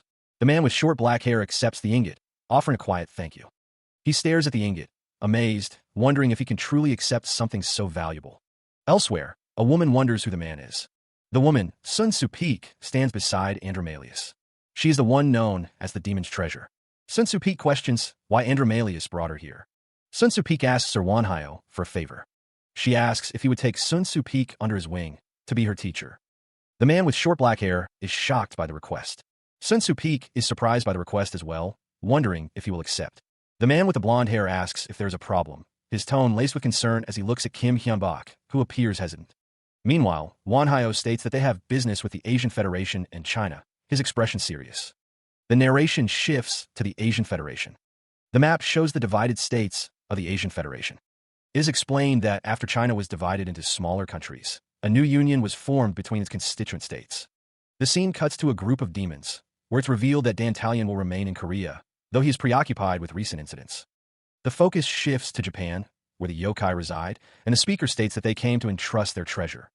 The treasure is revealed to be Sun Soo Peak, who is placed in their care. Kim Hyun-bak clarifies that they want him to not only teach her how to control her powers, but also to protect her, which is confirmed. Wan Hyo states that he has a few conditions.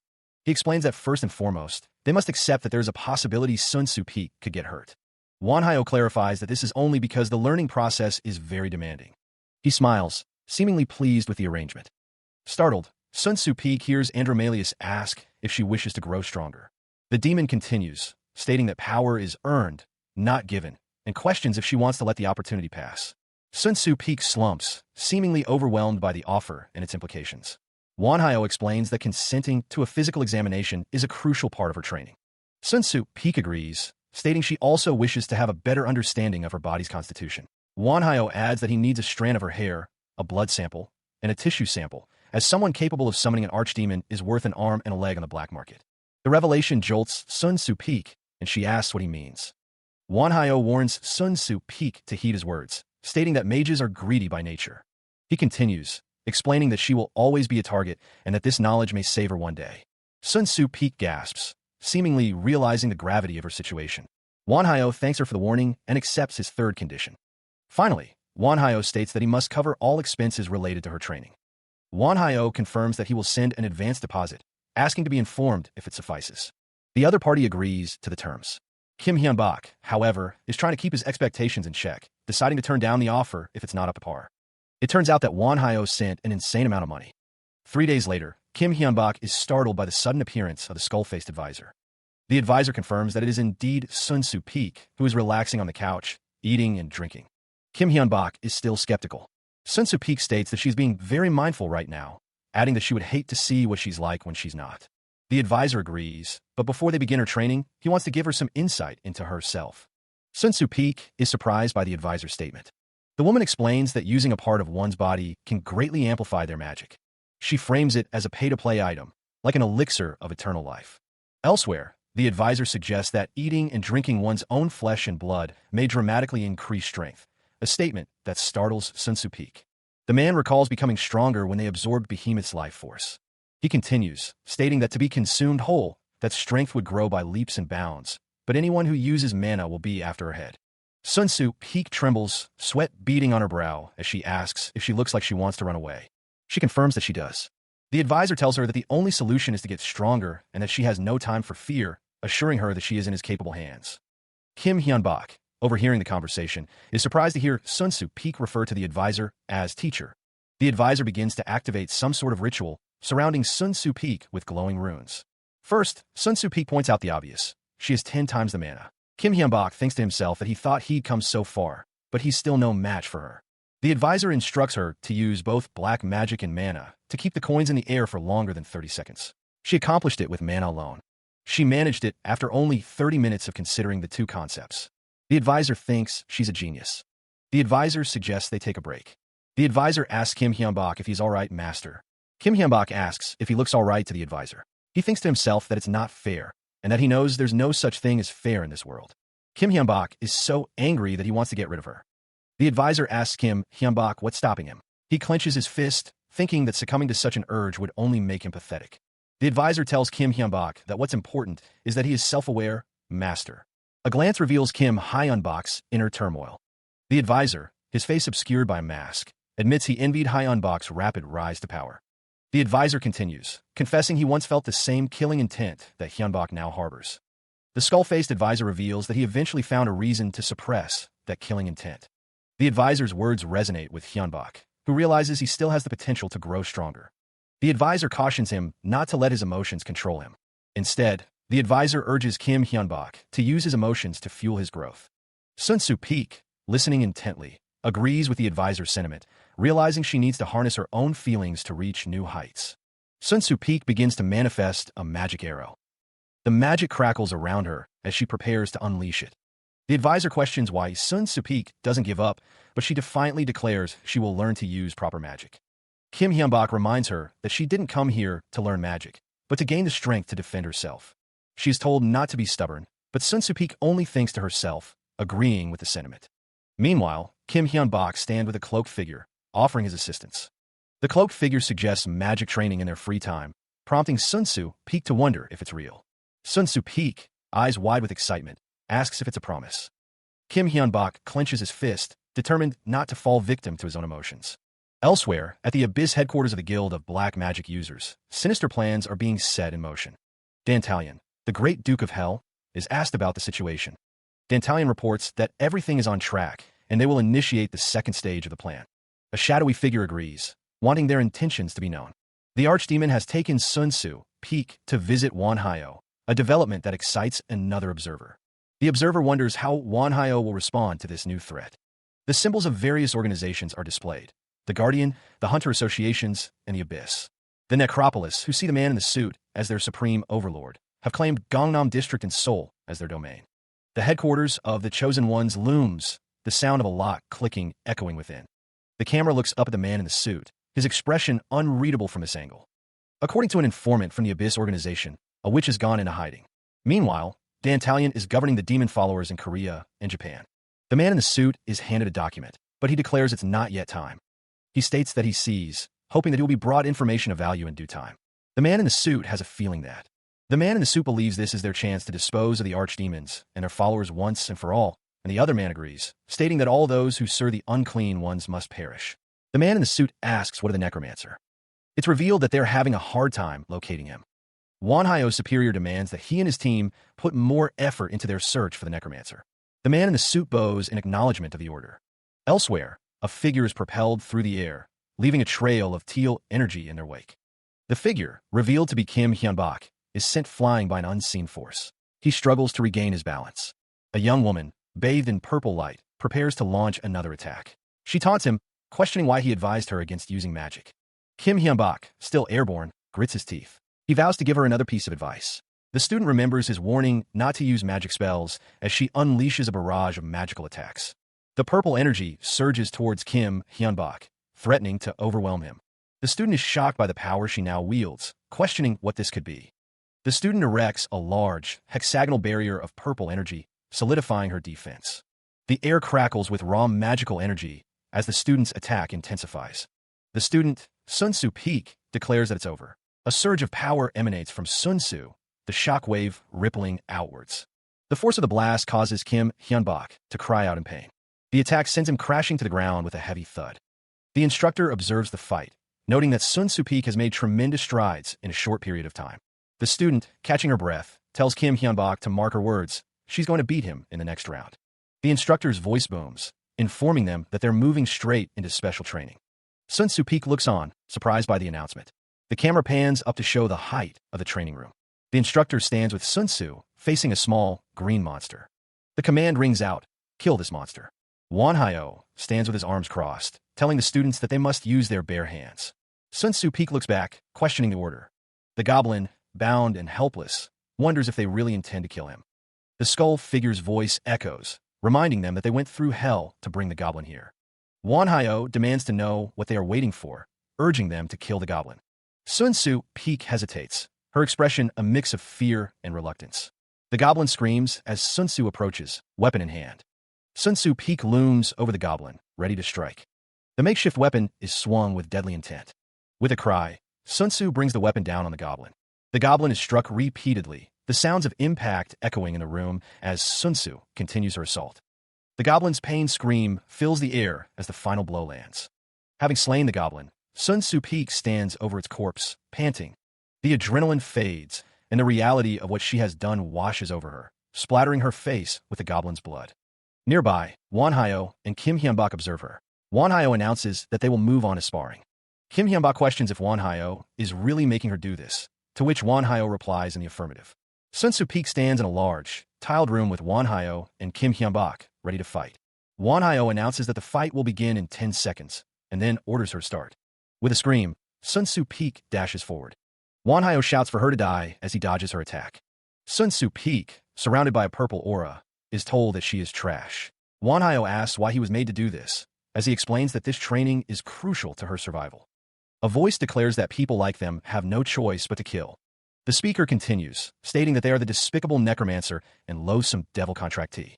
The one who manifested the archdemons, Sun Tzu Peak, is seen as a menace by those who wield divine magic, a threat that must be eliminated. The sound of a footstep echoes as she thinks that this isn't what she wanted. All she desired was for someone to help her. Tears stream down her face, the purple markings standing out against her skin as Sun Tzu Peak cries out that she didn't want to die. She laments that God wouldn't come to her aid, questioning what choice she had but to turn to demons. She wonders what she did to deserve this, declaring that it isn't fair. Wanhyo states that life is never fair. Demons appear, their eyes glowing red as they offer her a choice. Either fight to live or give up and die. The demons loom over Sun Tzu Peak, presenting her with a grim ultimatum. The sound of her collapse echoes as she falls to her knees before Wanhyo. Tears stream down her face as she succumbs to despair. She lies asleep in her bed, unaware of the events unfolding around her. The skull-faced advisor tells Wanhyo that there's no helping her, and they will end her training for the day, to which Wanhyo nods in agreement, acknowledging the immense stress she is under. She remains kneeling on the floor, a crimson aura dissipating around her. Wanhyo calls her name, Tia. Elsewhere, the student with purple hair reports that there have been suspicious individuals lurking in the area lately. The man in the black tracksuit acknowledges this, adding that mana users and divine magic users have also been seen recently. The student relays that if their suspicions are correct, they will be ambushed in the next 2 to 4 days. The man in camouflage, Sergeant Major Hyong, is on the phone. He states that the one he presumes to be the commander said he overheard that he will finish with the final adjustments by the end of the day. The man in the black suit tells the student with purple hair, who nods in response, to keep a close eye on them, praising her good work. The skull-faced advisor tells the man in the black suit to leave it to him. He then asks Chris for an update on Miss Peak's equipment.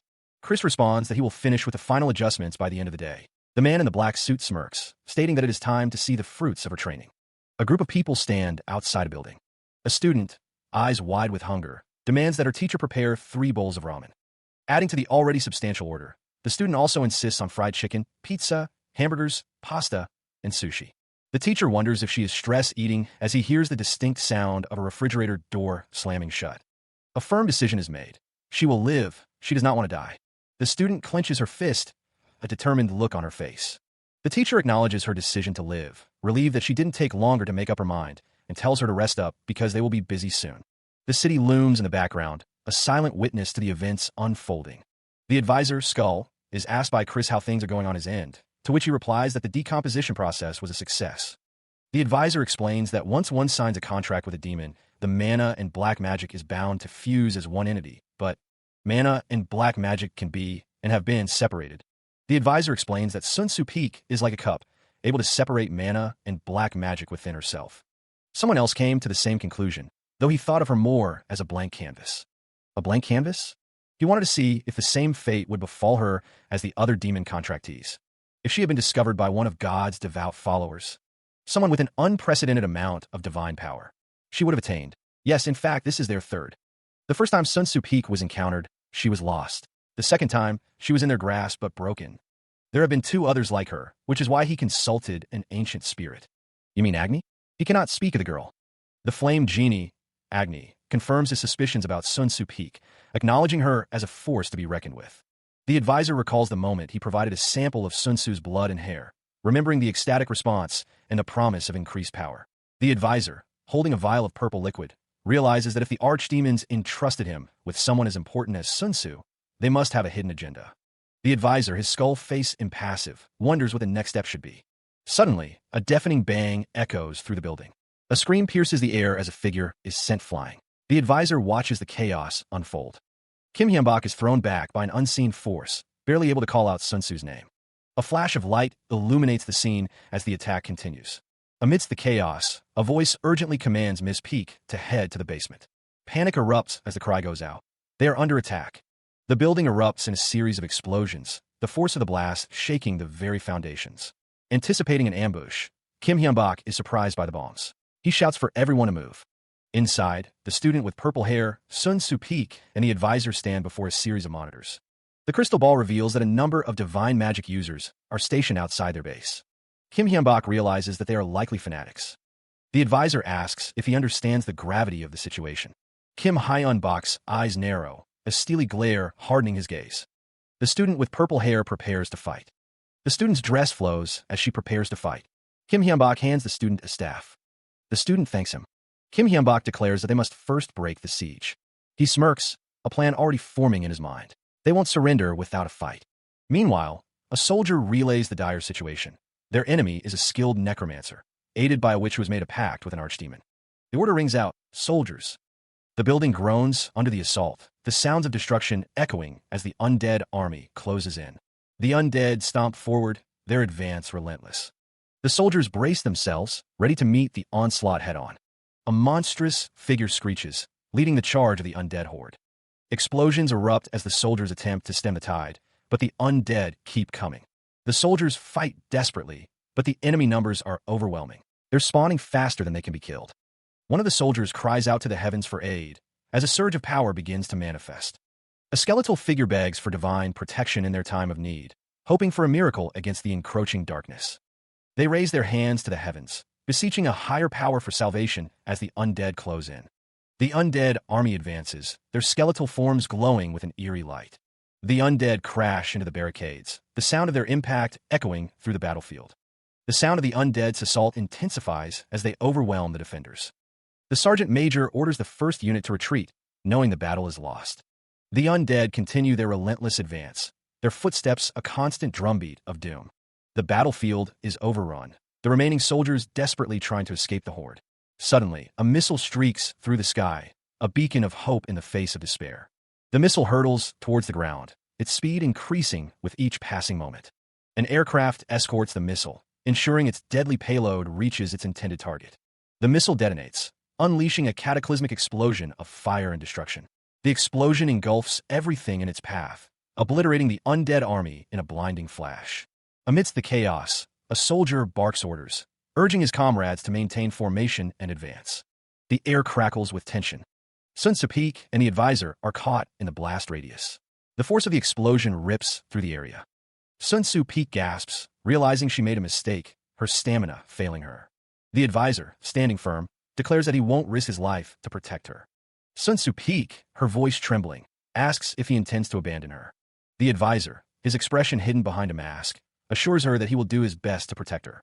Sun Tzu-peek thinks to herself that she only has one life. She pleads with him not to leave her behind. Tears welling, Sun Tzu-peek cries out that she doesn't want to die, prompting the advisor to tell her to snap out of it. The advisor sternly tells Sun Tzu-peek not to be foolish.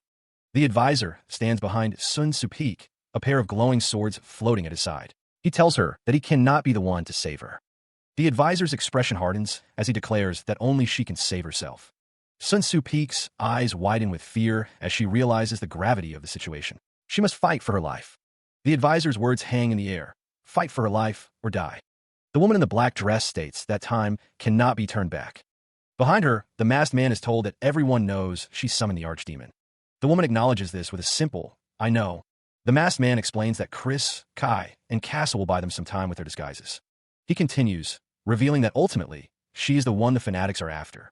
The masked man warns that if they learn about her body's unique properties, they will stop at nothing to have her. She is given 3 choices, to be their guinea pig, to kill, or to be killed. Scratch that, there's 4. The 4th choice is revealed. She can choose to kill herself. She clenches her teeth, hating the situation. She declares that she hates her reality, and hates him for showing it to her. The masked man states that he will do his best to protect her, but there's only so much he can do, and ultimately it is up to her to save herself. They move quickly through the streets. The warning cry of enemies sighted rings out as Kim Hyun-bak and Sun Tzu-peek are discovered. Immediately, a call for backup is sent out, signaling the start of the assault. The order to attack is given, and the fanatics surge forward, their intent clear.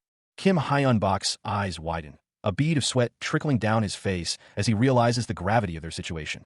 Sun Tzu-peek's expression is one of dawning horror as she understands the danger they are in. The fanatics, clad in white robes and armor, condemn Sun Tzu-peek as a witch. They denounce her as a devil worshipper and evil incarnate, their faces contorted with religious fervor. The fanatics launch projectiles at the pair, their assault relentless. A bright flash illuminates the scene as the projectiles hurtle towards their targets. Sergeant Major Hyong unleashes a barrage of bullets, hoping to overwhelm the pair. Sun Tzu-peek's eyes widen in terror as she wonders if they're truly determined to kill her. Kim Hyun-bak activates a bone shield, desperately trying to protect them from the onslaught. He summons a bone shield, preparing for the onslaught. The fanatics advance, their numbers overwhelming the crematorium. The leader of the mob declares that this will be the witch's final resting place. One of the fanatics raises a hand, silencing the others. He declares that it is enough. A radio transmission confirms that the witch and the fallen gravekeeper are besieged in the crematorium, awaiting execution. The mob parts, revealing Sun Tzu-peek and Kim Hyun-bak standing defiantly before them. Kim Hyun-bak wonders if they plan to burn them alive. Sun Tzu-peek smirks, questioning why. Sun Tzu-peek stands her ground, a golden aura emanating from her. The man on the radio, Sergeant Major Hyong, insists that he hasn't hurt or wronged anyone and that he just wants to live. Sergeant Major Hyong repeats that he called for help, and the demons were the first to answer his pleas. Sun Tzu-peek reflects on the countless people who have lost their lives in the disaster over the past 4 days, stating that she knows he is just one of the few surviving. Sun Tzu-peek smiles, as a voice urges her to repent and surrender her life to God in return for a painless death. The fanatics, clad in white robes and armor, stand ready to deliver what they believe is divine judgment, their faces obscured by their helmets. The weight of the impending battle crashes down on Sun Tzu Peak, her eyes glowing with a dangerous light. Meanwhile, one of the robed figures declares that she should have died that night. Another figure, observing the scene, remarks that these fanatics don't listen to logic. The crowd of fanatics prepares to bring divine judgment in the name of God's blessing, as one of them notes that they are not called fanatics for nothing. The fanatics raise their hands, ready to strike in the name of their God. They chant, invoking the name of God's blessing. Sun Tzu Peak, overwhelmed, cries out that she doesn't want to. A surge of power erupts from Sun Tzu Peak, sending the fanatics flying backward with a resounding crash. The raw power emanating from Sun Tzu Peak is palpable, her eyes burning with an intense, otherworldly light. One of the fanatics, filled with righteous fury, screams that she is a witch and must stand trial before the eyes of God. Sun Tzu Peak unleashes a devastating attack, the sound of her power echoing as she strikes down the fanatics. Desperate, Sun Tzu Peak begs to be left alone. Elsewhere, a fallen knight lies amidst a pool of blood, questioning why they are trying so hard to kill her, wondering if they are not all human at the end of the day. A sinister figure smirks, pondering the concept of human. Sun Tzu Peak's eyes glow with an unnatural light as she erupts into maniacal laughter. Kim Hyunbok flinches, reacting to the shift in her demeanor. The student, her eyes still glowing, declares that she has made up her mind. Her expression twists into a cruel smile as she proclaims that they are not human, but stray dogs abandoned by God, simply beasts. The purpose of the living, she believes, is to live. But she claims that they deny that truth, claiming her life is a sin because she signed a contract with a demon. What's more, Sun Tzu Peak believes they force their beliefs on a people like her.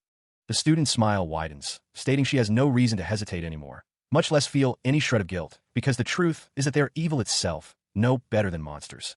With a burst of power, Sun Tzu Peak unleashes a devastating attack. She unleashes a wave of dark energy, striking the armored figure with immense force. The energy explodes outward, the impact creating a shockwave. The force of the blow sends the armored figure reeling as Sun Tzu Peak watches with a sinister smile. Kim Hyunbok, enraged, accuses her of revealing her true nature. Sun Tzu Peak calmly retorts that she simply formed an opinion about him, standing amidst her summoned figures. One of the students nervously agrees to leave their defenses to her. A finger snaps, initiating the next phase of the attack. The hand clenches into a fist, preparing to strike. The dark energy surges forward, striking Kim Hyunbok and sending him flying. The student realizes that this is the attack Sun Tzu Peak taught her. A voice narrates that it's a devastating technique used to subdue weaker opponents as Kim Hyunbok is sent crashing through a wall. He crashes through the wall, landing hard on the tiled floor. From afar, the student watches with glowing eyes, a sinister chuckle escaping her lips as she observes the scene unfold. With a surge of power, Kim Hyunbok channels the energy of the sacrificial magic, his body glowing with golden light. The student points forward, her expression one of dark amusement as she witnesses the transformation. Kim Hyunbok, bathed in golden light, declares his devotion, surrendering his life to a higher power. The golden light intensifies around him, signifying the growing power he is channeling. The light fully envelopes Kim Hyunbok, transforming him into a vessel of divine energy. The student watches with a mix of shock and realization, recognizing the sacrificial magic being used by the group. The power of the sacrifice surges through Kim Hyunbok, completing his transformation. The knights, prepare to sacrifice themselves, begin to cast their spell. The ritual complete, Sun Tzu Peak and the student begin to summon a shining stronghold. A nearby student calls out to Sun Tzu Peak, who urges her to listen carefully and swallow it whole. The knights are performing self-sacrificial magic, their will to absorb the attack. The student and Sun Tzu Peak stand ready, the stronghold now fully summoned. The student is told that the only way for her to survive is to absorb the attack. The student questions what she is supposed to swallow. The knight's will is to absorb the attack. The student realizes that Sun Tzu Peak commands both black magic and mana. A voice booms, declaring the ability to wield powers beyond comprehension, as the golden barrier visibly cracks under immense pressure. The barrier, already showing signs of strain, won't hold much longer, the student realizes with growing dread. Sun Tzu Peak shouts, urging the student to brace himself, promising aid. The golden barrier shatters, the sound echoing like a death knell. The sound of the barrier's destruction reverberates as the student and Sun Tzu Peak stand ready to face the impending threat. The student screams, bracing for the impact of the incoming attack. The force of the attack slams into the student and Sun Tzu Peak, the impact sending shockwaves through the area. Sun Tzu Peak's voice cuts through the chaos, telling the student that from this point on, they are directly linked and in this together. The student grits his teeth, realizing the gravity of the situation. If he dies, Sun Tzu Peak dies as well. Sun Tzu Peak urges the student to keep it together, their lives now intertwined. A voice declares that divine magic's natural enemy is black magic, urging someone to eat up. The voice commands to consume the divine power and use it, as a surge of energy emanates from the student. A figure asks a hypothetical. In a war between light and darkness, who would emerge victorious? The figure, revealed to be Andromalius, sits across from another person. He answers his own question, light. Andromalius is immediately rebuffed. His smile falters as he hears the word wrong. The student, Sun Tzu Peak, states that the stronger force will win in the end. Andromalius continues, stating that whether it be light or darkness, the strong always prevail. Suddenly, a blinding flash of light and dark energy erupts, engulfing Sun Tzu Peak. The flash intensifies, obscuring everything. The student, now covered in purple energy, coughs up blood. The divine power is clearly taking a toll. Despite the pain, Sun Tzu Peak smirks, thinking that things are going according to plan. The student grits her teeth, realizing that her body is past its limits. Sun Tzu Peak struggles, acknowledging that at this rate. Andromalius is now a grotesque figure, his body warped and twisted by the surge of power. The divine power surges through Andromalius, causing him visible pain. A blinding flash of light fills the area. The sun rises over the city, casting long shadows. Elsewhere, a figure leaps through a window, escaping into the night. The figure lands gracefully on a nearby rooftop. Below, soldiers open fire, their orders clear: eliminate the witch and the demon. The soldiers are determined to prevent their escape. A barrier shimmers into existence, deflecting the incoming bullets. The one who cast the barrier, cloaked in shadows, prepares for what's to come. The leader of the soldiers notes their preparedness, a hint of fear in his eyes as he sees the barrier. The student, Sun Tzu Peak, remarks that the situation was pretty close.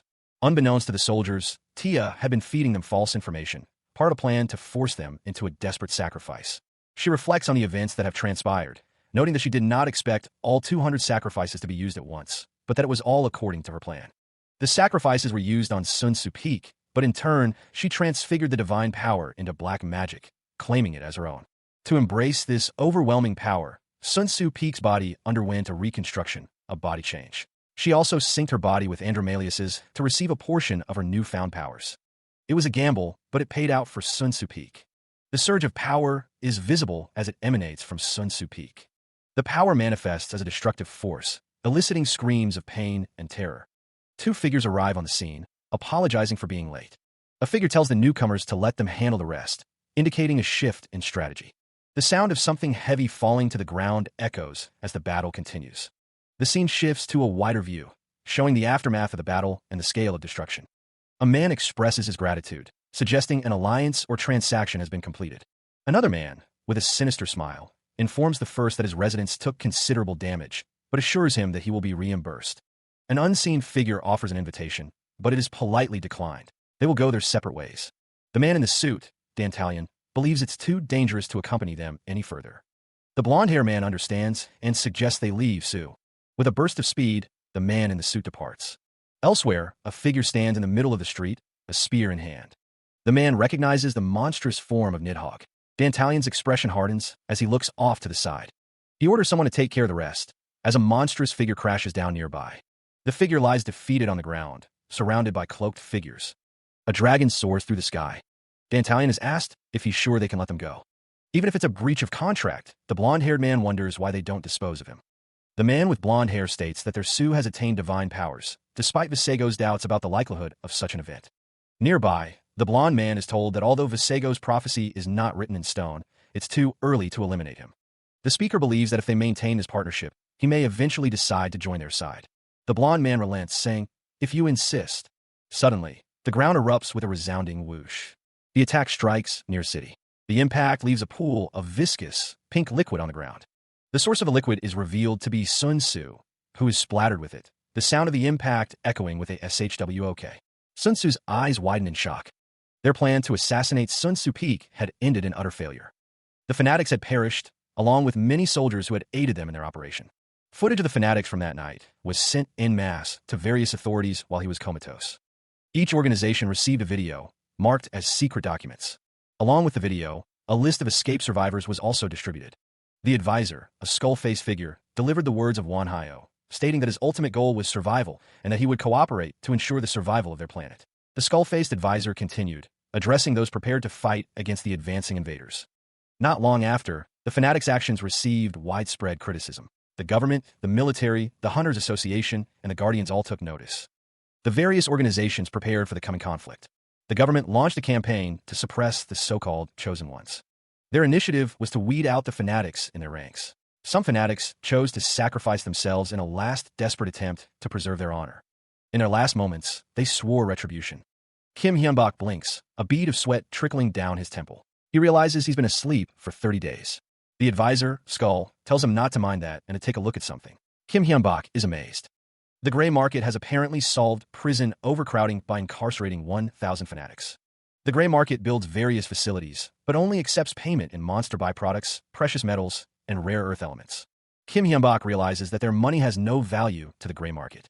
The advisor explains that Earth is weaker than Edea, his birthplace, which is powerful for good reason. The scene shifts to Edea, where dragons soar through the sky.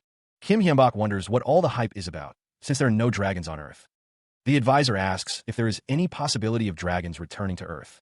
The advisor states that it has been eons since the dragons left for Dantalion, and that they have found a new home. It is said that after the dragons left, that launched the age of mythology.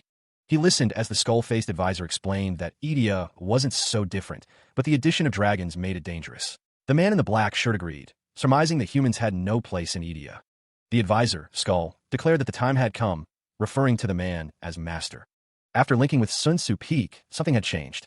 While asleep, Kim Hyun-bak experienced two drastic changes to his body. The advisor stated that this was extraordinary. The advisor explained that divine magic and black magic were at play, but unfortunately, there were two issues that may arise from this new development. The man in black already had a solution in mind, but first, they would meet with the Abyss to be compensated for their troubles. The advisor agreed, addressing the man as Master. Elsewhere, a large mansion stood, bathed in sunlight. A woman with long black hair greeted someone with a warm welcome. Someone asked how she planned to get around, pointing out that she would be a walking target. The woman revealed that she had the ectoplasm mask for that reason.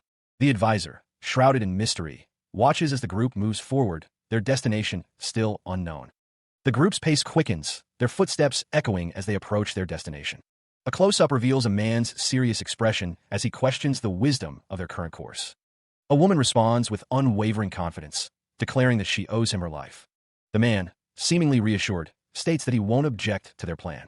The woman smiles, thinking to herself that their mage lady has already started on an impressive shopping list, and that it's not even her money. She tells the man to let her know if there is anything he needs. An anonymous voice questions whether they are sure about their plan.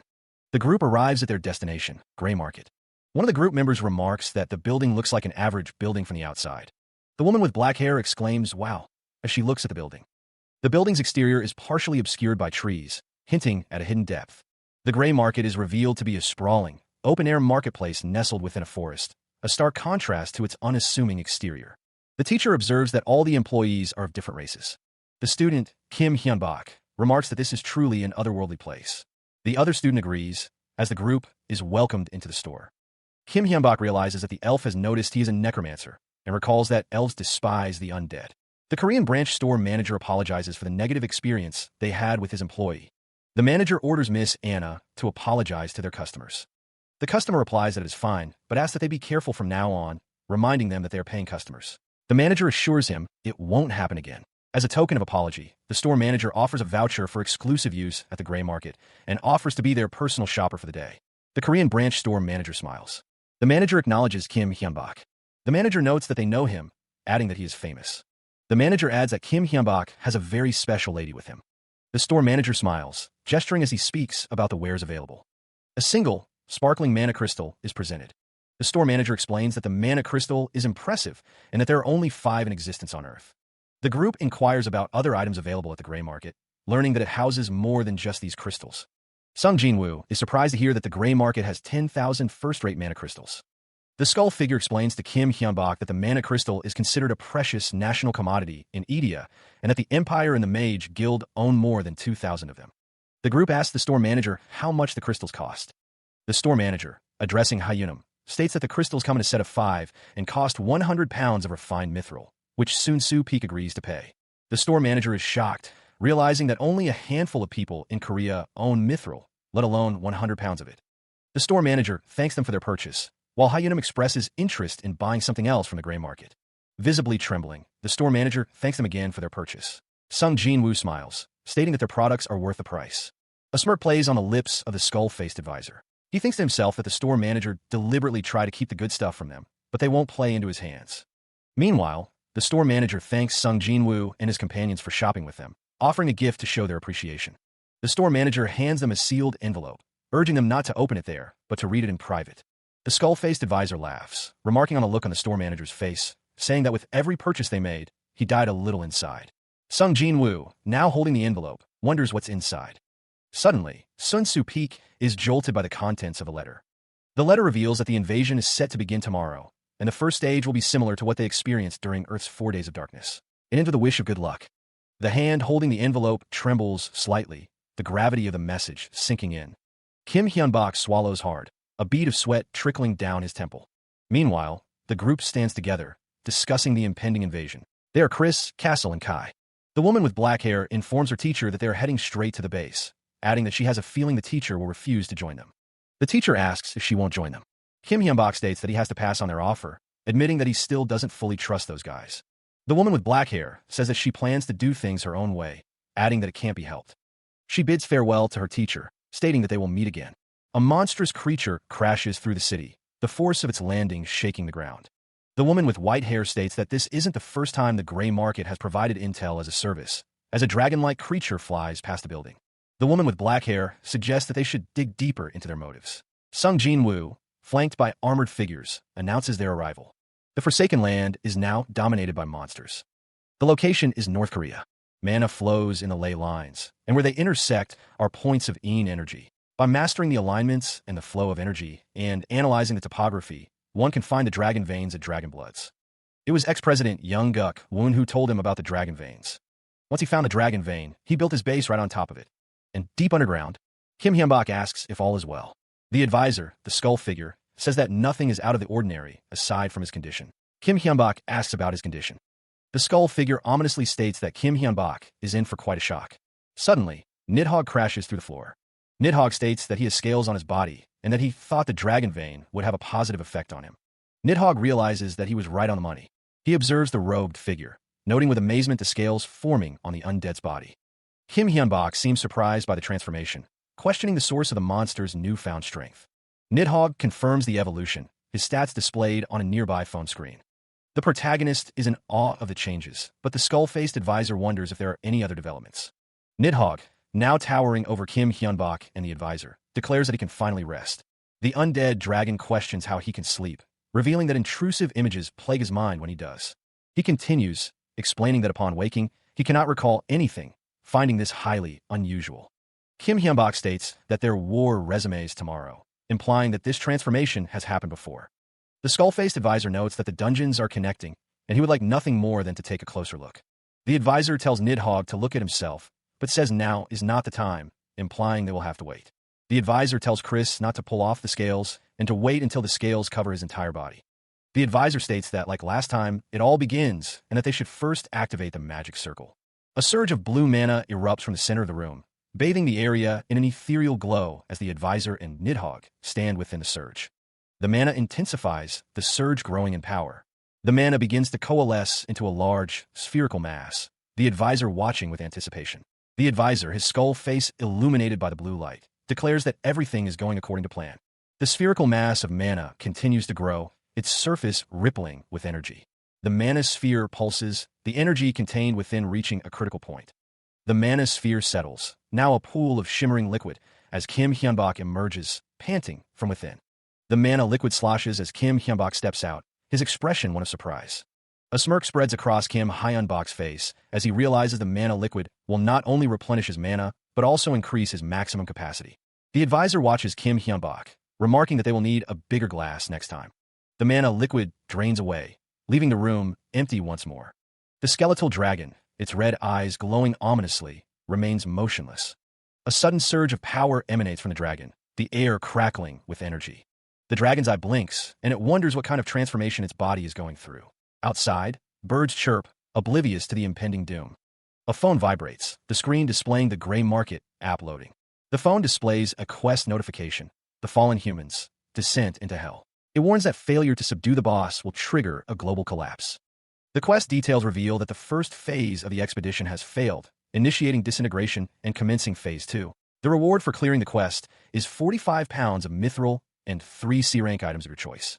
Sung Jinwoo stares at his phone, a look of surprise on his face as he reads the quest details. An armored figure stands behind Sung Jinwoo as a notification appears. Enemy has been introduced. The text continues, stating that those who were once human are now lesser beings and traitors. The armored figure thinks to himself that this quest will be unlike any other. Sung Jinwoo, flanked by armored figures, realizes this fight may require strategy more than anything else.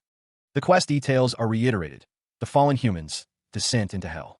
There are 100 days remaining until global collapse, with 25 out of 5,000 personnel ready. Hyunbak Kim has been on the expedition for 1 day and is preparing for battle. The rules governing dungeons had shifted. The doors to enter them now came in various shapes and sizes, but more importantly, some fundamental rules had changed.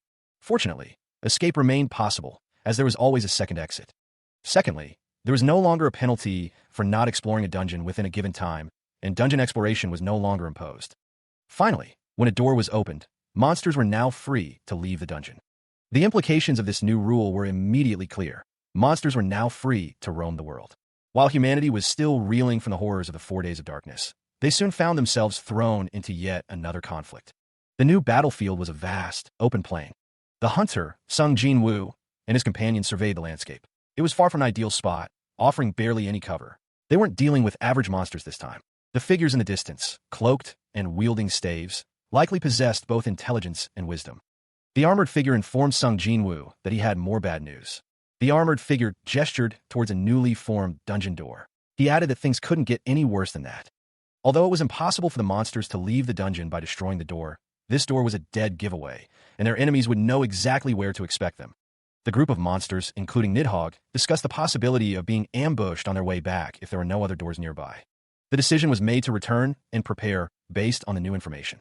According to the Gray Market's data report, there were a total of 50,000 F-rank dungeons, 8,000 E-rank dungeons, 800 D-rank dungeons, and exactly 36 C-rank dungeons around the globe. All nations made preparations for their operations to conquer the C and D-rank dungeons. After 16 days, each nation's allied forces initiated the first phase of the expedition from Airbase Korea. The soldiers pushed open the large metal doors, the sound of the hinges echoing in the chamber. A powerful blast erupted from within, sending a shockwave outwards. The explosion sent debris flying, the air crackling with energy. The force of the blast was immense, leaving those caught in its wake stunned. One of the soldiers lay prone amidst the rubble, the red eyes of the monsters peering down at him. The monsters declared that it had been too long since their last bloodbath, and ordered the soldiers to be killed without sparing a single life. The assembled forces numbered in the thousands: 1,500 Guardian-affiliated superhumans, 1,500 military and police personnel, and 1,000 hunters from the Association and members of the Abyss. Even Heaven's Guard, the divine power users, had gathered, though the Necropolice were behind schedule. Hyan Shilkam, head of expedition operations, received word that the Necropolice, accompanied by Wan Hyo, were on the move. Hyunwoo Kwon, commanding officer of the Hunters Association, considered the news. He knew they only accounted for a small fraction of their numbers, and they should be fine to proceed without them.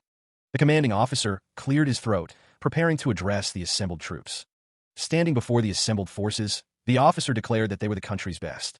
He continued, stating that they may be fighting against unknown enemies on foreign soil, but regardless, they must fight to win, lest the weakness of a nation be evident in the deaths of its soldiers. The officer concluded his speech, urging them to do all they could to survive. He ordered them not to spare ammunition or supplies, and that mutiny and desertion would be overlooked, provided they returned alive for the next battle. The troops roared their approval, ready to fight for their motherland and the future of humanity. The soldiers cheered, their voices echoing with determination. The ground trembles as the insect-like monsters advance, their heavy footsteps echoing through the battlefield. Sergeant Major Hyong grits his teeth, disbelief etched on his face. He can't believe the monsters were clever enough to spring a surprise attack. The monstrous insects continue their advance, their forms towering over the soldiers. The order is given: deploy the barrier magic. One of the insect monsters lunges forward, its attack proving futile against the newly erected barrier. The barrier holds, deflecting the monster's strike with a resounding thwack. Another insect monster slams into the barrier, the force of the impact creating a shockwave. The barrier explodes outward, sending the insect monster reeling from the blast. One of the soldiers curses in disbelief as the barrier fails, leaving them exposed. A blinding flash erupts as the insect monster prepares another attack. The soldiers brace themselves as the monsters descend upon them. The air crackles with ominous energy as the necropolis's power begins to manifest. The surge of power intensifies, a palpable wave of dark magic spreading outwards. The soldiers brace themselves, the night at their forefront, as the necropolis's presence looms ever closer. With a resounding boom, the dead dragon descends, its arrival heralding the full might of the necropolis. The dead dragon's skull-like head, with its glowing red eyes, casts an intimidating shadow over the battlefield.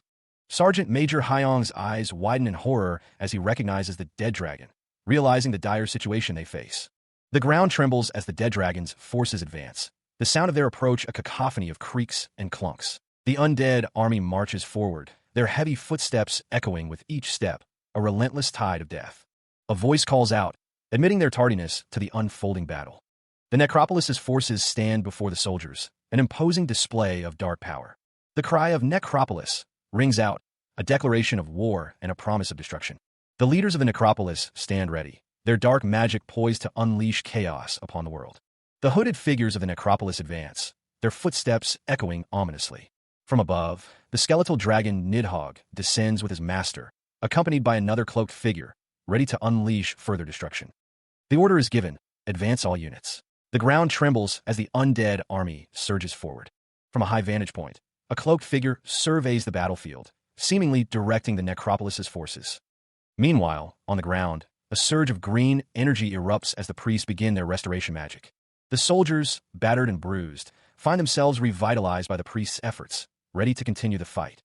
The urgency is palpable. They must move before the restoration magic wears off, leaving them vulnerable once more. Amidst the chaos, the call goes out to transport the casualties and summon the medics, highlighting the desperate need for healing. The priests continue their work, knowing that the fallen humans are descending into hell, with only 165 days remaining until the descent is complete. The status screen shows that Hyun Kim has been on the expedition for 15 days, with the first phase of the expedition having started with 5,000 personnel, now reduced to 4,537. As night falls, the camp is illuminated by a bonfire, a small beacon of hope amidst the encroaching darkness. They were reporting the grim statistics, 463 deaths in 10 minutes, and twice that number of casualties. Addressing Won Hyo and Mi-jin Kim, the acting general expressed his gratitude for their efforts. The woman with red hair responded that they only did what they had to do, if anything. Sergeant Major Hyong apologized for the delay, prompting the general to inquire about the reason for their tardiness. The red-haired woman glanced at the sergeant major as he stated that he told them to stand by for orders. Visibly angered, the general questioned if the sergeant major was implying that they were biding their time. The sergeant major asked if they knew what kind of enemies they were dealing with, adding that he anticipated the enemy would be waiting for them by the door. The general demanded to know how the sergeant major could fail to share such an important detail, stating that they could have avoided the ambush. The sergeant major, clearly pissed, declared it was a necessary evil. The general questioned if a necessary evil was how the sergeant major justified his failure to report information in a life-or-death situation, reminding him that the government was commissioning this campaign.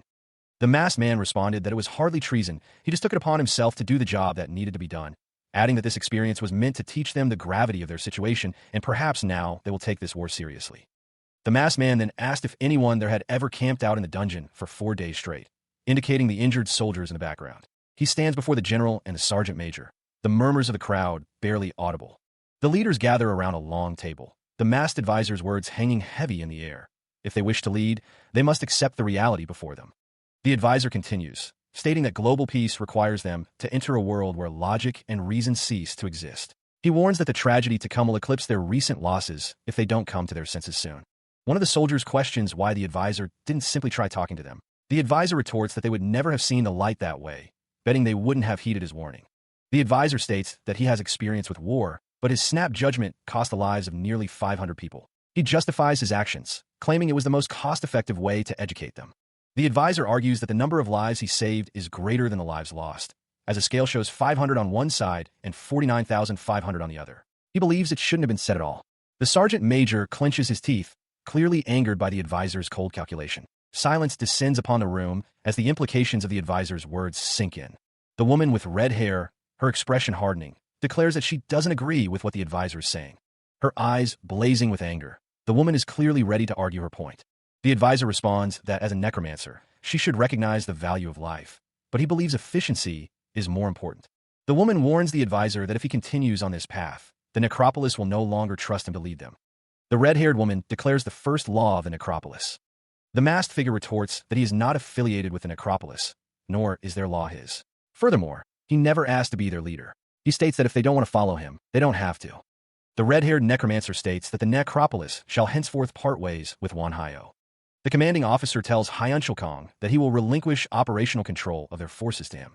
Unfortunately for the commanding officer, the details of their conversation have been leaked. The members of the expedition are in mourning, and one of them accuses Hyun-woo Kwon of being a villain. Another member says it's only natural that they've lost comrades and loved ones. The masked man warns that if anyone tries anything, he won't hold back.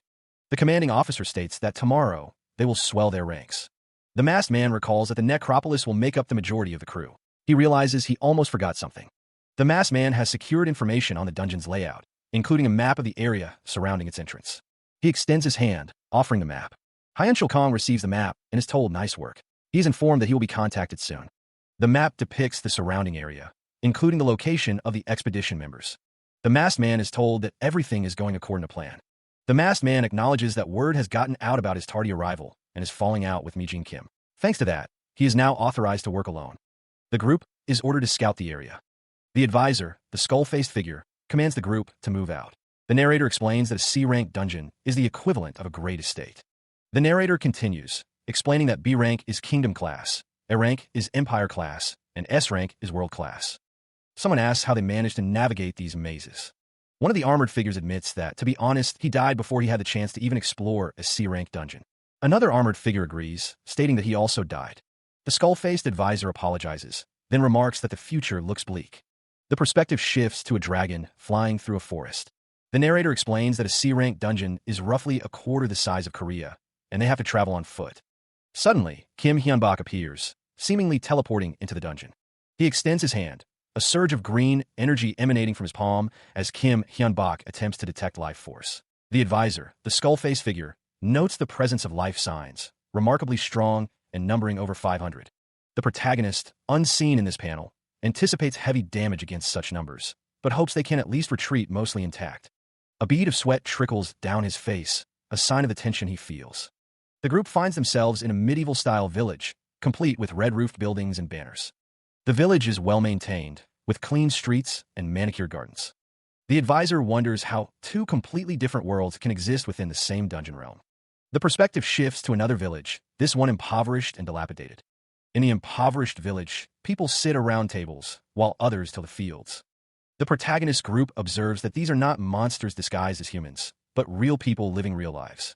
The advisor finds it strange that agricultural work is not being done by the strong, able-bodied men, but only by children and the elderly. The protagonist wonders why the villagers choose to stay in this impoverished village when they could enjoy a better life in the next village, but decides to just watch and see.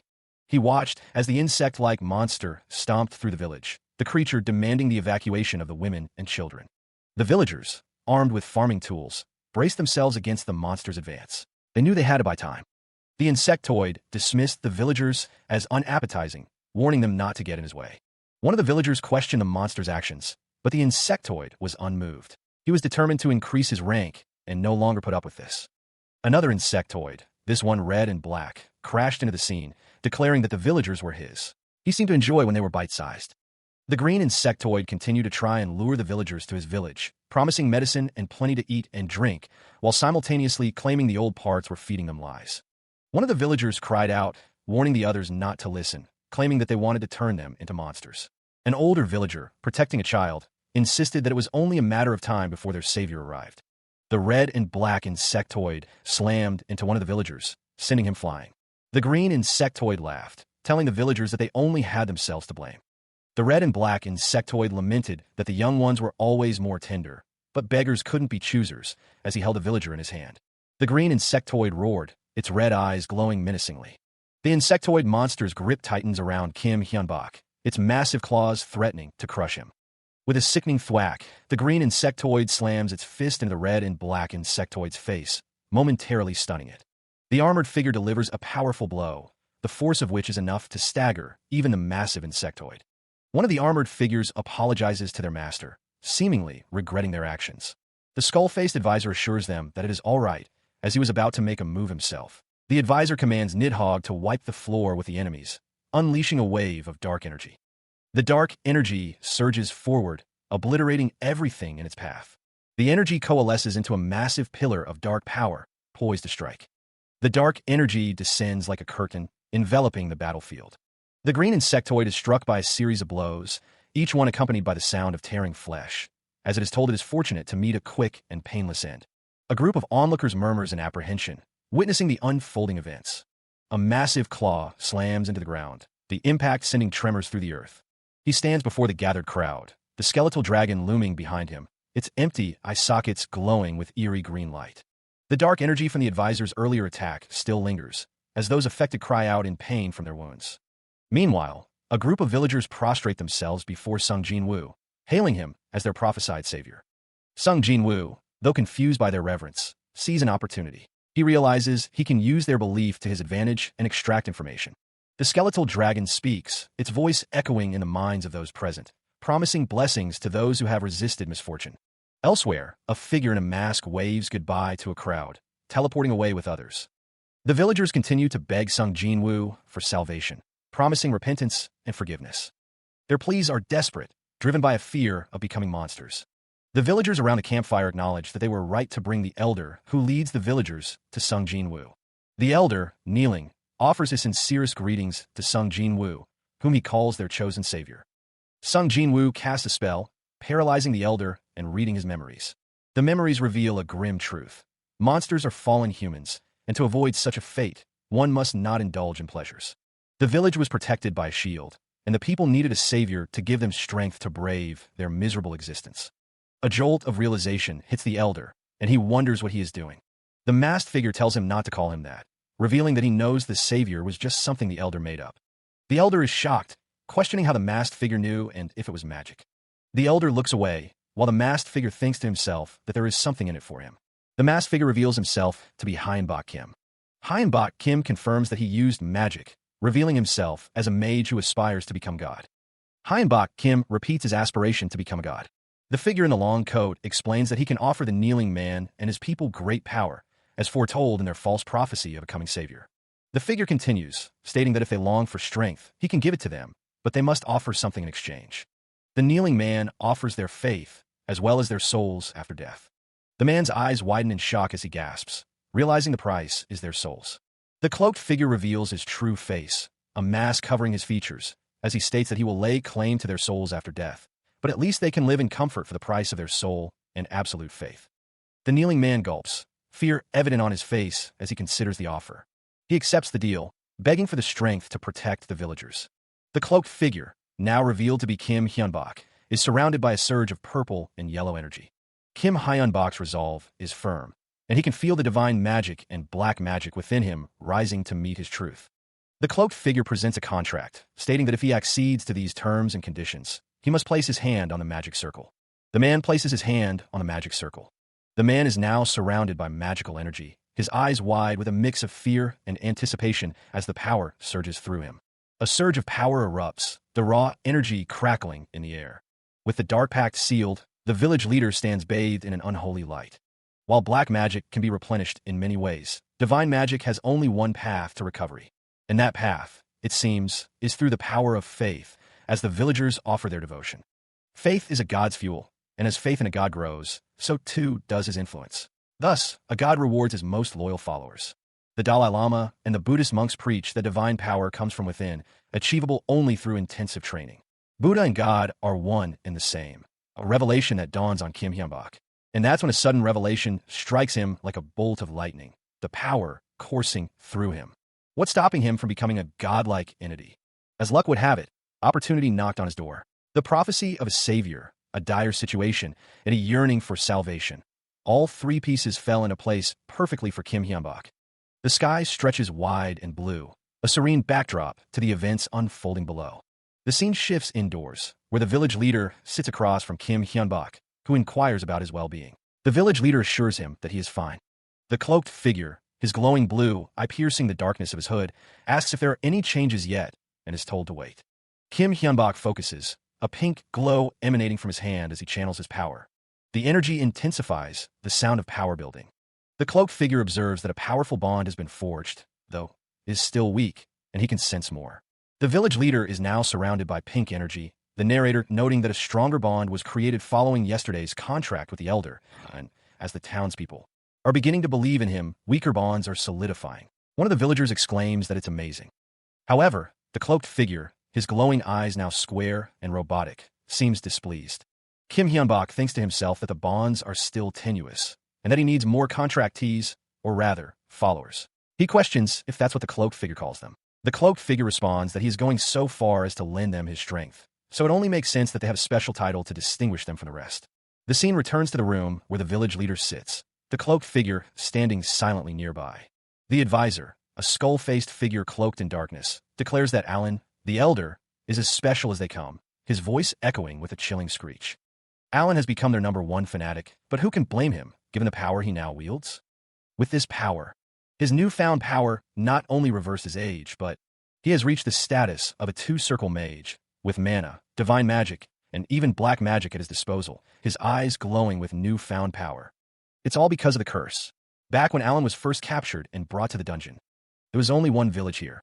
Food, wine, and medicine flowed freely in that village, but the price of consuming the food was to surrender oneself and become a monster.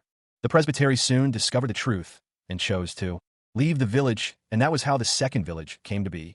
However, not a single soul has been able to leave the village for the last 32 years. It was around that time that the number of monster attacks skyrocketed, along with the population of formerly human monsters. The terms of the curse, though stringent, are only the beginning of the story. The dungeon, it turns out, satisfies all the conditions of a mutated curse. The conditions for the curse are listed: an ideal location within a dungeon realm, food to ensure survival, conscious choice, a weak spirit, the erosion of humanity, and a minimum of 6 months' time. The monsters consider the situation. If the mutated curse is to blame, then their lack of progress makes perfect sense. They would have thought someone would entertain the idea of getting stronger for the cause on a daily basis. Essentially, the mana that should have accumulated in their bodies has mutated into years of life, thus becoming obsolete. But as soon as they sealed a contract, their curse was broken, and their extended lifespan was converted to mana. Someone requests that Chris bring in a senior, nodding in agreement. The longer someone has been around, the more powerful they'll be once they're released from the curse. The camera pans to a tent. Someone reflects that, given how their present campaign has unfolded, they would have been better off sticking to their old offensive strategies. The commanding officer asks if anyone has anything to report, but silence fills the room. The officer states that there's no immediate cause for concern, but he's worried about their food and water supply. Sergeant Major Hyong reflects on their initial plan to harvest necessities from the dungeon in case of shortage. The Sergeant Major's companion notes that there's nothing but weeds, and their plan was ill-conceived. He asks if they can get in touch with Won Hyo. The assembled officers react to the news that the expedition team has discovered a village. A soldier shouts for the general, reporting the discovery. The news of the village spreads, causing a stir among the officers. The report confirms that they've come across a village with human inhabitants. The expedition team, led by Sung Jin-woo, has indeed discovered the village. For weeks have passed, and the villagers sit around a fire. The advisor, the skull-faced figure, notes that they couldn't find the village in the time it took him to convert more than half of the villagers. The advisor explains that there are a number of villagers who are anxious for a fight, which is understandable, as they've been hunted by monsters for too long. The skull-faced figure continues, revealing that 215 of them have become his followers for a chance to fight, while 1237 followers want peace. The advisor asks if they shouldn't act, stating that they can't have their allies at the mercy of their enemies. The masked figure agrees. The village stood quiet, its red banners bearing the emblem of a bird fluttering gently in a breeze. Meanwhile, a villager offered supplies, but warned that any aid would come at a steep price. The villager ominously declared that they would be forsaken by the prophecy, just like everyone else. The commanding officer, Sergeant Major Hyong, questioned the mention of a prophecy. An advisor suggested that the prophet they spoke of was Won Hyo. The sergeant major realized that this prophet had already passed through. The troops prepared to enter the village, the sergeant major warning that only a select few would consume the food they received. The sergeant major clarified that even after thorough examination, the food would only be consumed by a small number of their company. The sergeant major ordered withdrawal, satisfied that they had obtained what they came for. The soldiers shuffled through the village, their presence unsettling the already wary inhabitants. The sergeant major reiterated that the food received from the village would only be eaten after inspection. The villagers watched the soldiers leave, their faces a mixture of confusion and fear.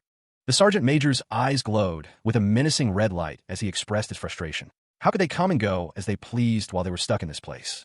Driven by rage, the order to kill them all was given, the sound of tearing flesh echoing in the air. The sound of something cracking filled the air as the unseen speaker condemned the savior, who deserted them, and those humans too. A group of insectoid monsters, their eyes glowing with the same malevolent red light, stood ready to carry out the order. The ground trembled with a resounding do-done, do-done as the insectoid monsters began their advance. A towering insectoid monster stands guard, its red eyes gleaming menacingly. The soldiers, recognizing the creature, stumble back in fear. One of them exclaims that it's the same thing from before. A soldier remarks that it has been a while, everyone. One of the soldiers shouts, realizing that the people they are with are the inhabitants of the dungeon. The soldier's realization is correct, but they will catch up later. The soldiers prepare to fight the insectoid monster, ready to give it their all. A figure watches from the shadows, observing the unfolding battle. The figure wonders if they are really going to make them fight, stating that they will see their skills for themselves. The inhabitants are being imbued with black magic. The fire demon imps are summoned. The quickest way for a black magic user to get a burst of energy is the black magic user unleashes a devastating burst of energy. A hulking, armored figure, wreathed in flames, prepares to unleash a summoned attack. Immediately after, a surge of golden energy erupts, forming a holy field. The soldiers look on in disbelief. They realize that their opponent is using both black magic and divine magic simultaneously. The skull-faced advisor declares it impossible, as the purple-tinged power continues to build around him. He vows to show them the power he has amassed. The advisor reveals that the power he wields was granted to him by the god of life and death, as he prepares to unleash a chaos strike. The advisor stands before his assembled forces, the combined energies of black magic and divine magic swirling around him.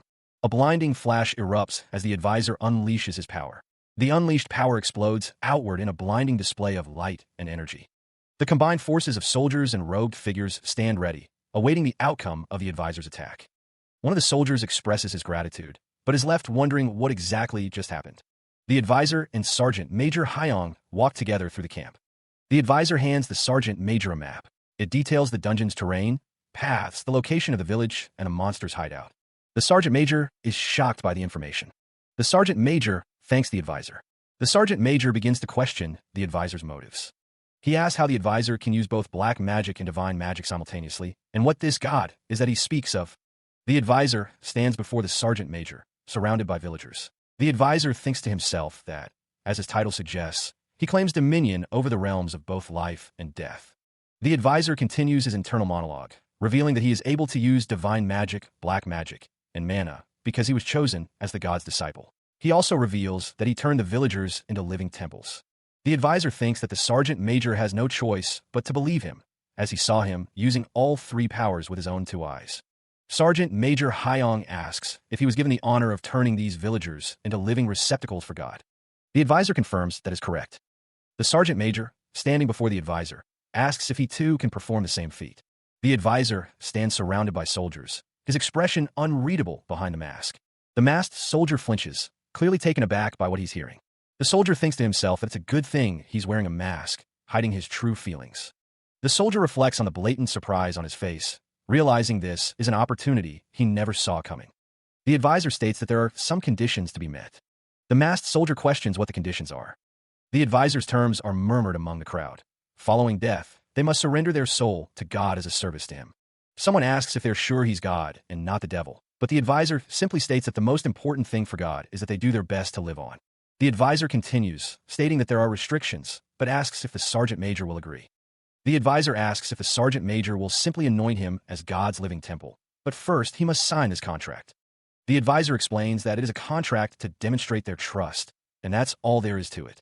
The Sergeant Major, having heard the terms, confirms there isn't much more to discuss. The advisor reiterates the terms of the contract to Hyun Kong, requiring him to pledge his faith during life and his soul in death to the god. The advisor continues, stating that in return, Hyun Kong will be granted strength, and asks if he agrees to the terms. Hyun Kong, his eyes gleaming with resolve, declares that if God promises him power, he will gladly sacrifice his soul. With newfound conviction, Hyun Kong calls out to God Almighty, begging for strength. The power surges through Hyun Kong, his face a mixture of shock and awe. The advisor confirms that the contract is sealed as the power manifests around Hyun Kong, binding him to his eternal faith. His subordinates, witnessing the transformation, call out to the commander, but Hyun Kong assures them that he is all right. Meanwhile, Sung Jinwoo smiles, knowing that he granted Hyun Kong temporal power. The advisor muses that there is an inevitable side effect. The contractee will become devoted to him, and Hyun Kong now understands the power he wields. The advisor continues, explaining that essentially all of his contractees can't help but see him as some higher being, a perk that allows him to parade as God himself. With a snap of his fingers, the advisor's power continues to grow. The surge of energy manifests as a monstrous entity, its red eye glowing menacingly. Elsewhere, Sung Jin-woo stands before a gathering of people, his presence commanding attention. Sergeant Major Hyong, his face etched with desperation, pleads for his life. The monstrous entity takes flight, leaving the city behind with a promise to return. The sergeant major is surrounded by figures in white robes, their faces obscured, as he begs for mercy. A dragon soars through the sky, carrying a container secured to its back. Supported by a knight and a cloaked figure, Kim Hyun-bok sways, struggling to maintain his balance. The knight praises the cloaked figure, who simply offers a quiet thanks. The knight admonishes Kim Hyun-bok, reminding him not to push himself, as the man pleads for help. The cloaked figure apologizes, promising to be more careful, and suggesting they return to base. The dragon flies over a vast army, its destination unknown. He wondered why 1,000 soldiers had suddenly appeared, realizing that it was all because of them. Cursing, the creature decided to have someone else report this. With a squirming motion, the red, tentacle-like appendage began to emerge from the ground. The appendage continued to emerge from the ground with a whooshing sound. With a final thud, the tentacle fully emerged from the ground. With a surge of power, the figures prepare for a period of rest. That surge of power will allow them to enjoy a full week's rest. The magic distorts time and space within the base, making 1 week inside equivalent to a single day outside. The leader instructs his subordinates to rest up, as they will begin their training regimen tomorrow. Someone slumps down into a chair, exhausted. There are 105 days left until the end of the exploration, the man thinks with a sigh. They have yet to locate the enemy's base. Footsteps echo down a set of stairs. The skull-faced advisor asks how it's coming along. The colossal humanoid robot is a work in progress. Its size, defenses, and strength will be a great asset to them in warfare. Chris' invention is Richard's vision for the future. The advisor, the skull-faced figure, explains that the invention was nothing short of astounding. The protagonist, Kim Hyun-bok, asks why he should check his stats. A notification appears on Hyun-bok Kim's phone, displaying his updated stats, including the addition of Divine and Black Magic. Hyun-bok Kim notes that Divine Magic and Black Magic have been added to his abilities. The advisor, the skull-faced figure, finds the news interesting. The advisor explains that the protagonist's powers increase with a number of followers, but he also loses strength when he loses followers. The advisor continues, stating that like a true god, the protagonist's powers are directly linked to the devotion of his followers. Elsewhere, Sung Jin-woo exclaims in disbelief at the sight of the knock-in on the dungeon door sign. Sung Jin-woo is shocked to see a slime monster and a muscular man standing before him, questioning how he lost track of 1,000 bodies. The muscular man yells at Sung Jin-woo, asking if he has a clue as to how they suddenly appeared. The muscular man continues to berate Sung Jin-woo, asking if the heads are just for decoration. The muscular man, frustrated, laments that he's surrounded by idiots and that nothing has changed. Deep within the cavern, a figure laments his situation, counting down the days until he can leave this place. Deciding to take matters into his own hands, he urges himself to move on. The muscular man emerges from the cave. He wonders aloud if he's finally been left alone. Elsewhere, someone anticipates the arrival of guests, noting that someone has already made it this far. The unseen figure praises Tia for a job well done. The man from the cave embraces Tia, congratulating her. Tia giggles, clearly pleased with herself. The man explains that the location is an underground fortress, confirming that Tia assessed the layout. He adds that the boss monster would be found in the deepest level, asking if she had time to assess the underground layout. Tia, looking worried, admits that she didn't, explaining that there were too many monsters roaming about. The man reassures her that she did more than enough, asking her to show them the boss monster's face, which she projects with her magic. The muscular man recoils, splatters of blood-like substance erupting around his face. Meanwhile, the skeletal figure observes the blond man, remarking that he appears quick on his feet and versed in the art of scheming. The armored figure, known as Castle, is asked if he agrees with the assessment. Castle is then asked by Tia if he said anything. The dark-haired man confirms that Castle did indeed say something, apologizing to his master. An unseen figure demands silence, questioning how the others can claim ignorance about the sudden appearance of their enemies. The muscular man's face contorts in rage. The unseen figure berates the group, asking if their heads are just for decoration and demanding they use them for more than just fighting. Someone asks Castle if he is okay. Castle declares to his master that he intends to kill the blond man. A sense of dread washes over Castle. The unseen figure states that their actions will proceed regardless of whether Castle approves. The muscular man declares that someone is his prey. The armored figure states that he won't let anyone get in the way of his revenge, demanding that the muscular man calm down. The muscular man insists that he is calm, but the armored figure, revealed to be Castle, forbids him from engaging in any combat until he has cleared his head and orders him to stand down at once. Castle warns that he will kill for his freedom if he has to. The skull-faced advisor reminds Castle that even if he has lost all reason, there are still some things that he can and cannot say. The skull-faced advisor tells the two armored figures not to do anything stupid. The skull-faced advisor stands between the two armored figures. Castle apologizes to his master, saying that he completely lost it for a moment. The muscular man is told to calm down and start over. Castle is asked to explain exactly why he just lost his head. The muscular man reflects that he hardly has any memories of his family or hometown, and only vaguely recalls having a wife and child. The muscular man's memories flash back to a brutal scene. A sword pierces through him, the sound echoing in his mind as he recalls dying at the hands of a traitor. The memory continues, revealing the traitor's actions. He lived on after taking the muscular man's life, a fact that fuels the man's rage. The vision expands, showing the bodies of the muscular man's fallen comrades, killed by the same traitor for their loyalty. The armored figure, revealed to be the muscular man in a different form, reflects on almost giving up hope of revenge. The armored man clutches his face, realizing the traitor has reappeared before him. The armored man's companion, Sergeant Major Hyong, understands why he was about to charge into the enemy base. The Sergeant Major presses the muscular man for more information about the one who killed him. A disembodied voice promises to set the stage for the muscular man's vengeance, prompting him to question the offer. Sergeant Major Hyong assures the armored man that he will help, urging him to share more details about the traitor. The muscular man, now shirtless, is asked how many he has rallied. A hulking, green-armored figure reveals that their army is now 5 times greater than that of the humans, factoring in their initial numbers. The insectoid green monster and his comrades discuss the necromancer, Wanhyo, who rides the undead dragon, noting that he is the only variable. The speaker continues, impressed that this Wanhyo is already a six-circle mage. The green insectoid warns his comrades not to let their guard down, as Wanhyo will be the biggest thorn in their side. Suddenly, the muscular man is addressed as Master by the insectoid green monster.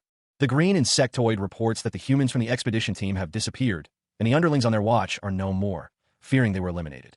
The muscular man's face contorts in anger upon hearing the news. He curses, and the ground begins to tremble. The insectoid green monster and another insectoid look around, questioning what is happening. The muscular man commands someone to fall with their fortress and dungeon and crawl their way out. A figure, presumably Wanhyo, extends his hand, and a powerful force emanates from him. With a wave of his hand, the man in the black coat explains that magic can bend nature to one's will. An earthquake begins. The ground cracks and splits as the earthquake intensifies. The tremors shake the very air. The man in the black coat is told, "Nice work." A voice declares that it is their turn to step up to the plate. The ground continues to crack as insectoid monsters emerge. The soldiers are reminded that they only have one job, to fight the monsters and win. The insectoid monsters advance, their clicking mandibles a terrifying sound. A massive, red-skinned monster joins the fray, dwarfing the soldiers and insectoids alike. Knights clad in white armor clash with insectoid monsters, their swords meeting with resounding blows. A massive explosion erupts amidst a horde of insectoid monsters, scattering them in all directions. The green insectoid monster unleashes a fiery blast, incinerating everything in its path. The ground trembles beneath the weight of something massive approaching. A collective gasp of shock and fear ripples through the ranks as the soldiers realize what they are facing. A multi-headed monster descends, its many eyes glowing with malevolent intent. Sergeant Major Hyong and the other soldiers stare in disbelief at the monstrous figure before them. The multi-headed monster declares its intention to kill every last one of them, its voice a guttural roar. The monster's many heads spin, each maw filled with razor-sharp teeth. The multi-headed monster strikes with blinding speed, its attack aimed directly at Sung Jin-woo. The attack connects, the force of the blow sending debris flying. Sung Jin-woo is struck by the monster's attack, a sickening splat echoing through the air.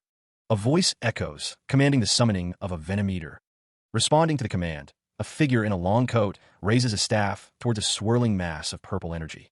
The figure remains stationary, the staff held high as the purple energy continues to swirl around him. Nearby, soldiers watch in disbelief as someone appears to be absorbing the energy. With a resounding swoop, the green energy surges forward. The figure in the coat is now surrounded by large green, hand-like appendages reaching towards him. The green appendages converge, seemingly drawing something from a large, red creature. The green energy is pulled away from the insectoid monster, leaving it weakened. With a deafening SWOM, a massive burst of energy erupts. The soldiers brace themselves as a massive, fiery blast is unleashed, originating from the mouth of a hulking figure. A masked figure among the soldiers commands, "Come, Agni." The hulking figure unleashes a torrent of flames, his face contorted in rage. The muscular man, engulfed in flames, sneers at an unseen opponent, declaring the fire unappetizing and sickening. With his arms crossed, the fire-wreathed man stands before a group of soldiers, a smirk playing on his lips as he continues to plot.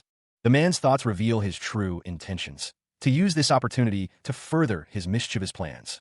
The fire spreads, consuming everything in its path as the man laughs maniacally, reveling in the chaos. The man's laughter echoes as he unleashes more flames, his face contorted in a wild grin. The insectoid green monster, now facing a new threat, questions how they dare to challenge him. The monster, enraged, demands to know how he could be underestimated, realizing his opponent is using ice. Sung Jin-woo's eyes narrow as he prepares his next move, the air around him crackling with icy energy.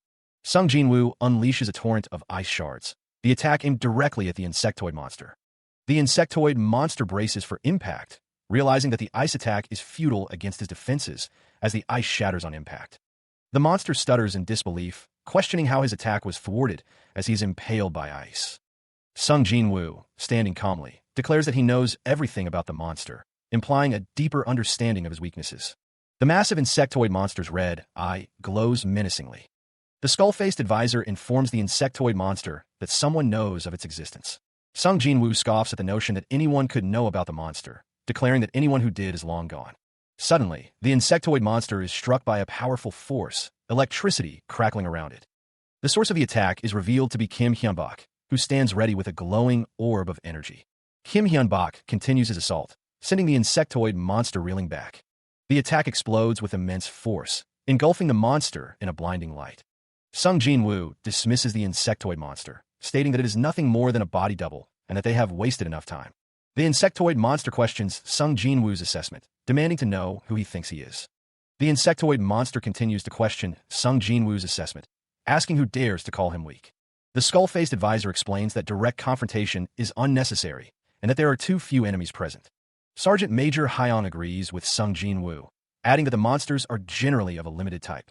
The multi-headed monster is informed that one of its heads was seen operating separately from the others. Meanwhile, the skull-faced advisor imagines that the real body of the one who recovered his memories is already making its way to the entrance, preparing to leave the dungeon.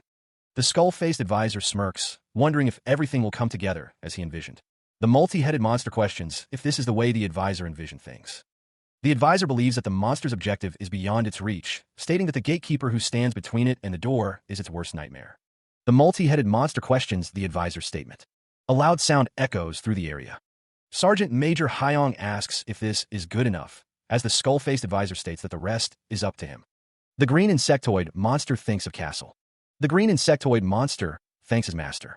The muscular man realizes that the green insectoid monster is the one who recovered his memories and passed after dying at his hands once before. The armored figure pauses, a silent but hanging in the air. Meanwhile, the green insectoid monster, remembering his past life, declares he won't die twice. The insectoid stone soldiers advance, their heavy footsteps echoing through the forest. The muscular man, recognizing the insectoid, laughs maniacally, confident in his victory. He scoffs at the stone soldiers, dismissing them as mere dolls. The armored figure questions the muscular man, demanding that he stop. Ignoring the armored figure's command, the muscular man strikes one of the stone soldiers, shattering it with a single blow. He believes the armored figure has it all wrong. The muscular man, fueled by his past victory, declares his intent to kill the insectoid once again. A bead of sweat trickles down the muscular man's brow as he stares intently at the armored figure. The golem mocks his opponent, boasting about his strength amidst the explosions. The explosions intensify, one of the figures caught in the blast protesting the overkill. The muscular man watches the scene unfold, incredulous that his opponent is using explosives. The muscular man, towering over the battlefield, reminds the golem that sacrifices must be made. The golem, now revealed to be Glands, seems to realize something. Glands, encased in blue energy, seems to be remembering something. A surge of green energy envelopes Glands, hinting at a transformation. The energy coalesces around Glands' helmet, and he remembers his name, his past, his lost memories. Glands, now fully transformed, expresses his frustration. The transformation leaves Glands with a terrible feeling. The muscular man stands ready, facing the transformed Glands. The muscular man recognizes Glands, confirming his identity. Glands, lying on the ground, struggles to comprehend the situation, wondering how things could have come to this. Meanwhile, the muscular man advances, brandishing a blade. He believes everyone would have looked to him for leadership. The muscular man curses, declaring that Glands talks a big game for Ghost. The muscular man's arm throbs with power as he vows to kill Glands, no matter what. With a burst of speed, the muscular man lunges forward, ready to strike. The perspective shifts to Glands, now transformed into a large, green, dragon-like creature, as he rises to meet the attack. The muscular man taunts the dragon-like Glands, reminding him that as a human, he tried to be like him but never measured up, and even now, he's just a wyvern. The dragon-like Glands, enraged by the taunt, shouts for the muscular man to shut up. The dragon-like Glands slams his fist down, the impact shaking the ground. The muscular man is struck by the blow, the force of the impact creating a deafening crack and bang as he is sent flying. With a sweeping motion, the figure in dark armor prepares to unleash a powerful attack. The figure, revealed to be Galen, unleashes a blast of energy towards a distant portal. The energy surges through the portal, creating a blinding explosion of light. Inside the dragon-like form of Glands, he wonders if this is divine magic. Elsewhere, a cloaked figure declares that his master considers this attack, named Judgment, his first gift. The divine magic washes over Glands, who stands alongside a fiery monster. The magic intensifies, and Glands angrily retorts that using himself as bait is crazy, even for Galen. Glands spits out the divine magic. The dragon-like creature begs to be spared. Galen observes that Glands has only grown more abominable with time. Glands roars, questioning how an undead like himself is able to stomach this divine power. The divine magic explodes from within Glands, causing him immense pain. Even as divine magic threatened to tear him apart from the inside, Glands remained defiant. He knew the power of his master was the only reason an undead like himself could wield such abilities. Fueled by rage and desperation, the golem roared, promising to kill his opponent even if it cost him his life. Meanwhile, Sung Jin-woo, cloaked in shadows, advanced with purpose, his sword drawn and ready. The golem, still reeling from the explosion within, cried out in pain as the divine energy continued to ravage his body. With a swift motion, Sung Jin-woo lunged forward, his blade meeting the golem's defenses with a resounding clang. Despite the pain, Glands let out a maniacal laugh, his red eyes burning with a fierce determination. The hunter finally had the golem where he wanted him, his sword striking repeatedly against the monster's armor. The golem cursed, struggling to maintain his footing against the relentless assault. He couldn't understand how the hunter was managing to hold his ground. The hunter's attacks continued to ring out, but the golem scoffed, declaring them too weak to be effective. Glands taunted Sung Jin-woo, demanding that he step up his game, declaring that this was not the end.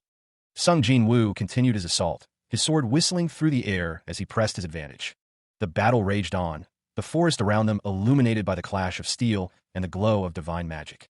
Glands, towering over his opponent, questions if he is feeding off the life force of the dungeon's villagers. The golem expects nothing less from Sung Jin-woo as he prepares to strike. The golem's red eyes narrow as he focuses on Sung Jin-woo. The golem's fist connects with Sung Jin-woo, the force of the blow creating a deafening crack. The impact shatters Sung Jin-woo's armor, sending fragments flying in all directions.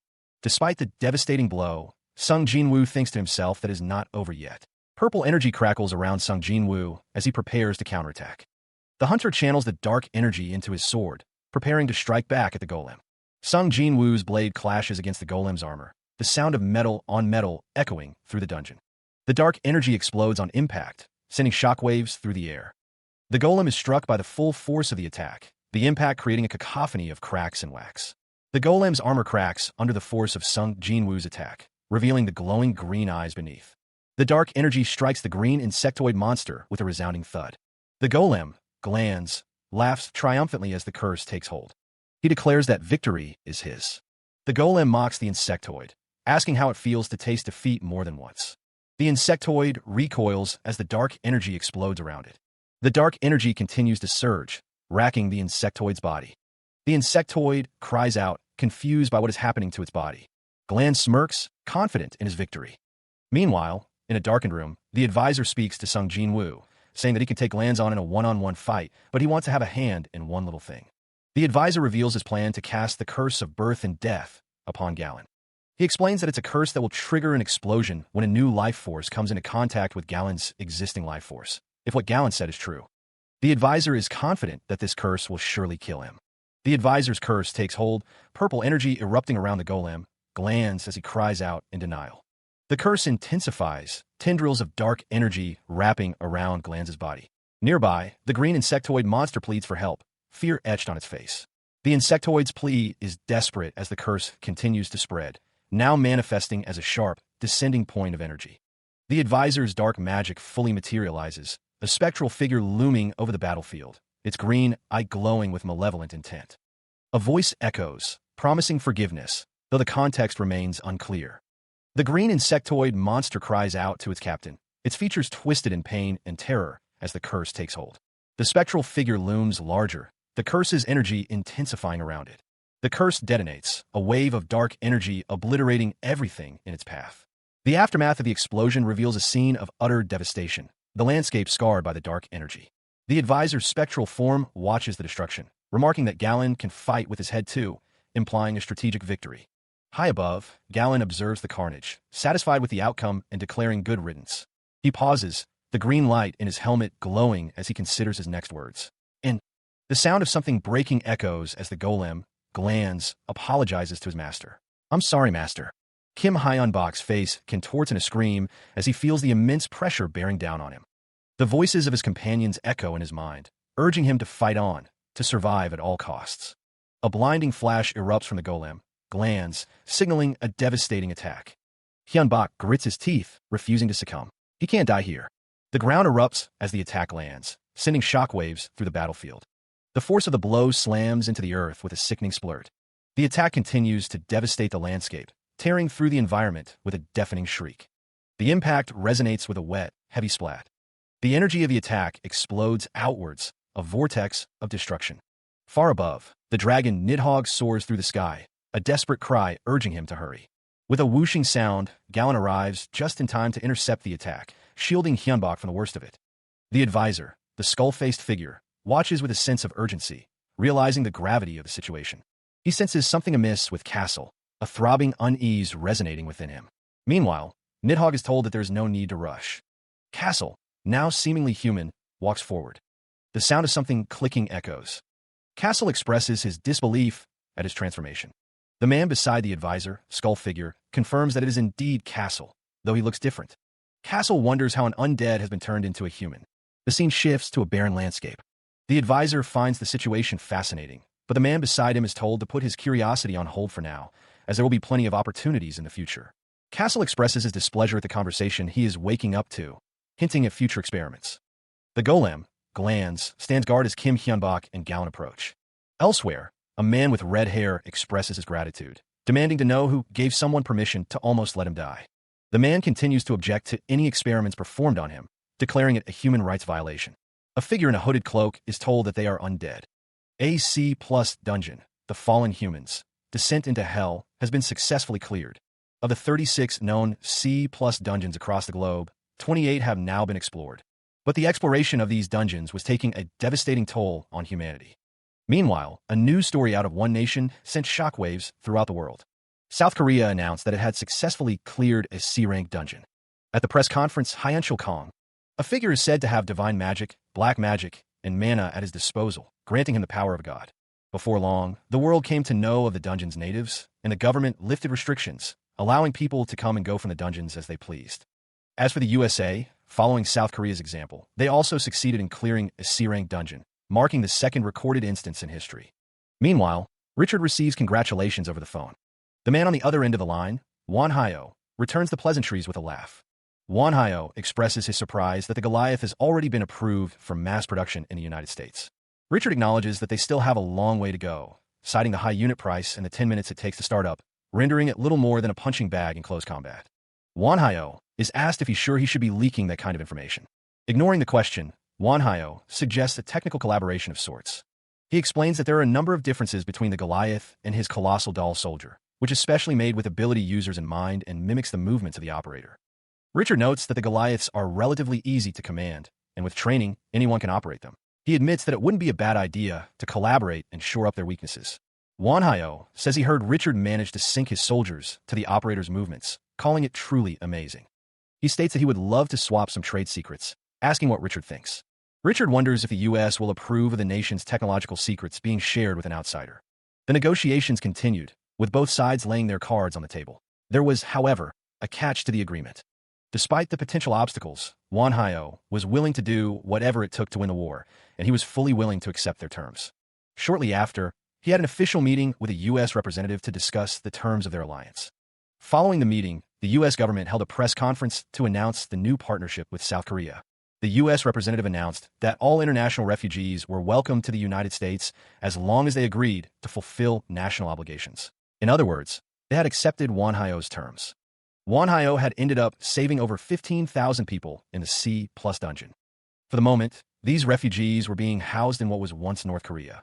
South Korea had done very little for these people. It was borderline willful neglect. That's why he requested cooperation from the United States, welcoming Manhwa to the United States. Considering he was a special guest, Manhwa was greeted personally. The first question posed to Manhwa was whether he had created the colossal doll. He confirmed that it was his creation, but clarified that it was only a prototype and that they would have it transported right away. The older man cautions Kim Hyun-bak not to touch the doll. Surrounded by suited men, the older man, who seems to be in charge, leads the way. The group finds several men collapsed around the doll, which is draped in a white sheet. The men stand over the unconscious bodies, assessing the situation. The older man wonders if they will be okay, while Kim Hyun-bak notes that they should be fine as long as they approach the doll with nothing more than curiosity. The text explains that the curses associated with the doll can manifest as nightmares or escalate to draining away the victim's life force, not to mention balding and erectile dysfunction. Kim Hyun-bak is visibly shocked by this information. The older man wonders if death wouldn't be preferable to the curse. The older man angrily questions the idea of a curse, wondering what's next. The older man is told to calm down by Dr. Alex. Richard is asked who the blonde man is. Richard explains that the blonde man managed to break free from the curse, adding that he designed and created Goliath and is a genius with S-class talent. The blonde man, seemingly amused, asks if they are descendants and what kind of abilities they possess, declaring that reorientation is the name of his game. The man with dark hair tilts his head, realizing that the blonde man was able to break free from the curse because he could restructure its pattern. The blonde man confirms this, adding that it was a pain in the ass. The blonde man then asks if the dark-haired man is the one who invented the doll. The dark-haired man simply replies, sure. He states that he has no reason to hide anything. The group stands before a massive robot, a white sheet partially covering it. The blonde man offers the dark-haired man a small object, explaining that it functions like both the key and steering wheel in a car, especially if mana is added. The blonde man, now wearing a bracelet, seems to activate something, energy crackling around his wrist. The robot follows a series of commands to the right, uppercut, knee kick, roundabout, as the blonde man exclaims that it works. He admits, however, that it's pretty clumsy in a lot of ways. The dark-haired man looks on, seemingly unimpressed.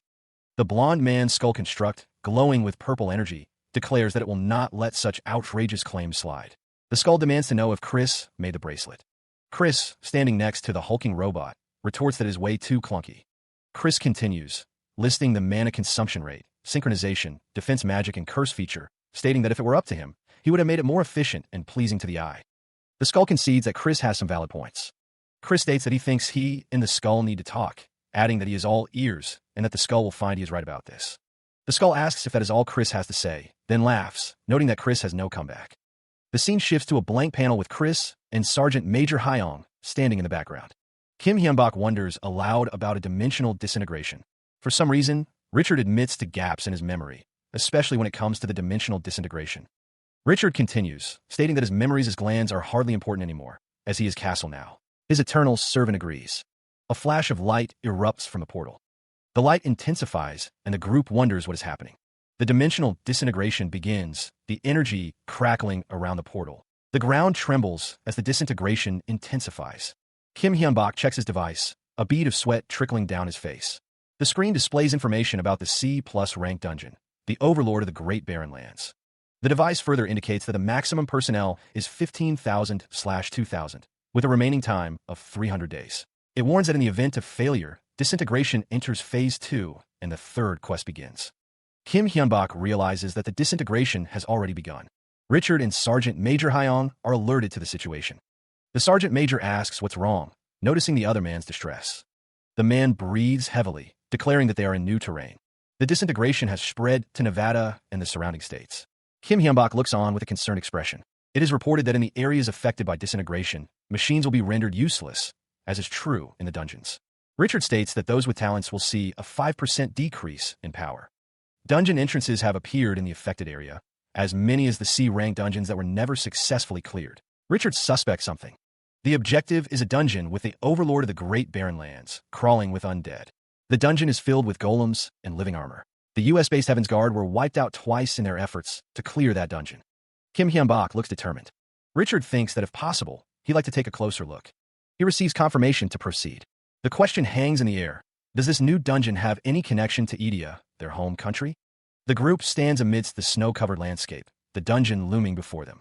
The dungeon, where they first met, now looms before them. The speaker reflects that the dungeon where they faced off against Galen and others, all tied back to Idia. It's no coincidence, he thinks.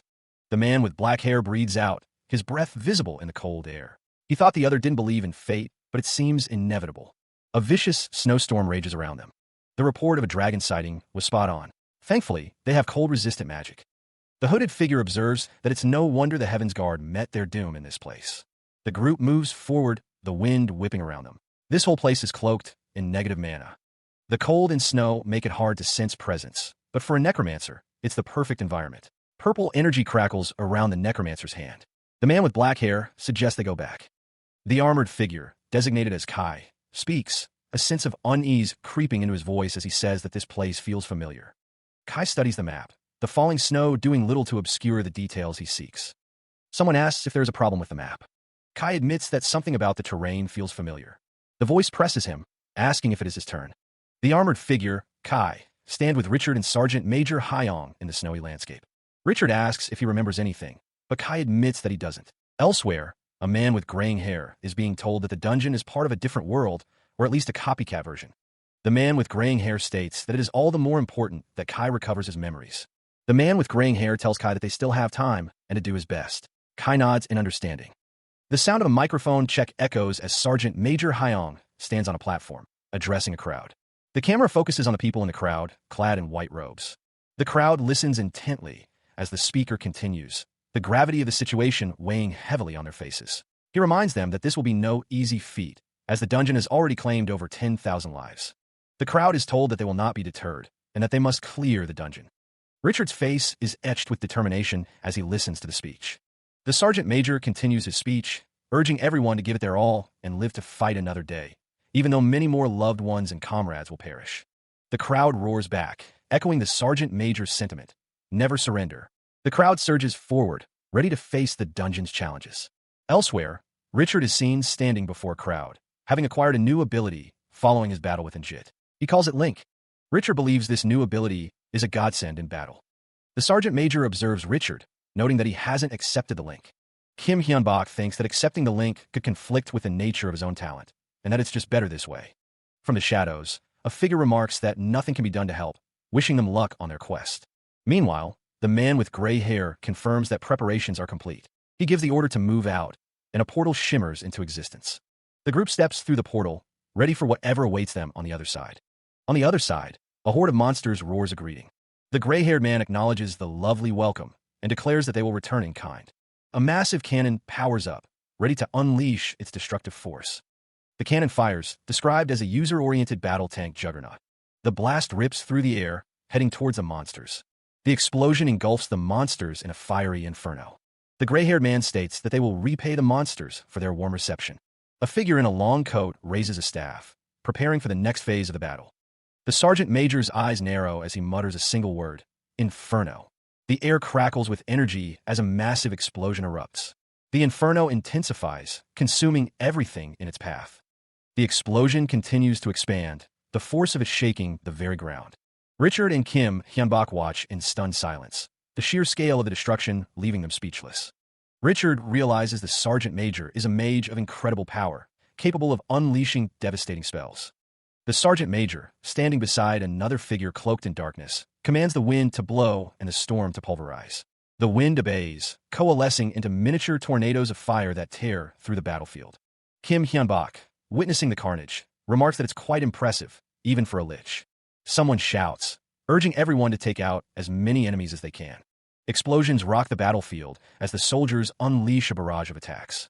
A figure observes the battle from afar, noting that the Sergeant Major is stronger than anticipated.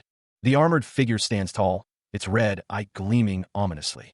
The figure possesses not only immense power, but also divine magic at its disposal.